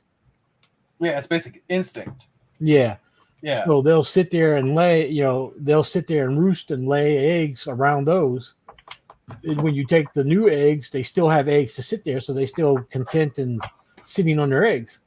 Oh, that's actually really interesting. I didn't know that at the time. Yeah. Well, So I just grabbed everything, and I think I ended up with like a dozen eggs, and like 6 of them were wooden. oh man, it'd have been funny if they'd kept the prank going on you a little bit. Then put one ask you if you wanted an egg. Put one of the wooden eggs in the. Yeah, but when those things started coming up and pecking me and biting, I was like, it was like Godzilla coming after me when I was like that young. Well, to be fair, chickens can be pretty nasty. Like that's how I went revenge. I got that tree branch I went and found and went back and all right, got you. I'm gonna take care of you sons of bitches. But to be fair, I mean, chickens are kind of strong, like considering how, hens especially, once they've reached maturity, like I've been around them. But the next time I went up to my uncle said, "You want to go get the eggs?" Like, nope. I'd rather not, sir. Yeah. And like, nope. Them chickens mean. When you have an uncle like that who's a friend of the family, do you call him by his first name or do you call him Mister? No, I just called him Uncle Charlie. Okay. But in the South, like I know it's a bit more conservative than in other parts of the country. If it was an adult stranger, you'd call him Mr. or Mrs. such and such, right? Yeah, like Mr. Charlie or okay. Or Mrs. You call the females, if you knew their last name, Like if like his name was Charlie Wiggins. Yeah. Okay, so my aunt, if you were a stranger, you usually were introduced to the Uncle Charlie first. So like hi, I'm Charlie Wiggins. Yep. And you say hi, Mr. Wiggins. Yep. And then the wife, you would just hello, Miss Wiggins. Yep. You really wouldn't say the first name unless you got friendly with the family. Then you go, hi, Mr. Charlie. Yeah, that's the thing I never understood about the South. So you'll do that thing where you do the Mr. and Mrs., but then you'll say the first name. That's a Southern thing, right? Like distinctly. I don't know. I can't say because I'm Southern. That's something I've. Oh, fair point. Yeah. So you've never. Yeah. So I've never heard of that. But like I said, for strangers, if you got their full name, you said Mr. So their last name. Yeah. But like if you were acquainted with them, then you knew their first name, you'd say Mr. Like Mr. Charlie or Mr. But you never just say their first name unless they were a close friend of the family, right? Well, at least acquaintance, like somebody you've met more than once, a few times. Oh, okay, fair enough. Yeah, I always but if it was just somebody that you were like business dealing with or something like that, you would say their last name. Oh, okay, yeah, that makes sense. I mean, that's pretty much how we still do it, I guess, right? Mm-hmm. Yeah. Well, like if I go into a car dealer and I write down my name, like Daniel Champagne or something like that, and they're going to come out and say Mr. Champagne. Oh, okay. Here it really depends on where you're at. Some places they'll be Mr. Duska. Some places they'll be Dr. Duska. Some places they'll be Kevin. And I mean, I genuinely don't care. I know some. I personally don't care. And I mean, I can still remember I was in a Sears one time, and literally it shocked the crap out of me because I'd been traveling. I'd always went around with my dad and stuff like that. But I was at 18, and I had taken my car in, to get a battery put in it. Okay. Because I needed a battery, and I just didn't feel like working on it myself at the time. Mhm. So I took the car in, had them check the battery, and they, it was Sears had an automotive section on the side. Oh yeah, So, yeah. So they took the car in, and I'm waiting in the thing, and finally I got up to go check, and I was like, they're checking on the car, and the cashier came back, and she says, "Okay, Mr. Champagne, it's ready." And I turned around looking for my dad's, because that was literally like the first time I'd ever had anyone to call me Mr. Champagne. Oh. And, See, and that stuck into my head, The funny thing in French, and you may or may not know this, is that when you're talking to an older person in French, or someone that a stranger, or in France, even if you're courting a woman, there's two ways of saying you. There's the formal and the informal. There's the tu and the vous. And so oftentimes you might know someone and call them by their first name, right? Like my grandmother's friends, for example, her elderly friends. They would tell me to call them by their first name, so I'd call them by their first name. But at the same time, if I was addressing them like you, would you like, I would use the fancy like the one you would use for a stranger, right. as a sign of respect. So Yeah, it's kind of like it's vous. It's I don't know how to explain it. It's like it's almost like saying like yeah. it's like Now saying, I can understand you had a polite way and a casual way. yeah, and it's weird because like in Quebec, most people will just say tu, which is like the informal one to everybody. Mm-hmm. But and I didn't, I went to French school, but I grew up English, right? And once I was getting on the bus, and I didn't really know about this thing yet. I was just a kid, and I used the informal one with the bus driver, and he chewed me out. He was like, "Excuse me? No, you say vous." And I'm like, "Excuse me? What do you mean, sir?" I'm like, and he didn't believe me when I told him I didn't know. Yeah, no here it's age-wise too. Like if you're a young kid, like you like let's say with Uncle Charlie, like with the thing going, you I say Uncle Charlie, but like somebody who didn't know him was coming up, that would be Mr. Like Mr. Wiggins. Yeah. Or you know him, or if you a kid would never go up and say, hi Charlie, Right. how you doing? That didn't happen. As I was a kid growing up. No, Today kids will probably go, "Hey Charlie, what's up?" Yeah. But no, back in my day when I was a young kid, like if you were like 7 or 8 or whatever, you come up to an adult, it was let's say if you knew them, it was like, "Hi, Mr. Charlie." But if you didn't know them, it would usually be like, "Hi, Mr. Wiggins," Yeah. or something like that. But you always put the Mr. in front, and you didn't call by the first name, without that Mr. in it.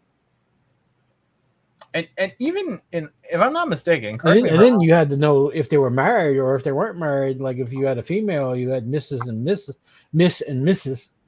Oh, but you guys don't use Ms., do you? Yeah. Like we do up here. Well, if we don't know, we'll just say Ms. Like as in Well, we don't say Ms. We say Miss. More like just Miss. Oh, but if they're married, I guess you'd say like Mrs. Here it's considering if a woman is married and if a woman here, you're not supposed to assume anymore if you don't know. So you're actually, we use Ms. If we don't know, MMS instead of MISS.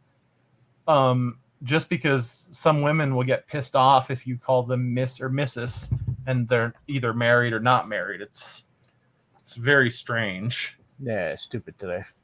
Yeah, I mean, you could really insult someone by calling them Miss, because they feel it's patronizing. I'm like, really? Like, seriously? That's what you're gonna get butthurt about? But yeah, it's just it's a lot different now than when I grew up. No, I figure. But Kids today, they got no respect for most people sometimes. does anyone ever take a kid and maybe I guess shake him up is the wrong word, but tell him what's what, so to speak? Today, no. Oh no. Now today, mostly, it's far and few when the kids will get. When I grew up, if I got like you did something wrong, my mom would reach over and smack the crap out of me. Yeah, no, exactly. My dad, he's good at taking out that belt and one pull. It was like Indiana Jones. My grandfather never actually had touched me with his belt, but he would sure take it out, and he'd call it the persuader. That smack. No, he would just take it out and loop it over and then pull it real hard. He didn't even have to do that. He just had to take it out and call it the persuader. My grandfather was good with that smack, that not hitting you, but pulling that belt off and go. Oh, kind of like racking a shotgun, eh? Yeah. Oh, yeah, that sounds. But my dad would take that belt off and go after you in a second. But he didn't like beat me on my head or anything like that. He would like, if I was really bad, he'd come out, grab my arm, and already have that belt off and put a couple on my ass and then send me on my way. Yeah, no, sounds about right. I don't ever remember them trying to corporate punish me. But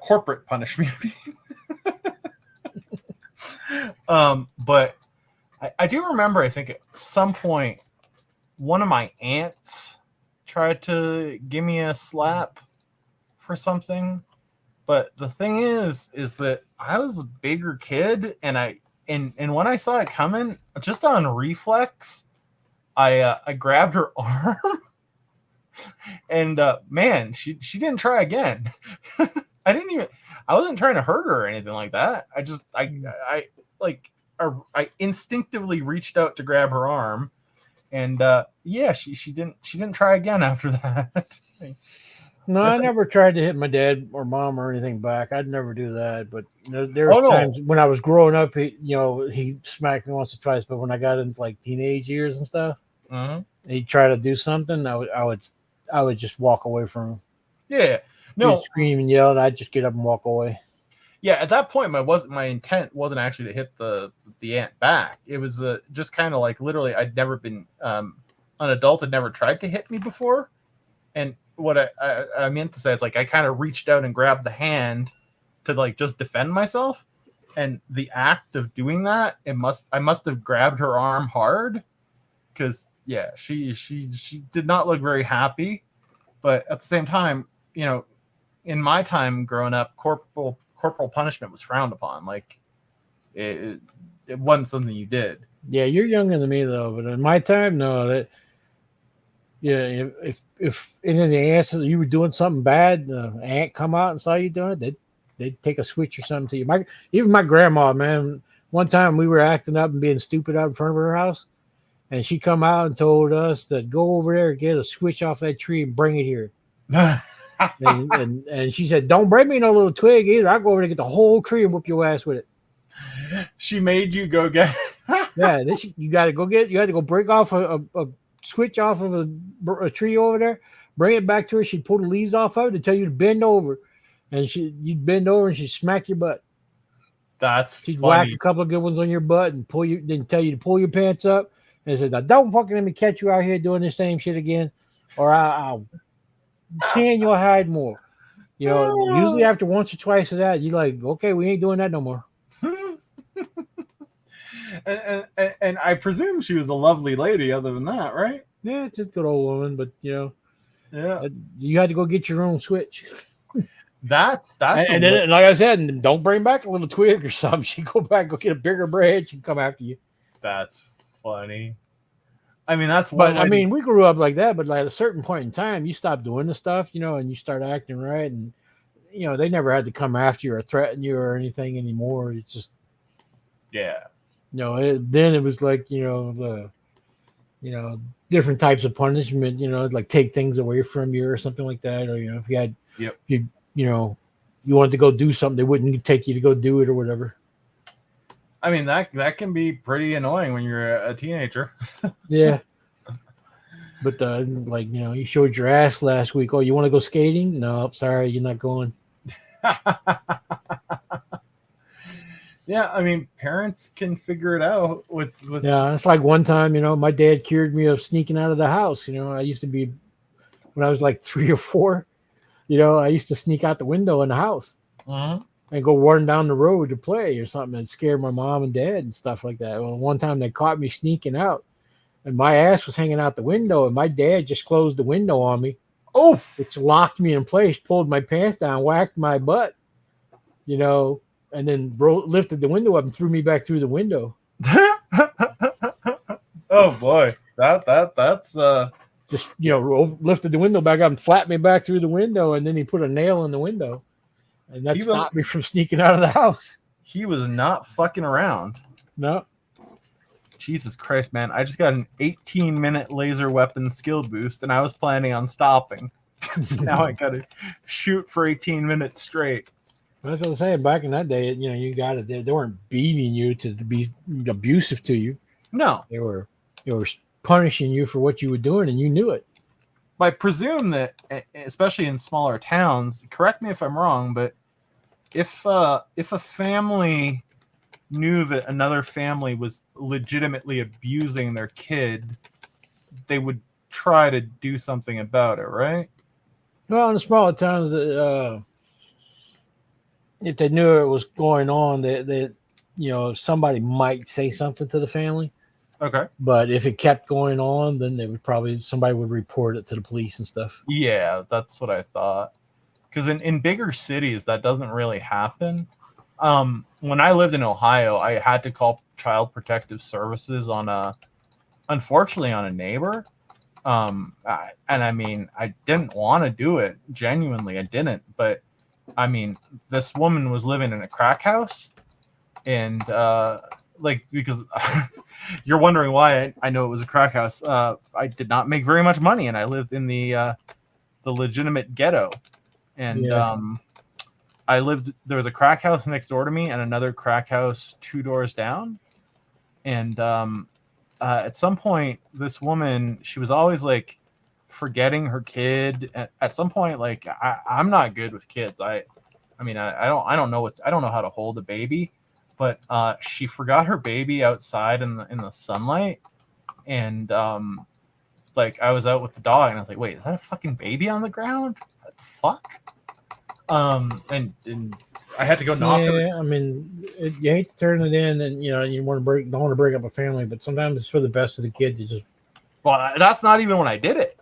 I just knocked on the door, and these cracked out people came, and I'm like, they didn't say a word. They just took the baby. But then another time, I saw her.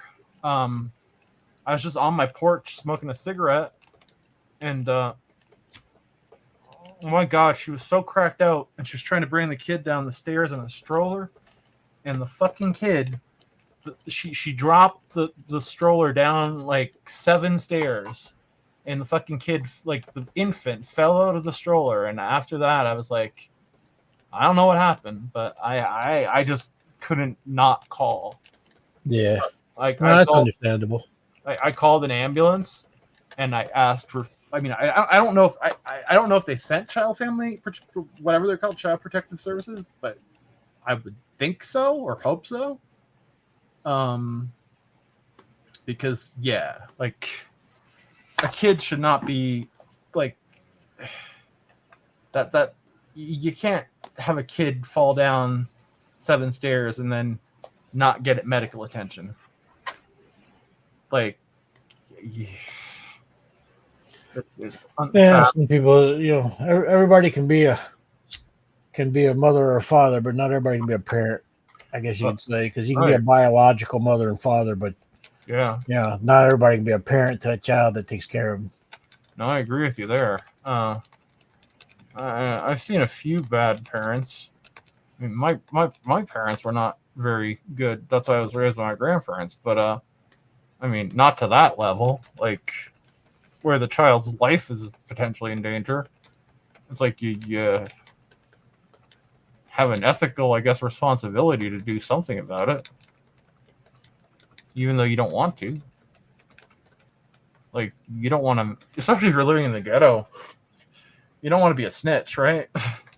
Yeah, I mean, no, you don't want to start shit. Yeah. And I mean, But I mean, what do you do? I mean, you know, this kid's about to probably die. Yeah. yeah. I mean, that's what I was worried about because, like, if the kid hits its head, right? Like, I know that's not good. Kids, I think, have a soft spot on their head, if I'm not mistaken. That you have to be very careful about. That's what I've heard anyway. And yeah. So had to. Nah, I would have reported it too. Yeah, I mean, it's like, yeah, you have to. I see the report. kids being neglected and stuff like that. I would have reported it. Yep. My wife at the time, like I told you, she was a social worker back then before she did her library degree. And Now, if I'd seen like if you were living in a poverty place, you know, and the kids were just like, you know, didn't have really good clothes or something on, but you know, they were taken care of. I probably wouldn't say anything like that. No. But like if you notice like abusive or yeah, you no, know, yeah, kid behavior like that, yeah, I would report it. There are poor kids all over that neighborhood. I never called anything on that. I mean, that's just that sucks. But it's not like their parents can do a damn thing about it. Like they can't suddenly manifest a college degree out of their ass, right? So yeah, but some of the shit I saw in that neighborhood was pretty sad. Like at some point we were coming back from the Kroger and we had 2 12-packs of Coke or Sprite or one or the other, and this little girl who'd never spoken to us before just goes to me, and I didn't understand what she meant at first. She goes, "Is it someone's birthday?" I'm like, "What do you mean?" She's like, "You got Coke." I'm like, "Oh, yes, it's someone's birthday." And she's like, "Happy birthday." So I just didn't want to, I mean, you know, I guess. Yeah, well, sometimes that could also be the parents just didn't want them to have sodas. So they probably only give them a soda on a special day, you know, like a birthday or something.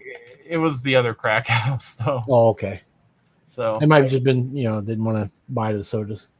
Yeah, you know what's the crazy part about that crack But I house? do know people that, you know, have not wanted, you know, while they were raising the kids, didn't want them to have sodas at all.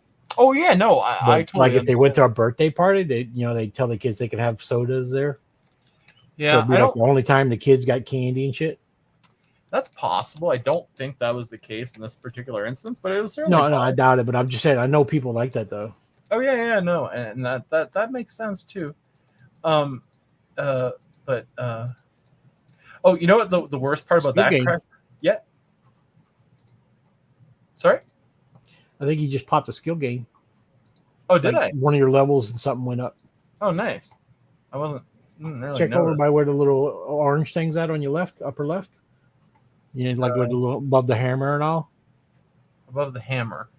Yeah, you see it, the little skill up, go up. Yeah. On your left hand side, you see the little orange thing above your your progress. Missions? Yeah. Marksmanship just went up, maybe. No, but it'll tell you over there, like go all the way to the left, all the way to the left. All the way to the left. This one. Okay, wait, no, that's Mission Galactica. Go up. You see what a little hammer and the mail and all that's on the upper left. Oh, the hammer here. Okay, yeah. No, don't hit the hammer. Go up to the orange. Yeah. Open that. Okay, now you see that in purple? Oh, level 4 in ranged Gauss damage. Yeah, there. That's your level that just popped up. Also level 4 in ranged plasma, but I'm not using those weapons. So no, they're just because the skills you're using though tie into it. Like laser. Yeah. That makes sense. But that's what that big green swirl was. That was your skill gain and that going popping up. I wonder if that increased my mentorship. No, just the general skilling probably increased it a bit too. I've gone up from 88 to 90 in the last hour. That's pretty decent. I might finish it tomorrow. But that's where you go to you click on that little orange thing. Like I said, when it pops up, it'll show you what your profession right there was that popped. I had not noticed that. That's cool. Because it was always like popping, and I was like, well, "What the fuck is it popping for?" Yeah, And also there's a lot of different skills tie into each other, and they're popping open. Yeah, I mean, you can never ever do an activity, and eventually that skill will level up. It seems. Like my tailoring was up before I even crafted my first textile, which I thought was really weird. But I mean, not going to complain. Yeah, because other things you did tied into that skill. Yep. But you were saying that if I did a fair amount of crafting, I'd probably make some pretty decent progress on the discipleship, and I guess the reason for that is that the level is so low as it is, right? Mm-hmm. Yeah, and I have a lot of crafting stuff here on Toulan. I didn't really realize what the blueprint I was crafting was last time, but it was a pistol, and it was saying that it was like I didn't have the ability to use it effectively, but I decided to do it anyway. I don't know why, but I had 47 attempts on it, and I crafted 32 really shitty pistols. But I mean, hey, yeah, because you didn't fill them with residue. No, like I said, even if you go to quality, you might have got a little bit more TT value out of it. Mm-hmm. But the actual thing that you're doing with crafting, like I said, is not that you're going to get a full TT weapon. Yeah, it's that you're more likely to either have a success, in the crafting, yeah, or not success. Mm-hmm. Like if you go to where you can get the most quantity, you're likely to have more successes than if you went all the way to quality. And quality, you might get a bigger or more fuller TT one, but you're going to have way more fails than you'll get on the quantity. Yeah, so for leveling up, it's better to do quantity, right? Clearly. Yeah, but the only way you're guaranteed 100% full TT value weapon is if when you craft it and you use the residue. But you were saying that you could only do that on certain types of blueprints, and is that only on the limited ones, or is it on all of them? No, you can do it on limited and full, on unlimited stuff. Oh, okay. I don't know. I think you misunderstood me probably if I said that, but you can use there's residue for certain crafting things. Like if you're doing a vehicle or a gun or something like that, you want metal residue. Mm-hmm. If you're doing clothing, you want probably remnants, which is like if you craft clothing, you'll get little threads left over. That's like residue. You want that to fill up their thing. Or then if you have like some type of power source or something like that, you might have the what they call it, power residue or whatever. Mm-hmm. I can't remember exactly what it is, but you use that energy, some type of energy residue to fill up, like amps, like mining amps and stuff like that. Yeah, that actually makes tons of sense too, because you increase the TT value that way, and you do that, I guess, for the ones you want to use or sell, right? Yeah, the one you want to sell. But I mean, if you're just generally crafting just a level, you probably won't use any residue, and you just put it on quantity and let it go. Okay, yeah, that makes sense too. So it's really just a question of how and what you're crafting for, I guess. Mm-hmm. Yeah, that makes tons of sense.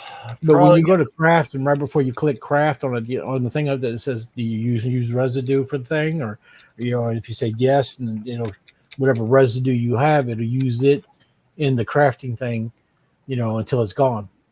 Yeah, the thing is, I have a ton of metal residue. I know that for a fact. It's just never. I've tried to play with that box, and it hasn't done anything. You'd have to, if you were doing guns and you told it to use the residue, to use it up adding that to the weapon until it's gone. Oh, and there's no minimum skill level for doing that or anything like that? No. Oh, okay. I need to I mean, really. the blueprints have a skill level depending on how much efficiency you can craft with it. Yeah. Yeah, but I don't think they really have a skill level that says you can't add residue or anything like that. Right. And I guess it makes it when you're leveling up, even if the blueprint is above your level, it probably makes sense to try to craft it anyway, right? No, I mean the success is what gives you the skills, so you kind of want to try and get as much success as you can, Oh, right. That's true. I didn't even think of that. Yeah. Man, I'm getting so many drops on this world, especially fappers, that I'm encumbered again. Open it up. Open your thing up real quick for me for a second. Your inventory. Yep. Okay, so you're not encumbered, but you're over the 200 Item limit. Oh, Yeah, you're over the item limit. yeah. Now, one thing you can do is go down to where your vehicles are stored. Okay. All right, you see that little sky buggy or whatever, or the Jeep? Click on it, open inventory. Okay. It says open vehicle inventory. Now go back to where your stuff's at that you looted, like your heal tools and shit. Like these things? Yeah, like if you got too many of them, put them in there. Yeah, Wait, go they back don't to your count? guns. Yeah, just put them in there. They don't count towards your inventory limit? When you put them in there, it takes that item count out. Your weight will stay the same, but your item count will drop because you're lowering the item. You're putting in one thing. Oh, that's a damn cool feature. Yeah. So I mean, like anything you're not going to use, you can stuff. Now remember though, if you go into space, if it's in that trunk, if it's a lootable item, it will still be looted. Oh yeah, that's true. But like weapons and armor bits and things like that you might be out, you can stuff it in the trunk until later, so that you don't have to go back to get rid of the item count. So that's how that works. Because I was wondering, because I was like, I thought it would be too overpowered if it took it off your weight. But if those are basically just like extra pockets. That makes Yeah, you can stuff it in the car, and the item count will drop down, but the weight limit will still be there. Yeah, as long as you remember. The weight amount will be there. As long as you remember what you put in what vehicle, it's like I said, that you can stay out hunting longer, and then when you go back in, you can stuff it in the storage or sell it or whatever. Mm-hmm. You just got to remember to take it out. One thing I wonder though is why I don't understand why things drop on Toulan so much more than on other planets. It's like just the way they've asked, I guess, to have it set up. Yeah, fair. And the fact that Mind Arc was okay with that is interesting. I mean, they are low value items, but yeah, they're probably like such a low value item. They said it doesn't break the mechanics of the game to have them drop. Yeah, the only thing I would say is that if someone was playing on, you're probably spending more in ammo usage pet wise than those items you're looting are worth. Oh yeah, 100%. So that's definitely true, but at the same time, you would never have to buy a fapper on Toulan. As long as you got ammo. Oh yeah, fair point. Fair point. But at some point, you're going to skill up high enough that those aren't really worth using. Oh, so then you would just TT them every time? Yeah, well, TT them or trade them off for something or sell them for sweat or whatever. Oh, people would trade sweat for a fapper? If you're on a different planet, like let's say you went to Cali and you had a full TT of that, and they wanted to heal a heal tool, you could say like, "Give me 500 sweat for it." Oh yeah, and that's a good trade for 500 sweat. Yeah, or trading. Yeah. Oh yeah, that actually makes perfect sense. And free to play players who are yeah. That actually makes sense. If they're free to play, more than likely they're not repairing tools. So if you had a full TT heal tool, that they can stay out and sweat longer with, for 500 sweat, they'd probably give it to you. Yeah, no, I think so, because 500 sweat is like 0.65, 0.7 ped, right? Yeah, not even ped, peck. A peck, yeah, exactly. Yeah. But but most people like at a higher level just TT them and take the TT price. or I think you could scrap those maybe and turn them into scrap. You know, Oh, and to make change them the into like crafting. turn them into nanocubes for doing EP crafting. Mhm. That makes sense. I'm curious, what is the TT value on them? If they're still, I don't know if they'll still show up or not. Oh man, I just got 2 more. What's the TT value on these? 0.05. Oh.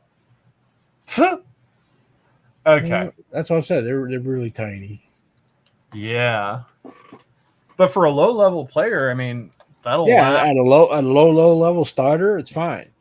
Yeah. You know, like the only thing those give you is the ability, like say you die, you can then heal up quicker to get back out to sweat more. Yeah. But they're so low level, you can't really use them for like staying alive while you're being attacked. No, because they add So- so little at a time. Right. But at some point in time, you're going to want to heal a bigger FAP that heals you so that you can stay alive while you're being attacked. Yeah, and the Vivo Explorer I have is fine for now. Probably Yeah, fine Yeah. for a while, right? it's fine for a while, but when you get higher level, you're going to want something bigger so that you can, you're attacking a mob and it's killing you, and you want to kill it before, without dying. So you'll need a bigger FAP so you can Yeah. live. Because at some point you're going to switch over from fapping to get back out there quicker to fapping to stay alive so you can kill it. Yeah, I mean, I already do some of the fapping to stay alive to kill it when I'm doing like a bigger mob. Mm-hmm. But it's normally I don't do it as a rule. I tend to do it when I've already put ped into a creature and I'm like, well, at this point I need to it makes more sense to finish it off, even if that just means fapping. I think you got a codec thing there. Oh really? How do you tell the difference? Yeah, you're right. Just so long of doing it, I can notice the difference between the green and the different ways it does it. That's kind of crazy. I guess this would be dexterity, right? Let's see what you got. Aim, athletics, come back. Yeah, I would pick dexterity on that one. And do I have any other ones? Nope. Yeah, I'm already at rank 15. Does the attribute challenge go to rank 15 as well, or does that keep going? 25, or does that keep going past 25? What, the meta? Yeah. No. I mean, go back to meta. I can't remember exactly on it. Go to meta. Mhm. Okay.